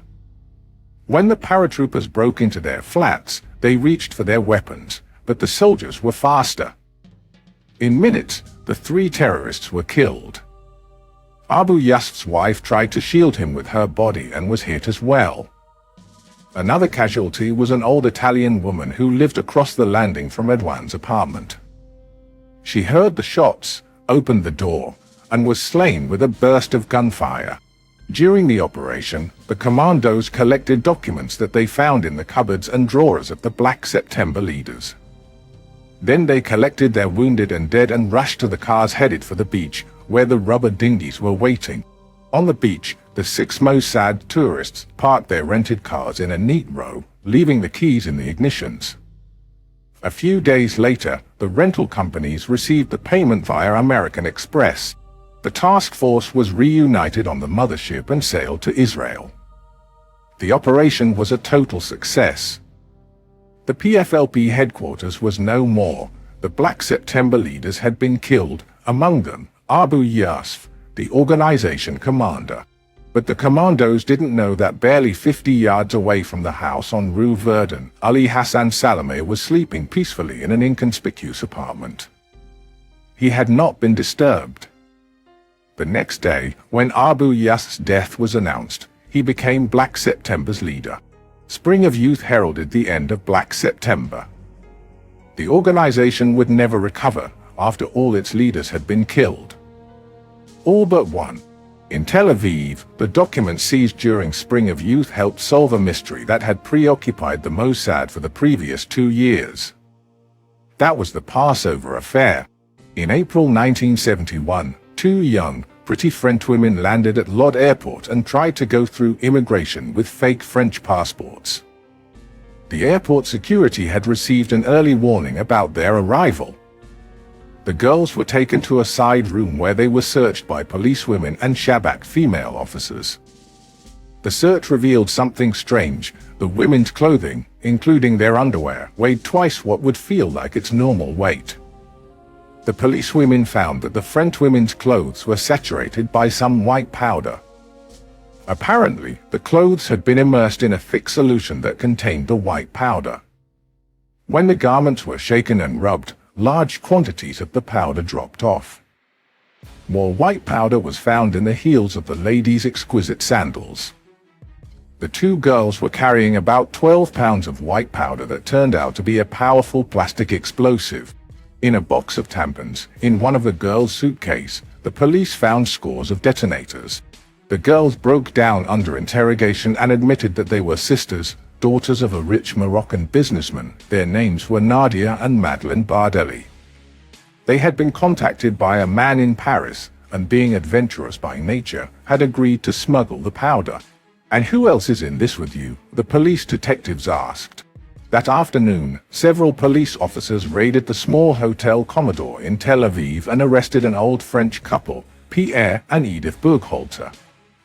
When they disassembled the transistor radio of the couple, they found it had been stuffed with delayed action fuses for the manufacture of explosive charges. Pierre Burghalter burst into tears. The next day, the unsuspecting commander of the operation landed in Israel as well, an attractive 26-year-old Frenchwoman, carrying a passport in the name of Francine Adelaine Maria. Her true name was Evelyn Barges, and she was well known to the Mossad as a professional terrorist, a fanatic Marxist who already had participated in several terrorist attacks in Europe. When interrogated by police, the members of the so-called Passover team confessed that they had intended to blow up their plastic charges in 9 major Tel Aviv hotels at the peak of the tourist season and kill as many tourists and Israelis as possible, dealing Israel a heavy blow. This nice bunch went to jail, but the man who pulled the strings behind the scenes had not been caught. He was Mohamed Boudia, a charming Algerian, a director of a Paris theater and an actor himself. Again, a Dr. Jekyll and Mr. Hyde, a man of culture, an intellectual and an artist, whose life on stage was but a cover for his criminal activities. He was Evelyn Barges' lover, and involved in so many love affairs that the Mossad agents called him Bluebeard. Boudia was originally under the orders of George Habash and the PFLP. A year after the Passover team had been captured, he had joined Black September and was appointed head of the organization in France. He was involved in the murder of Kader Kanu, a Syrian reporter in Paris who was suspected of being a Mossad informant. Boudia was also in charge of Black September's operations in Europe and planned an attack on a transit camp for Jewish immigrants from Russia. After Hamshari's assassination, Boudia became extremely cautious, and following him became incredibly difficult. In May 1973, a hit team of the Mossad group arrived in Paris and tried to find Boudia. They had the name and address of Boudia's new lover.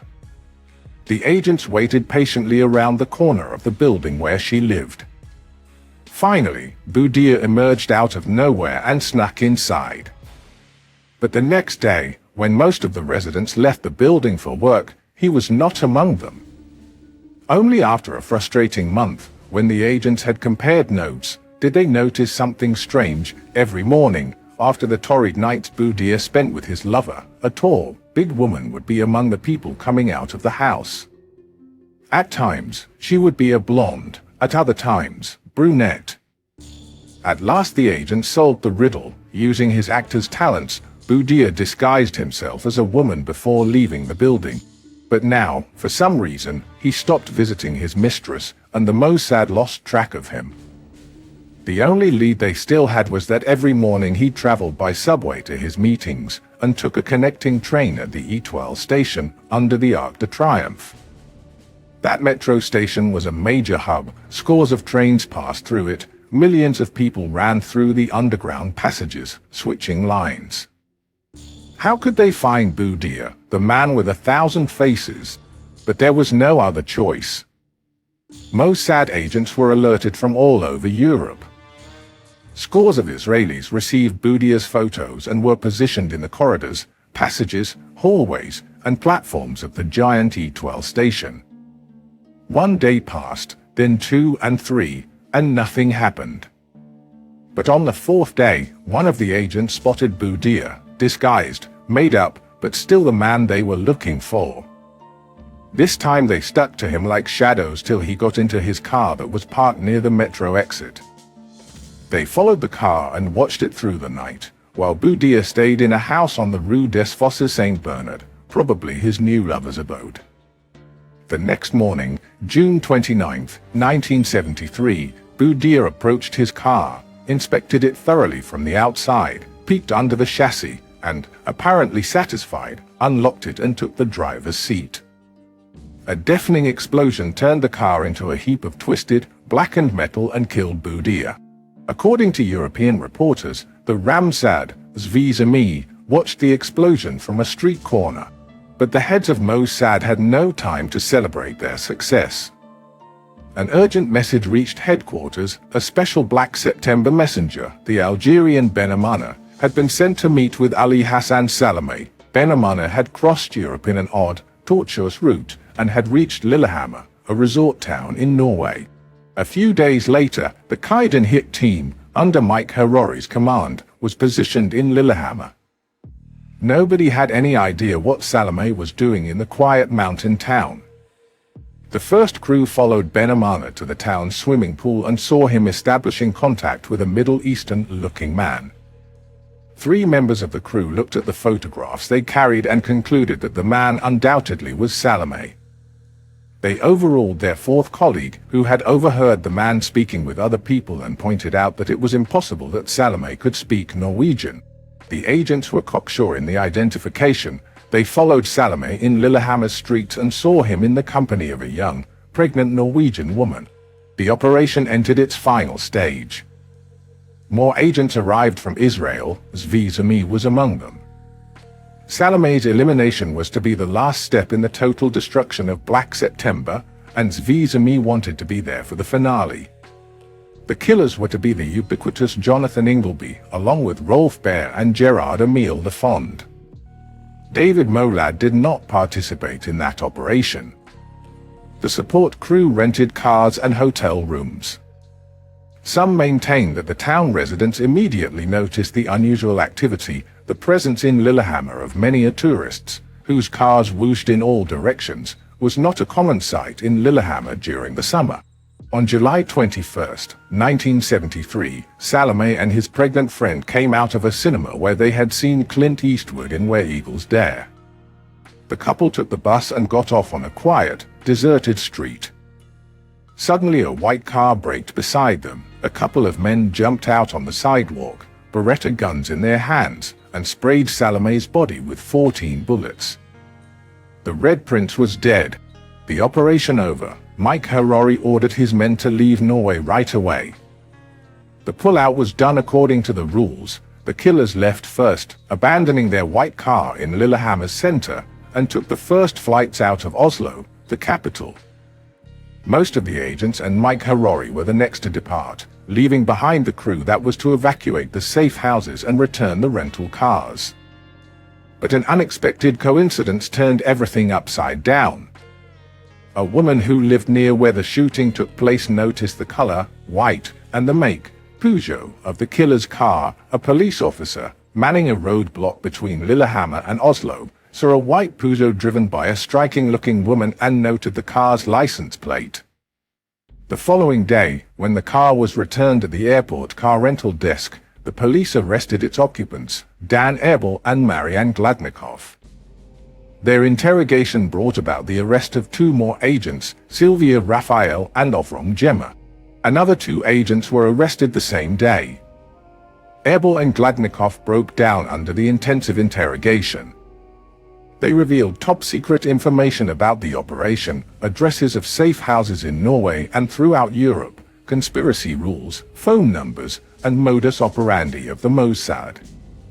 The police raided an apartment in Oslo and found a trove of documents there. They also discovered that Eichmann, the Israeli embassy security officer, had a connection with the Mossad. It was a disaster. The next day, Norway's media published the news about the Israeli agent's arrests. It was a terrible blow to the Mossad's prestige and credibility. But the media published another piece of news, even more devastating. The Mossad had killed the wrong man. The man killed in Lillehammer was not Ali Hassan Salameh. He was Ahmed Bashiki, a Moroccan waiter who had come to Norway looking for a job. He had also married a Norwegian woman, the blonde Toril, who was 7 months pregnant. Sensational headlines sprouted all over the world's newspapers. The captured agents stood trial and some of them were sentenced to long prison terms. One of them, Sylvia Raphael, made a strong impression on the Norwegians by her proud and noble appearance. Her trial brought her an unexpected prize. She fell in love with her Norwegian attorney, and after her release from jail she married him and lived happily with him till she died of cancer in 2005. After the Lillehammer fiasco, the heads of the Mossad had to clean house, change conspiracy rules, abandon safe houses, establish new contacts. They had to admit their responsibility for Ahmed Bashiki's death and pay $400,000 to his family. But the worst was that the legend of the glorious, invincible Mossad had been shattered. Golda Meir ordered Zvezami to end wrath of God immediately. But soon the failure was obscured by more dramatic events. On October 6th, the armies of Egypt and Syria launched a surprise attack on Israel. The Yom Kippur War had begun. See Chapter 14. 2 years passed. On a balmy spring evening in 1975, a Beirut family hosted the most beautiful woman in the world. Georgina Rizek certainly deserved that title, as for years before she had been elected Miss Universe in the flashy beauty contest at Miami Beach, Florida. The gorgeous Lebanese beauty had won fame, awards, trips, meetings with world leaders.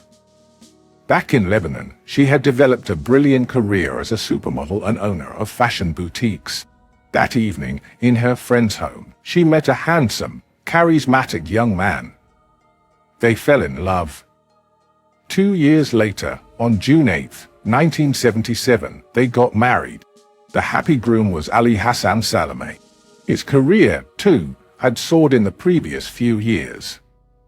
At the end of 1973, Black September ceased to exist. Despite the collapse of his organization, Salameh had become Arafat's right hand and his adopted son. Rumor had it that he would be appointed Arafat's successor at the helm of the PLO. After the fall of Black September, Salameh was made head of Force 17, which was in charge of personal security of the Fatah leaders and of all unorthodox Quds domain. Salameh accompanied Arafat on a trip to New York. Arafat entered the United Nations General Assembly holding an olive branch in his hand but carrying his gun on his belt. Salameh was at Arafat's side when the latter traveled to Moscow and met with powerful world leaders. To Israel's amazement, he was also courted by the CIA. In another of its great oversights, the Central Intelligence Agency decided to ignore the bloody past of the Red Prince, his role in the Munich massacre, the savage assassination of American diplomats in Khartoum that he masterminded, the simple fact that Salameh was one of the most dangerous terrorists in the world, and recruited Salameh as its informant. The CIA hoped that Salameh would become a loyal servant of American interests. The CIA offered Salameh hundreds of thousands of dollars, but he refused. On the other hand, he agreed to spend a long vacation with Georgina in Hawaii, all expenses covered by the agency. Salameh's lifestyle had changed, and his friends had started to believe that his life was no longer in danger. But he felt that his days were numbered. He did not stop speaking about his death. "I know," he said to a reporter, "that when my fate is sealed the end will come. Nobody will be able to save me." Israel decided to seal his fate. Many changes had taken place in Israel since the downfall of Black September. Golda Meir had gone, her successor, Yitzhak Rabin, had resigned, and a new prime minister, Mordechai Begin was now in power. Zvezami had been replaced as Ramsad by General Yitzhak Harker Hofi, a former commander of the northern region. The Palestinian terror against Israel continued in sporadic outbursts.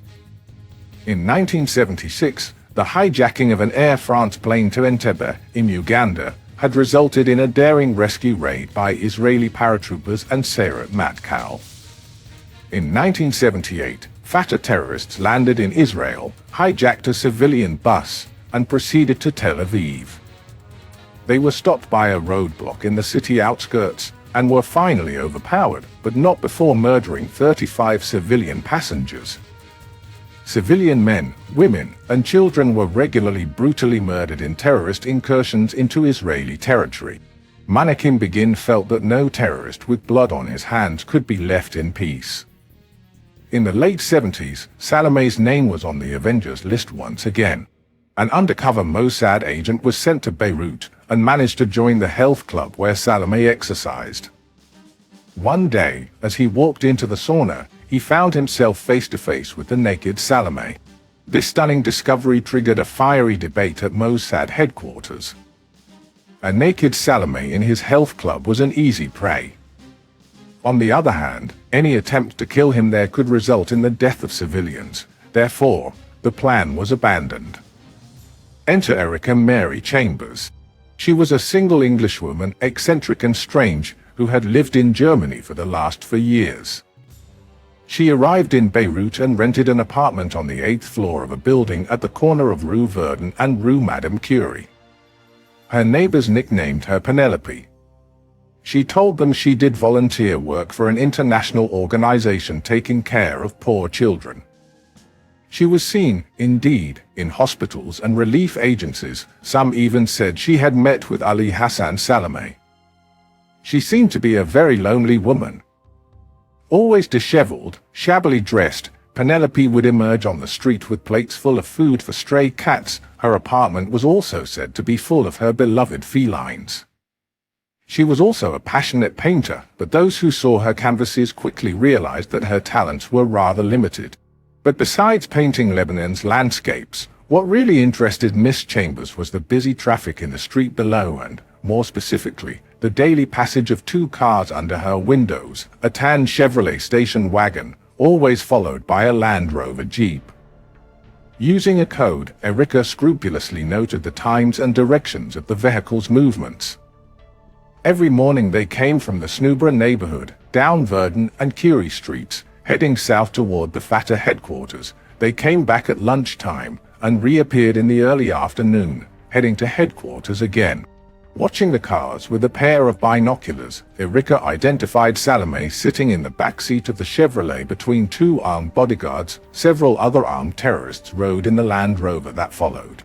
Salameh's guards perhaps could protect him, but they could not save him from the worst enemy of a secret agent, routine. Since his marriage to beautiful Georgina, Salameh's life had fallen into a steady pattern. He had settled with his wife in the Snubra neighborhood and would go to work, like a clerk, every morning at the same time, come home for lunch and rest, return to work after the siesta.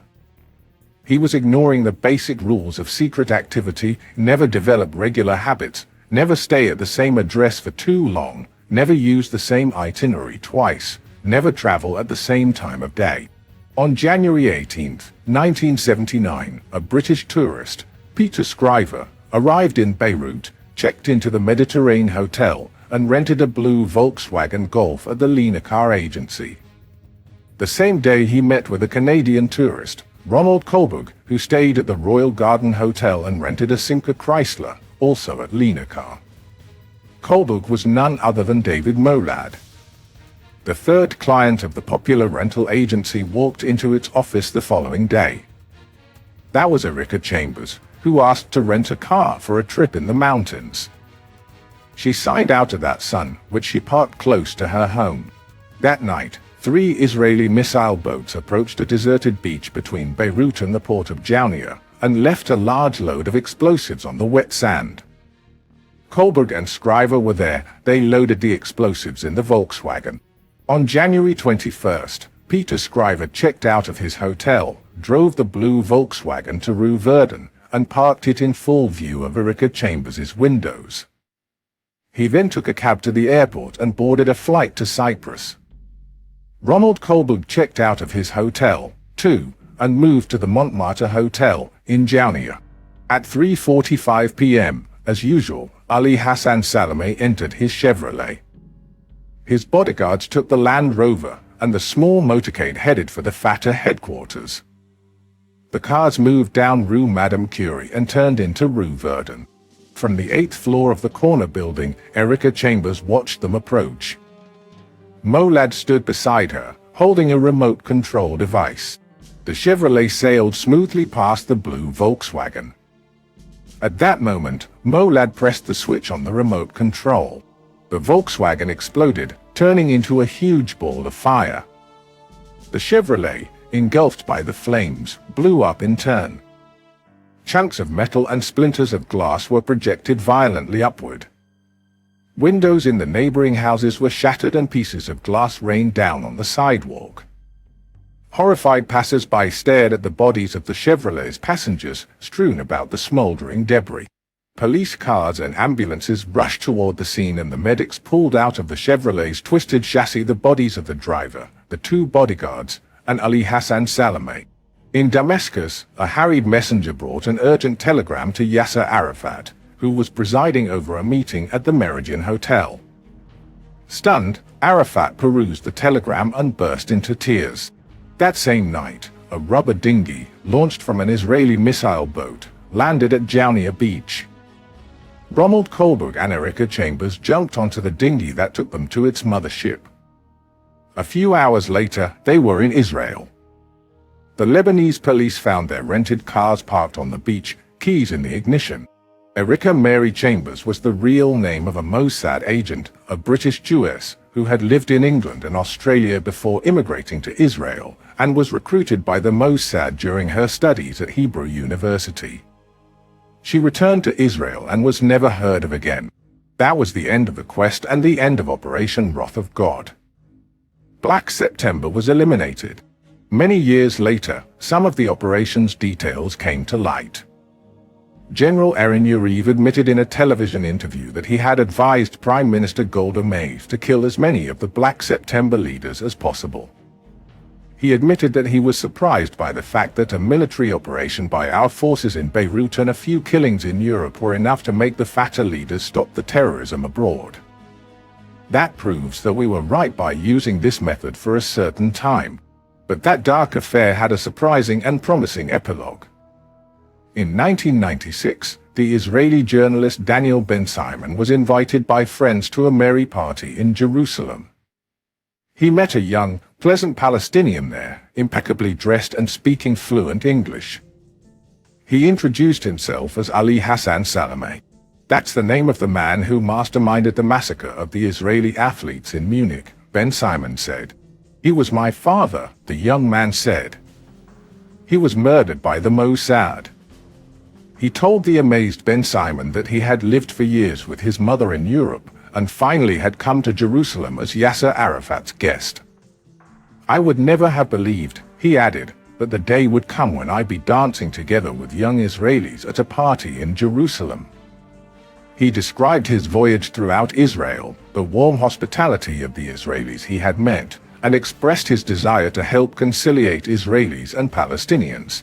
I am a man of peace, 100%, young Salameh said. My father lived in times of war and paid for that with his life. Now a new era has begun. I hope that peace between Israelis and Palestinians will be the most important event in the life of those two peoples.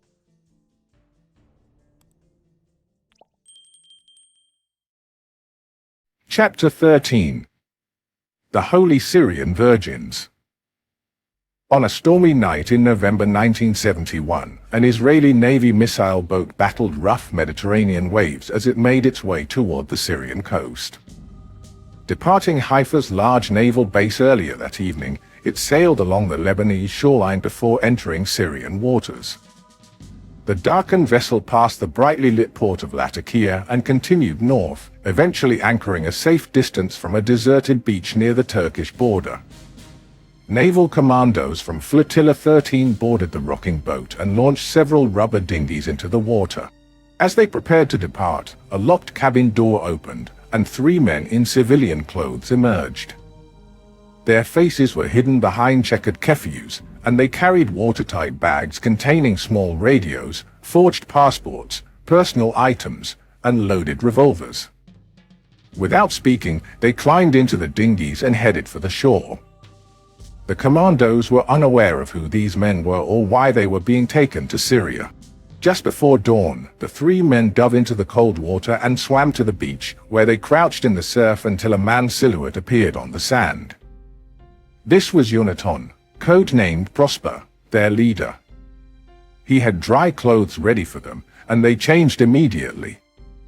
Yonatan then led them to a hidden car nearby, where a stranger, likely a Mossad local contact, was waiting.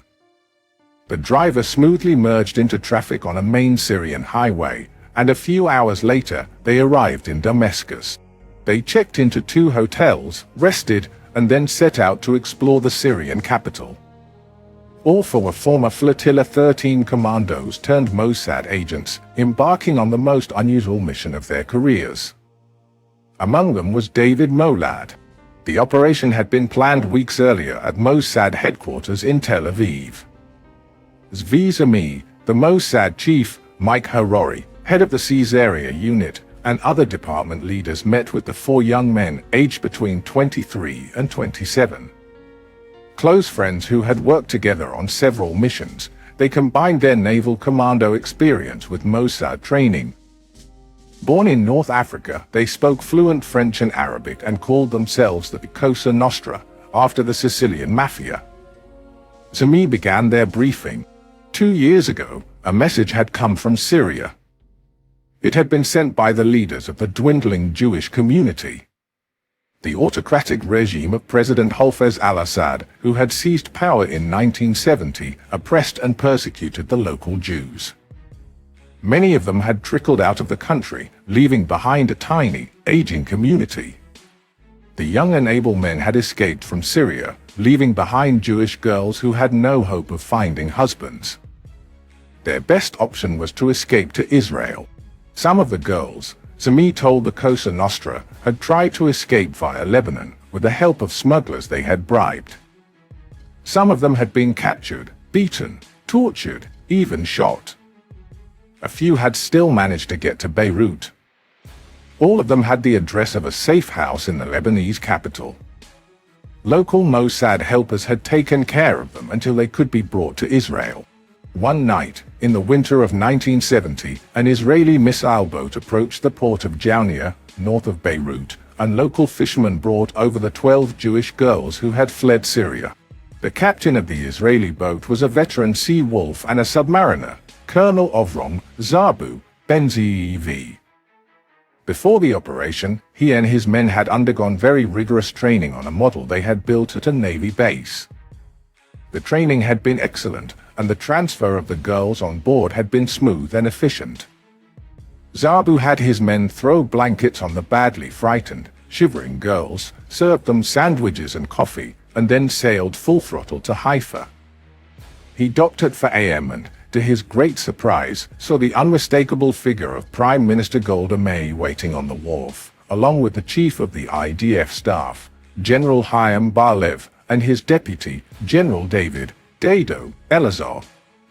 Golda threw a modest party for the Syrian girls and was deeply shaken by their stories.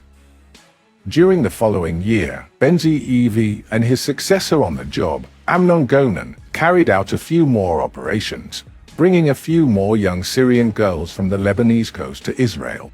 But crossing the Syrian-Lebanese border had become a very risky business, and the Arab smugglers and fishermen could not be trusted.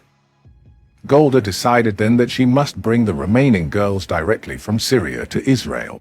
She called Zami and instructed him to rescue the Syrian girls. At the meeting with the Cosa Nostra, Zami addressed the 4 young men. "You have to rescue those girls. That's your assignment." A heated debate broke out in the conference room. "Is this a job for Mossad agents?" one of the men asked. This task should be given to the Jewish agency. Another angrily added that the Mossad was not a matchmaking agency, and its officers should not have to risk their lives in one of the most dangerous and cruel Arab countries just to ensure that a few Jewish virgins would find grooms. The Ramsad did not budge. He reminded his men that rescuing the Jewish communities in enemy countries was one of the Mossad's missions from its very inception. The operation was codenamed Smitcha, Hebrew for blanket. The day after the Cosa Nostra landed on Syrian territory, their self-confidence improved. They walked the streets of Damascus, chatting in French. They checked their surroundings and made sure they were not followed by the Mukhabarat, the dreaded Syrian intelligence service. Later that day, they strolled in the illuminated markets of the city and entered a jewelry store. Prosper and Eclordi, Emmanuel Allen, were examining the jewelry, conversing in French, when the merchant bent toward them and whispered, "You are from Bnari Amenu, Hebrew for our people, aren't you?" The agents were stunned. If they were so easy to identify, they were in mortal danger. They ignored the merchant's remark and quickly slipped out of the store and disappeared in the crowd. The news about the chance to escape Syria and reach Israel had spread among the young girls of the Jewish community.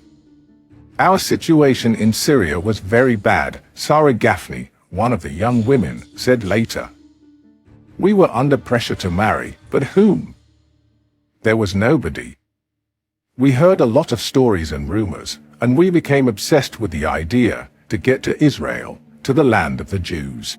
A message was secretly delivered to Prosper. Tomorrow evening, the girls will be waiting in a small truck not far from your hotels." The following evening, indeed, the Cosa Nostra found the small truck, its back covered with a canvas roof, parked in a dark street. The agents had previously checked out of their hotels and carried their bags with them. Two of the Cosa Nostra sat in the front of the car, and two others got in the back. Under the canvas roof were several girls, between the ages of 15 and 20, and a teenage boy. The Cosa Nostra were wearing keffiyehs again, covering their heads and leaving just a narrow slit for their eyes. They knew that on the Syrian highways, the army and police often established barriers and checkpoints. They decided that if they were stopped by the police, they would say that the truck was taking the girls to a high school field trip. The local auxiliary, who had brought over the truck, was driving. He picked up a couple of girls in pre-arranged locations and then headed north, toward Tartus. They reached a deserted beach. The young Syrian Jews and the agents hid in an abandoned hut. Far from the beach, an IDF missile boat was waiting. Prosper signaled the boat with his flashlight and called them on his radio. The rubber dinghies, manned with Flotilla 13 commandos, started making their way toward the beach. All of a sudden, bursts of gunfire echoed very close to Prosper and his friends. They scrambled for cover, but soon found out that the shots were not aimed at them. Who was firing? Had the Syrians detected the flotilla dinghies? Mess on the beach, the Naval Commandos chief, Godicrawl, radioed to Israel. But he did not give up. He called back the flotilla dinghies and sailed north, to an alternative beach that had been selected beforehand. Simultaneously, Prosper and his men rushed the girls back to the truck, drove north, and again made contact with the Navy boat.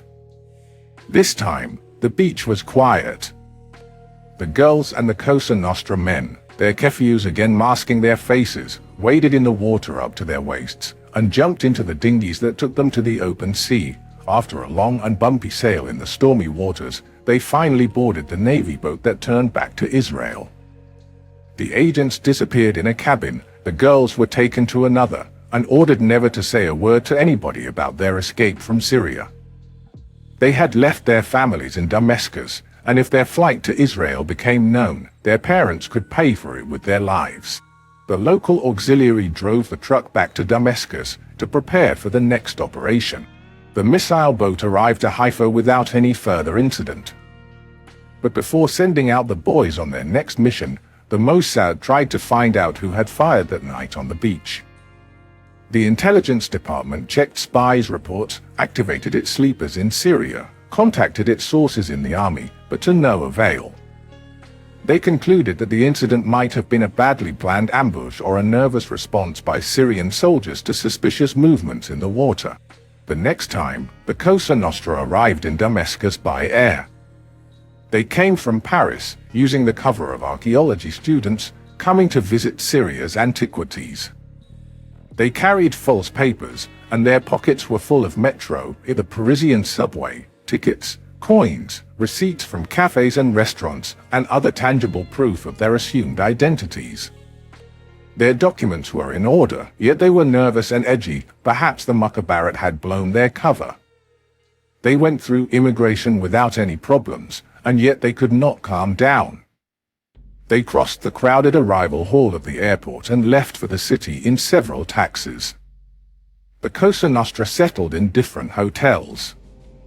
Claudie checked into the Damascus Hilton. This time, the first night they spent in Damascus was tense. The four young men knew well that if they were caught, their fate was sealed: torture and horrible death. They asked the auxiliary to take them to the square where a few years ago the Syrians had hanged Israel's greatest spy, Eli Cohen. Standing at the very place where the body of Cohen had hung from the gallows, while a fanatic crowd cheered and waved its fists, was too much for them. Claudie left his friends and ran back to his hotel. He was deeply shaken by the experience. Haunted by the sinister image of the square, he tossed and turned on his bed, but could not sleep. Suddenly, at midnight, he heard a noise coming from the door, and immediately knew what it was: a key being inserted in the keyhole. That's it, he thought. They've got me. I'll be the next to hang in the city square. He rushed to the door and looked through the peephole. What he saw was an elderly American tourist trying in vain to open the door. After several failed attempts, she walked away. It turned out that the lady had got off the elevator on the wrong floor. Claudie felt reborn. While they waited for the next group of girls to be prepared, they walked Damascus's streets and visited cafes and restaurants. The waiters gaped in amazement at the quartet of François, Frenchmen, who split their sides laughing during the meals. It was all Claudie's fault. He repeatedly succeeded in dispelling his buddy's tremendous tension, and his own, by improvising bombastic speeches in French, inserting words and jokes in Hebrew slang. This and future operations were flawlessly executed, until the day when Prosper and his friends noticed unusual traffic and large concentrations of troops along the beach. They could not risk an operation on the heavily patrolled coast. Prosper decided to change the itinerary. Go to Beirut, he told his helper, and they raced to Lebanon's capital, 100 kilometers away. After crossing the border into Lebanon, Prosper headed for Jaunia, a port north of Beirut, inhabited mainly by Christians. In no time he rented a boat, a mid-size yacht, after explaining to its owner that he wanted to take about 15 guests on a pleasure cruise, a surprise party for one of his friend's birthday. Once the boat was secured and ready for departure, he cabled in code his superiors in Paris and informed them of the change in plans. Shortly after, he received confirmation by the same channel. That night, the truck came from Damascus, carrying its usual load of young Jewish women. Claudie was at the wheel. The truck stopped a few kilometers from the Lebanese border and unloaded its human cargo. Claudie continued, alone in the truck, presented his papers at the border checkpoint, and crossed into Lebanon. There he stopped the truck on the roadside and waited. The young women, carrying their heavy suitcases, escorted by the Mossad agents, walked in the darkness for hours, stumbling on the rock-strewn ground and bypassing the border control barrier. After an exhausting march, they reached the road on the other side of the border and met with Claudie, who drove them to Jaunia. They boarded the yacht, one by one, and finally the yacht sailed on its birthday voyage. In the open sea, the girls were transferred to a navy boat. The Cosa Nostra spent the following day in Beirut, strolling and shopping. At night, they headed back to Damascus by the same way they had come. A few kilometers before the border, 3 of the agents got off and made their way in the dark fields around the checkpoint. Claude crossed legally with his vehicle, met his friends down the road, and took them back to Damascus. The day after, they were on their way back to Paris and to Tel Aviv. The operation ended in April 1973, when Golda Meir came to Haifa Naval Base to personally thank Prosper, Claude, and their friends for what they had done. Between September 1970 and April 1973, the Mossad and the Navy had carried out about 20 operations for bringing young Jews and Jewesses from Syria via the Tartus beaches and the Lebanese coast. All the operations were successful, and about 120 young people were brought to Israel. The operation was kept secret for more than 30 years. That was the end of the Cosa Nostra. Its members turned to more peaceful activities, like business, tourism, and civil service, even though they were still called back for special Mossad operations once in a while. Time passed, and Emmanuel Allen, Claude, was invited to the wedding of a relative. He was introduced to the bride and recognized her immediately. She was one of the virgins he had helped bring over from Syria. He asked her, "Where do you come from?" The girl paled. She felt she was still bound by the secret of her past. Allen smiled at her. "Didn't you come from Syria?" "By sea." The stunned woman almost fainted, and then all of a sudden grabbed his arms, hugged and kissed him warmly. "It was you," she mumbled. "You took me out of there." This moment, Allen said later, was worth all the risks we took.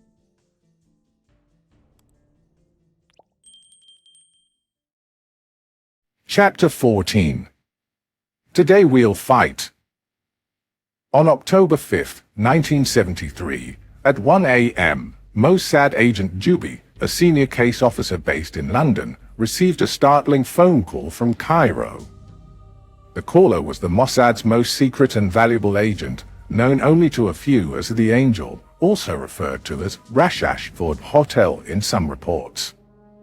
The Angel's brief message included the word chemicals, which made Jubi shudder. Recognizing the gravity of the code word, Jubi immediately contacted Mossad headquarters in Israel, where the agency's chief, Zvi Zami, was informed. Zami promptly told his chief of staff, Freddie Aini, "I am going to London," knowing that the warning signaled an imminent attack on Israel. Since the 1967 Six-Day War, Israel had anticipated retaliation from its Arab neighbors, having gained territories including the Sinai Peninsula, Gaza Strip, Golan Heights, West Bank, and Jerusalem. Despite military deployments along these borders, Arab states rejected peace overtures. The death of Egypt's President Nasser and succession by Anwar Sadat, perceived as weak by Israeli experts, and the leadership transition in Israel to Prime Minister Golda Meir and Defense Minister Moshe Dayan, gave Israel confidence in its security. Weeks earlier, King Hussein of Jordan secretly warned Golda Meir that Egypt and Syria planned to attack Israel. Although Hussein had become a covert ally engaged in negotiations, Meir was more focused on upcoming elections, campaigning under the slogan "All is quiet on the Suez Canal." Barely 18 hours before Yom Kippur, the Angel's warning was taken seriously. Following protocol, Zami flew to London to meet the Angel at a Mossad safe house near the Dorchester Hotel. 10 agents, led by veteran Zvi Morkin, famous for helping capture Adolf Eichmann, secured the building to protect Zami against any possible trap. This tense moment marked the eve of the Yom Kippur War, with Israel on high alert for the attack foretold by its most secret agent. Zami, tense and agitated, waited for the Angel all day long. His agent apparently had made a stopover in Rome, on its way from Cairo, and reached London only in the late evening. The two men met at the safe house at 11 p.m. In the meantime, Yom Kippur, the holiday of prayer, fasting, and atonement, had settled upon Israel. All work had ceased, the television and radio had stopped their broadcasts, no cars moved on the roads. Skeleton army units manned the borders of the Jewish state. The meeting between Zami and the Angel lasted 2 hours. Jubi noted every word. It was close to 1 a.m. when the meeting ended. Juby invited the angel into another room, where he paid him his customary fee of $100,000. Zami, frantic, hurriedly composed an urgent telegram to Israel. But the Mossad agents couldn't find the embassy encoder to transmit the vital message. Finally, Zami lost his call and placed a call to Freddie Eichmann's home. The calls were not answered and the harried operator told him, "There is no answer, sir. I think today is an important holiday in Israel. Try again." Zami growled. Finally, the ringing woke up his chief of staff and he picked up the phone. He sounded half asleep. "Take a basin of cold water," Zami said to him. "Put your feet in it and pick up pen and paper." When Freddie did as he was told, Zami dictated the code phrase, "The company will sign the contract by the end of the day."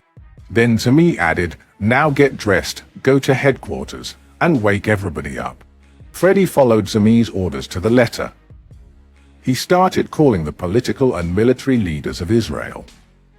His message to them could be summed up in one sentence: war will break out today. Shortly afterward, the telegram that Zami had written finally arrived in Tel Aviv. According to the plan, the Egyptians and the Syrians are going to attack in the early evening.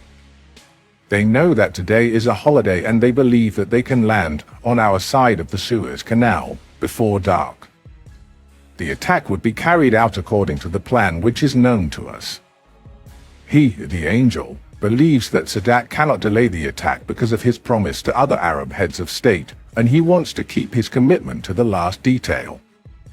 The source estimates that in spite of Sadat's hesitation, the chances that the attack will be carried out are 99.9%. They believe they'll win. That's why they fear an early disclosure that may cause an outside intervention. This may deter some of the partners who then will reconsider. The Russians will not take part in the operation. The Ramzad's dramatic report was not accepted by everybody at face value. General Eli Zera, the handsome, confident chief of Amman, was convinced that there was no danger of war, in spite of the worrying reports by intelligence sources. He believed that the huge concentrations of Egyptian soldiers and armor on the African shore of the Suez Canal were nothing but a part of a large army maneuver. Zera also admitted, in a conversation with Zami, that he had no explanation as to why a report by Unit 848, later renamed Unit 848 was the listening and monitoring installation of the IDF, stated that the families of the Russian military advisors in Syria and Egypt were urgently leaving those countries, a surefire indication of imminent war. The chief of Amman and most of the defense community leaders were firm believers in conception, a theory that Egypt would attack Israel only under two conditions. First, that it would receive from the Soviet Union fighter jets able to face the Israeli fighter aircraft, as well as bombers and missiles that would reach Israel's population centers, and second, that it would assure the participation of the other Arab countries in the onslaught. As long as these two conditions had not been met, the conception said, there was no chance that Egypt would attack. Egypt would make threats, would tease and provoke, would carry out mammoth maneuvers, but wouldn't go to war.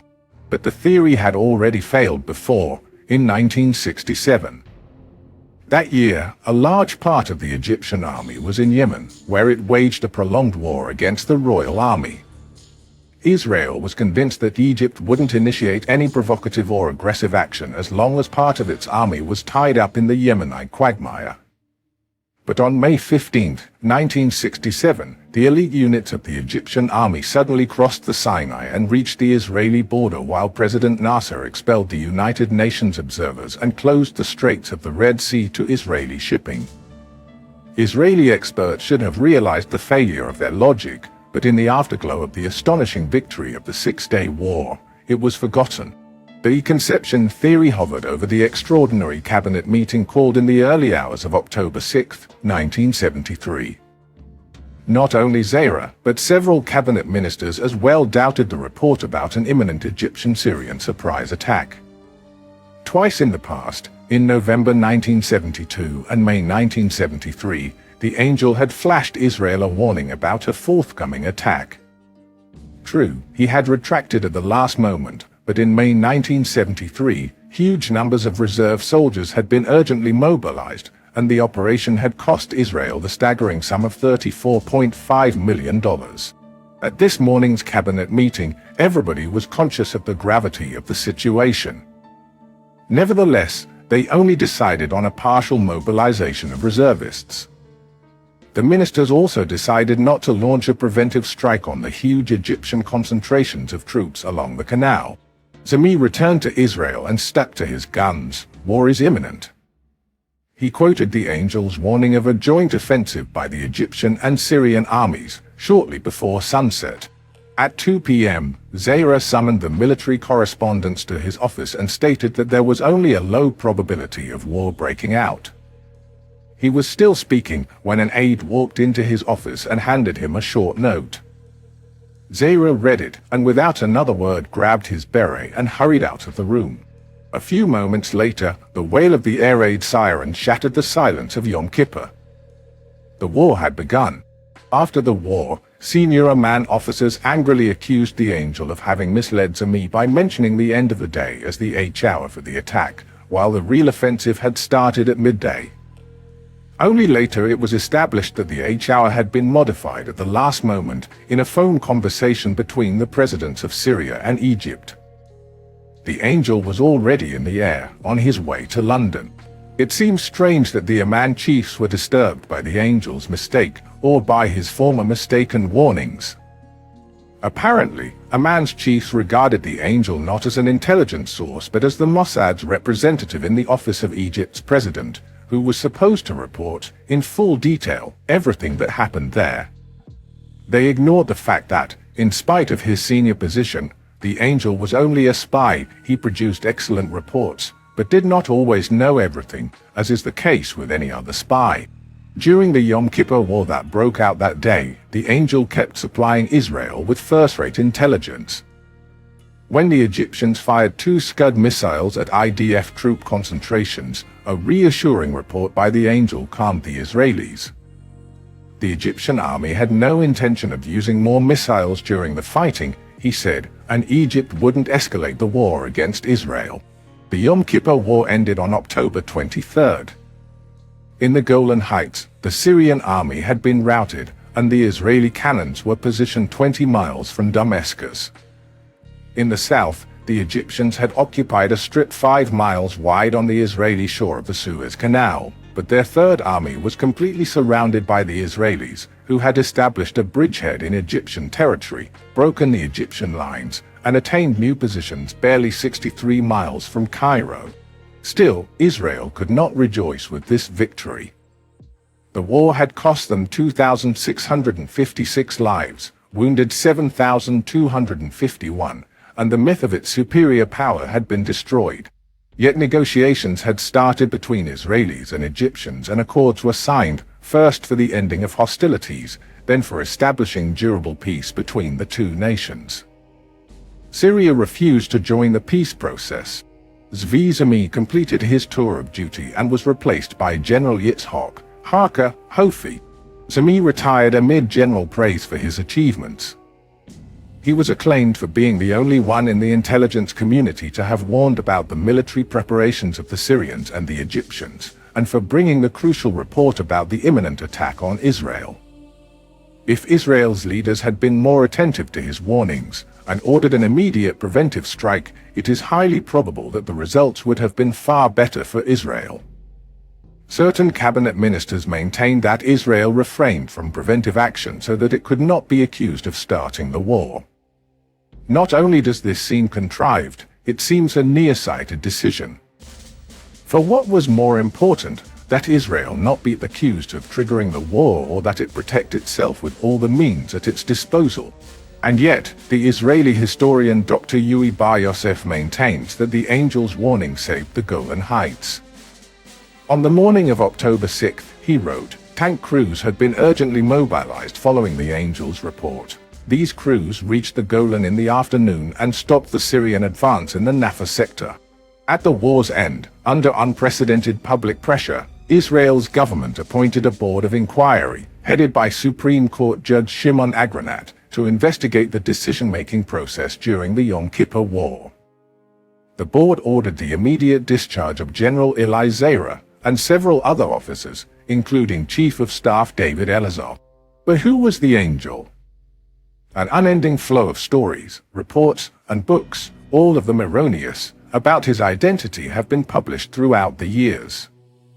It was obvious that the angel was somebody very close to Egypt's governing circles and Egyptian army supreme command, but no one ever pierced the armor of secrecy that protected his real identity. Journalists and analysts called him by several code names and painted a figure blessed with legendary talents. He became the hero of many spy stories and even some best-selling novels. After his discharge, General Zahra carried his frustration deep in his heart.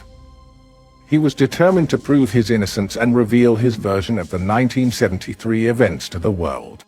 He finally decided to write a book and give his own answer to the question, why did he reject the angel's report? The general wrote that the angel was nothing less than a double agent who had been planted in the Mossad by the wily Egyptians in order to mislead the Israelis. Some reporters bought Zahra's story and wrote that the angel was indeed a double agent par excellence. The angel's role, they explained, was, over a length of time, to deliver to Israel truthful and accurate intelligence in order to win its trust, and then, when the Mossad was practically eating out of his hand, feed it a monstrous lie that would destroy it. It was a great story. It explained everything, almost. Because both Zahra and his followers chose to disregard one single fact, all the angel's reports, from the very beginning until the very end, had been absolutely accurate. So where was the lie? And when the angel could mislead Israel and inform it that the massing of troops on the Suez Canal shore was just a maneuver, and there was no danger of war, but double agent chose the opposite solution. He called Sami's aide in England and sent him the warning, chemicals, then flew to London and warned Sami that the surprise attack was imminent. But Zahra could not be stopped. In 2004, when a new edition of his book was published, he went a step further and revealed the angel's identity to the public. In a series of interviews, culminating with a television news show hosted by veteran journalist Dan Margolin, Zahra used the angel's real name, Ashraf Marwan. The name stunned all those familiar with the Egyptian political circles. They could not believe that Marwan might be an Israeli spy. But who was this master spy? Who was Ashraf Marwan? In 1965, a sweet, shy Egyptian girl met a charming and handsome young man at the Heliopolis tennis court. The girl, Muna, was the third daughter in her family and not exactly the smartest. Her sister Huda was more gifted and an A student at the Giza High School. But Muna was cute, charming, and her father's favorite child. The young man she had met came from a respectable and well-off family. He had just graduated with a BS in chemistry and had joined the army. And Muna fell for him, head over heels. Shortly afterward, she introduced her boyfriend to her family. That's how the young man met Muna's father, Egypt's President Gamal Abdel Nasser. Nasser was not sure that his daughter had met the ideal match, but she did not leave him any choice. Finally, Nasser invited the young man's father, a senior officer in the president's guard, to his office, and the two men agreed that their children should get married. A year later, in July 1966, the young people were wed. Soon after, Muna's young husband was posted at the chemical department of the Republic Guards, and at the end of 1968 was transferred to the Presidential Department of Science. The name of the president's son-in-law was Ashraf Marwan. The young man apparently was not satisfied with his new job. He asked Nasser for permission to pursue his studies in London. Nasser agreed, and Ashraf Marwan, alone, settled in England's capital under the close supervision of the Egyptian embassy. But the supervision, apparently, was not close enough.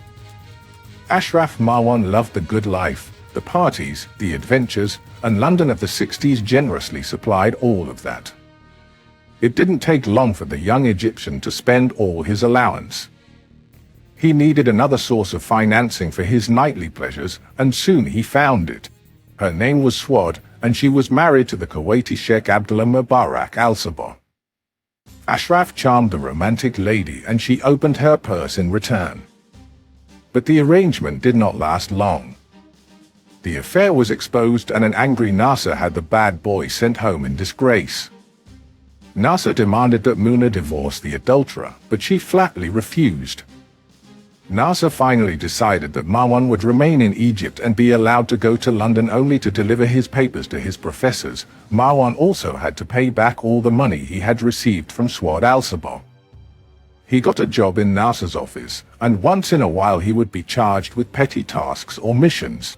In 1969, Ashraf Marwan came to London again to submit an essay to the university. But on that occasion, he also took the first step to betraying his father-in-law. His humiliation by Egypt's president had left him bitter and frustrated. He did not hesitate. He phoned the Israeli embassy and asked to speak to the military attaché. When an officer answered, Marwan identified himself by his real name and bluntly said that he wanted to work for Israel. He asked that his offer be forwarded to the people dealing with this kind of activity. The officer who received his call did not take him seriously and did not report the call. Marwan's second call also remained unanswered. But the story reached some Mossad officials. The chief of the Mossad European section, Shmuel Goren, received a phone call from Marwan. Goren knew who Marwan was aware of the man's important position, and asked Marwan not to call the embassy anymore. He gave him an unlisted number and immediately alerted some of his colleagues. Goren's top-secret report was handed to Zvi Zami and to Rehavia Vardi, the head of Tzomit, the Mossad Department for Agent Recruitment. The two of them appointed a special team to check Marwan's offer in depth. On the one hand, Marwan's move had all the characteristics of a classic sting operation. Somebody high up in an enemy organization volunteers as an agent, and no effort is needed to recruit him. That seems very suspicious. The man can be a double agent, sent over as bait by the Egyptian services. But on the other hand, the same equation might have the opposite meaning. Somebody high up in the enemy organization volunteers as an agent. He certainly must have access to ultra-secret material that nobody else can provide. Perhaps, after all, he was the ideal agent, the one every secret service in the world dreamed about. Besides, Vardi's men knew who Marwan was, an ambitious young man, a hedonist, therefore somebody who loved money. The temptation for Mossad recruiters was great. Goren returned to London and asked to meet Marwan. Marwan agreed and arrived elegantly dressed, ever the handsome young man.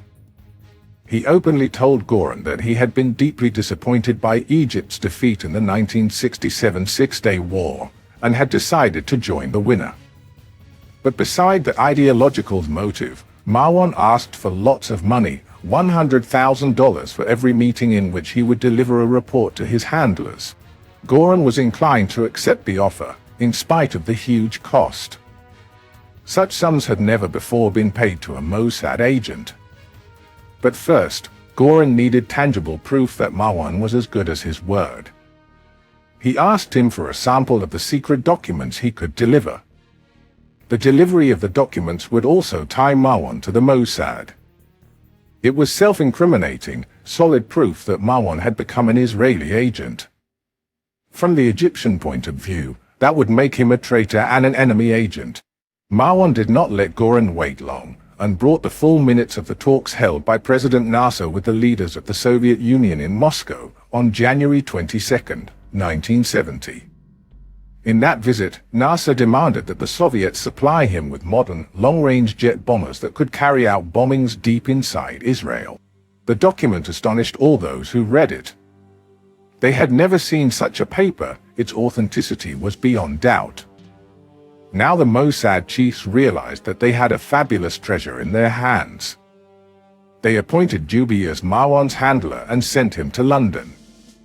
They also took immediate care of all the arrangements, renting an apartment in London for the meetings with the angel, equipping it with hidden listening and recording devices, securing it, establishing a special fund for the financing of their star agent. The games could start. The meetings were initiated by Marwan himself whenever he had something to report. According to the rules established with Jubi, Marwan would make a phone call to a middleman. Some sources claim that he used to call Jewish women in London, and the Mossad would be alerted. Marwan provided his handlers with lots of intelligence and top-secret political and military documents. Colonel Meir, the head of Branch 6, Egyptian Army, in Amman, participated in several of those meetings. Meir used to fly to London under an assumed identity. All identifying labels would have been removed from his clothes. He used to move around London for hours, by foot, in cabs and buses, to make absolutely sure he was not followed, then, finally, reach the apartment building and go up to the 6th floor. When he came to the apartment the first time, he met there a handsome but unpleasant man, who openly disdained him and condescendingly glowered at him. Marwan softened up only when he realized that Meir was a man of vast knowledge and experience. Once, Meir was asked by his Mossad friend to bring a briefcase to Marwan. When he asked what was in the case, his friend winked at him and said a penthouse in Handina Square, the most exclusive neighborhood in Tel Aviv, hinting that it carried a fabulous sum of money. According to Mossad estimates, Marwan's reports during his secret service for Israel cost the Jewish state more than $3 million. Nasser died on September 28, 1970, and was replaced by Anwar Sadat. Professor Shimon Shamir, one of the foremost Egypt scholars in Israel, analyzed Sadat's character for the Mossad. A feeble, dull man, Shamir said, he stressed that Sadat would not stay long in power or go to war. Many of Egypt's leaders thought the same, but Marwan decided to back Sadat unconditionally. He took the keys to Nasser's personal safe from his wife, collected the most important files and documents, and brought them to the new president. He stood by him again in May 1971, when some of Egypt's leaders conspired to carry out a pro-Soviet coup.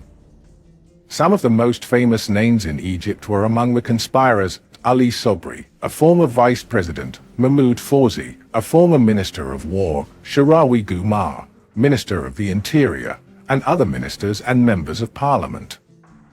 The plan was to assassinate Sadat during his visit to Alexandria University.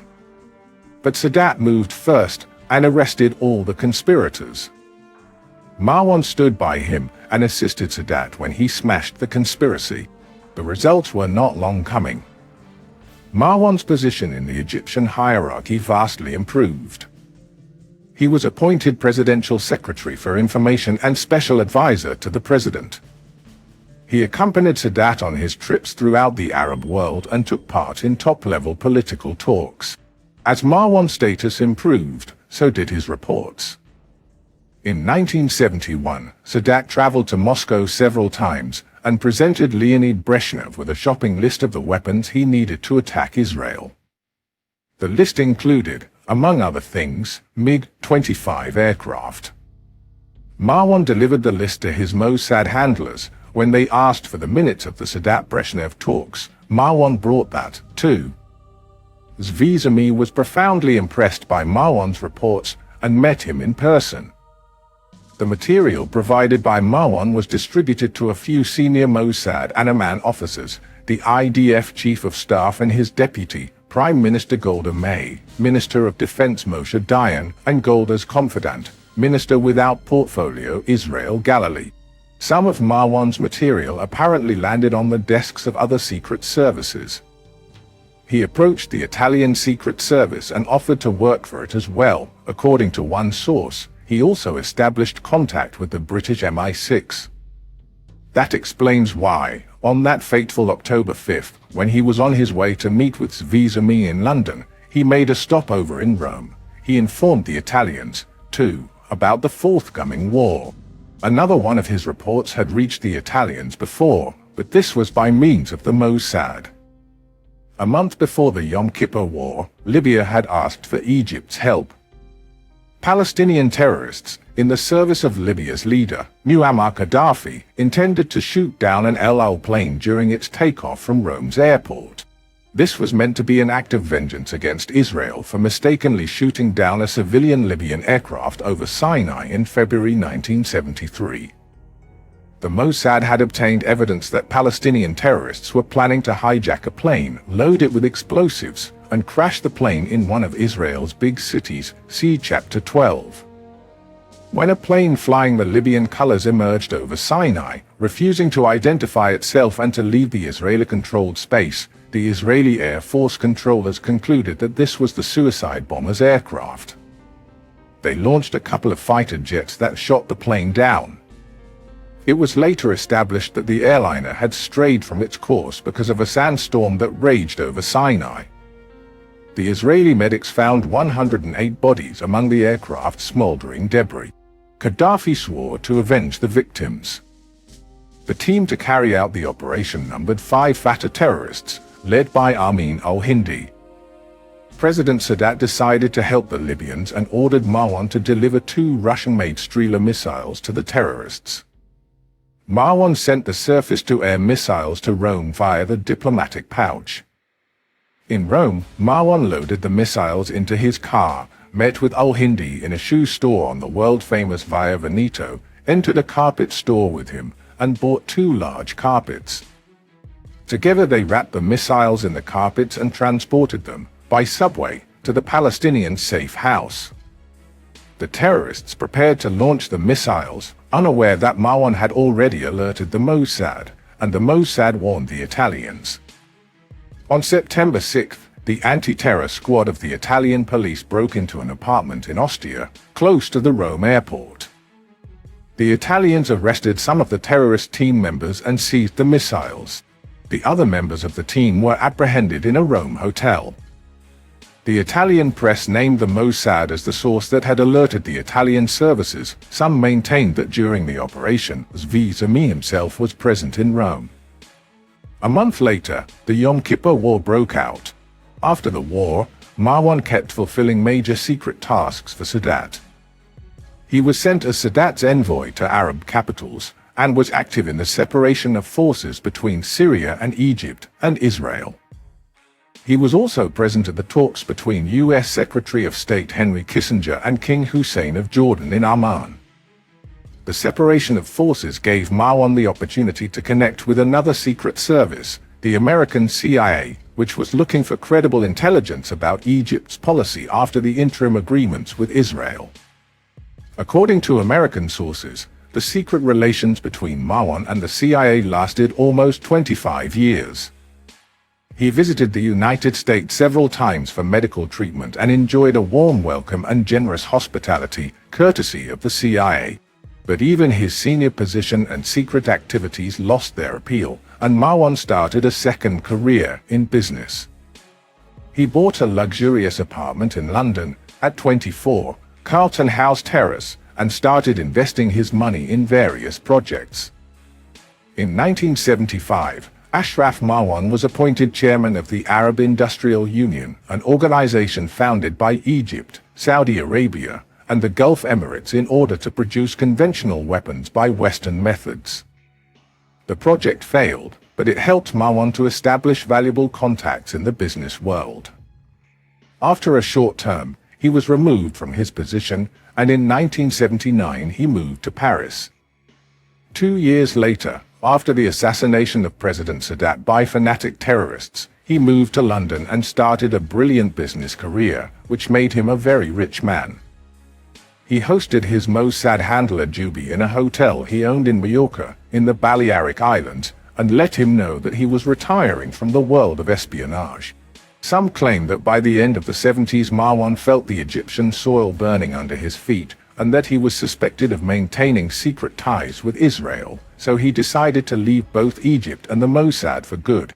In the following years, Marwan made a series of fabulous business deals. He invested his money well, and soon bought a part of the Chelsea Football Club, while competing with Mohammed Al-Fayed, the father of Princess Diana's boyfriend Dodi, for the purchase of the upscale Harrods department store in London. He stuck to his hedonistic lifestyle, was always well-dressed, and a string of love affairs trailed in his wake. Some CIA agents, who came to see him once in his New York hotel, had to wait outside until his current paramour dressed and cleared out of his suite. In the 80s, Marwan's name was linked to several arms-running deals for Gaddafi's regime in Libya and the terrorists in Lebanon. An American journalist reported that he invited a CIA agent to his home, led him to the terrace, and pointed to a shiny Rolls-Royce parked outside. "This is a present from Gaddafi," he said. The story about Marwan's terrorist connection seems to be pure fabrication. Marwan wouldn't have dealt with terrorists and risked a confrontation with the Mossad that could expose his past as an Israeli agent, sentencing him to certain death. If Marwan had delved into shady deals with Libya or the terrorists, it could have been only in full cooperation with the Mossad. But years passed by, and in 2002, a book titled A History of Israel came out in London. The book was written by the Israeli scholar Aaron Bregman, and mentioned the spy who had warned Israel of the forthcoming Yom Kippur War. Bregman called the spy the son-in-law. This was a hint that the spy was close to an important personality, and the angel was Nasser's son-in-law. Bregman wrote that the man had been a double agent, who provided Israel with false information. The book did not reveal Marwan's name, but it did rouse his anger. He reacted in an interview in the Egyptian Al-Aram newspaper, in which he mocked Bregman's research and called it a stupid detective story. Bregman, offended, decided to defend his honor, and in an interview with Al-Aram openly stated that the son-in-law was indeed Ashraf Marwan.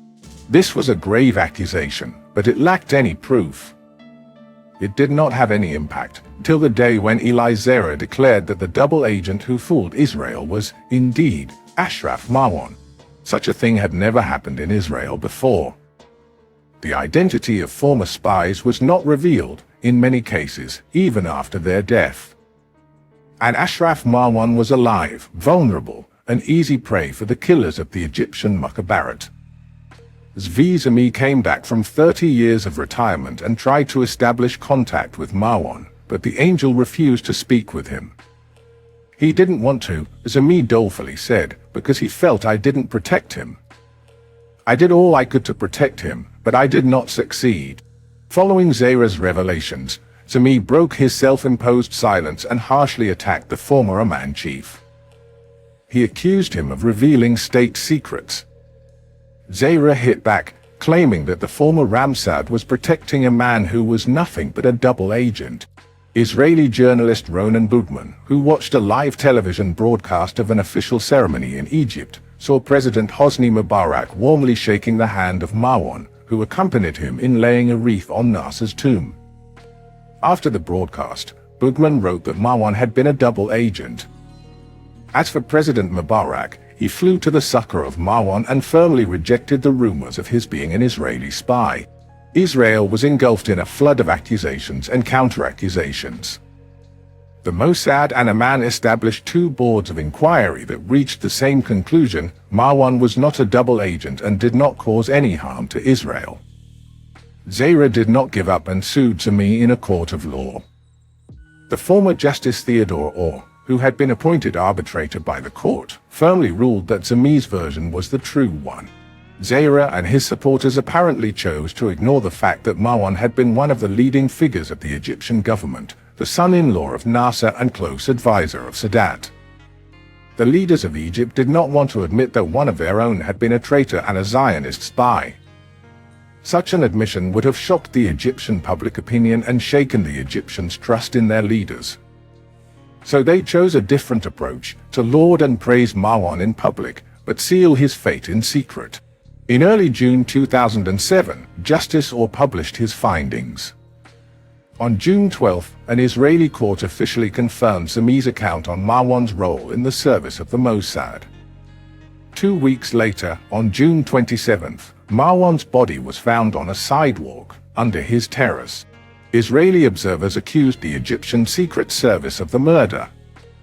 Many accused Zera, claiming that by his reckless behavior he had caused Marwan's death.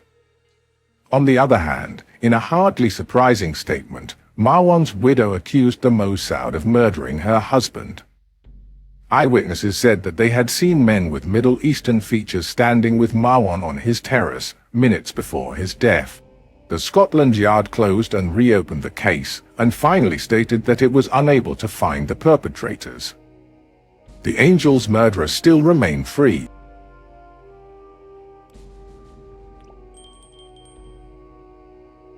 Chapter 15. A honey trap for the Aten spy. Except for carrying a sign that read "I am a spy," Mordechai Vanunu seemed to have done all he could to expose his secret life. He was a technician at the Dimona atomic reactor, the most secret and secure installation in Israel. The foreign press, as well as many governments, was convinced that Israel was building nuclear weapons in that top-secret facility. Anybody who applied for a job at Dimona had to go through a long, rigorous process of filling out forms, submitting to interrogations, undergoing background checks by the Shabak and other security specialists, until, at the end of the exhausting procedure, they were cleared to enter the secret compound. The intensive surveillance and close scrutiny continued throughout one's employment at Dimona. Vanunu applied for a job at Dimona after he saw an ad in a daily newspaper. He filled out a form at the Nuclear Research Facility office in nearby Beersheba, was subjected to a routine security investigation, and got the job without any problems. How is this possible? He was a left-wing radical. His friends were Arab members of the communist, anti-Zionist Raqqa party. He participated in protests at their side, was photographed in extreme pro-Palestinian rallies, carried signs, made speeches, and gave interviews to the media. He also hosted Raqqa militants in his small Beersheba apartment and asked to join their university cell, exclusively composed of young Arab radicals, openly hostile to the State of Israel. In Ben Gurion University, where he was registered as a student, he was known for his extreme views. He was a gifted but unstable young man. Before he became a Raqqa supporter, he had been a right-wing extremist and an admirer of the racist Rabbi Kahane. He later supported the extreme right-wing party Hatakia Revival, voted for the Likud, and finally landed in the extreme left. He claimed that the controversial 1982 Lebanon war had made him change his political opinions. A loner, with almost no friends, he firmly believed that he was discriminated against because of his Moroccan origins. That conviction grew when he failed the admission tests for the Air Force Academy and was posted to the Engineer Corps. After his discharge from the IDF, he started engineering studies in Tel Aviv, changed his mind and moved to Beersheba, where he started studying economics, changed his mind again and switched to philosophy. He became a vegetarian, then a vegan. His classmates were impressed by his lust for money. He boasted that he did not have to work, just to invest smartly in the stock market. In his diary, he gave the stock market top priority, before philosophy and English. He drove a red Audi, made some money as a nude model, and, at a student party, pulled down his drawers to win a prize.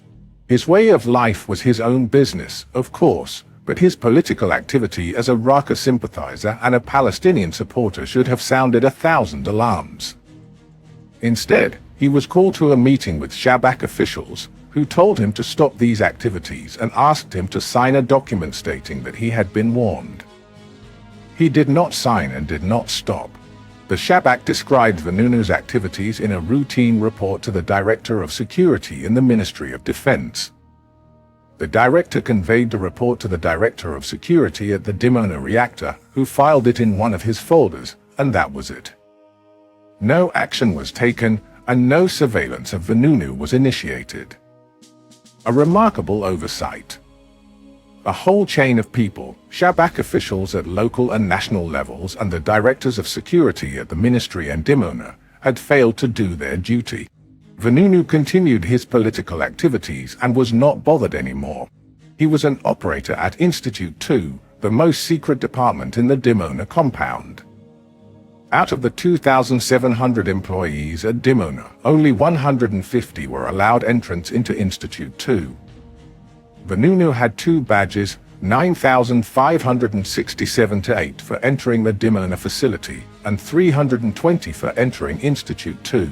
From the outside, the institute looked like a modest 2-story building that could be a storage facility or a marginal utility unit.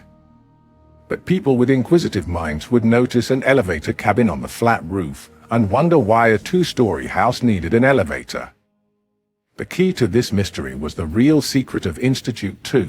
The elevator was needed to go not up but down, to the 6 underground floors that were artfully concealed. Vanunu was in charge of the night shift and knew the building well. The first floor was divided between several offices and a cafeteria. A few gates on the ground floor were used for the transfer of uranium rods used in the reactor. On the same floor were some more offices and some assembly labs. On the first underground floor were pipes and valves. On the second, the central control room and a sort of terrace, called Golda's balcony. Important visitors with maximum clearance could watch the production hall beneath from that balcony. On underground floor 3, technicians worked on the uranium rods that were lowered from above. On level 4 was a large underground space, rising to the height of 3 floors for the production plant and the separation facility, where the plutonium produced in the reactor was removed from the uranium rods. The 5th floor housed the metallurgic department and the lab where the components of the bombs were produced, and on the 6th underground floor, chemical waste was loaded into special containers. Vanunu knew that during the normal operation of the nuclear reactor, the chain reaction produced plutonium that accumulated on the uranium rods. After being shaved from the rods, it was used on levels 4 and 5, and in the assembly of Israel's atomic weapons. One day, for no particular reason, Vanunu took a camera to Institute 2. He brought it in his bag, stuck among the books that he would take later to class at Ben Gurion University. If he was asked by the security screeners why he had brought a camera to Dimona, he intended to say that he had taken it to the beach and forgotten it in his bag. But nobody checked his bag, nobody asked questions, and he stored the camera in his personal locker. During the lunch and evening breaks, when nobody was in the building, Vanunu would wander in the underground floors, photograph the labs, the equipment, and the halls, draw detailed sketches, enter the empty offices, and peruse documents in open safes. Nobody saw him and nobody suspected him. The security guard seemed to have evaporated into thin air. Vanunu's superiors had no idea about his dangerous hobby and evaluated him as a quiet, serious, and diligent technician. At the end of 1985, Vanunu was fired after 9 years in Dimona. His dismissal was not connected to his political activities but was part of budgetary cuts at Dimona. He was let go like many others. He received a 150% severance package and 8 months' wages as an adaptation grant. Yet, again, he was angry and frustrated. He decided to go abroad for a long trip and perhaps never return if he could find a new home, like 12 million Jews who lived outside Israel. He sold his apartment and his car and liquidated his bank accounts. The 31-year-old Vanunu shouldered his backpack and set off on his trip. He had gone on long trips before, once to Europe and once to the United States. Now he headed for the Far East. In his bag he carried the 2 films he had shot at Dimona. His first stop was Greece, then Russia, Thailand, and Nepal. In Kathmandu, he met an Israeli girl and courted her bashfully. He introduced himself as Mordi and openly admitted that he was a left-wing pacifist and perhaps he would not return to Israel. He visited a Buddhist temple and toyed with the idea of becoming a Buddhist himself. After Kathmandu, Vanunu traveled the Far East and finally landed in Australia. For a few months, he worked at odd jobs in Sydney, but most of the time he was lonely and miserable. One evening, he strolled through one of the most disreputable neighborhoods of the city, a haven for prostitutes, petty thieves, and drug dealers. From the darkness, in front of him, emerged the spire of the St. George Church, a known refuge of tormented souls, desperate people, criminals, homeless wanderers, poor and oppressed men and women. He walked in and met the Anglican priest John Mennonite. The good priest immediately realized that Vanunu was looking for a home and a family. He established a close and warm contact with his shy, insecure guest. In the next weeks, The two of them had long and sincere conversations, and finally, on August 17, 1986, Vanunu was baptized Christian and chose a new name, John Crossman.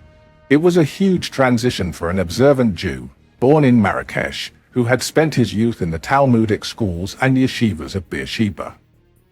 True, his religious zeal had waned years ago, but his conversion was more a product of his instability and confusion than of his disappointment with Judaism. If he had not walked into St. George Church and met Father John, he might have converted to Buddhism or some other religion. But by turning his back on Judaism, he also turned his back on Israel. His aversion to his country gradually became one of the major motives for his future actions. During a social meeting at the church, Vanunu told his new friends about his work in Israel, described the Dimona reactor, and offered to make a slideshow with the photographs he had taken. They gazed at him vacantly. They had no idea what he was talking about. But there was one man in his audience who became intrigued by his words, Oscar Guerrero, a Colombian wanderer and an occasional journalist. The two of them had painted the church fence and had lived in the same apartment for a while. Guerrero realized the importance of the photos and fired up Vanunu's imagination with promises of fortune and glory. Vanunu badly wanted money, but he also thought he could use the promised glory to promote peace between Jews and Arabs.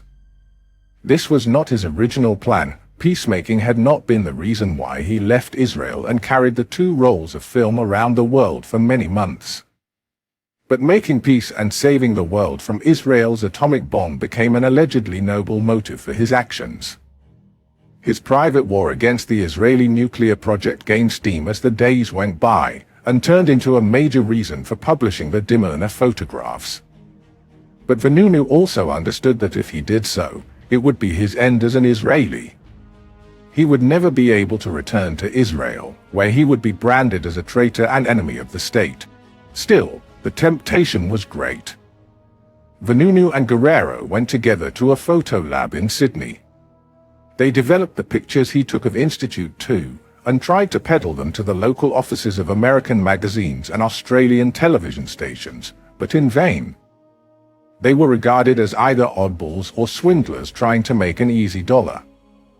Nobody believed that the shy, ascetic young man held Israel's most guarded secret in his hands. Finally, Guerrero flew to Spain and England, and this time he struck gold. The editors of the London Sunday Times, who heard his story, realized the dramatic potential of an article on Israel's nuclear reactor based on exclusive photographs and drawings. Yet they had to be extremely cautious. Not long ago they had been badly hurt by buying Hitler's diaries, which turned out to be a second-rate hoax. Therefore, they asked to thoroughly examine the material that Guerrero had brought over.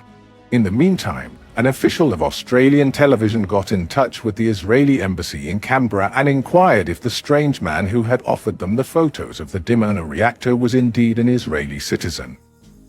The story came to the attention of an Israeli journalist, who reported it to his newspaper in Tel Aviv. Like a thunderbolt, a stunning blow shook Israel's secret services. A former operator at Institute 2 in Dimona was trying to sell Israel's most vital secret.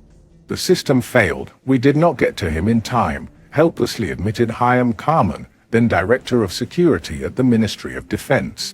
The news was rushed to the Prime Minister's Club, Prime Minister Perez and former Prime Ministers Rabin and Shamir, who were members of the National Unity Government. They decided to find Vanunu at once and bring him to Israel. Some of their aides suggested killing Vanunu instead of bringing him back, but that idea was dismissed. The Prime Minister picked up the phone and called the Mossad.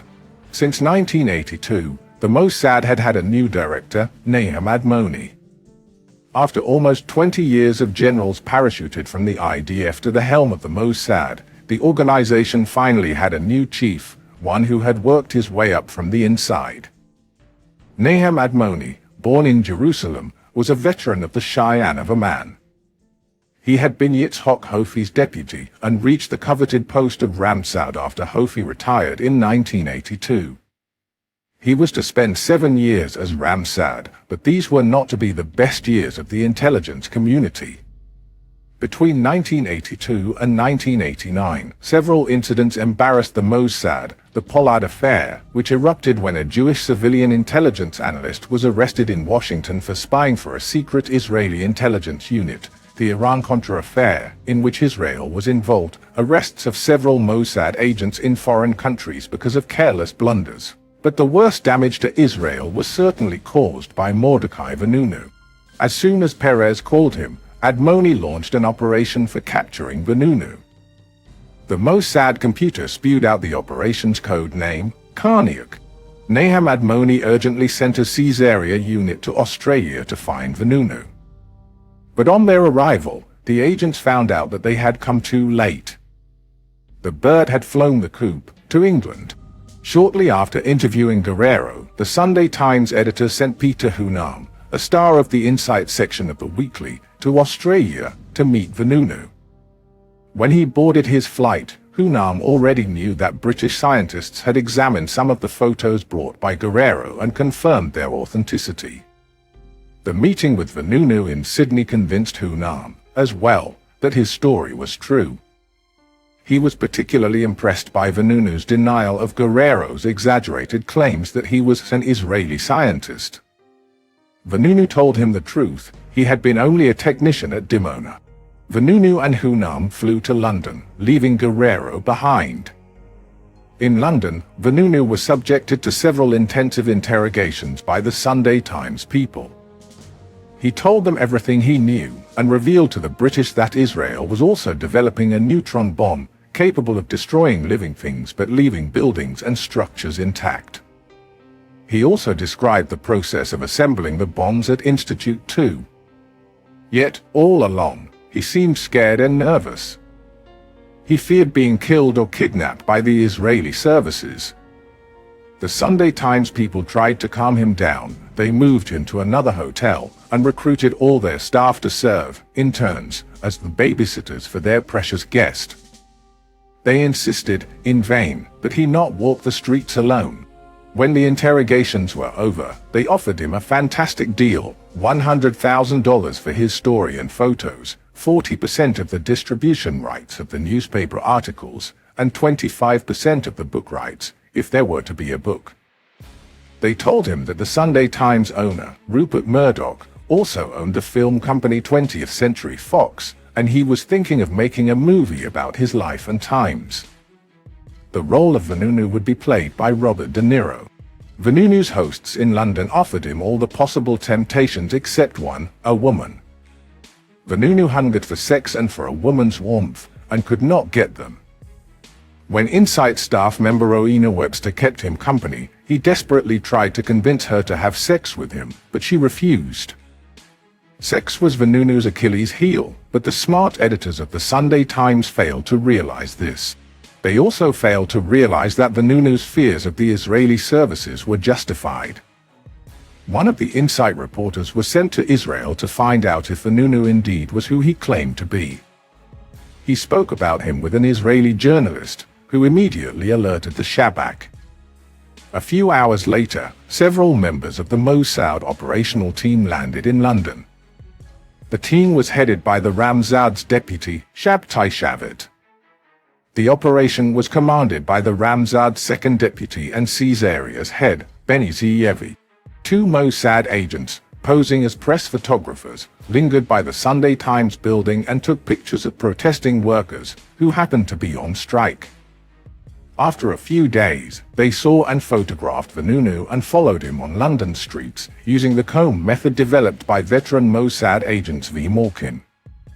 Besides following their mark, the agents combed the areas that he might visit, and were in place even before he arrived. And so, on September 24th, Vanunu arrived at Leicester Square, a favorite site for tourists and visitors. By a newspaper stand, he saw a girl that looked very much like Farrah Fawcett, the star of the TV show Charlie's Angels. She was a pretty blonde, and to him she looked beautiful and angelic.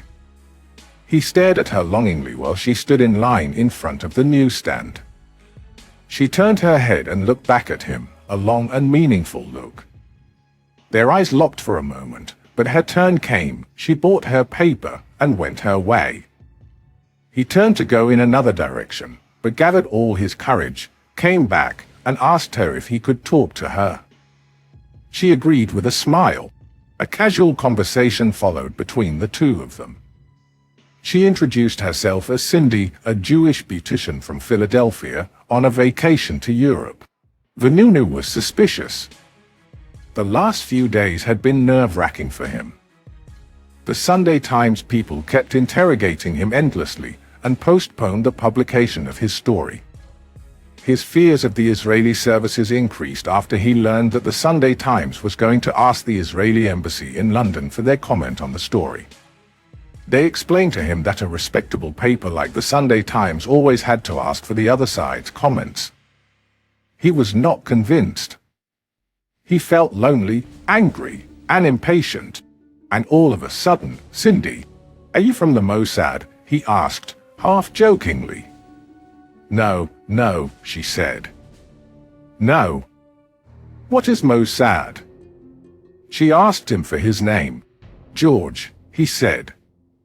That was the name he had used when he checked into the hotel. She smiled. Come on, she said. You're not George. When they settled in a cafe, he revealed his real name to her and told her about the Sunday Times and his problems. She immediately suggested that he come to New York, where she could find good newspapers and good lawyers for him. But he did not listen, not really. Mordechai Vanunu fell in love at first sight. He met with Cindy several times in the next few days, and, according to him, these were the best days of his life. They walked in the parks, holding hands, went to the movies and watched Witness with Harrison Ford and Woody Allen's Hannah and Her Sisters. They also saw a musical, 42nd Street, and kissed a lot.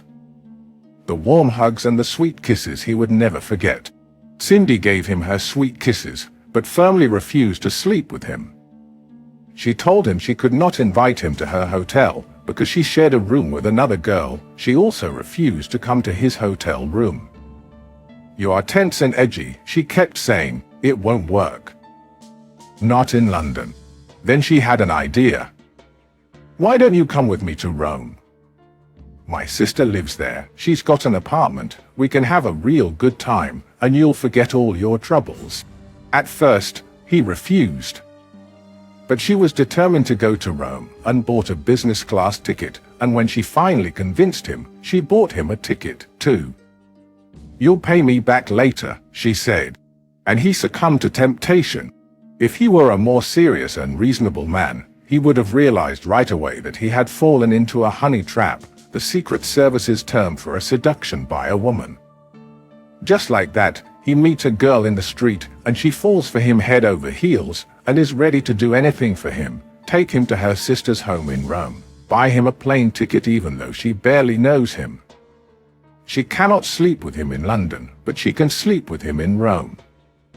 A sensible man would have concluded that Cindy's story was suspicious, even ridiculous.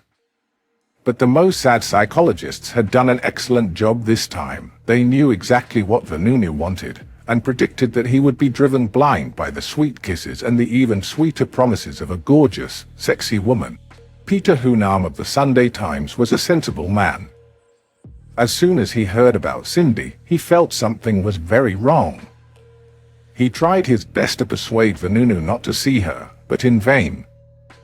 Vanunu had swallowed the bait already, and nothing in the world could make him change his mind. Once, he asked Peter to drive him to the cafe where Cindy was waiting for him, and Peter caught a glimpse of the young woman. Later he would be able to sketch her face, based on their brief encounter. When Peter learned of Vanunu's intention to leave town for a couple of days, he again tried to talk him out of it, but to no avail. Still, he warned Vanunu not to leave England and not to leave his passport with the reception clerks at the hotel. But even Peter Hunam could not imagine that Vanunu would fly to Rome so he could, at last, sleep with his Cindy. Cindy had agreed to sleep with Vanunu in Rome for a totally different reason. Israel did not want to abduct Vanunu on British soil. Prime Minister Perez did not want to confront the formidable Iron Lady, Margaret Thatcher. The Mossad did not feel comfortable in Great Britain either. Only a few months before, the German authorities had found in a telephone booth a case containing 8 false British passports. Unfortunately, the case also carried a tag announcing the identity of its owner and his connection to the Israeli embassy. The British government was furious. The Mossad had to promise not to infringe on British sovereignty again. Therefore, neither Perez nor the Mossad could even think of launching a covert operation in Great Britain. Rome became the best possible choice. The relations between the Mossad and the Italian Secret Service were close and solid. The Ramsad Nahum Admoni and Admiral Fulvio Martini, the head of the Italian Secret Service, were good friends. And with chronic chaos reigning in Italy, it was almost certain that the Italians could never prove that Vanunu was abducted on their soil. Cindy and Mordi, hand in hand, boarded British Airways Flight 504 to Rome on September 30, 1986. When they landed at 9 p.m., the two lovers were met by a jolly Italian holding a huge bunch of flowers. He took them in his car to Cindy's sister's place. During the trip, Cindy kept hugging and kissing her blissful Mordi. The car stopped by a small house, and a girl opened the door. Vanunu was the first to enter. Suddenly the door was slammed shut behind him, and 2 men jumped him, hit him hard, and threw him to the floor. He noticed that one of them was blonde. While they tied his hands and feet, the girl bent over him and plunged a needle in his arm. Everything became a blur, and he sank into a deep sleep. A commercial van carrying the unconscious Vanunu headed to the north of the country. The vehicle traveled for several hours. On Vanunu's side sat 2 men and 1 woman. After a few hours, Vanunu got another injection. Cindy had vanished. The car reached the port of La Spezia. Vanunu, strapped to a stretcher, was put aboard a fast speedboat that sailed to the open sea, where an Israeli freighter, Tarpuz, was waiting. According to another source, it was SS Noga. The ship's crew members were ordered to enter the crew lounge and stay inside. But those on duty saw the speedboat arrive. A rope ladder was thrown overboard and 2 men and 1 woman cautiously climbed aboard. They were carrying an unconscious man and brought him to the first mate's cabin, locking the door behind them. The ship immediately sailed toward Israel. Vanunu spent the entire trip locked in the small cabin. He did not see Cindy anymore. He was worried about her and did not know what had happened to her. He did not realize that she was a member of the Mossad team. She had left him at the threshold of the safe house and probably left Italy that same night. The woman who accompanied Vanunu aboard the ship was the doctor that kept shooting him with anesthetics during the trip. The ship dropped anchor not far from the Israeli shore, and Vanunu was transferred to an Israeli Navy missile boat. He was met there by police officers and Shabak agents, who formally booked him and took him to the Shikma prison in Ashkelon. During his first interrogation, Vanunu learned that while he was on his way to Israel, the Sunday Times had started publishing the series based on his revelations. The articles, enhanced by photographs and drawings, were reproduced in scores of papers all over the world. The Sunday Times revealed that all the previous assessments of Israel's nuclear strength had been mistaken. So far, the experts believed that Israel possessed between 10 and 20 primitive atomic bombs. But the information brought by Vanunu proved that Israel had become a nuclear power, and its arsenal contained at least 150 to 200 sophisticated bombs. It also had the capability of producing hydrogen and neutron weapons. Vanunu got scared by the sensational revelations. He feared that the Israelis would kill him. He also feared for Cindy, and could not believe that she was a part of the plot against him. For about 40 days, the world did not know what had happened to Vanunu. The press published sensational reports that had nothing to do with the truth. The British papers described in full detail how he had been kidnapped in London and smuggled to Israel inside a diplomatic crate. Others quoted witnesses who had seen him with a young woman boarding a yacht that had taken him to Israel. members of parliament in London demanded an investigation and severe measures against Israel.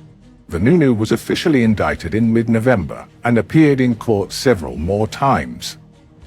He decided to outwit his jailers. He knew exactly where the reporters were waiting when he was brought to court. In one of the trips to the courthouse, Vanunu sat in the backseat of the police car and waited for it to stop in front of the crowd of reporters and photographers. Then, suddenly, he stuck the palm of his hand to the car window. And the reporters and photographers of the world press could read the phrase he had written on his palm: Vanunu M was hijacked in Rome, Italy, the 30th of September, 86. 9 p.m. came to Rome by fly BA 504. That revelation did not harm Jerusalem's relations with London, as it made clear that Vanunu had left Britain of his own free will on a regular commercial flight. In Rome, however, the chiefs of the secret services were angry and frustrated, but after a while the Israelis repaired the damage. Vanunu was charged with espionage and treason. He was sentenced to 18 years in prison. But overseas, he was not considered a spy or a traitor.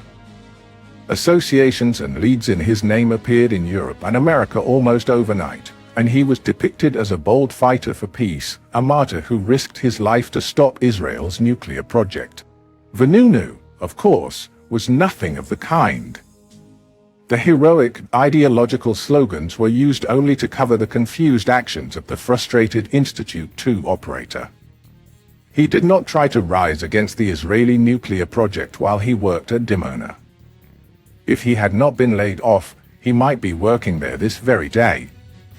Even when he left the country, he did not hurry to start his holy war. He traveled the world, toured Nepal and Thailand, got baptized in Australia. Had he not met Guerrero, he might have kept the photos of Golda's balcony and the bomb assembly labs at the bottom of his rucksack.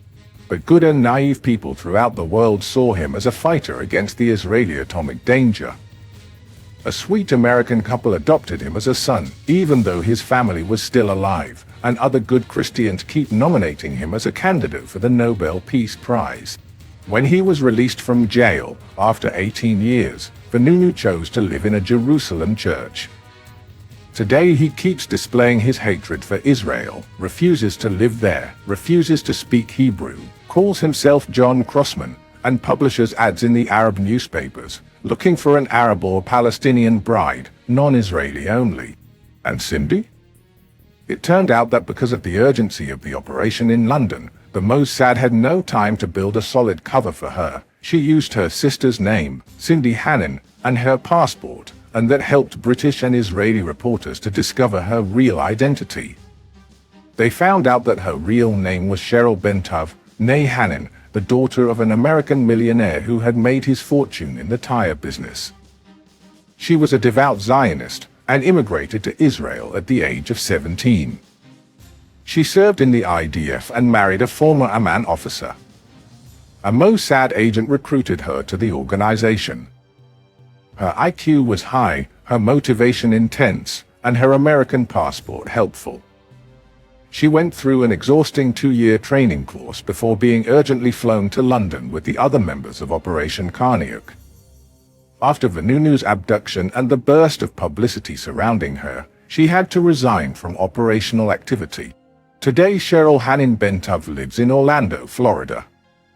She and her husband are in the real estate business and lead the life of a model Jewish-American family. The Vanunu affair burned Cheryl as a Mossad agent, and her colleagues sincerely regret that the smart, pretty, and resourceful woman is no longer one of them. It is because of her that Israel got Vanunu out of England without breaking any laws. Margaret Thatcher easily reined in her tumultuous members of parliament once it was clear that no illegal act had been committed on British soil. But it did not take long for the Mossad to get up to its old tricks again.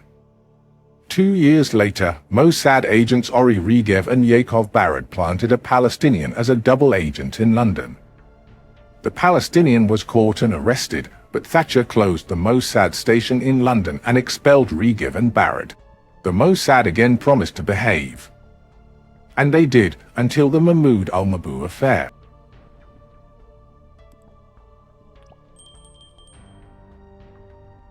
Chapter 16. Saddam's Supergun.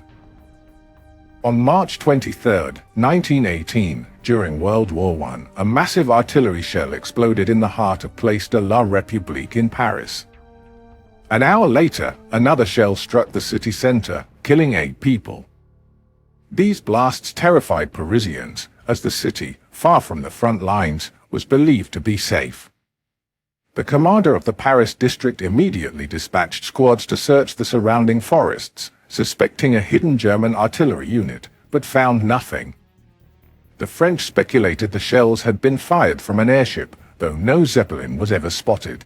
6 days later, on Good Friday, another shell hit Paris, this time directly striking St. Gervais Church in the 4th arrondissement. The explosion killed 91 people and injured 100, spreading panic throughout the city. Army patrols scoured the area but found no source. The newspapers likened the mysterious bombardment to the giant cannon described by Jules Verne From the Earth to the Moon, which could launch a spaceship to the moon. Fortunately for the French, the war ended that year with the Allies' victory over Imperial Germany. Gradually, details emerged about the terrifying weapon that had caused death and fear in Paris. Known as the Paris gun or the Wilhelm gun after Emperor Wilhelm II, it was developed by the Krupp Heavy Weapons Company. 3 of these secret cannons were produced, boasting an unprecedented range of 128 kilometers. Their shells measured 3 feet long, with a gunpowder charge 12 feet in length, and soared to altitudes of 42 kilometers, a record only surpassed by Germany's V-2 rockets in World War II. Krupp assembled the 3 massive guns in strict secrecy. Mounted on special trains, they were frequently relocated, sometimes daily. Each gun was operated by 80 artillerymen who were forbidden from speaking to anyone, ensuring the weapon's existence remained a closely guarded secret. As the war approached its end, the maneuvering capacities of the superguns quickly deteriorated. British aircraft discovered the huge guns, hounded them along the rails, and kept bombing them. The French, too, fired at them from positions close to the front lines. Yet none of the attacks were successful. The only gun that was neutralized was one that exploded while firing. 5 soldiers were killed. The other 2 vanished without a trace at the war's end. What happened to them remains a mystery. They may have been dismantled, or concealed in some deep cave or an abandoned mine.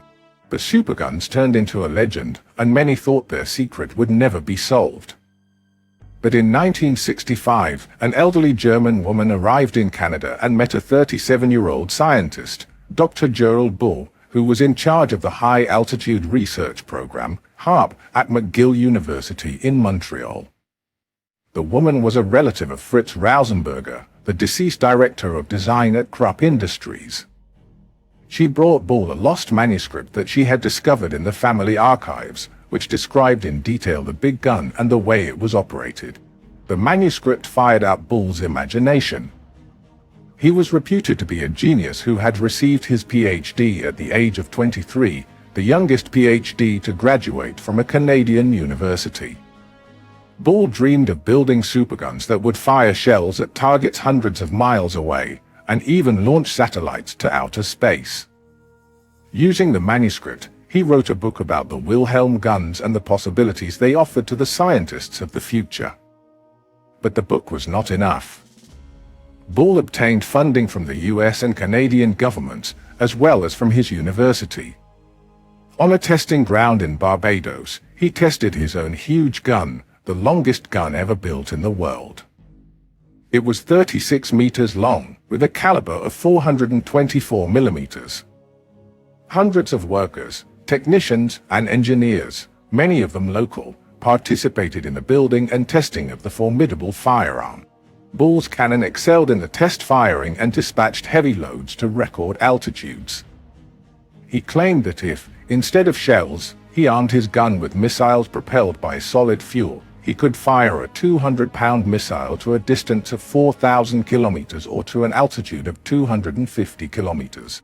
Bull's gun was a great achievement, but the US and Canadian governments decided, for various reasons, to stop funding the project. In 1968, Bull was forced to leave Barbados. His frustration knew no limits. With spite and hatred, he attacked the bureaucrats who had aborted his project. For a while he produced artillery shells, and even exported 50,000 shells to Israel for use with American-made guns. He was even rewarded with honorary American citizenship. But he had a very short fuse, was not always able to control his mouth, and clashed with most senior officers and officials he met. The humiliation he had felt at the closure of the test range in Barbados kept burning in him, and he was ready to do anything in order to continue building his big guns. It became his obsession, and nothing could stop him. First he built the GC-45 gun, the most advanced gun of his time that had a range of 40 kilometers. Bull sold the gun to anybody who wanted to buy it. In spite of the United Nations embargo on weapons sales to South Africa, Bull sold his guns to its army, which needed them for the war against neighboring Angola. Bull also sold South Africa a license to build the guns on its territory. Some say the CIA secretly supported Bull's illegal activity. But as soon as the matter became public, Bull's CIA friends vanished into thin air, and he remained alone, exposed to the UN's accusations of having become a cynical, heartless arms trafficker. He was forced to return to the United States, where an unpleasant surprise awaited him. An American court found him guilty of illegal weapons trade and sentenced him to 6 months in jail. When he was released and returned to Canada, he was fined $55,000. Angry and bitter, he moved to Belgium, where he founded a new company in association with the United Gunpowder Works, Poudreries Réunies de Belgique. But his obsession did not subside. He kept dreaming of building a huge supergun, worthy of Jules Verne's imagination. Like Goethe's Faust, he was ready to sell his soul to the devil for realizing his dream. And indeed, he found the devil, Iraq's megalomaniac dictator, Saddam Hussein. In the 80s, Iraq was fighting a ruthless war against Iran. Bull sold the Iraqis 200 GC-45 guns, made in Austria and smuggled via the port of Aqaba, in neighboring Jordan. But that was only the beginning. Saddam Hussein, like Bull, was deeply frustrated after Israel had bombed the Tammuz nuclear reactor and shattered his dream to make Iraq a nuclear power. He was also utterly jealous that Israel was on the verge of launching satellites into space. Bull offered to build Saddam the biggest and the longest supergun in the world. With this gun, Bull promised, Saddam would be able to launch satellites into space and fire shells to a distance of more than 1,000 kilometers. Saddam realized that he would be able to hit the population centers of Israel and gladly accepted Bull's offer. Bull called his enterprise Project Babylon. Bull drew up the plans for Babylon, a gun 150 meters long, weighing 2,100 tons, with a caliber of 1 meter. But before building his mammoth gun, Bull decided to assemble a smaller prototype for testing purposes. He called the smaller gun Baby Babylon, even though this baby was bigger than all its ancestors. The gun was 45 meters long, and Saddam's artillery commander was awed by its performance. But this was nothing compared to the real thing that was emerging from the Iraqi desert. Bull chose to place his giant gun on a bare hill, positioning the components of the longest and the fattest gun in the world on the rising slope. After choosing the location, he ordered the parts of his cannon from various European steel plants. The main component, of course, was the barrel that Bull intended to assemble, using scores of huge steel tubes. He ordered the tubes in England, Spain, Holland, and Switzerland. The orders were camouflaged as parts of a large oil pipeline. Because Iraq was subject to draconian international restrictions on importation of strategic materials, once again the orders were filed in the name of neighboring Jordan. The pipes began arriving. The amazing aspect of the entire operation was that most of the states and the companies involved in the production of the pipes understood perfectly well that the pipes were nothing but parts of a giant lethal weapon, but their cynicism and greed, as well as their indifference to the wars in the Middle East, meant that they had no problem cooperating. The huge pipes were given export licenses, loaded on freighters, and sent on their way. Many of them reached Iraq without any trouble. Bull's private army of technicians and engineers started assembling the gun pieces, pointing them west, toward Israel. But Bull was still not satisfied. He built the Iraqis two self-propelled guns, al-Majnoon and al-Mabhouh. Al-Majnoon, the crazy one, was immediately integrated into Iraq's artillery. Bull also agreed to improve the Scud missiles in Saddam's arsenal and modify their warheads. He extended the Scud's range and their performances. These missiles would be used against Israel during the First Gulf War. Here, though, Bull crossed a line. According to Bull's son's testimony, Israeli agents warned Bull to stop his dangerous activities. Bull refused to listen. Israel was not alone in its desire to stop the scientist. The CIA and MI6 were also worried. The Iranians, too, had unfinished business with Bull. During the Iran-Iraq War, the Iraqis had used the guns built by Gerald Bull against them. Apparently, Bull did not suffer from a lack of enemies, and they were determined to put an end to his projects. As he ignored the warnings, the foreign agents stepped up their activities. Several times during the winter of 1990, unknown persons broke into Bull's apartment at the Yossel neighborhood in Brussels. They took nothing, just overturned the furniture and emptied cupboards and chest drawers, leaving clear indications of their visit. That was another warning for Bull. We are here. We can get into your home as we please, and may go even further than that. Once again, Bull ignored the warnings. The gun parts kept arriving, and were placed, one after the other, on the barren hill in Iraq. It seemed that no action could stop Project Babylon. Except one. On March 22, 1990, Bull returned to his Brussels apartment. While he was fumbling in his pocket for the apartment keys, a man emerged from the dark corridor, a silenced gun in his hand, and fired 5 bullets in the back of Bull's head. The father of the grey gun collapsed and died on the spot. The world press plunged in speculations about the identity of the killers. Some said the assassins had been sent by the CIA, others pointed at MI6, Angola, Iran, but most of the observers agreed on Israel. The Belgian police started an investigation but did not find a thing. The murderers of Gerald Bull have yet to be found. With Bull's death, work on the big gun immediately stopped. His assistants, engineers, researchers, buyers scattered throughout the world. They were familiar with parts of the project, but the master plan was locked in Bull's head, and only he knew how to proceed. Bull's death was also the death of Babylon. 2 weeks after Bull's death, the British authorities emerged from their long slumber. They finally dispatched a customs unit to the port of T-Sport, where they seized 8 huge Sheffield steel pipes, listed in the export manifest as oil pipes. It was a nice try, but too late. The British had missed 44 other oil pipes that were already in service in Iraq. In the following weeks, more components of the giant gun were seized in 5 other European countries. An official investigation in England tried to establish how respectable companies like Sheffield Forge Masters could ignore Saddam Hussein's devious goals and supply steel pipes for the big gun. When the US Army conquered Iraq in 2003, they found piles of the huge pipes, slowly gathering rust in Al-Iskandariya junkyard, about 30 miles south of Baghdad. The rusty pipes were all that was left of the grandiose plans of Dr. Gerald Bull. Gerald Bull's assassination came at a time of profound change in the Mossad character. The new Ramsad, veteran Mossad agent Shabtai Shavit, found a very different service from what the Mossad used to be when he assumed his duties in 1989.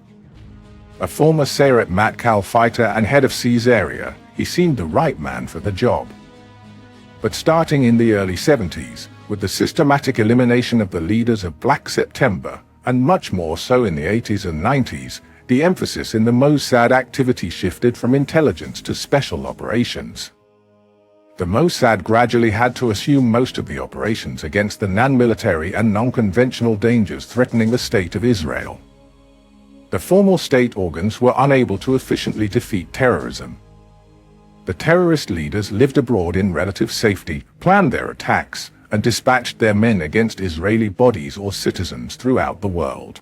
Even when Israel knew who they were and what they were doing, they could not arrest them and bring them to justice. The only way left to the Mossad was to find them and kill them. These were brutal, utterly trying actions for those like David Mossad, who carried them out, but they achieved their goals when the killing of the terrorist leaders wiped out or immobilized their organizations for many years. The hunt for the Black September leaders was the best example. The Gerald Bull case had similar results. Even though his assassins were never officially identified, his death was also the death of his evil projects. It was the same with Wadi Haddad. It all started with a box of chocolates. Dr. Wadi Haddad, the head of the Popular Front for the Liberation of Palestine, was one of the most dangerous enemies of Israel. His most notorious operation had been the hijacking of an Air France plane on its way from Tel Aviv to Paris on June 27, 1976. Several terrorists, Arabs, Germans, and South Americans, forced the pilot to land in Entebbe, the capital of Uganda, and demanded the exchange of the Jewish and Israeli hostages for the world's most dangerous terrorists. In a heroic rescue operation, Israeli commandos flew thousands of miles, landed in Entebbe, killed the terrorists, and liberated the hostages. After Entebbe, Haddad realized that his life was in danger and moved his headquarters to Baghdad, where he felt safe. From Iraq, he continued to launch terrorist operations against Israel. The Mossad was determined to kill the arch-terrorist. But how? A painstaking operation was launched, with the goal of discovering everything about Haddad, mostly his weaknesses and vices. A year after the Entebbe rescue, the Mossad agents found out that Haddad adored chocolate, especially fine, Belgian chocolate. The information on Haddad's secret vice came from a reliable Palestinian who had infiltrated Haddad's Popular Front. The Ramsad, Yitzhak Hofi, presented the information to Israel's new Prime Minister, Menachem Begin, who immediately approved the operation. Mossad agents then recruited one of Haddad's trusted aides, who was on a mission in Europe. On his return, he brought his boss a big box of mouth-watering Godiva chocolates. Mossad experts injected a deadly biological poison into the chocolates filled with sweet cream. They assumed that Haddad, who craved Godiva, would gobble all the chocolates himself and would not even think of sharing them with anybody. The agent brought the gift-wrapped box to Haddad, who, once alone, wolfed down the chocolates, each and every one of them. In a few weeks, the plump Haddad started losing his appetite and losing weight. The blood tests performed by his doctors indicated a severe immune deficiency. Nobody in Baghdad understood what was happening to the leader of the Popular Front. Haddad's health worsened. He became weak, skeletal, and was confined to his bed. As his state became critical, he was urgently transferred to an East German clinic. Like most countries of the Soviet bloc, East Germany offered generous support, training, weapons, and refuge to the Palestinian terrorists. But their otherwise top-notch expertise did not help this time. The East German doctors could not save Haddad, and on March 30, 1978, he died of unknown causes. The 48-year-old terrorist leader left his system millions of dollars he had personally hoarded while leading his patriotic war for Palestine. The German doctor's diagnosis was that Haddad had died of a terminal disease that had attacked his immune system. Nobody suspected the Mossad. Some of Haddad's closest aides accused the Iraqi authorities of poisoning him because he had embarrassed the regime. Only after many years were Israeli writers allowed to publish the truth about the Mossad's involvement in Haddad's untimely death. When Yasser Arafat died 30 years later, his aides accused Israel of causing his death. This accusation was never proven, despite the thorough examination and tests run by Arafat's French doctors. With Haddad's death, his lethal organization collapsed. The attacks by Haddad's group against Israel ceased almost completely, and the long battle with one of Israel's vilest enemies was definitely over. After Bull and Haddad, it was Shikaki's turn. In the middle of the 19th century, the Sultan of the Ottoman Empire sent the commander of the Imperial Navy, a famous and admired admiral, to conquer the Mediterranean island of Malta. The admiral set sail and wandered for many months in the Mediterranean. But he did not find Malta. The admiral returned to Istanbul, reported to the Sultan, and announced, "Malta yok." In Turkish, there is no Malta. But in our times, there were some who found Malta, and not only found the island but also found a man there who arrived in disguise, under an assumed identity, traveling in total secrecy. This was Dr. Fathi Shikaki, the head of the Islamic Jihad. On October 26, 1995, in the late morning, Fathi Shikaki came out of the Diplomat Hotel in the town of Selma, in Malta. He was on his way to do some shopping before returning to Damascus, where he had been living for the last few years. Shikaki was wearing a wig and carrying a Libyan passport in the name of Ibrahim Shawush. He felt quite safe in the serene Maltese town. He did not know that several Mossad agents had been shadowing him since he flew, a week before, from Malta to Libya, to participate in a conference of underground Palestinian organizations. 9 months before that, on January 22nd, 2 suicide bombers, members of Shikaki's Islamic Jihad, killed themselves close to a bus station at the Beetlid Junction, not far from the city of Netanya. 21 people were killed, most of them soldiers, and 68 were wounded. It was one of the bloodiest terrorist attacks in Israeli history. Prime Minister Yitzhak Rabin, who rushed to Beetlid, was deeply shocked by the carnage. His wrath peaked when he read Shikaki's boasts in a Time magazine interview that this was the biggest military attack ever inside Palestine, outside the Arab-Israeli wars. Time, it seems to give you satisfaction. Shikaki, it gives satisfaction to our people. The furious Rabin ordered Ramsad Shabtai Shavit, a career Mossad officer, to kill the head of the Islamic Jihad. Shavit had been stalking Shikaki for a long time. According to the Der Spiegel Weekly, the Mossad proposed to hit Shikaki in his Damascus headquarters. But Rabin refused. He was secretly engaged in peace talks with Syria's President Hafez al-Assad and did not want to jeopardize the slim chances of ending the conflict with Israel's northern neighbor. Rabin asked the Mossad to propose alternative plans for the operation.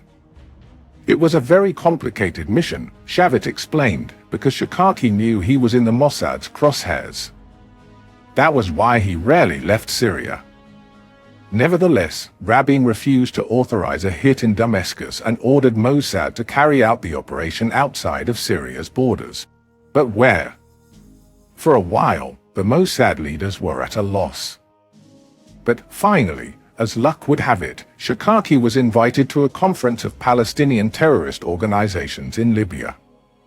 At first, he replied that he would not come, but then he was told that his archrival, Said Massa, the head of the hated Abu Massa organization, intended to participate in the conference.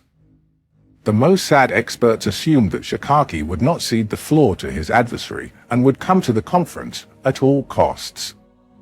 And indeed, a secret report from Damascus confirmed Shikaki was going to Libya. In Jerusalem, Rabin gave the go-ahead. European sources claimed that the preparations for the hit started when the Mossad terrorist experts checked the records of Shikaki's former flights to Libya. It turned out that he always chose to fly to Tripoli via Malta. The Ramsad decided to operate in Malta, not in Libya. Malta was a more convenient and quiet location. Mossad agents waited at Valletta Airport for Shikaki, who was supposed to make a short stop over there on his way to Libya. Shikaki almost fooled his followers by landing in Malta only on the 3rd daily flight from Damascus, in an elaborate disguise. He spent a short while in the transit lounge and took the connecting flight to Libya. On October 26th, in the early morning, he came back to Malta and checked into the Diplomat Hotel, where he had stayed previously. He got room 616 and left the hotel immediately. Two Mossad agents riding a blue motorcycle followed him wherever he went. He spent a couple of hours visiting shops and markets. He was on his way back to the hotel when the blue motorcycle stopped beside him. One of the agents, later described as a man with Middle Eastern features, approached and fired 6 bullets at him from close range with a silenced gun. Shikaki collapsed on the sidewalk while his killer ran to a nearby alley where his partner was waiting on the motorcycle, engine running. They darted toward the nearby beach and jumped aboard a speedboat that took them to a freighter waiting in the high seas. The boat officially carried cement from Haifa to Italy, but beside the cement it carried another load, Shabtai Shavit himself, who monitored the operation from an improvised command post on board. The getaway route had been well planned. Nobody followed the two agents and they reached the mothership safe and sound. After Shikaki's death, his aides at the Islamic Jihad tried to unravel a major mystery. Who was the traitor that had leaked the details about his trip to the Mossad? The killers knew everything: the date of his departure for Malta, the flight number, the false identity, the date of his return to Malta and Damascus. After a 5-month investigation, the Islamic Jihad leaders arrested a Palestinian student, who was a close assistant to Shikaki, and accused him of treason. The student broke under interrogation and confessed he had been recruited by the Mossad while studying in Bulgaria. His handlers instructed him to move to Damascus and join Shikaki's group. During the next 4 years, he had gained Shikaki's confidence and even became one of the few in the know about Shikaki's activities. Unlike the Hamas and the Hezbollah, which invested a large part of their resources in social activities, the Islamic Jihad had a sole purpose: terror. It was based on a very small and very compartmentalized number of cells, composed of Palestinians who had no other purpose but to fight Israel. Shikaki himself was considered by the Palestinian diaspora to be the ideological father of suicide terrorism. He was the first to find in Islam's holy teachings a legitimization for suicide bombings and killings. Shikaki's organization was responsible for a long list of bloody terrorist attacks, 16 dead in the attack on a 405 bus on the road from Tel Aviv to Jerusalem on July 6, 1989, 9 dead in the attack on a bus of Israeli tourists close to Cairo on February 4, 1990, 8 dead in the bombing of a bus by Kfar Daram in southern Israel on November 20, 2000, 3 soldiers killed at the suicide attack on the Netzarim roadblock in the Gaza Strip on November 11, 1994, and the terrible bombing in Beit Lid, where 21 people died on January 22, 1995. He had rightfully earned the death sentence that the Mossad carried out in a Malta street. After Shikaki's death, the Islamic Jihad almost collapsed, and it took years for the organization to recover from the death of its leader. Israel never assumed responsibility for the assassination. Prime Minister Yitzhak Rabin said, "I did not know about the assassination, but if it is true I shall not be sorry." A short while afterward, Yitzhak Rabin himself was assassinated, not by a Palestinian terrorist but by a Jewish fanatic.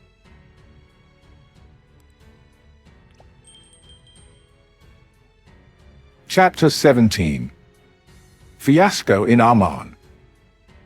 Baba, Baba, Father, Father, the little girl cried, jumped out of the black jeep, and ran after her father into a tall office building in central Amman, Jordan. Baba, she called, and triggered one of the worst mishaps in the history of the Mossad. The operation was expertly planned and, despite appearing somewhat awkward, had a strong likelihood of success. Its aim was to assassinate Khalid Mashal, the newly appointed leader of Hamas's political bureau. Mashal, a 41-year-old computer engineer with a neatly trimmed black beard, was an emerging figure in Hamas, which had become Israel's main enemy after the PLO shifted towards peace following the 1993 Oslo Accords. Mossad leaders chose Mashal as a target following a deadly suicide bombing in Jerusalem on July 30, 1997, where 2 attackers killed 16 Israelis and wounded 169 at the Mahane Yehuda market. Prime Minister Benjamin Netanyahu called an emergency cabinet meeting and decided to eliminate a Hamas leader. General Danny Yatom, appointed Mossad chief in 1996, was given the responsibility to select the target. Yatom, a strong, bald man with a distinguished military background including service in Sayeret Matkal and as head of Israeli Central Command, was loyal to former Prime Minister Yitzhak Rabin. His appointment as Mossad head surprised many since he seemed to lack the usual qualities for the role and was viewed more as a tribute to Rabin than the ideal choice. After meeting Netanyahu in early August 1997, Yatom convened an urgent meeting at Mossad headquarters with key department heads, including his deputy Eliza Magan, the head of Caesarea, and others responsible for foreign intelligence cooperation, intelligence gathering, and target infiltration. Initially, the discussion stalled because Mossad did not have a complete list of Hamas leaders. Musa Mohammed Abu Marzouk was a prominent Hamas figure but held a U.S. passport, making an attack on him diplomatically sensitive. Khalid Mashal, based in Amman, was unanimously considered an appropriate target. Although Rabin had prohibited Mossad operations in Jordan after the 1994 peace treaty, Yatom chose to disregard this and proposed Mashal's name to Netanyahu, with support from the head of Caesarea and intelligence officer Mishka Ben David. Netanyahu agreed, yet, determined to avoid a crisis with Jordan, he ordered a quiet operation, not a showy hit. Yatom charged the Qaidan group, the elite unit of Caesarea, with executing the operation.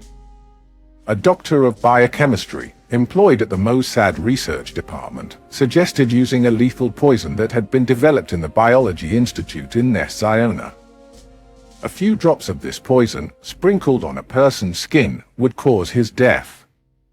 This poison did not leave any traces and could not be detected even in an autopsy. A similar poison was used in the past, in the God-Eva affair against Wadi Haddad, the head of the Popular Front for the Liberation of Palestine, see Chapter 16. The poison thing didn't bother you? Israeli journalist Ronan Bugman asked Mishka Ben David years later. Such a disgusting way to die. Tell me, Ben David answered, a bullet in the head or a missile fired at the car is more humane than poison. It would have been better, of course, if there was no need to kill people, but in the war against terror this is unavoidable.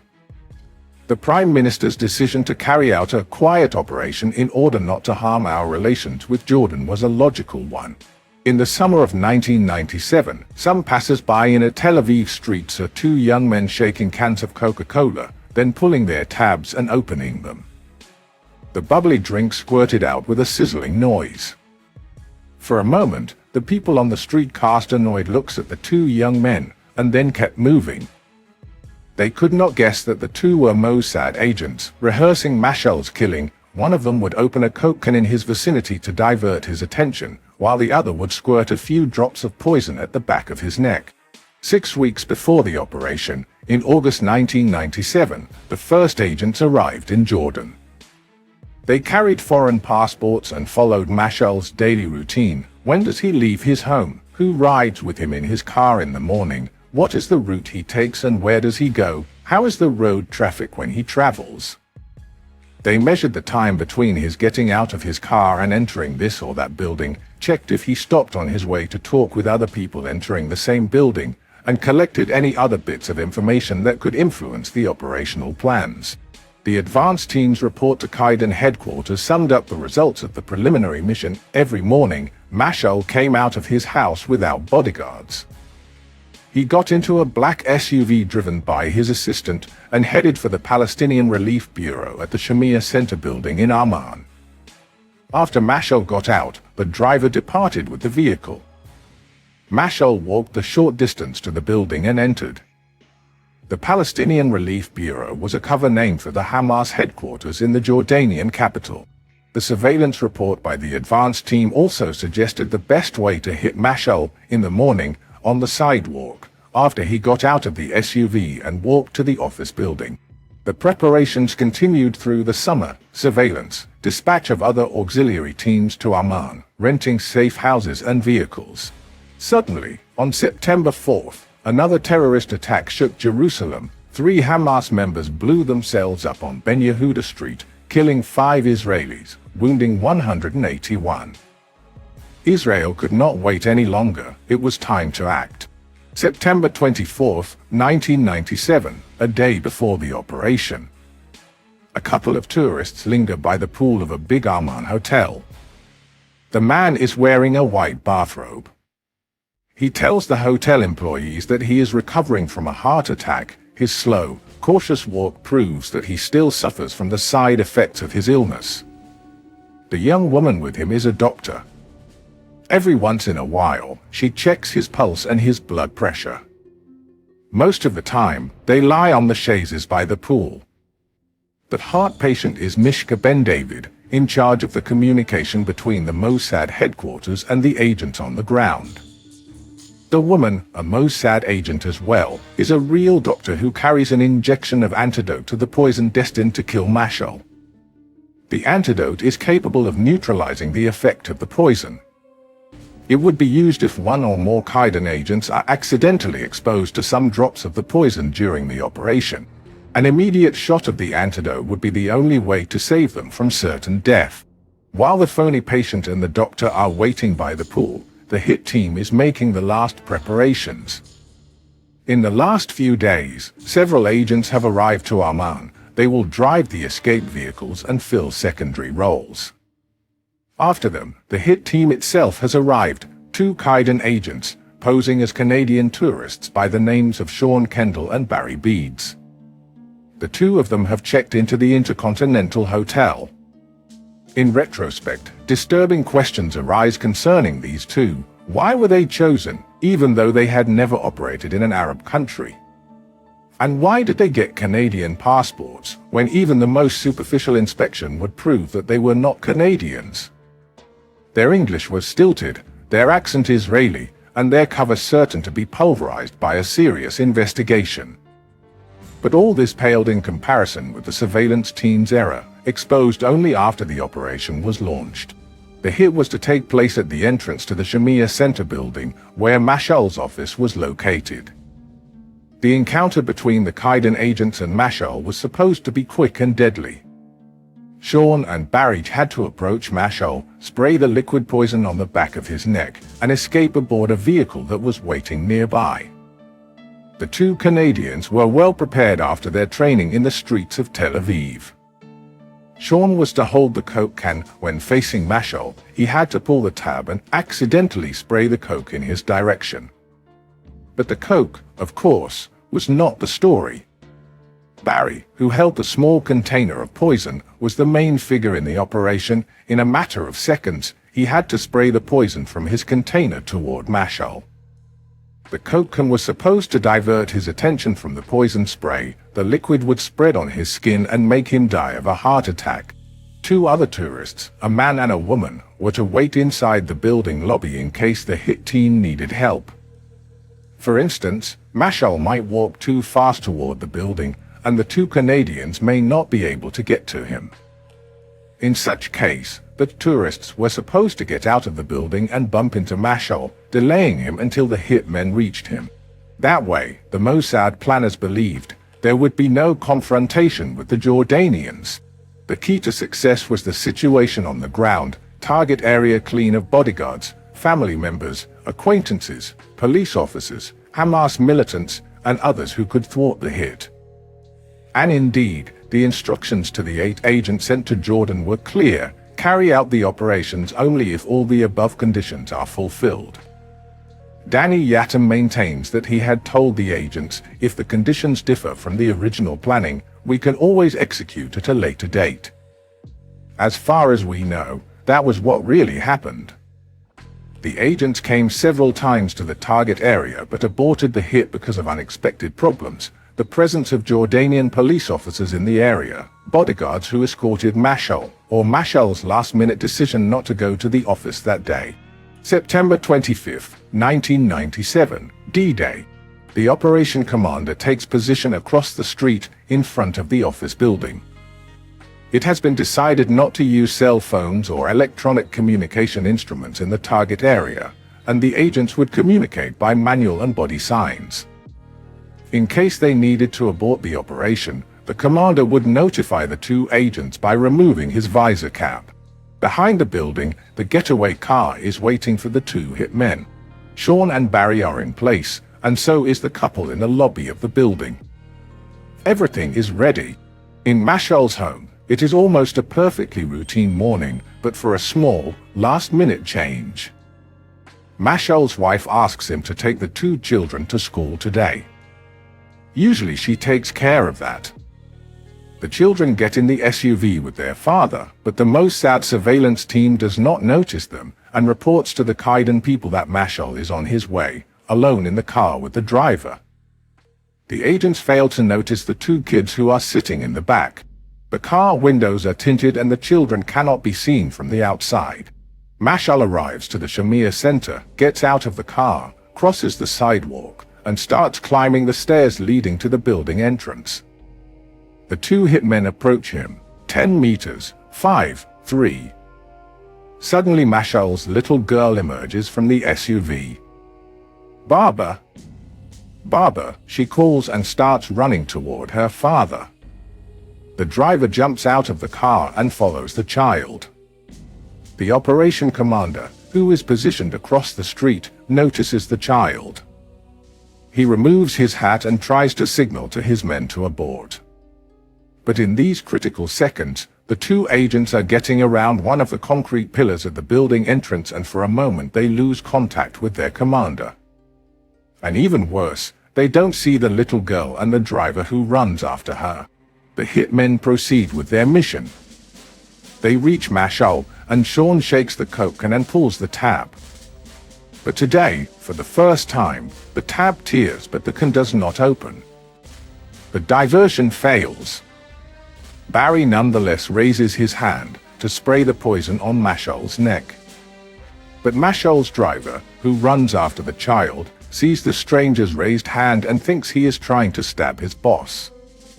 He starts to shout, darts toward Barry, and tries to strike him with a folded newspaper.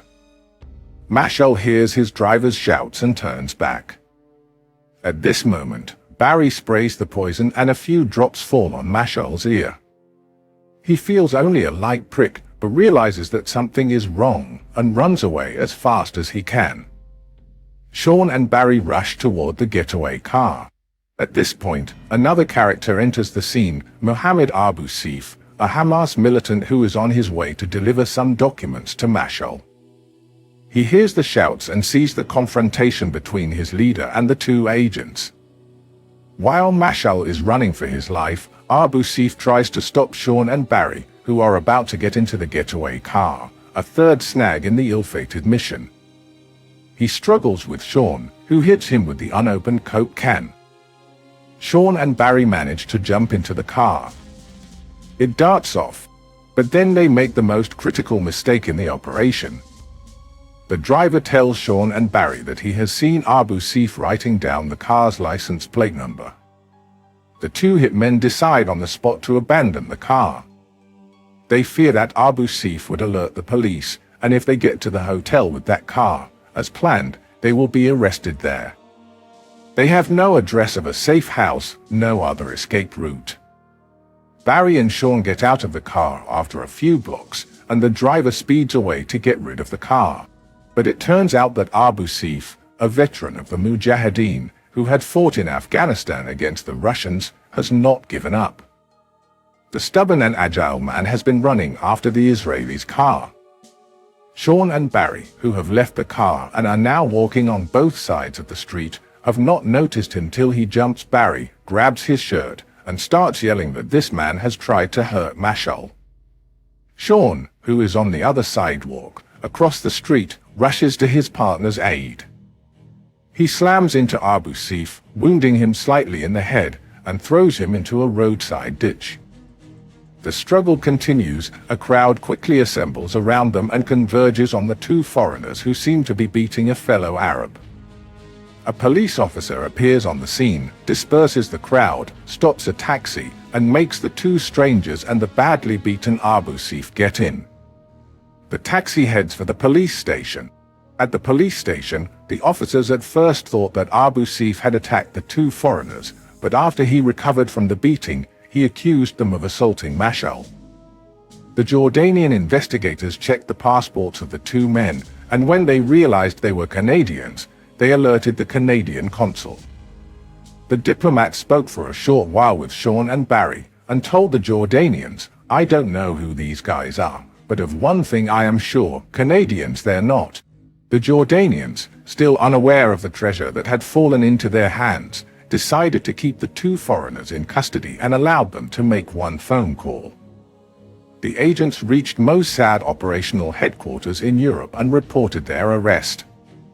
Simultaneously, a female agent, who had taken part in the operation and watched the scene in front of Shamia Center, understood that a serious failure had occurred and decided to alert the heart patient, Mishka Ben David, the senior Mossad officer in the Jordanian capital. She rushed to his hotel. Seeing her, he immediately understood that the worst had happened. The standing orders for the operation were that no one was to come near him, with one exception, if the operation had misfired, and all agents had to be pulled out of the country at once. Ben David discarded his robe, dressed quickly, and hurried to the secret meeting place that had been prepared beforehand. Soon after, the operation commander arrived as well. He, too, was aware of the failure. Yet none of them could imagine the chaos that was about to unfold. Mishka sent an immediate report to Mossad headquarters. Ramsad Danny Yatam discussed the situation with the department heads and decided to order the agents to seek refuge at the Israeli embassy in Amman and not use the escape route they had rehearsed beforehand. Back in Jordan, everyone left the meeting place and headed for the embassy. Only the doctor remained in the hotel. In the meantime, in a different Amman neighborhood, the poison had begun its deadly work on Mashal. He collapsed and was taken to a hospital. The Israelis realized that if he did not get the antidote, he was going to die in a few hours. Netanyahu received the bad news in his car, while on his way to a Jewish New Year's party at Mossad headquarters, an amazing coincidence. Yatam briefed the Prime Minister. Netanyahu was appalled.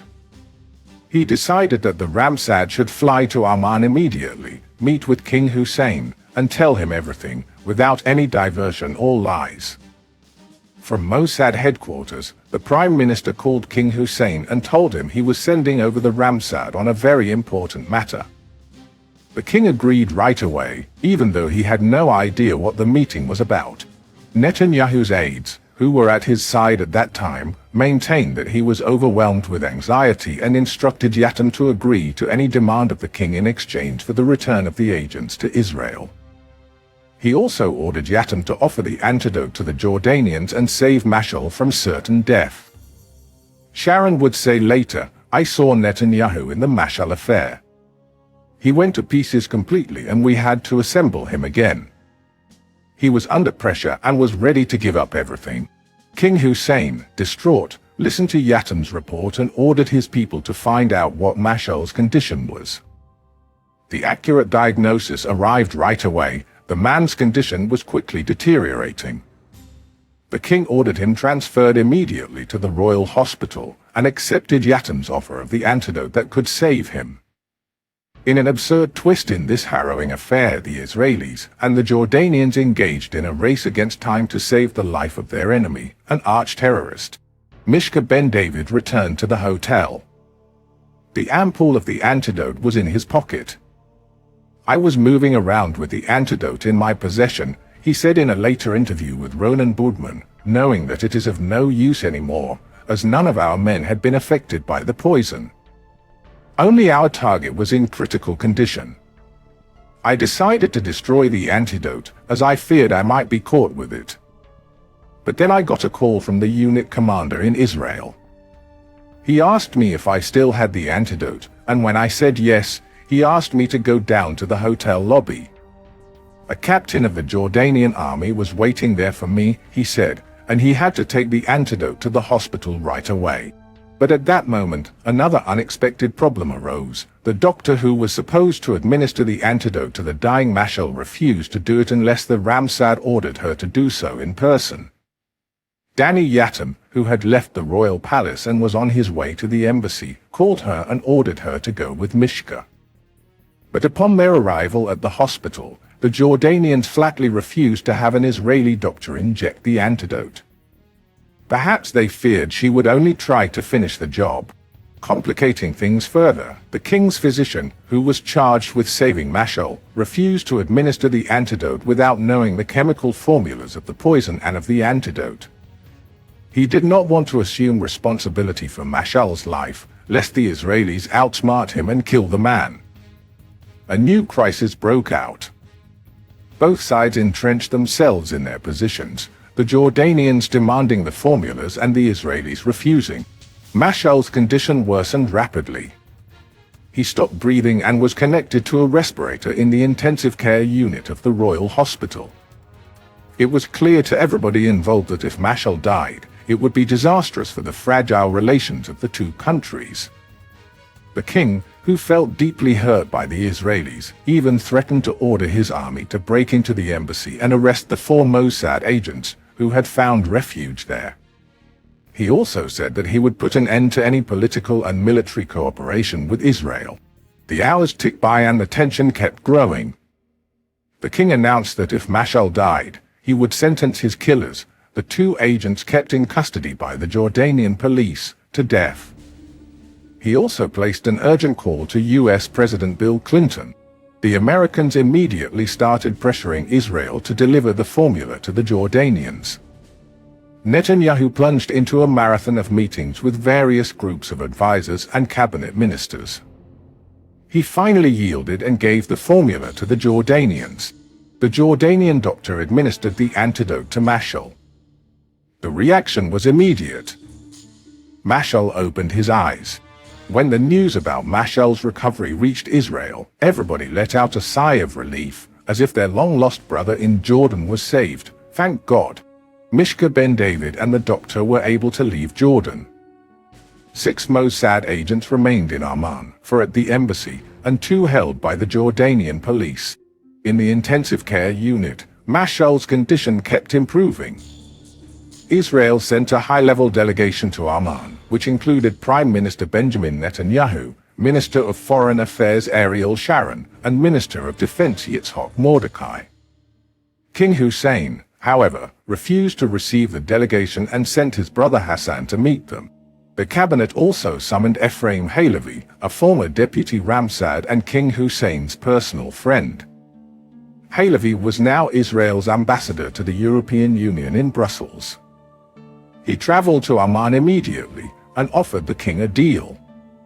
In exchange for the 4 agents at the embassy, Israel would release from prison the charismatic founder and leader of Hamas, the Sheikh Ahmed Yassin. The king agreed, and the 4 agents returned to Israel with Halevi.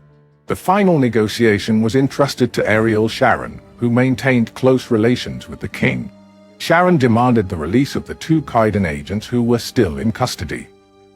In exchange, the Jordanians demanded the release of 20 Jordanian prisoners held by Israel. Sharon agreed. But at the last moment, the Jordanians changed their mind and demanded more concessions from Israel. Sharon lost his cool in the presence of the king. "If you continue like this," he angrily said, "our people will remain in your hands. We'll cut your water, which Israel was supplying to Jordan, and we'll kill Mashal one more time." Sharon's outburst turned out to be very effective, and the deal was closed. 2 Israeli helicopters landed in Jordan. One of them took the 2 Qaidan agents back to Israel. The other one brought over Sheikh Yassin, who had been released from prison. The Israeli and world media criticized and ridiculed the Mossad operation in Jordan. Netanyahu was also harshly attacked for his handling of the affair. He had no choice but to establish a board of inquiry to investigate the operational failure in Jordan. The board completely cleared the prime minister, but blamed the Ramsad for faults in his performance and for launching an operation that was bound to fail from the start. Yet they did not ask for Yassin's resignation. Following the fiasco in Amman, Jordan's relations with Israel reached a new low. Khalid Mashal, who was still a minor figure in Hamas, gained stature in the organization and became one of its major leaders. After Sheikh Yassin's death, Mashal rose to the overall leadership of Hamas. The prestige of the Mossad in Israel and the world, and even in the eyes of its leaders and agents, was badly scarred. Danny Yatem, who had failed all throughout the operation, was openly criticized by many of the Mossad senior officers.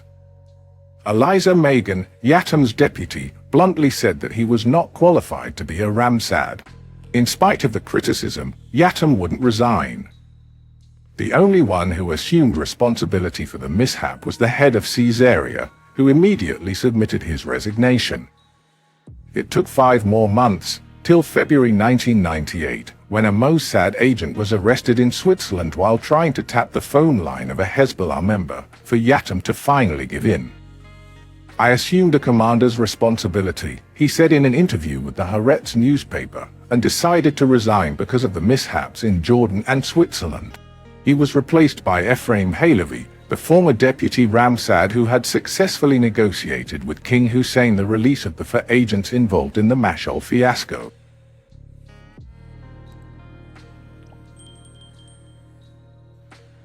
Chapter 18. From North Korea with Love.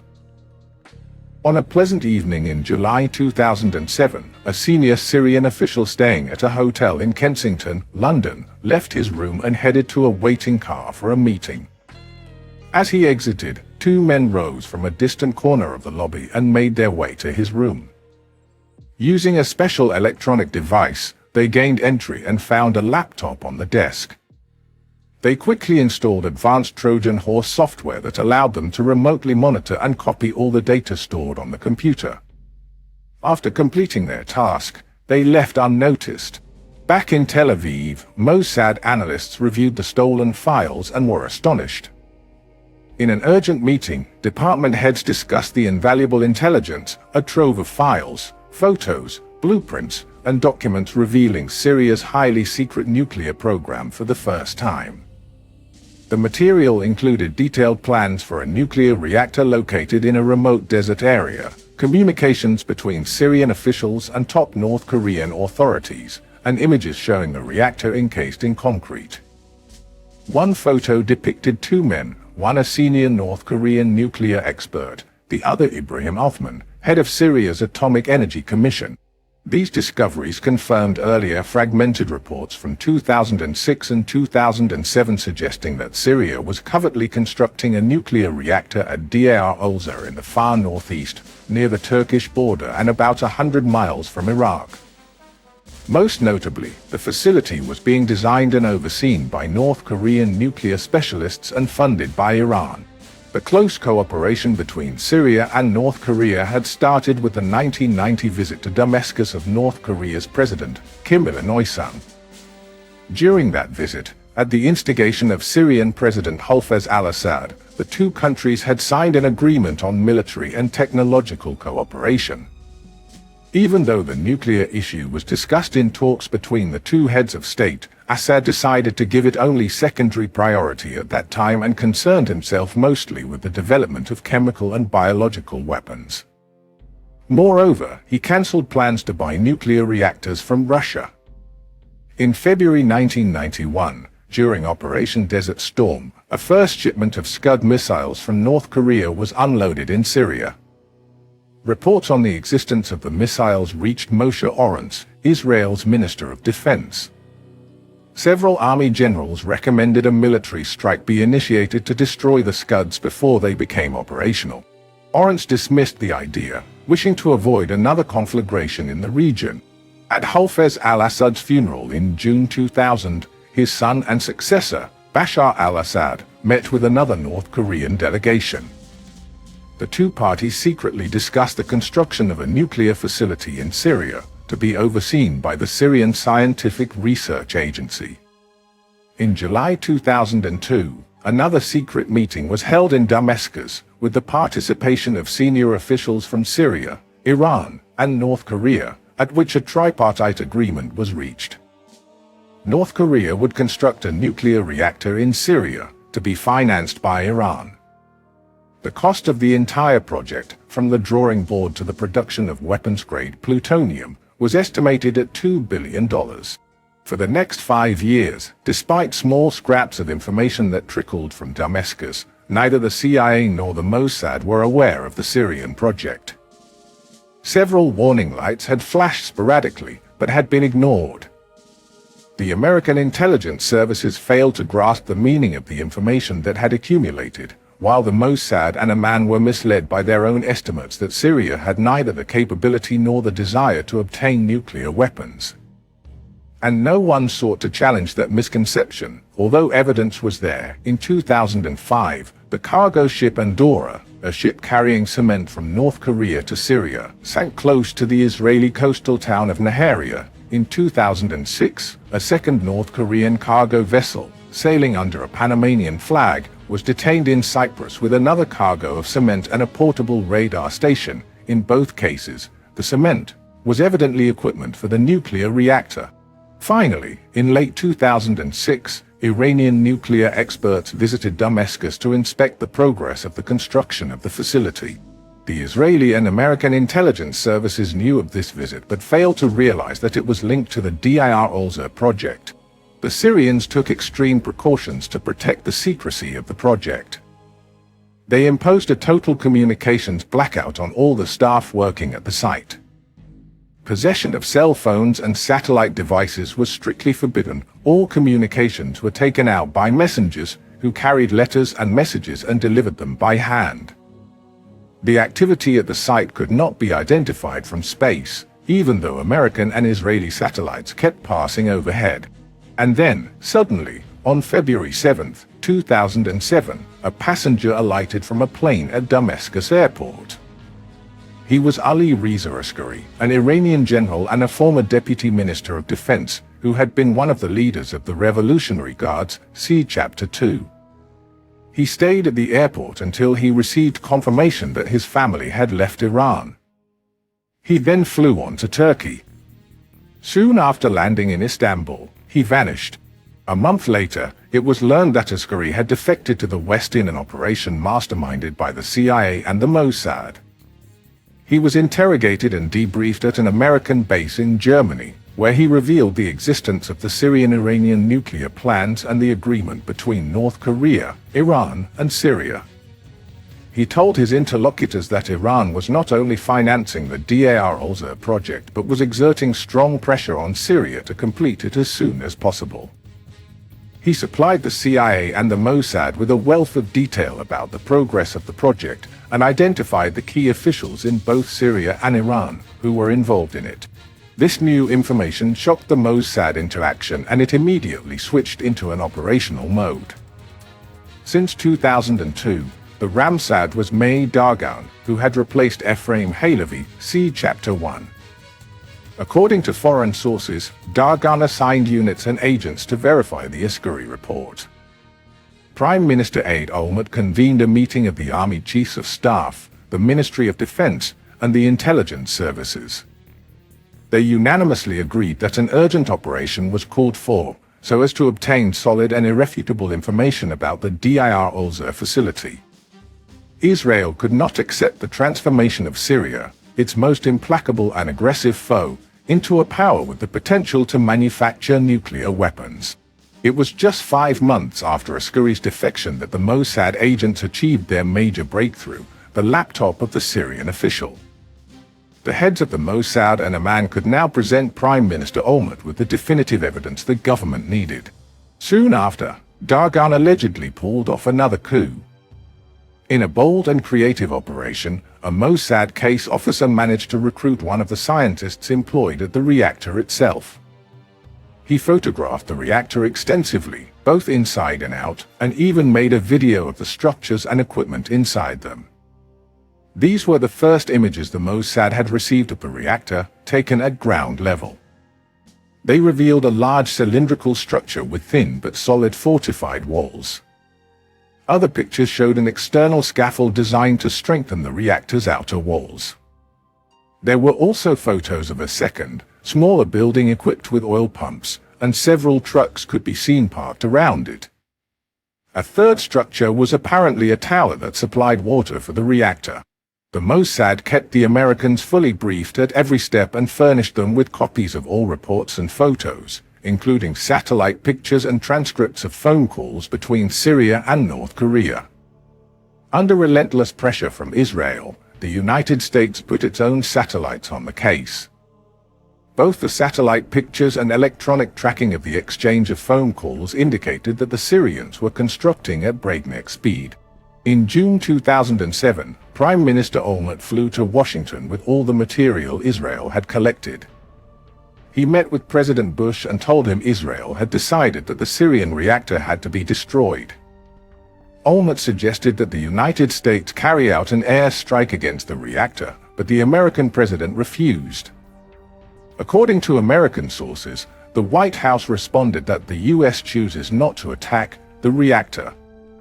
Secretary of State Condoleezza Rice and Defense Secretary Robert Gates tried to persuade Israel to confront the Syrians, but not attack.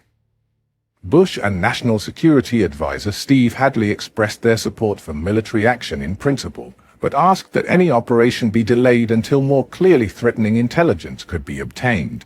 In July 2007, Israel carried out high-altitude air sorties and programmed its OFEC-7 spy satellite to take detailed photographs of the reactor. These photos, when analyzed by American and Israeli experts, established clearly that Syria was building a reactor identical to North Korea's nuclear facility at Yongbyon. A video that Israel shared with the United States showed that the cores of both reactors were identical, including the way in which the uranium rods were placed inside the structure. Other videos even showed the faces of North Korean engineers working inside the reactor. Additionally, the Amman Intercept Department, Unit 8200, produced full transcripts of hectic exchanges between Damascus and Pyongyang.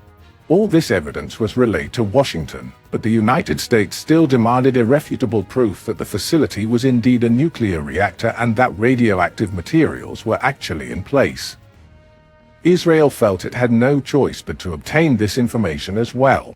In August 2007, Israel came up with the ultimate proof that the facility at Deir al-Zur was a nuclear reactor.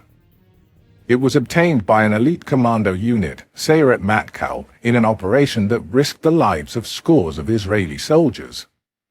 Sayeret Matkal commandos flew to Syria by night in 2 helicopters. They were wearing Syrian army uniforms. Bypassing populated areas, military bases, and radar stations, they landed undetected close to Deir al-Zur, then approached the reactor site and collected soil samples from the earth surrounding the reactor. Upon analysis back in Israel, these samples were found to be highly radioactive, proving irrefutably that radioactive substances were indeed on site. This new evidence was presented to Steve Hadley. Once his experts had checked the soil samples, he realized that the matter was deadly serious. He summoned his closest aides, and their conclusions were brought before President Bush at Hadley's daily briefing at the Oval Office. Hadley then held talks with Dagan and concluded that the reactor indeed posed a clear and present danger. The United States now accepted that the Syrian reactor had to be eliminated and codenamed the Deir al-Zur operation the Orchard. In his memoirs, George W. Bush wrote that he considered for a while attacking the reactor, but after discussing the options with his national security team, he finally decided against it. He felt that bombing a sovereign country with no warning or announced justification would create severe blowback. He also ruled out a covert raid by U.S. soldiers. Nevertheless, Olmert phoned President Bush and asked him to destroy the reactor. During the phone conversation, Bush was in the Oval Office, surrounded by his closest aides, Secretary of State Condoleezza Rice, Vice President Dick Cheney, Steve Hadley, and his deputy Elliott Abrams, and others. In the preliminary consultations, Rice had convinced them to reject Israel's demand. "George, I'm asking you to bomb the compound," Olmert said. "I cannot justify an attack on a sovereign nation," Bush replied, "unless my intelligence agencies stand up and say it's a weapons program." Bush recommended using diplomacy. "Your strategy is very disturbing to me," Olmert bluntly said. "I'll do what I believe necessary to protect Israel." "This guy has balls," Bush later said. That's why I like him. According to London Sunday Times, Prime Minister Olmert met with Minister of Defence Aid Barak and Minister of Foreign Affairs Tzipi Livni. The three of them, together with the heads of the defence and intelligence communities, discussed the new evidence, as well as the possible repercussions of a military strike. Finally, the die was cast: the Syrian reactor would be eliminated. The Prime Minister briefed opposition leader Benjamin Netanyahu and received his wholehearted support. The date for the attack was set for the night of September 5, 2007. The previous day, according to a later report in the Sunday Times, another elite commando unit, Shaldag, Kingfisher, had reached the Dir al-Zur area. The men spent almost a day in hiding close to the reactor. Their mission was to illuminate the reactor with laser beams the following night so the Air Force jets could home in directly on the target. At 11 p.m. on September 5th, 10 F-15 aircraft took off from the Ramat David Air Force Base and headed west, over the Mediterranean. 30 minutes later, 3 of the planes were ordered to return to base. The other 7 were instructed to head for the Turkish-Syrian border and turn south toward Dir al-Zur.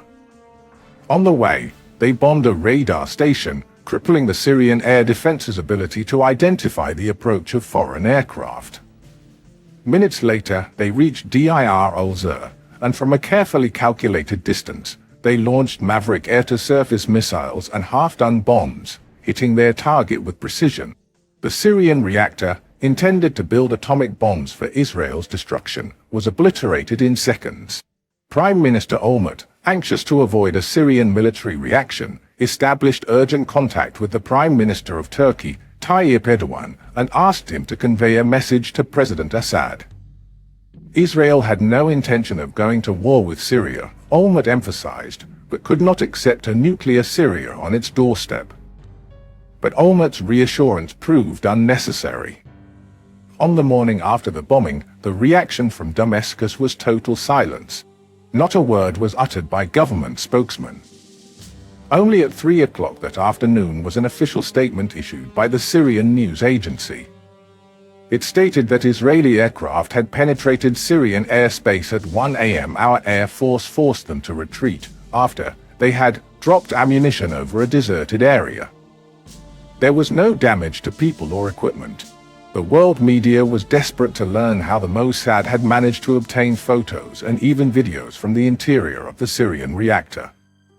ABC television reported that Israel either had planted an agent inside the Syrian reactor or the Mossad had recruited one of the engineers who had supplied it with the pictures of the facility. In April 2008, some 7 months after the destruction of the reactor, the American administration finally announced that the Syrian facility had been a nuclear reactor built with North Korean support and that it was not designed for peaceful uses. George W. Bush thought Olmert's execution of the strike against the Syrian reactor had restored the confidence he had lost in the Israelis during their 2006 war against Lebanon, which Bush felt was bungled. Officials in the U.S. intelligence community showed amazed congressmen and senators slides that made clear the similarity between the Syrian reactor and the North Korean Yongbyon reactor. A slideshow with the satellite photos, drawings, and plans, as well as the videos, established the provenance of these materials. Israel succeeded in keeping the secret for just 2 weeks, during which it denied it had attacked the reactor. But then opposition leader Benjamin Netanyahu, interviewed on a live newscast, declared, "When the cabinet takes action for Israel's security, I give it my full backing, and here, too, I was a partner in this affair from the first moment and I gave it my full support." A final episode in the Syrian nuclear project took place 11 months later, on August 2, 2008. That evening, a convivial dinner party was taking place on the spacious veranda of a beach house at Rimal el-Zahabiyah, north of the Syrian port of Tartus. The house, close to the water, had a spectacular view of the Mediterranean. The veranda, facing the dark waves, was a welcome refuge from the humidity of the Syrian coast. A soft sea breeze cooled the stifling midsummer heat. The guests, seated at an oblong table, were close friends of the villa's owner, General Mohammed Suleiman, who had invited them for a relaxing weekend. Suleiman was President Assad's closest advisor on military and defense matters.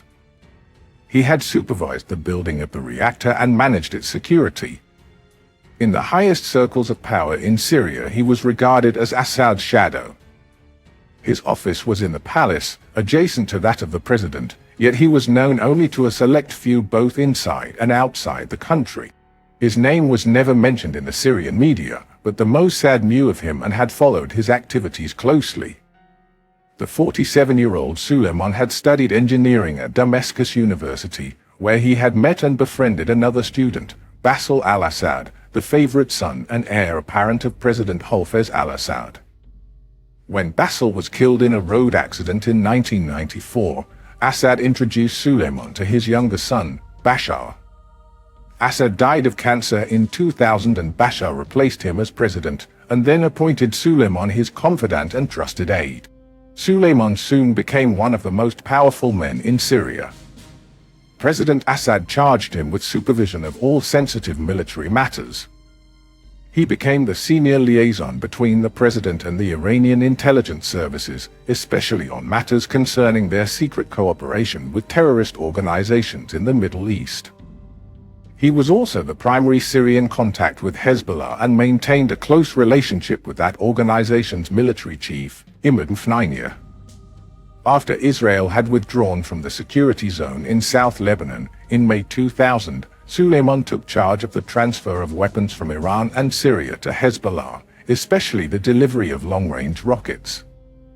During the Second Lebanon War in 2006, one such rocket scored a direct hit on the Israeli railway workshops in Haifa, killing 8 workers. Later on, Suleiman supplied Hezbollah with Syrian-manufactured surface-to-air missiles, thus jeopardizing Israel's air activities in Lebanon. And Suleiman held another, unique and top-secret position. He was a senior member of the Syrian Research Committee that dealt with the development of long-range rockets, chemical and biological weapons, and nuclear research. He had overseen the liaison with North Korea, coordinated the shipment of reactor parts to Syria, and directed the security measures isolating the North Korean technicians and engineers working on the construction of the reactor.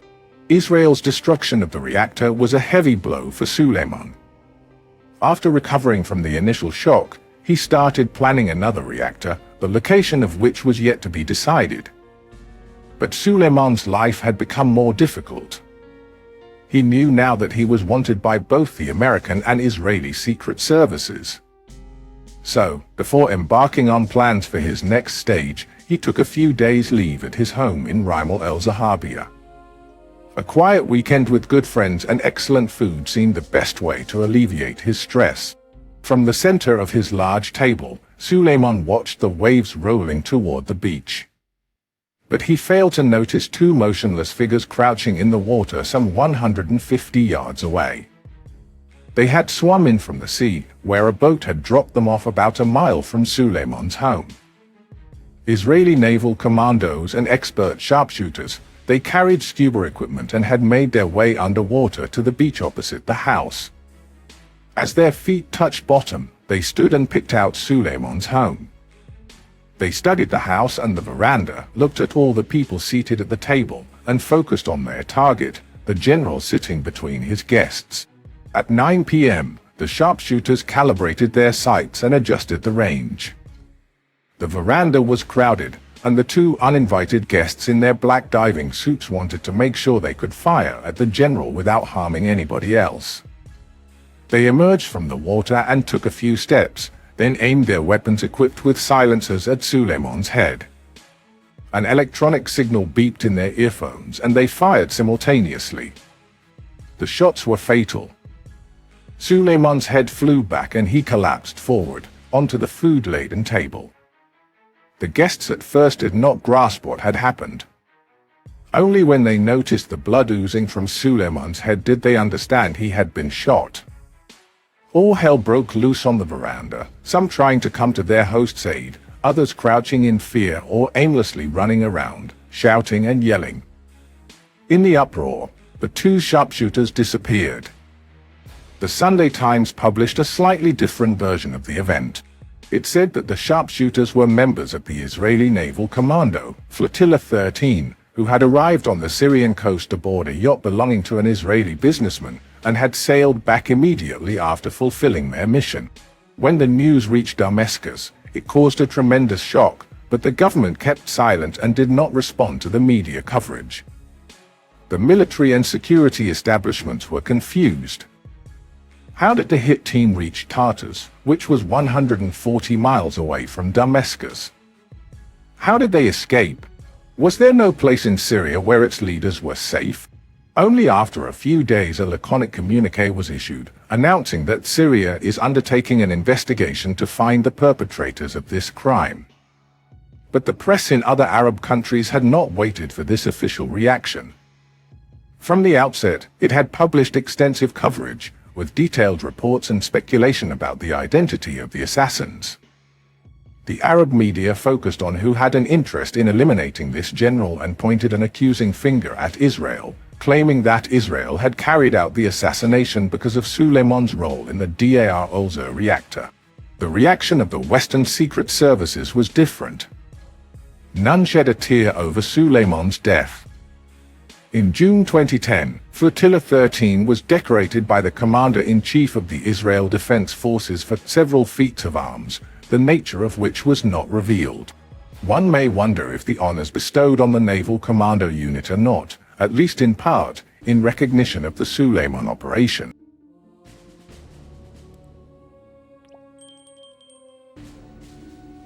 Chapter 19. Love and Death in the Afternoon. On February 12, 2008, several agents discreetly positioned themselves around an apartment building in an upscale neighborhood of Damascus. In the late afternoon, they spotted a silver Mitsubishi Pajero SUV parked nearby. A man dressed in a black suit, sporting a neatly trimmed beard, exited the vehicle and entered the building without any bodyguards. The agents quietly communicated through their miniature transmitters that the man had arrived in Damascus and was heading to the apartment. They knew he was about to meet his secret lover, Nihad Haidar, a Syrian woman celebrating her 30th birthday that week, and that he carried a gift for her. The couple spent several hours together in a luxurious apartment provided by Rami Makhlouf, a wealthy businessman and cousin of Syrian President Bashar al-Assad. Shortly before 10 p.m., the man left the apartment, got back into the silver Pajero, and headed to a discreet safe house in the Kafr Sousa neighborhood, where he met with Iranian, Syrian, and Palestinian representatives. According to the London Sunday Express, the agents tracking him checked an updated photo of the man on their mobile phones to avoid any mistaken identity. They maintained open communication lines and relayed every movement of the mark to the Mossad command center. When he left the apartment after spending hours with Nihad, the agents confirmed his identity by comparing his face to the photos on their screens, reporting back to their colleagues in Damascus and Mossad headquarters in Tel Aviv. A wave of tension swept through Mossad as department heads gathered in Meir Dagan's office, equipped for real-time operation monitoring. One agent whispered into his microphone, "He's on his way," as the man started the silver Pajero. The man in the vehicle was Meir, a notorious figure with a long history of deadly operations. November 15, 2001. Following the attack on the Twin Towers, the FBI publishes a large poster containing the list of the most wanted terrorists in the world. The poster is stamped with the logos of the FBI, the State Department, and the Department of Justice. The list shows 22 names and 22 pictures.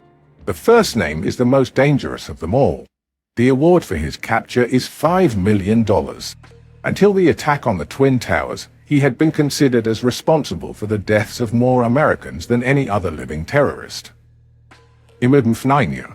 April 18, 1983, bombing of the American embassy in Beirut, Lebanon, 63 dead.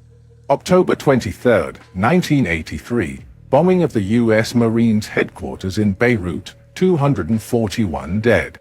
October 23, 1983, same day, bombing of the French paratrooper headquarters in Beirut, 58 dead. and the abduction and murder of CIA official William Buckley, several attacks on the American embassy in Kuwait, hijacking of a TWA airliner and 2 planes of the Kuwait airline, the murder of Colonel W.I. Higgins of the UN Observer Force in South Lebanon, massacre of 20 American soldiers in Saudi Arabia. When the above list is sent to Israel, the Mossad adds its own data. November 4, 1983, bombing of the IDF headquarters in Tyre, Lebanon, 60 dead. March 10, 1985, attack on an IDF convoy by Metalla on the Israeli-Lebanese border, 8 dead. March 17, 1992, bombing of the Israeli embassy in Argentina, 29 dead. July 18, 1994, bombing of the Jewish Community Center in Buenos Aires, 86 dead. And the abduction and murder of 3 Israeli soldiers at the Adolf border sector, the abduction of Israeli businessman Elhanan Tannenbaum, a bombing near Kibbutz Martzuba, and the most destructive of them all, the abduction and murder of the soldiers Regev and Goldwasser on the Israeli-Lebanese border, which triggered the Second Lebanon War. Imad Mfnainya, the arch-terrorist behind all those crimes, was a ghost who moved constantly between the Middle East capitals. He evaded photographers and refused to be interviewed.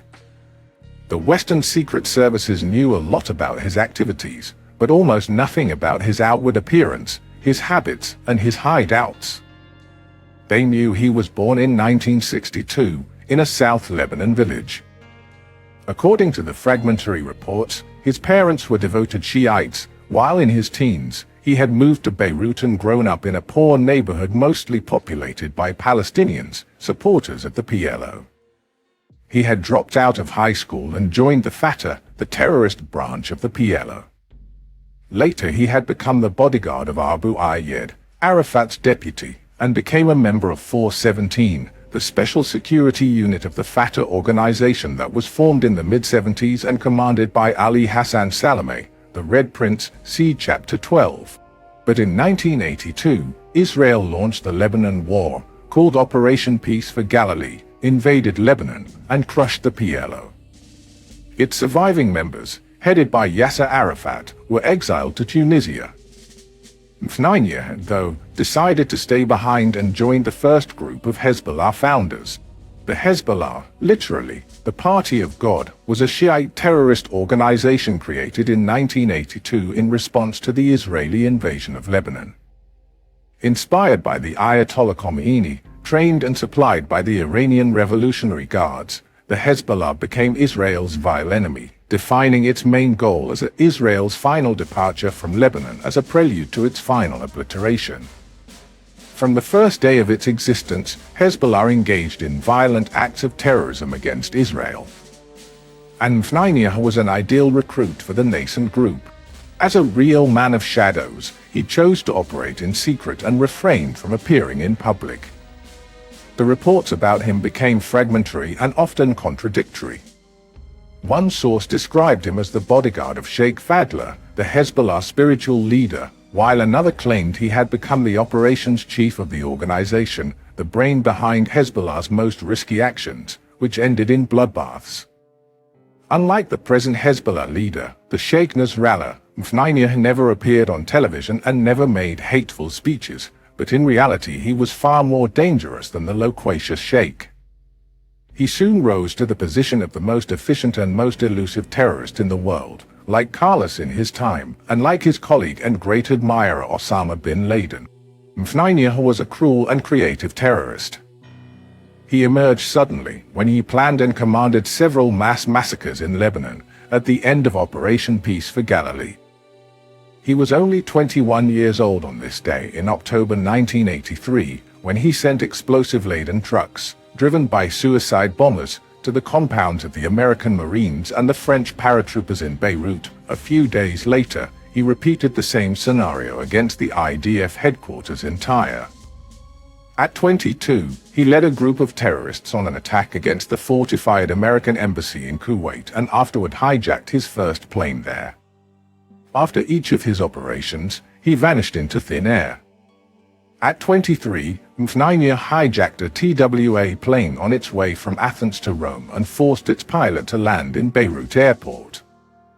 During the hijacking, he murdered Navy diver Robert Dean Stetham and threw his body out the cockpit door. Meir escaped after the hijacking operation that lasted 17 days, but this time he left behind a memento, his fingerprint in the aircraft restroom. Almost nothing was known about his private life, except for his marriage to his cousin, who gave him a son and a daughter. At a very early age, he knew he was in the crosshairs of several Western secret services and tried to conceal his identity. He went through a rudimentary plastic surgery in Libya, grew a beard, and stayed out of the limelight. Only a single confirmed photo of Meir, fat, bearded, wearing glasses and a visor cap, made its way to the Western services. His description was flawed as well. The FBI portrayed him as born in Lebanon, speaking Arabic, brown hair and beard, height 5 feet 8 inches, 170 centimeters, weight 120 pounds, about 60 kilograms. It is hard to imagine how Meir's generous dimensions managed to shrink into a 120-pound model body. But the description only reconfirmed that Meir protected himself well and succeeded in misleading all his enemies. After all the attacks, bombings, and hijackings he carried out, he became an admired hero of the Hezbollah. He was lauded for his sophistication, his bravery, and his operational talents that made the Hezbollah's military arm feared by the world's intelligence services. As his power increased, he became a major target for assassination by Israel and the West. Meir realized this and became a paranoid who lived a life of eternal flight, suspected everybody, including his closest confidants, changed his bodyguards very often, and slept every night in another place. His trips between Beirut, Damascus, and Tehran took place under a thick veil of secrecy. According to the profile prepared by Israel and other secret services, Meir was a loner, very charismatic, very impulsive, and very knowledgeable about the newest electronic instruments and gadgets.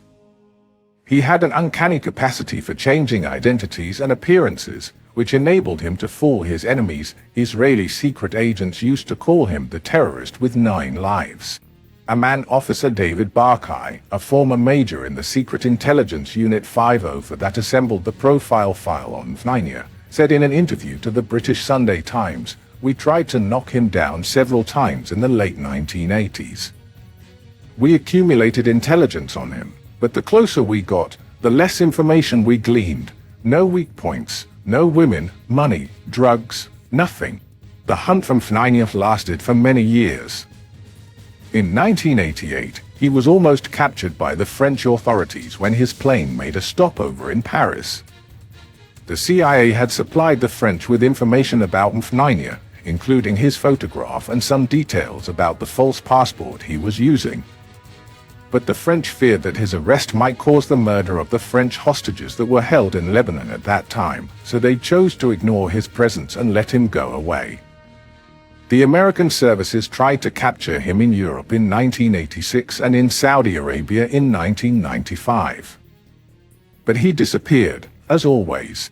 In those years, Meir was deeply involved in planning and executing attacks on Israelis and Jews in Argentina.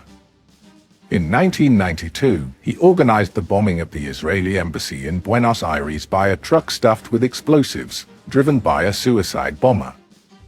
29 people were killed. Some of the heads of the Mossad saw in the operation an act of revenge for the killing of Hezbollah's leader Sheikh Abbas al-Musawi in a helicopter attack in South Lebanon.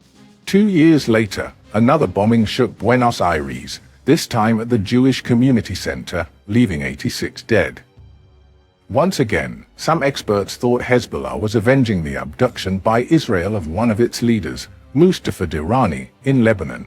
Intelligence crews from the United States and Israel, who flew to Buenos Aires to investigate the 2 bombings, concluded that they were connected. The modus operandi was identical, loading a truck with explosives and sending it to its target with a suicide bomber behind the wheel. Meir had used exactly the same method in Beirut and in Tyre at the outset of his career. The investigators established that the Iranian secret services and their local collaborators were involved in the bombings as well. At least one of the trucks, the one that had served for the embassy bombing, had been sold to the terrorists by a Buenos Aires Shiite car dealer, Carlos Alberto Taladin. The trail clearly led to Imad Mfnainia. In those years, Mfnainia spent long stretches of time in Iran. After the assassination of Sheikh al-Musawi, he feared that Israel would try to kill him, too. In Tehran, he created an operational team composed of Hezbollah fighters and Iranian intelligence officers. His partners in setting up that unit were the Commander-in-Chief of the Revolutionary Guards Mohsen Rezai and the Minister of Intelligence Ali Falahian. Apparently, the unit carried out the two deadly attacks in Buenos Aires.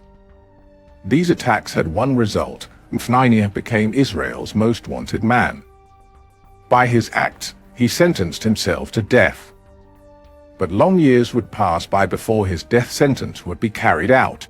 In December 1994, Mfnainia was seen in Beirut. Shortly after, he escaped an assassination attempt by a booby-trapped car in a southern neighborhood.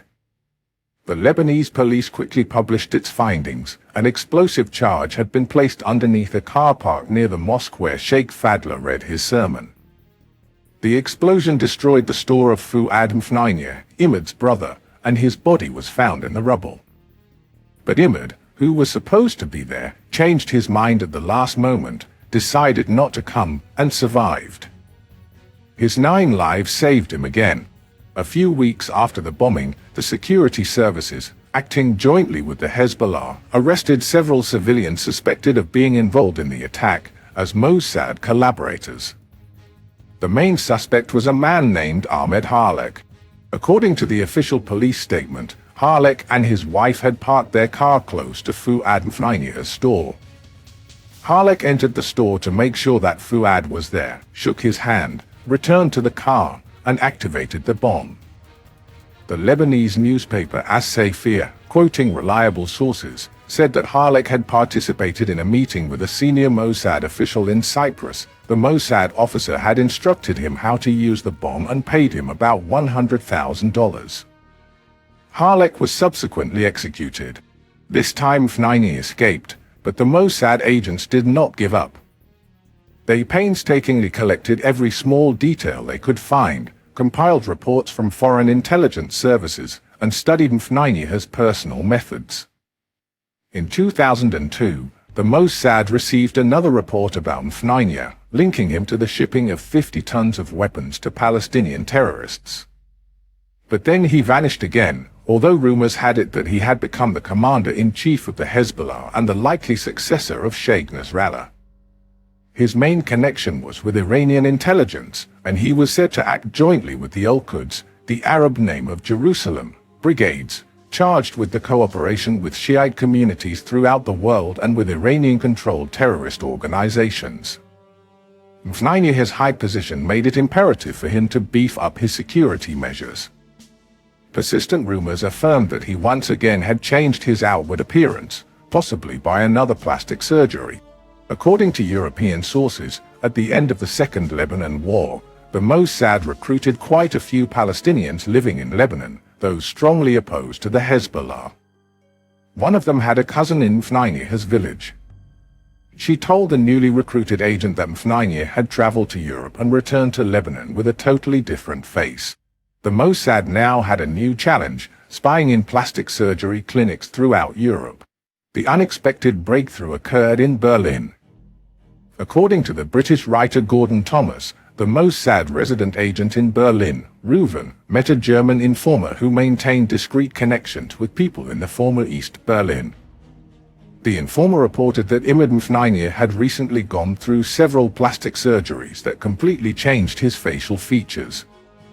The treatment had taken place in a clinic that in the past had belonged to the Stasi, the former East German Secret Service. The Stasi had used the clinic for remodeling the faces of agents and terrorists sent on covert missions to the West. After a tough negotiation, Reuven agreed to pay his German collaborator a substantial fee and received from him a file containing 34 updated photos of Mfnainia. The analysis of the photos by Meir Dagan's expert showed that Mahmoud had undergone jaw surgeries, the lower jaws had been cut, and bone taken from him had been grafted in them in order to achieve a more narrow chin line, which made him look skinny and emaciated. Several front teeth had been replaced by artificial teeth of a different shape. The eyes, too, had been treated by a tightening of the skin around them. The treatment was completed by dyeing his hair grey and replacing his eyeglasses with contact lenses. Mahmoud bore no resemblance to the original anymore, and the old pictures collected by Western services since the 80s had become irrelevant. According to foreign sources, the Mossad now started to plan Mahmoud's killing.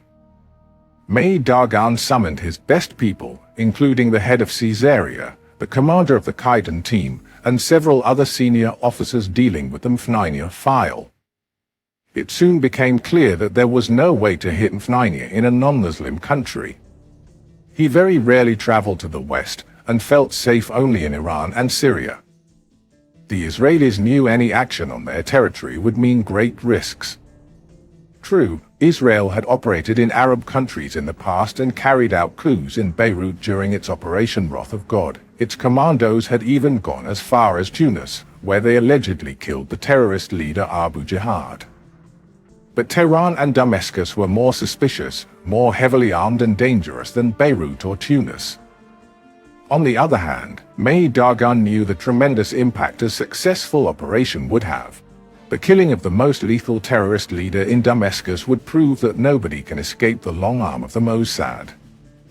The refuge and fortress of Israel's enemies would spread confusion, fear, and insecurity among the rest of the terrorist leaders.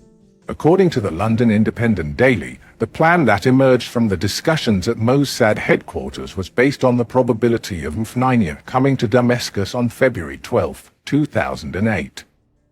On that day, he was supposed to meet Iranian and Syrian officials who were to participate in the celebration of the anniversary of the Iranian Revolution. After the possibilities had been studied, it was decided that the operation would be carried out by placing a rigged vehicle directly beside Mahmoud's car. The Mossad now plunged into frantic activity to get detailed intelligence from all its sources, including foreign services. Would Mahmoud indeed come to Damascus? And if he did, what identity would he choose? In what car would he come? Where would he stay? Who would accompany him? At what time would he arrive at the planned meeting with the Syrian and Iranian representatives? Would the Syrian authorities be informed of his arrival? Would the Hezbollah leaders know about his planned trip?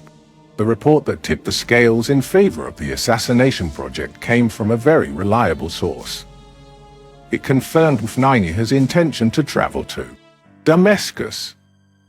That information was corroborated, according to the Lebanese El Balad newspaper, by agents who planted tracking devices in the cars of Mahmoud and the Hezbollah leaders. The well-oiled machine of Syria came in at this point. By labyrinthine routes, the various Qaeda teams arrived in Damascus. A special team smuggled the explosives into the Syrian capital.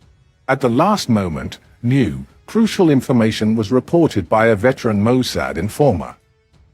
Whenever he came to Damascus, the report stated, Mahmoud would meet his mistress. For the first time, the Mossad spy masters learned that Mahmoud was having a secret affair. The pretty woman, Nihad Haidar, expected Mahmoud in a discreet apartment in the city. Nihad knew the dates of Mahmoud's arrival in Damascus in advance, from Beirut or from Tehran. He used to visit their love nest by himself, dismissing his bodyguards and his driver beforehand. Urgent messages alerted the watchers who were already in place. Will Mahmoud visit his lover this time as well? Does the owner of the apartment know that he is coming? On the eve of the operation, the members of the hit team arrived in Damascus. They flew to the Syrian capital from various European cities. According to The Independent, the team numbered 3 agents. One came from Paris on an Air France flight, the second took off from Milan with Alitalia, and the third used a short flight from Amman with Royal Jordanian. The 3 agents' false papers indicated that they were businessmen, 2 of them in the car trade and the third a travel agent. They declared on arrival that they had come to spend a short vacation in Syria and passed through immigration without any problems. They drove to the city separately and got together only after making sure that they were not followed. They later met with some auxiliaries who had arrived from Beirut and were taken to a concealed garage where a rented car was waiting and, beside it, a load of explosives that included plastic charges and tiny metal balls. The three hitmen locked themselves in the garage, prepared the explosive charge, and placed it in the rented car. The charge was not placed, as certain newspapers would later claim, in the headrest of Mahmoud's car, but in the radio compartment of the rented vehicle. Another team of Mossad watchers waited for Mahmoud's arrival from Beirut. Their role was to stick to him, hang close to the apartment building where he would meet his mistress, and report about his departure. They had to follow him and make sure he arrived at the meeting in Kfar Sousa. Among the people he was to meet there were the new Iranian ambassador to Damascus and the most secretive man in Syria, General Mohammed Suleiman. Suleiman was, among others, in charge of transferring arms from Iran and Syria to the Hezbollah, and he maintained close relations with Imam Khomeini. Suleiman, who had been involved in the secret Syrian nuclear project, had only 6 months to live. He would be mysteriously assassinated on August 2nd, during a dinner with friends at his beach house. See Chapter 18. That same evening, the Iranian embassy had scheduled a celebration of the anniversary of the revolution at the Iranian Cultural Center at Kfar Sousa, quite close to the safe house where Mahmoud was to meet the Iranian and Syrian officials. He decided, though, not to participate in the festivities, only to confer with his partners and leave Damascus. On February 12th, in the morning, the Mossad teams were in place. The watchers took position around the apartment building, Mahmoud's first destination. In the late afternoon, they reported that Mahmoud had arrived in Nihad's apartment, and in the evening they informed their superiors that he had set out on his way to his second destination. They hoped it would be his last. The Pajero crossed Damascus and arrived in Kfar Sousa. The watchers followed Mahmoud, continuously reporting his moves. The rigged car had been brought to the area where Mahmoud would park. The activation signal was going to be given from a great distance by means of electronic equipment. The agents who had rigged the car had left the place long ago and were on their way to the airport. The electronic sensors followed the silver SUV. It stopped. An auxiliary parked the rigged car close to the silver Pajero. Shortly before 10 p.m., a thunderous explosion shook the Kfar Sousa neighborhood, not far from an Iranian school, empty at this hour, and by a public park. Exactly at the moment when Mahmoud got out of his SUV, the car beside him exploded. Mahmoud was dead. His death shook the Hezbollah to the core. It was a terrible blow to the Syrian government, only a few months after its secret nuclear reactor had been pulverized. 6 months after Mahmoud's death, in November 2008, the Lebanese authorities announced the discovery of a spy ring working for the Mossad. One of the people arrested, 50-year-old Ali Jarrah from the Bekaa Valley, had worked for the Mossad for the last 20 years for a monthly salary of $7,000. He was accused of traveling to Syria frequently, on missions for the Mossad. In February 2008, a few days before the operation, he had traveled to Kfar Sousa.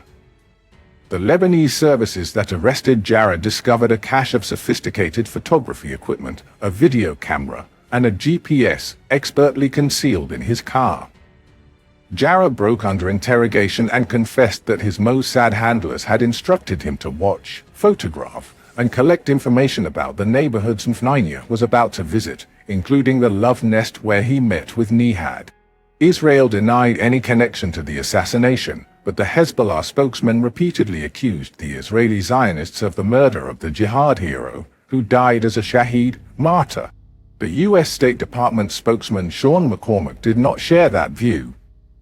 He described Mahmoud as a cold-blooded killer, a mass murderer, and a terrorist responsible for ending countless lives.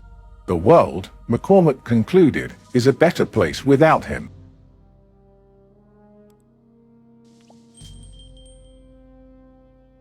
Chapter 20. The cameras were rolling. In early January 2010, two black Audi A6 vehicles passed through the guarded entrance of a grey building on a hill in North Tel Aviv, known as the college but actually Mossad headquarters. Prime Minister Benjamin Netanyahu was greeted by Mossad chief Meir Dagan as he exited the second car, shortly after Netanyahu had extended Dagan's term by another year. Dagan and the Mossad leaders were feeling confident due to their recent successes, the destruction of the Syrian reactor and the assassinations of Mahmoud and Suleiman. Their immediate priority was to disrupt another link between Iran and terrorist groups, a man named al-Mabhouh. According to journalist Ronen Bugman, the Mossad's operation to target al-Mabhouh was codenamed Plasma Screen. In the briefing room, Dagan and his senior advisors presented their plan to assassinate Mahmoud Abdel Rauf al-Mabhouh, a Hamas leader and a key figure in smuggling weapons from Iran through Sudan, Egypt, and the Sinai Peninsula into the Gaza Strip. Dagan's team proposed that al-Mabhouh be killed in Dubai, one of the United Arab Emirates on the Persian Gulf. Netanyahu approved the plasma screen operation, and preparations began immediately. The plan involved assassinating al-Mabhouh in a Dubai hotel room. The London Sunday Times reported that the Mossad hit team rehearsed the operation in a Tel Aviv hotel without informing the hotel management. Mahmoud al-Mabhouh, also known as Abu Abed, was born in 1960 in the Jabalia refugee camp in the northern Gaza Strip. In the late 1970s, he joined the Muslim Brotherhood and, as a devout Muslim, participated in sabotaging Arab cafes that allowed gambling. In 1986, he was arrested by the Israeli army for possessing an AK-47 assault rifle but was released in less than a year and joined the Izz ad-Din al-Qassam Brigade, the military wing of Hamas. Al-Mabhouh's commander, Salah Shahoda, tasked him and other Hamas members with kidnapping and killing Israeli soldiers. On February 16, 1989, al-Mabhouh and another Hamas member, disguised as ultra-Orthodox Jews, stole a car and offered a ride to soldier AVI supporters, who was hitchhiking. Once supporters was in the car, al-Mabhouh shot him in the face. Al-Mabhouh and his accomplices buried the soldier, after taking photos with his body. Supporters, al-Mabhouh and other Hamas members abducted another soldier, Elon Saddam, at the Riem crossroads and murdered him as well. Later, in an Al Jazeera interview, al-Mabhouh admitted his part in the assassinations and in burying the dead soldiers. After the second murder, al-Mabhouh escaped to Egypt, then to Jordan, and continued his terrorist activities, mostly by smuggling weapons and explosives into Gaza. Back in Cairo, he was arrested by the Egyptians, spent most of 2003 in an Egyptian jail, and later escaped to Syria. He now was labeled a dangerous terrorist, wanted by the police of Israel, Egypt, and Jordan. He was regarded by his superiors as a gifted organizer and climbed the Hamas hierarchy, focusing most of his efforts in smuggling weapons from Iran to the Gaza Strip. Al-Mabhouh realized that he was wanted by the Mossad because of his functions. He also knew that Israel would not forgive and forget the murder of its two soldiers. He took strict precautions, changed identities often, and posed as a businessman traveling between Middle East cities for his legitimate dealings. He told a friend that, when staying in a hotel, he used to barricade his room door with armchairs to prevent bad surprises. In a rare interview he gave to the Al Jazeera network, al-Mabhouh appeared with his head covered with a black cloth. "They tried to hit me 3 times, he said, and they almost succeeded. Once in Dubai, once in Lebanon, 6 months ago, and a third time in Syria, 2 months ago, after the assassination of Mahmoud. That's the price to be paid by all those who fight the Israelis." Al-Mabhouh actually gave the interview against his will. He thought it was an unnecessary risk but had to obey the explicit orders of the Hamas leadership. Some were to assert later that the interview helped the Mossad to find him. Al-Mabhouh had agreed to appear in front of the cameras on one condition, that his face would be completely blurred. After the recording of the interview, the videotape was sent to Gaza for inspection. It turned out that the distorting of his face failed, and he was instructed to record the interview again. The broadcast of the new interview was postponed. It would be aired only after al-Mabhouh's death. Al-Mabhouh asked what happened to the first recording, and was told that the videotape was kept in the Hamas archives. Some believe that this tape made its way into the hands of the agents who were trying to find him. A few weeks after the recording, a senior member of Hamas got a phone call from an Arab who claimed to be connected with a group that specialized in arms smuggling and money laundering. He made weapons-hungry Hamas some offers they could not refuse, and asked to meet al-Mabhouh in Dubai. It was strange that he had chosen Dubai as a meeting place. The bustling city was actually the place where al-Mabhouh was meeting his Iranian counterparts. Perhaps this mysterious phone call was al-Mabhouh's death sentence. And then, an unprecedented episode in the history of the spook wars. The elimination of plasma screen was filmed, recorded, and immortalized by closed-circuit security cameras, installed all over Dubai, from the airport counters all the way down to the hotel lobbies, hallways, and elevators.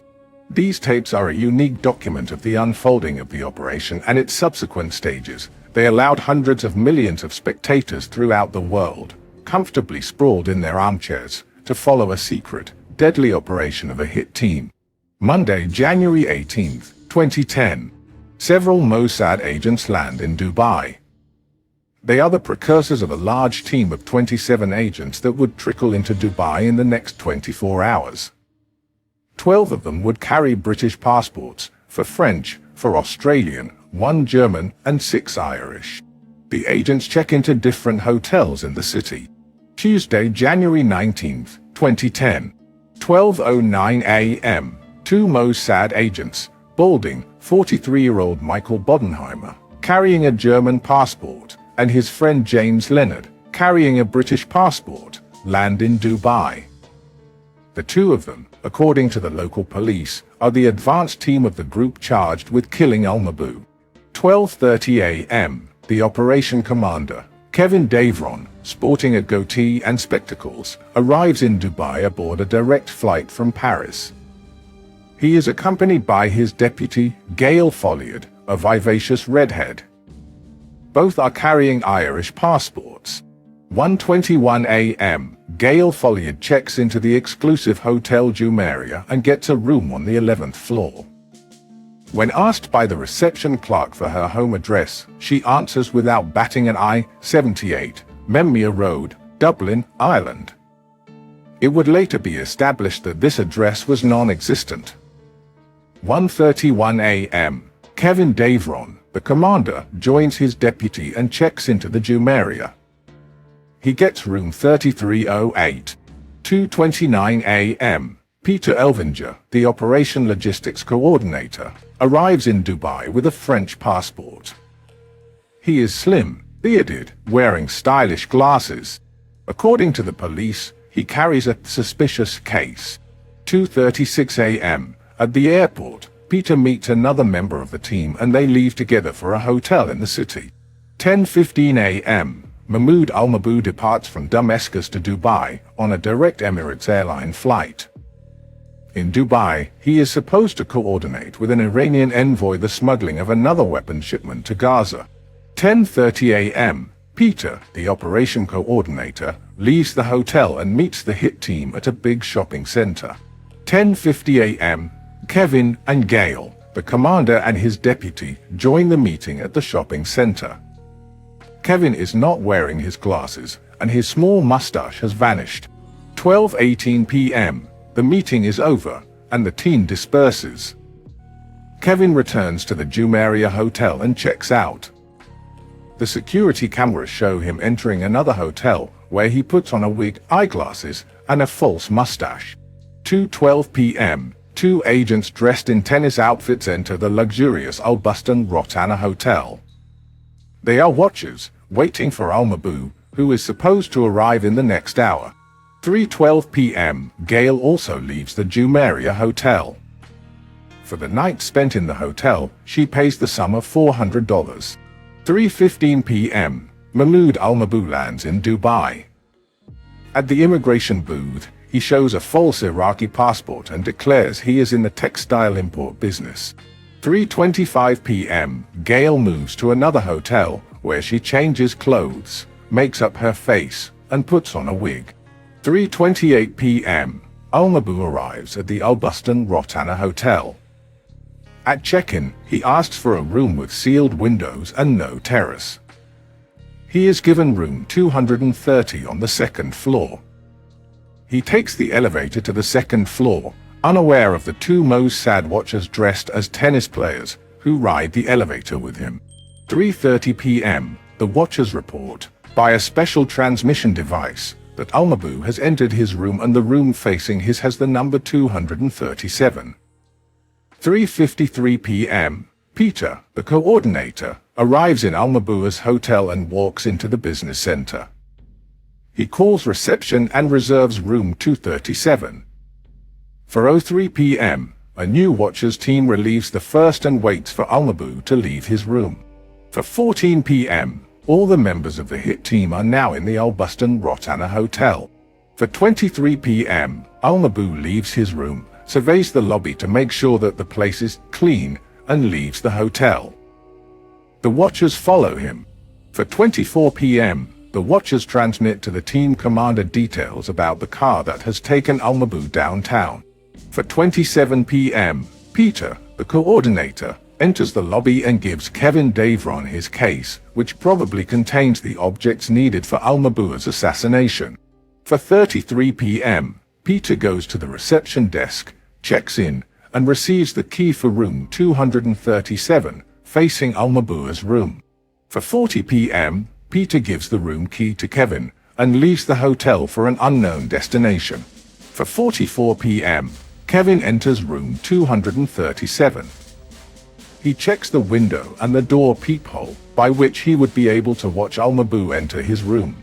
5:06 p.m. Gail goes into room 237.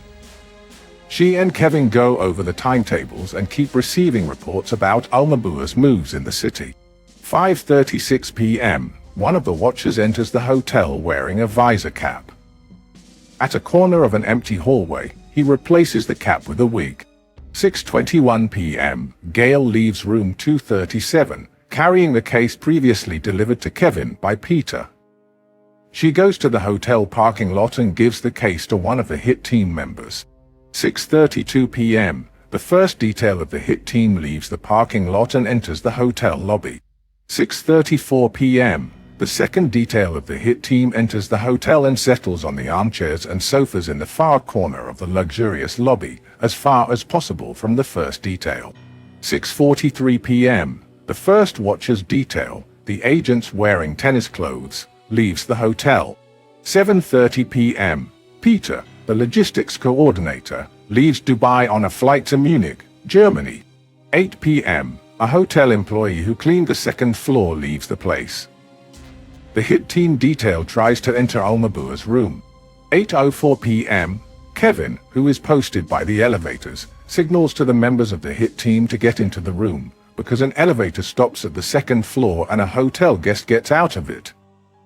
The electronic control system registers an attempt to break into room 230, the room of al-Mabhouh. 8:20 p.m. al-Mabhouh returns to the hotel. The watchers inform Kevin that he is walking toward the elevator. 8:27 p.m. al-Mabhouh enters his room. Kevin and Gail are on guard at the second floor corridor, by the elevators. In room 230, the assassination takes place. 8:46 p.m. For members of the hit team leave the hotel. 8:47 p.m. Gail and another member of the hit team leave the hotel. 8:51 p.m. Kevin enters al-Mabhouh's room after the killing and places the Do Not Disturb sign on the door handle. 8:52 p.m. The watcher's detail leaves the hotel. 10:30 p.m. Kevin and Gail leave Dubai on a direct flight to Paris. Approximately at the same time, all the team members depart to different destinations. At 10 p.m., al-Mabhouh's wife called his cell phone. The phone rang and went to voicemail. She called over and over again, but with no results. A close friend also tried to reach al-Mabhouh, but failed. Text messages sent to al-Mabhouh remained unanswered. Time passed by and there was no sign of life from al-Mabhouh. The distraught wife called several Hamas senior officials, who decided to send the Hamas resident in Dubai to the Al Bustan Rotana Hotel. The man went to the reception desk and called room 230. There was no answer. After midnight, the hotel employees finally went up to al-Mabhouh's room, unlocked the door, and found his body. A doctor rushed to the room, examined the corpse, and concluded that the cause of death was cardiac arrest. The Hamas published an official statement attributing al-Mabhouh's death to medical reasons. But al-Mabhouh's family rejected the medical diagnosis and insisted that al-Mabhouh had been murdered by the Mossad. His body was sent to the Dubai medical examiner, while a sample of his blood was flown to a laboratory in France. The lab report came back 9 days later. The Hamas now announced that Mossad agents had assassinated al-Mabhouh, first stunning him with an electronic shocker and then suffocating him with a pillow. Simultaneously, the Dubai police announced that no traces of poison were found in al-Mabhouh's blood. Nevertheless, they quickly reached the conclusion that the Mossad had killed al-Mabhouh on their territory. On January 31st, 12 days after al-Mabhouh's death, the London Sunday Times published a piece about his poisoning by the Mossad. Its reporters claimed that Israeli hitmen had entered al-Mabhouh's room and injected him with a poison that simulated a heart attack. The agents then photographed all the documents he carried and exited the room, leaving behind the Do Not Disturb sign.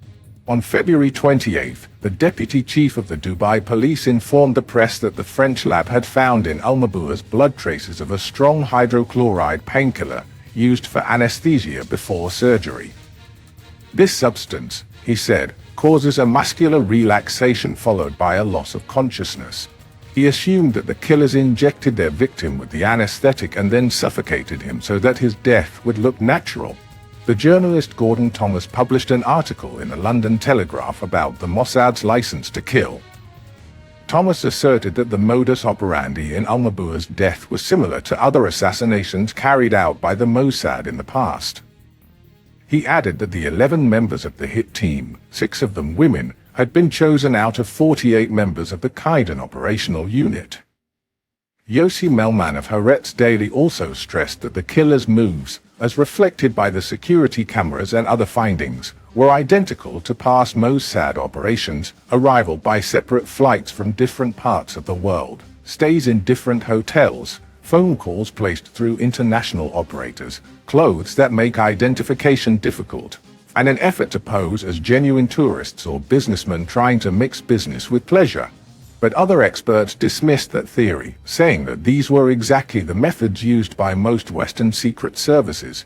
Therefore, it was impossible to establish clearly who had carried out the assassination.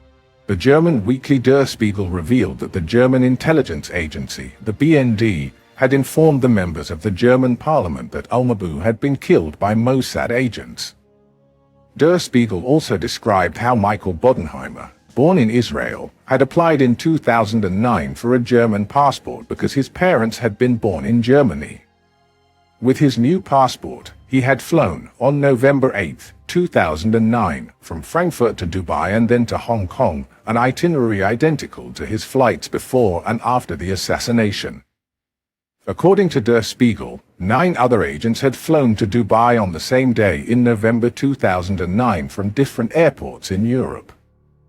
That seemed to be a dress rehearsal for the real operation carried out in January 2010.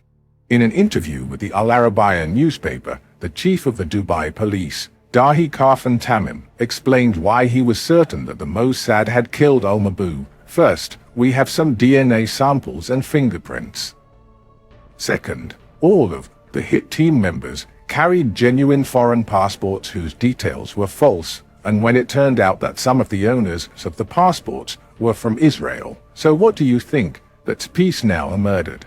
Al-Mabhouh? It is the Mossad, 100%. The chief of the Dubai police soon became a media star, spending hours in front of the world televisions, giving interviews to anyone who was ready to listen. He became the favorite of the television reporters, mostly thanks to Dubai security cameras. He showed to the press a video film, actually assembled from the tapes of security cameras spread all over Dubai. Tamim cleverly explained and showed how the hit team members moved throughout the emirate, and how they entered and exited hotels, shopping centers, and the airport, in their effort to shadow al-Mabhouh, often changing clothes and disguises. According to Tamim, the core of the hit team was composed of 11 members, 3 Irish citizens, 6 Britons, 1 Frenchman, and 1 German. They arrived in Dubai aboard several flights from various European airports, some of them the night before the operations, others at the same time as al-Mabhouh, and a few of them a mere couple of hours before the operation. 648 hours of tape from the security cameras helped the Dubai police to reconstruct the events culminating with al-Mabhouh's death. The tapes and the photos taken by immigration authorities of all the passengers entering and exiting Dubai drove the Dubai police chief to the conclusion that not 11 but more than a score of Mossad agents participated in the operation. The official number he mentioned was 27, but Tamim later added a few more names to his list of suspects. Yet his conclusions raised several questions. Didn't the Mossad know that a network of security cameras was spread all over Dubai? According to Tamim, Israeli agents had visited Dubai several times to prepare the operation. Didn't they see the security cameras? And if they did, then perhaps a large part of the getting in and out of hotels, the change of clothes, wigs, and mustache were nothing but a show for the cameras, and quite a few of the participants were not a part of the operation but were used only to mislead those who would examine the tapes later. And another point, the chief of police boasted that all the members of the hit team were photographed as they went through immigration. Didn't the Mossad know that was the procedure in Dubai? Didn't it make sure that the faces of its agents would be made up and disguised so that it would be impossible to recognize them afterward? A third question, how come the security cameras recorded every frame and every second of the secret agents' moves, except for 2, the entering and exiting of the hit detail in and out of al-Mabhouh's room? Chief Tamim revealed to the press that the members of the hit team used a phone number in Austria for some of their communications. By checking telephone records, Tamim could establish the identities of the foreigners who had used that number and were, apparently, members of the Mossad team. He also pointed out that several of the agents had paid their expenses in Dubai with Payoneer, MasterCard rechargeable credit cards, an Iowa-based company that had a research and development center in Israel. The most intriguing revelation in the investigation was that most of the hit team members had used real passports of Israeli citizens with dual nationality, and only very few used forged passports. Apparently, this was for a reason. The hit team was operating in an Arab country that is considered enemy territory. If the hit team members were captured, they could ask for the protection of the consuls of Great Britain, Germany, France, and Australia. If the consuls checked their computers, they would have found out that these people really existed, and they would have agreed to assist them. If, on the contrary, the hit team had used forged passports, the deception would have been exposed right away, and the agents would have been left without protection. After all this became known, Israel was harshly criticized by the nations whose passports had been used in Dubai. Great Britain, Australia, and Ireland expelled the Mossad representatives from their soil. Poland arrested a man called Yuri Brodsky at Warsaw's airport and extradited him to Germany. Brodsky was suspected of helping the agent Michael Bodenheimer to obtain a German passport under false pretenses. Brodsky was finally released by Germany after paying a fine of €60,000. Bodenheimer was not found. Other countries expressed their indignation and fury. These reactions seemed laced with hypocrisy, as the use of forged or doctored passports is the standard rule of Secret Service activity. The nations now accusing Israel were and are using forged passports exactly the same way as the Mossad. Yet when a Russian spying network was uncovered in the United States in late 2010, nobody accused its members of using forged British and American papers.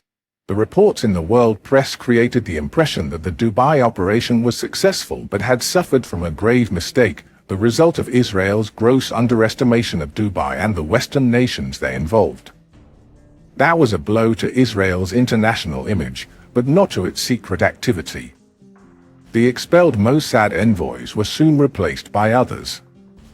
The promises of the Dubai chief of police that the hit team members would be apprehended because their identities were known all over the world went unanswered.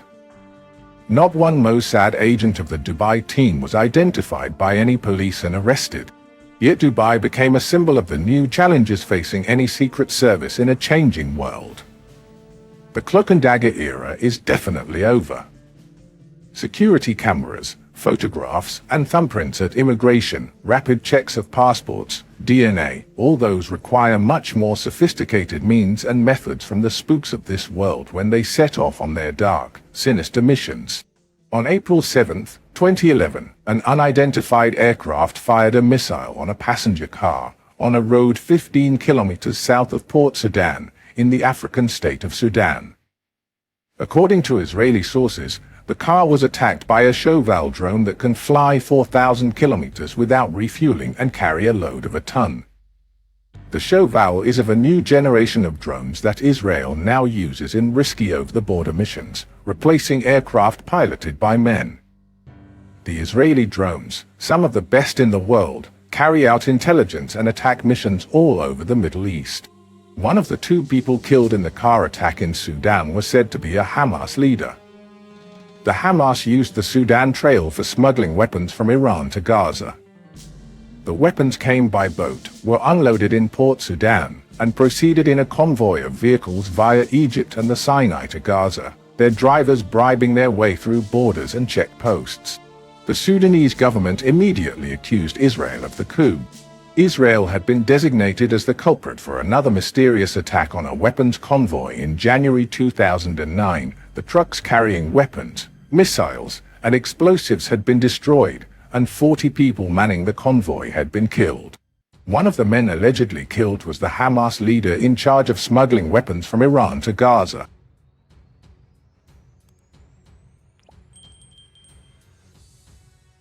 Chapter 21. From the land of the Queen of Sheba. A group of Ethiopian children, black-skinned and clothed in white, entered the stage of the huge audience hall in Jerusalem. The children, blessed with a unique kind of beauty, watched the public with big, black eyes filled with curiosity and pride. The famous Israeli composer Shlomo Gronich sat by the piano. Its first note smoothly sailed over the hushed crowd, and a beautiful, yet chilling song surged from the children's choir. The moon is watching from above. On my back is a small bag of food. The desert beneath us has no end ahead, and my mother promises my little brothers. A little more, a little more. Lift up your legs, a last push. Toward Jerusalem. This was the journey song of poet Chaim Idissis, describing the epic journey of the Ethiopian Jews to the Promised Land, to Israel. The public cheered and applauded. Perhaps that was not Idissis's intention, and perhaps the enthusiastic crowds did not notice, but the children's song described the most moving, and the most terrible, chapter of the Ethiopian Jews' aliyah to the land of their fathers. The moonlight stood fast, our bag of food was lost. And at night bandits attacked with a knife and a sharp sword. In the desert, the blood of my mother the moon is my witness, and I promise my little brothers. A little bit more, a little more. The dream will be fulfilled. Soon we will arrive in the land of Israel. No other Israeli community ever suffered such appalling woes as the Ethiopian tribe on its way to Israel. It became a living legend. Its very existence seemed borrowed from a storybook. A Jewish tribe, cut off from the outside world, entrenched in the heart of Africa, they lived in the mountains and valleys of Ethiopia, the land of the Queen of Sheba. For thousands of years, this tribe stubbornly clung to its faith, a pure and innocent biblical religion. That quiet and reserved community had faded into history. Its leaders, the Kesim, respected elders dressed in white robes, guided their people through ancient Jewish traditions and the essentials of modern life. This tribe sometimes lived peacefully alongside their neighbors, but at other times faced persecution from harsh rulers. They also endured painful rejection by rabbis and Jewish scholars from outside, who declared that Ethiopian Jews, often called Falasha, were not truly Jewish. Despite this, the Ethiopian Jews persevered. Generation after generation, inspired by the traditions passed down from parents, they dreamed of the day they would journey to the land of Israel. Only a small number of Ethiopians immigrated to Israel during its first 30 years. Even under Emperor Haile Selassie, known as the Lion of Judea and a close ally of Israel, little was done to bring Ethiopian Jews to the Jewish state. Change began in 1973 when Israel's chief rabbi, Avodia Yosef, issued a clear halakhic ruling affirming that the Ethiopian Jews, who called themselves Beta Israel, were full Jews. 2 years later, the Israeli government extended the law of return to include Ethiopian Jews. When Menachem Begin became prime minister in 1977, he summoned Mossad Director General Yitzhak Harka Hofi. "Bring me the Jews of Ethiopia." Begin commanded. Within Mossad, a special unit called Bitza, later renamed Zephyrim, was responsible for safeguarding Jews in hostile countries and facilitating their immigration to Israel. Bitza immediately began its work. Soon after Begin's directive, Dave Kimhi, Mossad's deputy director and head of TAVL, the Department for Secret International Relations, arrived in Addis Ababa, Ethiopia's capital. At that time, Ethiopia's borders were closed to Jewish emigration due to a civil war. The ruler, Mengistu Haile Mariam, sought Israel's help against the rebels. Kimhi refused to assist Mengistu militarily but agreed to supply weapons on one condition, that every Israeli Hercules aircraft delivering arms would return carrying Ethiopian Jews. Kimhi insisted, "We demand that every Israeli Hercules that lands here loaded with military equipment takes off loaded with Jews." Mengistu agreed, and the exodus of Jews from Ethiopia started. This arrangement lasted for 6 months, till it was destroyed in February 1978 by a slip of the tongue of then the Minister of Foreign Affairs Moshe Dayan. Dayan had told a Swiss newspaper that Israel was supplying weapons to Mengistu's army. Some claim Dayan had leaked that on purpose, being opposed to the arms deal with Mengistu's Marxist and pro-Soviet regime. Mengistu was furious. He could not publicly admit he maintained secret relations with Israel, and cancelled the agreement with the Mossad right away. The direct channel for Jewish immigration was now blocked, but Begin's order to Harka was still in force. The gates of Ethiopia were locked once again, but a letter that reached Mossad headquarters from Khartoum, the capital of Ethiopia's neighbor Sudan, suddenly offered another escape route for the Ethiopian Jews. The letter was signed by Fareda Aklam, an Ethiopian Jew, a teacher, who had succeeded in crossing the border into Sudan. From Israel's point of view, Sudan was an enemy country. It was plagued with famine, drought, and tribal and religious wars. Thousands of refugees from various parts of the country, and from neighboring Ethiopia, gathered in squalid tent camps. Aklam posted several letters to Israel and to relief organizations throughout the world in a desperate effort to get urgent help for the emigration of the Ethiopian Jews. One of Aklam's letters landed in Mossad headquarters and attracted the attention of a senior official. "I am in Sudan," Aklam wrote, "send me a plane ticket."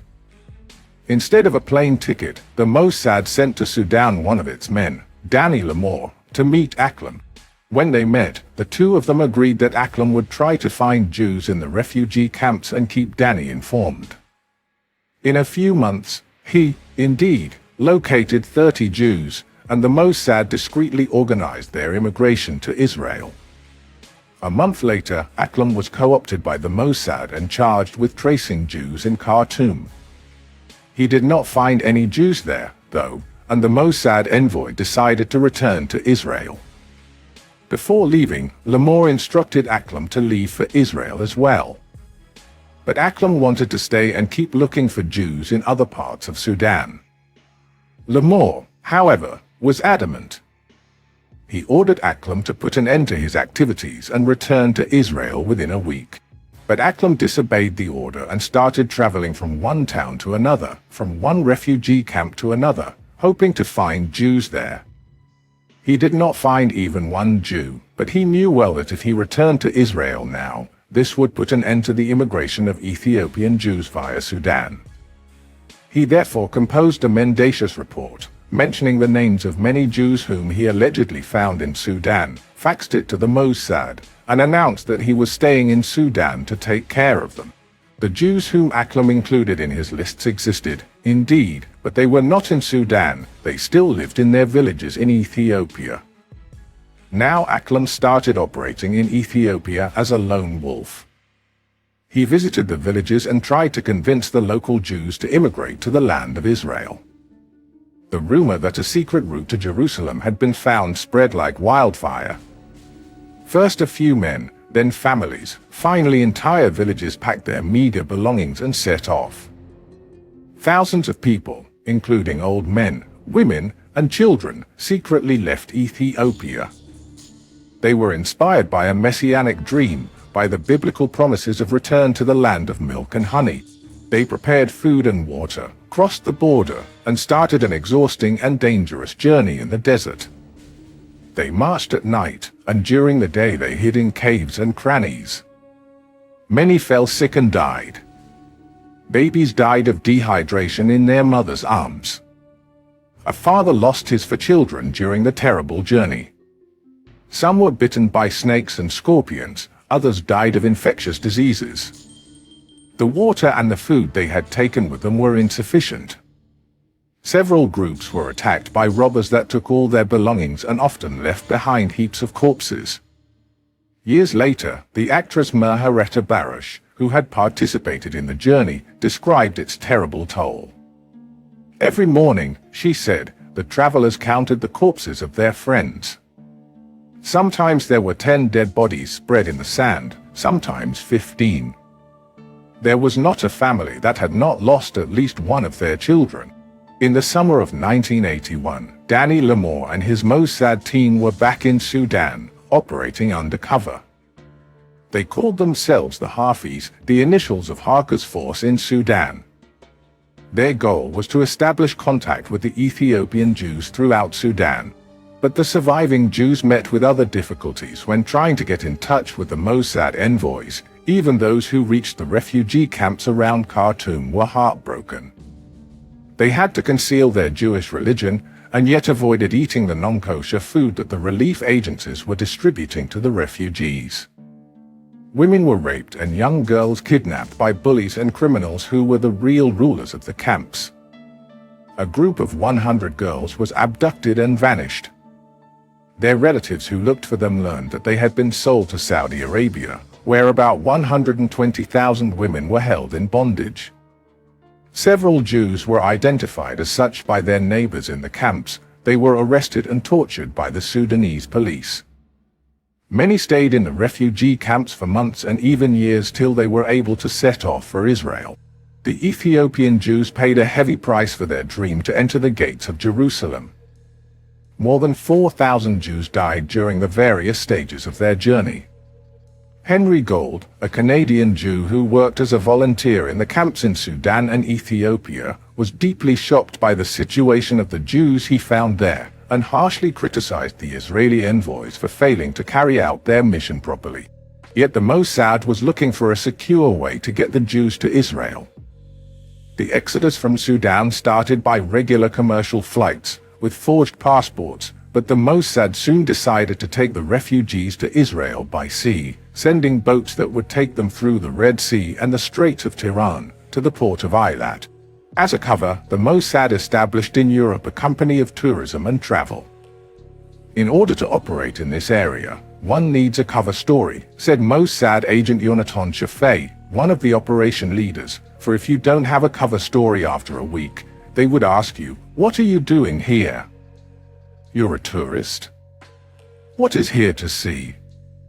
The company leased an abandoned beach resort close to Port Sudan, called Eris, and signed an agreement with the Sudanese government for the development of maritime sports in the Red Sea. All the administrative dealings were entrusted to Yehuda Gil, who was regarded then as one of the best Mossad officers. Gil came to Khartoum, met with the regime officials, and with a lot of savvy explained, convinced and bribed, till finally he got all the necessary permits and licenses for operating the heiress resort. The man charged with the setting up and the management of the resort was Yonatan Shafei, who had taken part in many Mossad operations. Heiress was actually built as a village, with individual bungalows and a few public buildings. Several Mossad agents, carrying forged passports, were sent from Israel and became the resort's instructors and employees. They stuffed the resort store with diving equipment, scuba apparatus, masks, flippers, and snorkels. In the store was hidden a transceiver that was in permanent contact with Mossad headquarters. Emmanuel Allen, who had participated in many operations with Shafei, including the rescue of the Syrian virgins, got a call from Yonatan. He told me, "I need you for something special. This time it is an operation without killing, something special, something humane. I am talking to you, and I am getting so emotional.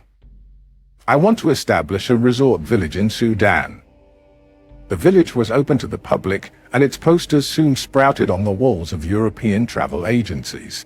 Many tourists spent their vacation in Eris, and at least from their point of view, the resort was a success. During the day, they dived, swam, and enjoyed the Red Sea beach.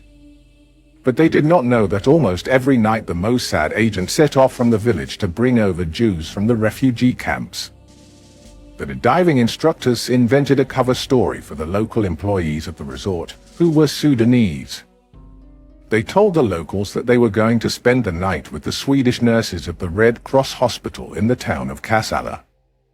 When the merry departures reached a dubious frequency, the local employees started suspecting that something fishy was going on there, but as long as they got their generous salaries, they preferred to look the other way. The nightly journeys were carried out with 4 old trucks. The Mossad agents, under the command of Danny Lamore, drove to the vicinity of the camps. The young members of a secret Ethiopian organization, the committee, would gather groups of Jews and take them to the trucks. But that was not easy. The Israelis were running many dangers. David Ben-Uziel, one of the operation leaders, deemed the approach to the camps as the most dangerous part of the mission. "We were very close to the camps," he said. "We could be caught and had to finish this part as soon as possible." While the committee was trying to locate the Jews in the refugee camps, there were many who refrained from identifying themselves for fear of the Sudanese police. The Jews from the mountain villages in Ethiopia had never seen a white man before. They refused to believe that the Israelis were Jews who came to save them, for they did not know that there were also white Jews. Only when Danny Lamore came to pray with them did they start believing he was a Jew, a strange one, praying in an unusual way, but a Jew all the same. Fearing a leak, the Mossad agents did not warn the Jews beforehand. The committee people told them to be ready to leave at any moment, and when they were contacted, they had to leave everything and go. And so, night after night, groups of Jews sneaked out of the camps and surreptitiously walked to the meeting point in a small ravine close by, where the Mossad agents were waiting. The 4-truck convoy would travel hundreds of kilometers to the Red Sea coast. En route, they had to go through army and police checkpoints. Danny would bribe the guards, and the trucks would be allowed to continue. At the meeting point on the coast, the Israeli Navy would be waiting. A Navy boat would be moored at some distance, and the naval commandos came to the coast in rubber dinghies to collect the Jews and take them aboard the mothership. The main boat that came every week to the Sudanese coast was Baghdad. None of the Mossad agents and the naval commandos would ever forget the emotional meeting with their Ethiopian brethren and their dramatic departure toward Israel. Mossad agent David Ben-Uziel described the transfer of the Jews to the boats in a handheld tape recorder. "The sea is stormy," he said. "We are carrying each one of our brothers in our arms so nobody would drown. The emotions of our men here run very high. Some say the sights remind them of their parents, who came to Israel as illegal immigrants. They were on the verge of bursting into tears when they saw our brothers enter the ship. They came in complete silence," added Godi Kroll, the commander of the naval force. "Old men, women, babies in arms. We immediately sailed on the stormy seas. They sat down and didn't utter a word. The Navy boats took them to Eilat. One day, the Canadian Jewish volunteer Henry Gold came to the resort village. He was exhausted from the hard work at the refugee camps, and some friends talked him into taking a couple of days off to sun, swim, and dive. He had no idea of the secret activities taking place in and around Eris. But when he toured the village, he felt something was very strange here. He had the impression he was surrounded by Mossad agents. The staff seemed very weird. They had a strange accent. One woman introduced herself as Swiss, but she didn't have a Swiss accent, and the Iranian didn't have an Iranian accent. At dinner, they put on the tables a very thinly chopped salad. I have been in many places all over the world, but such a salad is served only in Israel.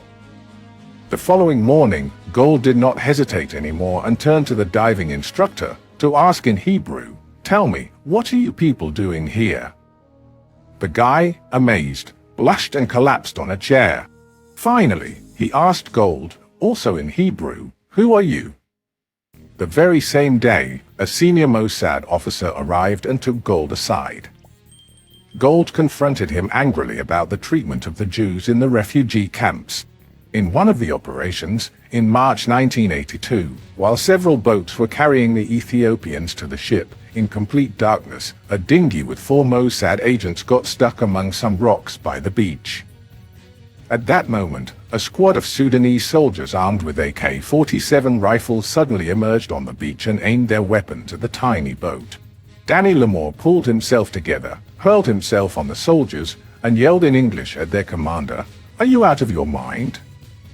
Are you going to fire on tourists?" He kept shouting about the tourists who came to dive in this resort, about Eris's contribution to the tourist trade in Sudan, then threatened to lodge a complaint against the squad commander in Khartoum. The officer, stunned, apologized and explained he had assumed that the people in the boat were smugglers. He ordered his soldiers to leave the place at once. The Mossad agents were safe, but the departures by sea apparently could not continue. A new way had to be found to transport the Jews to Israel. One morning, the tourists in Eris woke up to find that the entire foreign staff had vanished, except for some locals who had stayed behind to prepare breakfast for the guests. The previous night, the Mossad agents had left the village. They left letters of apology saying that the resort was closed because of budgetary difficulties. The tourists were to get their money back upon return to their countries. That was done, and all the divers were reimbursed in the coming weeks. After long discussions at Mossad headquarters, the Ramsad decided that the next transports would be carried out by air, with Rhinos, Hercules C-130 transport aircraft of the Israeli Air Force. It was a risky gamble, implying the penetration into Sudan's airspace and the repeated landing of Israeli soldiers on the territory of an enemy country. But Israel had no choice. The Ethiopian Jews had to be rescued.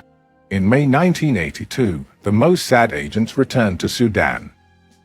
Their first mission was to locate possible landing areas south of Port Sudan. They found an abandoned British airfield and repaired its runway, making it suitable for the landing of the heavy Rhinos. The first group of Jews was brought from the meeting point to the airfield. Torches were used to light up the landing strip. But when the enormous Air Force Rhino landed, the Ethiopian Jews were scared to death. The huge metal bird that they saw for the first time in their lives landed in a roar of engines, rising clouds of dust, and seemed to head straight at them. Many ran away and agreed to come back only after exhausting efforts of persuasion by the Mossad people. Others stubbornly refused to enter the belly of the steel monster. The aircraft that was supposed to depart immediately finally took off with an hour delay, carrying 213 Jews. The agents got a telegram of congratulations from headquarters, but they learned an important lesson. In the future, the trucks would wait until the Rhino landed and extended its ramp, and then they would drive to the very tail of the aircraft, so that the Jews would get right into the gaping belly of the plane. That was a success, but it did not last long. the Sudanese authorities discovered the strange traffic at the abandoned airstrip, and the Mossad agents had to find another landing area. Soon they found another strip, 46 kilometers southwest of Port Sudan. This time, the Mossad decided to carry out a large rescue operation of 7 Hercules flights, each flight to carry 200 Jews. Operation Brothers took place under the personal command of the Ramsad, Harker, and the commander of the paratrooper corps, General Amos Yerome. In the following 2 years, from mid-1982 to mid-1984, it brought to Israel 1,500 Ethiopian Jews. That successful operation almost ended in failure. An informer of the Sudanese security forces pinpointed the contact man of the Mossad in the refugee camps. Addis Solomon, an Ethiopian Jew, was arrested and tortured for 42 days by the Sudanese. They wanted to know the names of his handlers and the location of the meeting places with the Mossad agents. But Solomon did not break down and did not reveal the secret. At the end of 1984, the situation in the camps worsened. The famine and the infectious diseases caused many deaths among the Ethiopians. A civil war raged in Sudan and threatened the regime of the nation's dictator, Jafar Nimiri. His survival now depended on an urgent grant of financial aid and food supplies by the United States. Israel asked Washington to help Sudan if it allowed the airlift to Israel to continue. The administration agreed, and the U.S. ambassador in Khartoum was instructed to negotiate along those lines. The result was a compromise. The Jews would not be flown to Israel directly but via a third country. Israel would not be involved in the operation. The compensation to Sudan would be in the form of food and fuel shipments. The U.S. Embassy in Khartoum informed Washington that the Jews can be evacuated from Sudan in 5 or 6 weeks. That's how Operation Moses was born. In the meantime, Harker had been replaced as Ramsad by his deputy, Nahum Admoni, who had distinguished himself in the previous years by his energetic efforts to organize the immigration of the Ethiopian Jews. Admoni now authorized his men to fly the Jews via Belgium. A Jewish businessman who owned a small air charter company agreed to help the operation with his Boeing airliners. And so, on November 18, 1984, at 1:20 a.m., the first Belgian aircraft landed in Sudan. 250 starving, exhausted, and badly scared refugees got on the plane. But the Belgian pilot refused to take off because the plane was equipped with only 210 oxygen masks, not enough for 250 passengers. The Mossad agent in charge took him aside and whispered, quietly but firmly, "Please, make the selection yourself and decide who will live and who will die."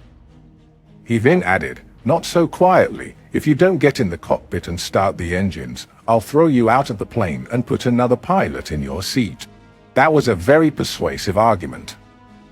The pilot got in the cockpit, and at 2:40 a.m., the first flight of Operation Moses took off for Israel, with a stopover in Brussels.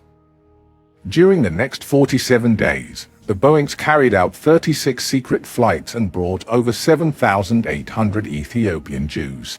In Israel, the military censorship made desperate efforts to prevent any leakage of information about the operation. Their efforts succeeded until the Jewish agency chairman, Ori Dulzin, published a statement saying that one of the Jewish tribes is about to return to our homeland.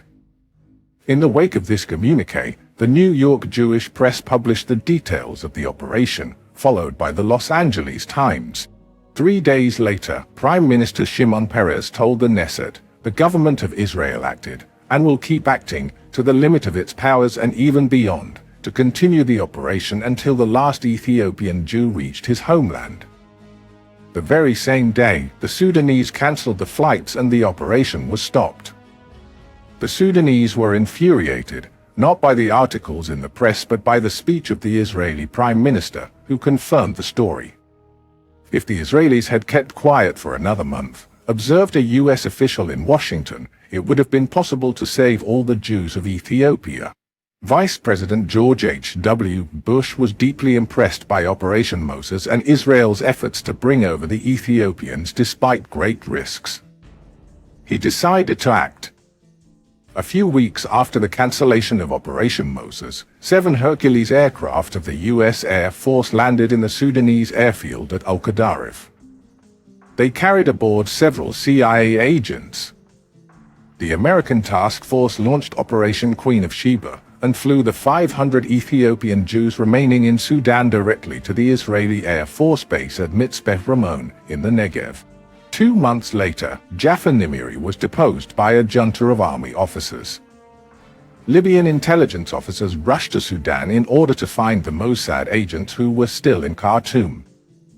The last 3 remaining agents were discovered by the Libyans and at the last moment were able to escape to the home of a CIA agent. The American hid them in his house and later flew them, hidden in crates, to the Kenyan capital, Nairobi. David Molad, who had been one of the senior Mossad officers in Sudan, slipped quietly out of the country. The rescue of the Ethiopian Jews was to be one of his last operations before his retirement from the Mossad.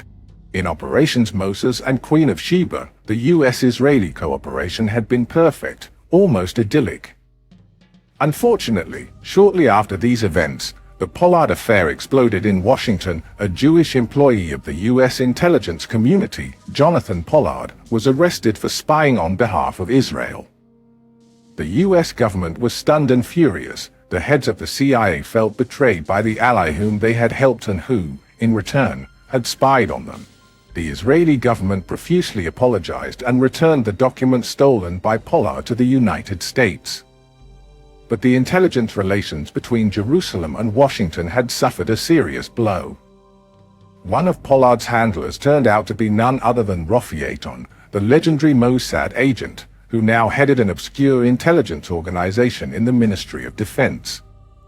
The organization, LACM, the Bureau for Scientific Relations, was disbanded right away, and judicial proceedings against Eitan were initiated in Washington. To this very day, he cannot enter the United States for fear of being arrested. Operation Moses was severely criticized by many Ethiopian Jews, as it took the lives of about 4,000 people. In the Mossad, too, the officers of Caesarea, headed at that time by Shabtai Shavit, strongly disapproved of the planning and execution of the operation by the Bitzer department. Shavit and his men claimed that Bitzer was a marginal department that was not equipped to undertake an operation of such magnitude as Moses. The Bitzer people insisted that the operation succeeded precisely because of its spontaneous and improvised character. They also pointed out that they had recruited some of the best Mossad agents for carrying out the various stages of Moses. The infighting could not change the fact that thousands of Jews had returned to the land of Israel. And yet, even after the completion of Operation Moses and Operation Queen of Sheba, thousands of Jews remained in Ethiopia. They also wanted to immigrate to Israel, but the gates were locked. Israel felt it was imperative to bring them over, for ideological and Zionist considerations, but also for a humane reason. Many families had been split and torn. Children had arrived in Israel without their parents, parents without their children, husbands without their wives. This separation caused terrible absorption problems, and many personal tragedies, like suicides of young people who could not cope with the new reality without the support of their families.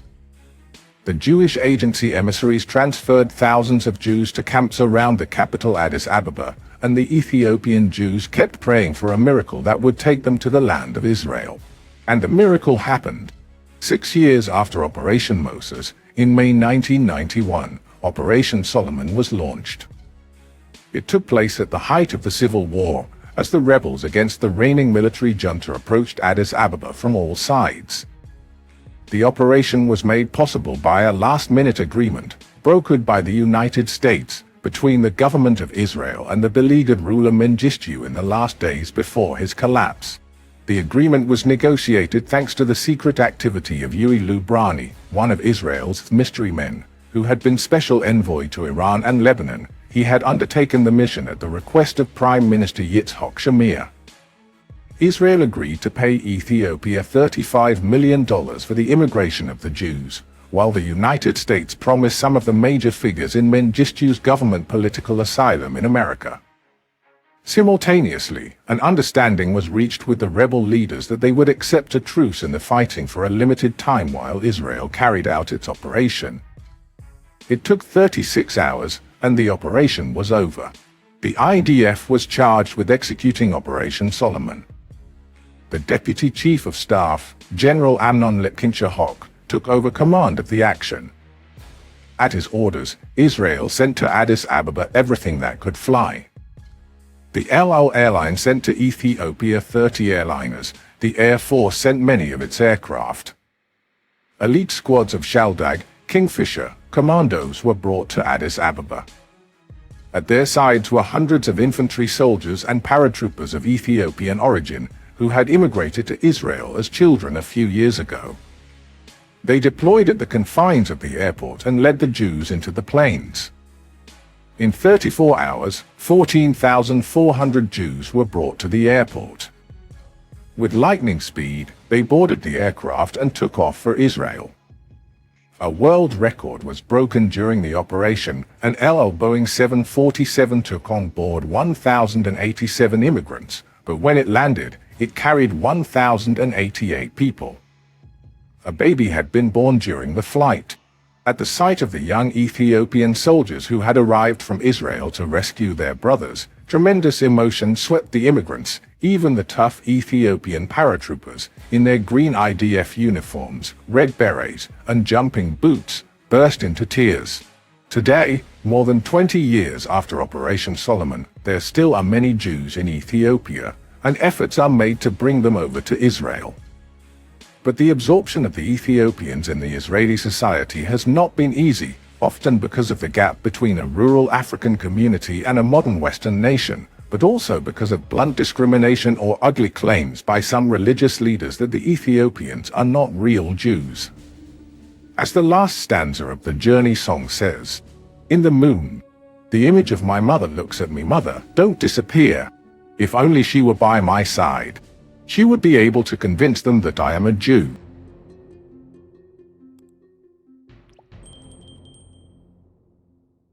The last question. War with Iran?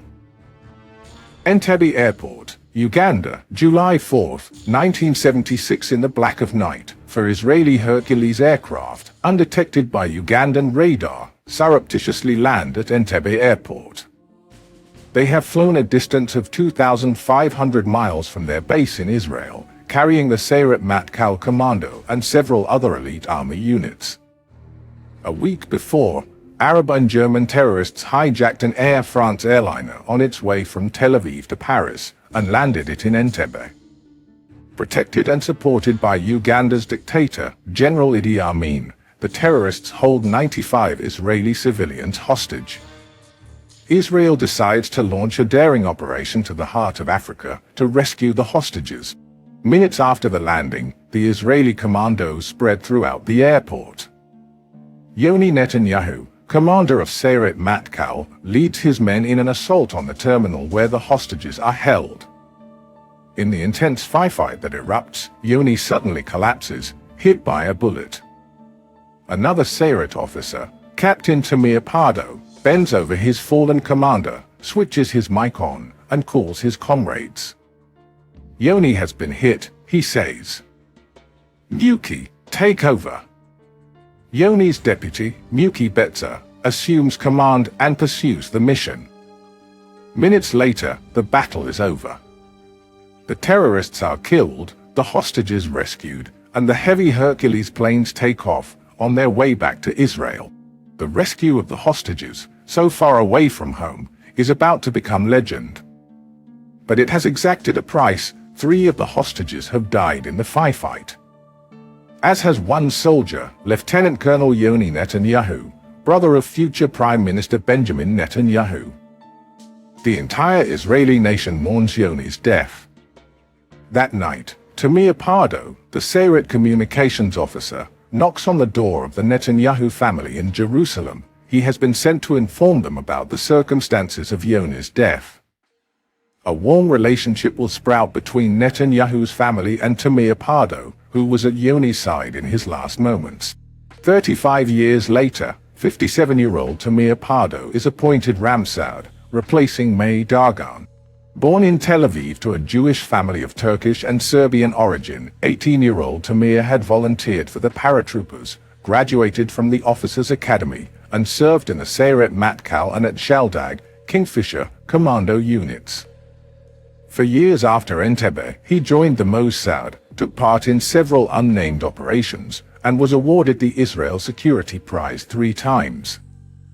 In 1998 he was appointed chairman of the Mossad inquiry board that investigated Khaled Mashal's flawed assassination attempt in Amman. Soon after, he became the head of Neviath, the Mossad department charged with electronic collection of intelligence in foreign countries. He specialized in new technologies and creative planning. In 2002, when Dagan was appointed Ramsad, Pardo became one of his 2 deputies, and for the next 4 years headed the Mossad operations staff, but in 2006 he spent a year with the IDF as an army general, advising the general staff on special operations. He was said to have planned several daring missions during the Second Lebanon War. Pardo was called back to Dagan's side in 2007.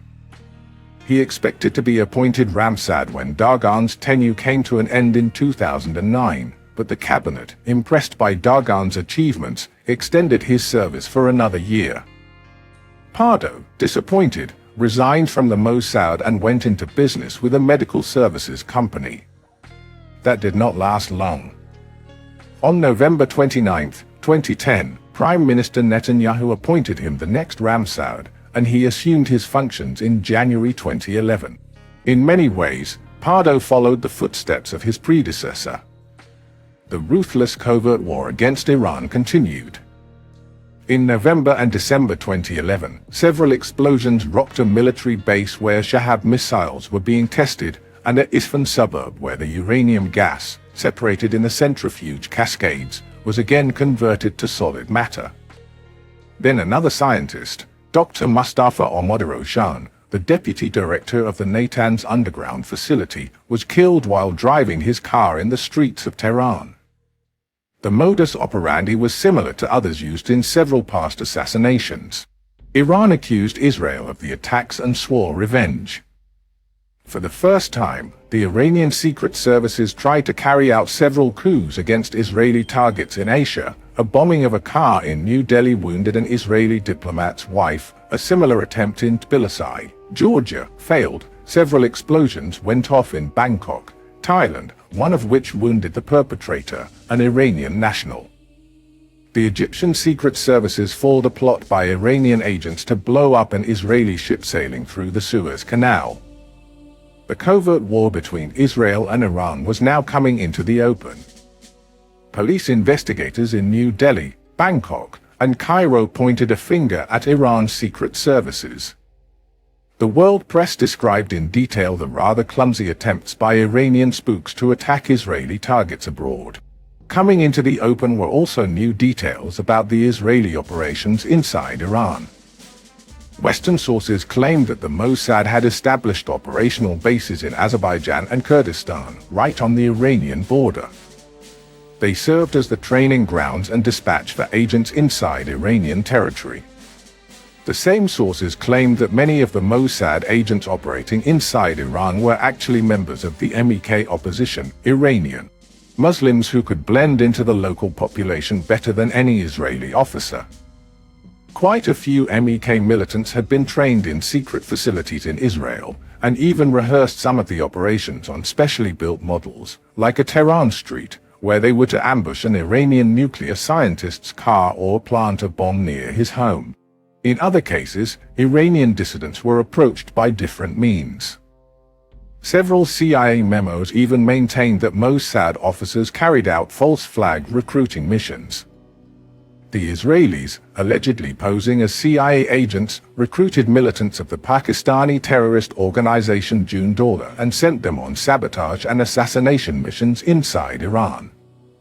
According to the CIA memos, the Israelis posed as American intelligence officers in order to overcome the devout Muslims' objection to serving the Jewish state. In the spring of 2012, worried international observers claimed that the Iranian nuclear project was close to completion, and sources in the International Atomic Energy Agency even declared that Iran has produced 109 kilograms of enriched uranium, enough to assemble for atomic bombs. If Israel decided to deal a major blow to the Iranian project by launching an all-out attack against its nuclear centers, the covert war would give way to an open one. According to the world press and quite a few talkative spokesmen, Israel was not alone in its consideration of a military option. In Jerusalem and Washington, official sources confirmed that Israel and the United States were acting together, but disagreed on a major point: when would Iran have to be stopped by all means necessary, military or other? The American services claimed that this would be the moment when the enrichment of uranium by Iran reached 80%, a crucial stage in the development of their nuclear capability. Uranium enriched to that level could be very quickly upgraded to 97%, the degree needed for the assembly of an atomic bomb. Israel's timetable was different, based on reports from the ground and satellite detection. The Mossad had discovered that Iran was engaged in a chaotic race against time, building a large number of underground facilities buried at a depth of 80 meters or more. They were transferring all their fissile materials and their secret labs underground. Intelligence reports obtained by the Mossad, with the help of the MEK resistance organization, claimed that Iran had built a new underground facility close to Fordow. In the huge halls of the new facility, the Iranians planned to install 3,000 new centrifuges, far faster and more sophisticated than the equipment now in service. In that facility, the Iranians could feed the centrifuges uranium enriched up to 3.5% and keep enriching it till it was ready for use.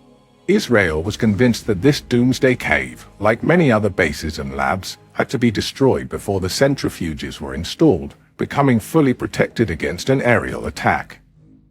When they reached the critical stage of enrichment, the Israeli envoys told the Americans it will be too late to hit them. They will have entered an immune area where no bombings will be able to destroy their project. The time to act is now, in the spring of 2012. Washington was not convinced and wanted to try a campaign of harsh sanctions. Israel did not believe the sanctions would stop Iran. At a summit meeting in Washington in early spring 2012, President Obama and Prime Minister Netanyahu praised the firm strategic alliance between the two nations but could not agree on a way forward against the Iranian nuclear project. The Mossad report still indicated that Tehran was relentlessly pursuing atomic power. At the same time, Iranian leaders relentlessly threatened Israel with total annihilation. The very thought of the danger that a fanatic, nuclear Iran represented for Israel and the world reminded the Israelis of the old Talmudic adage, if someone comes to kill you, rise up and kill him first. Israel felt that once again it was standing alone. And as in 1948, the year of its creation, and in 1967, on the eve of the Six-Day War, Israel again faces the most fateful decision of its existence.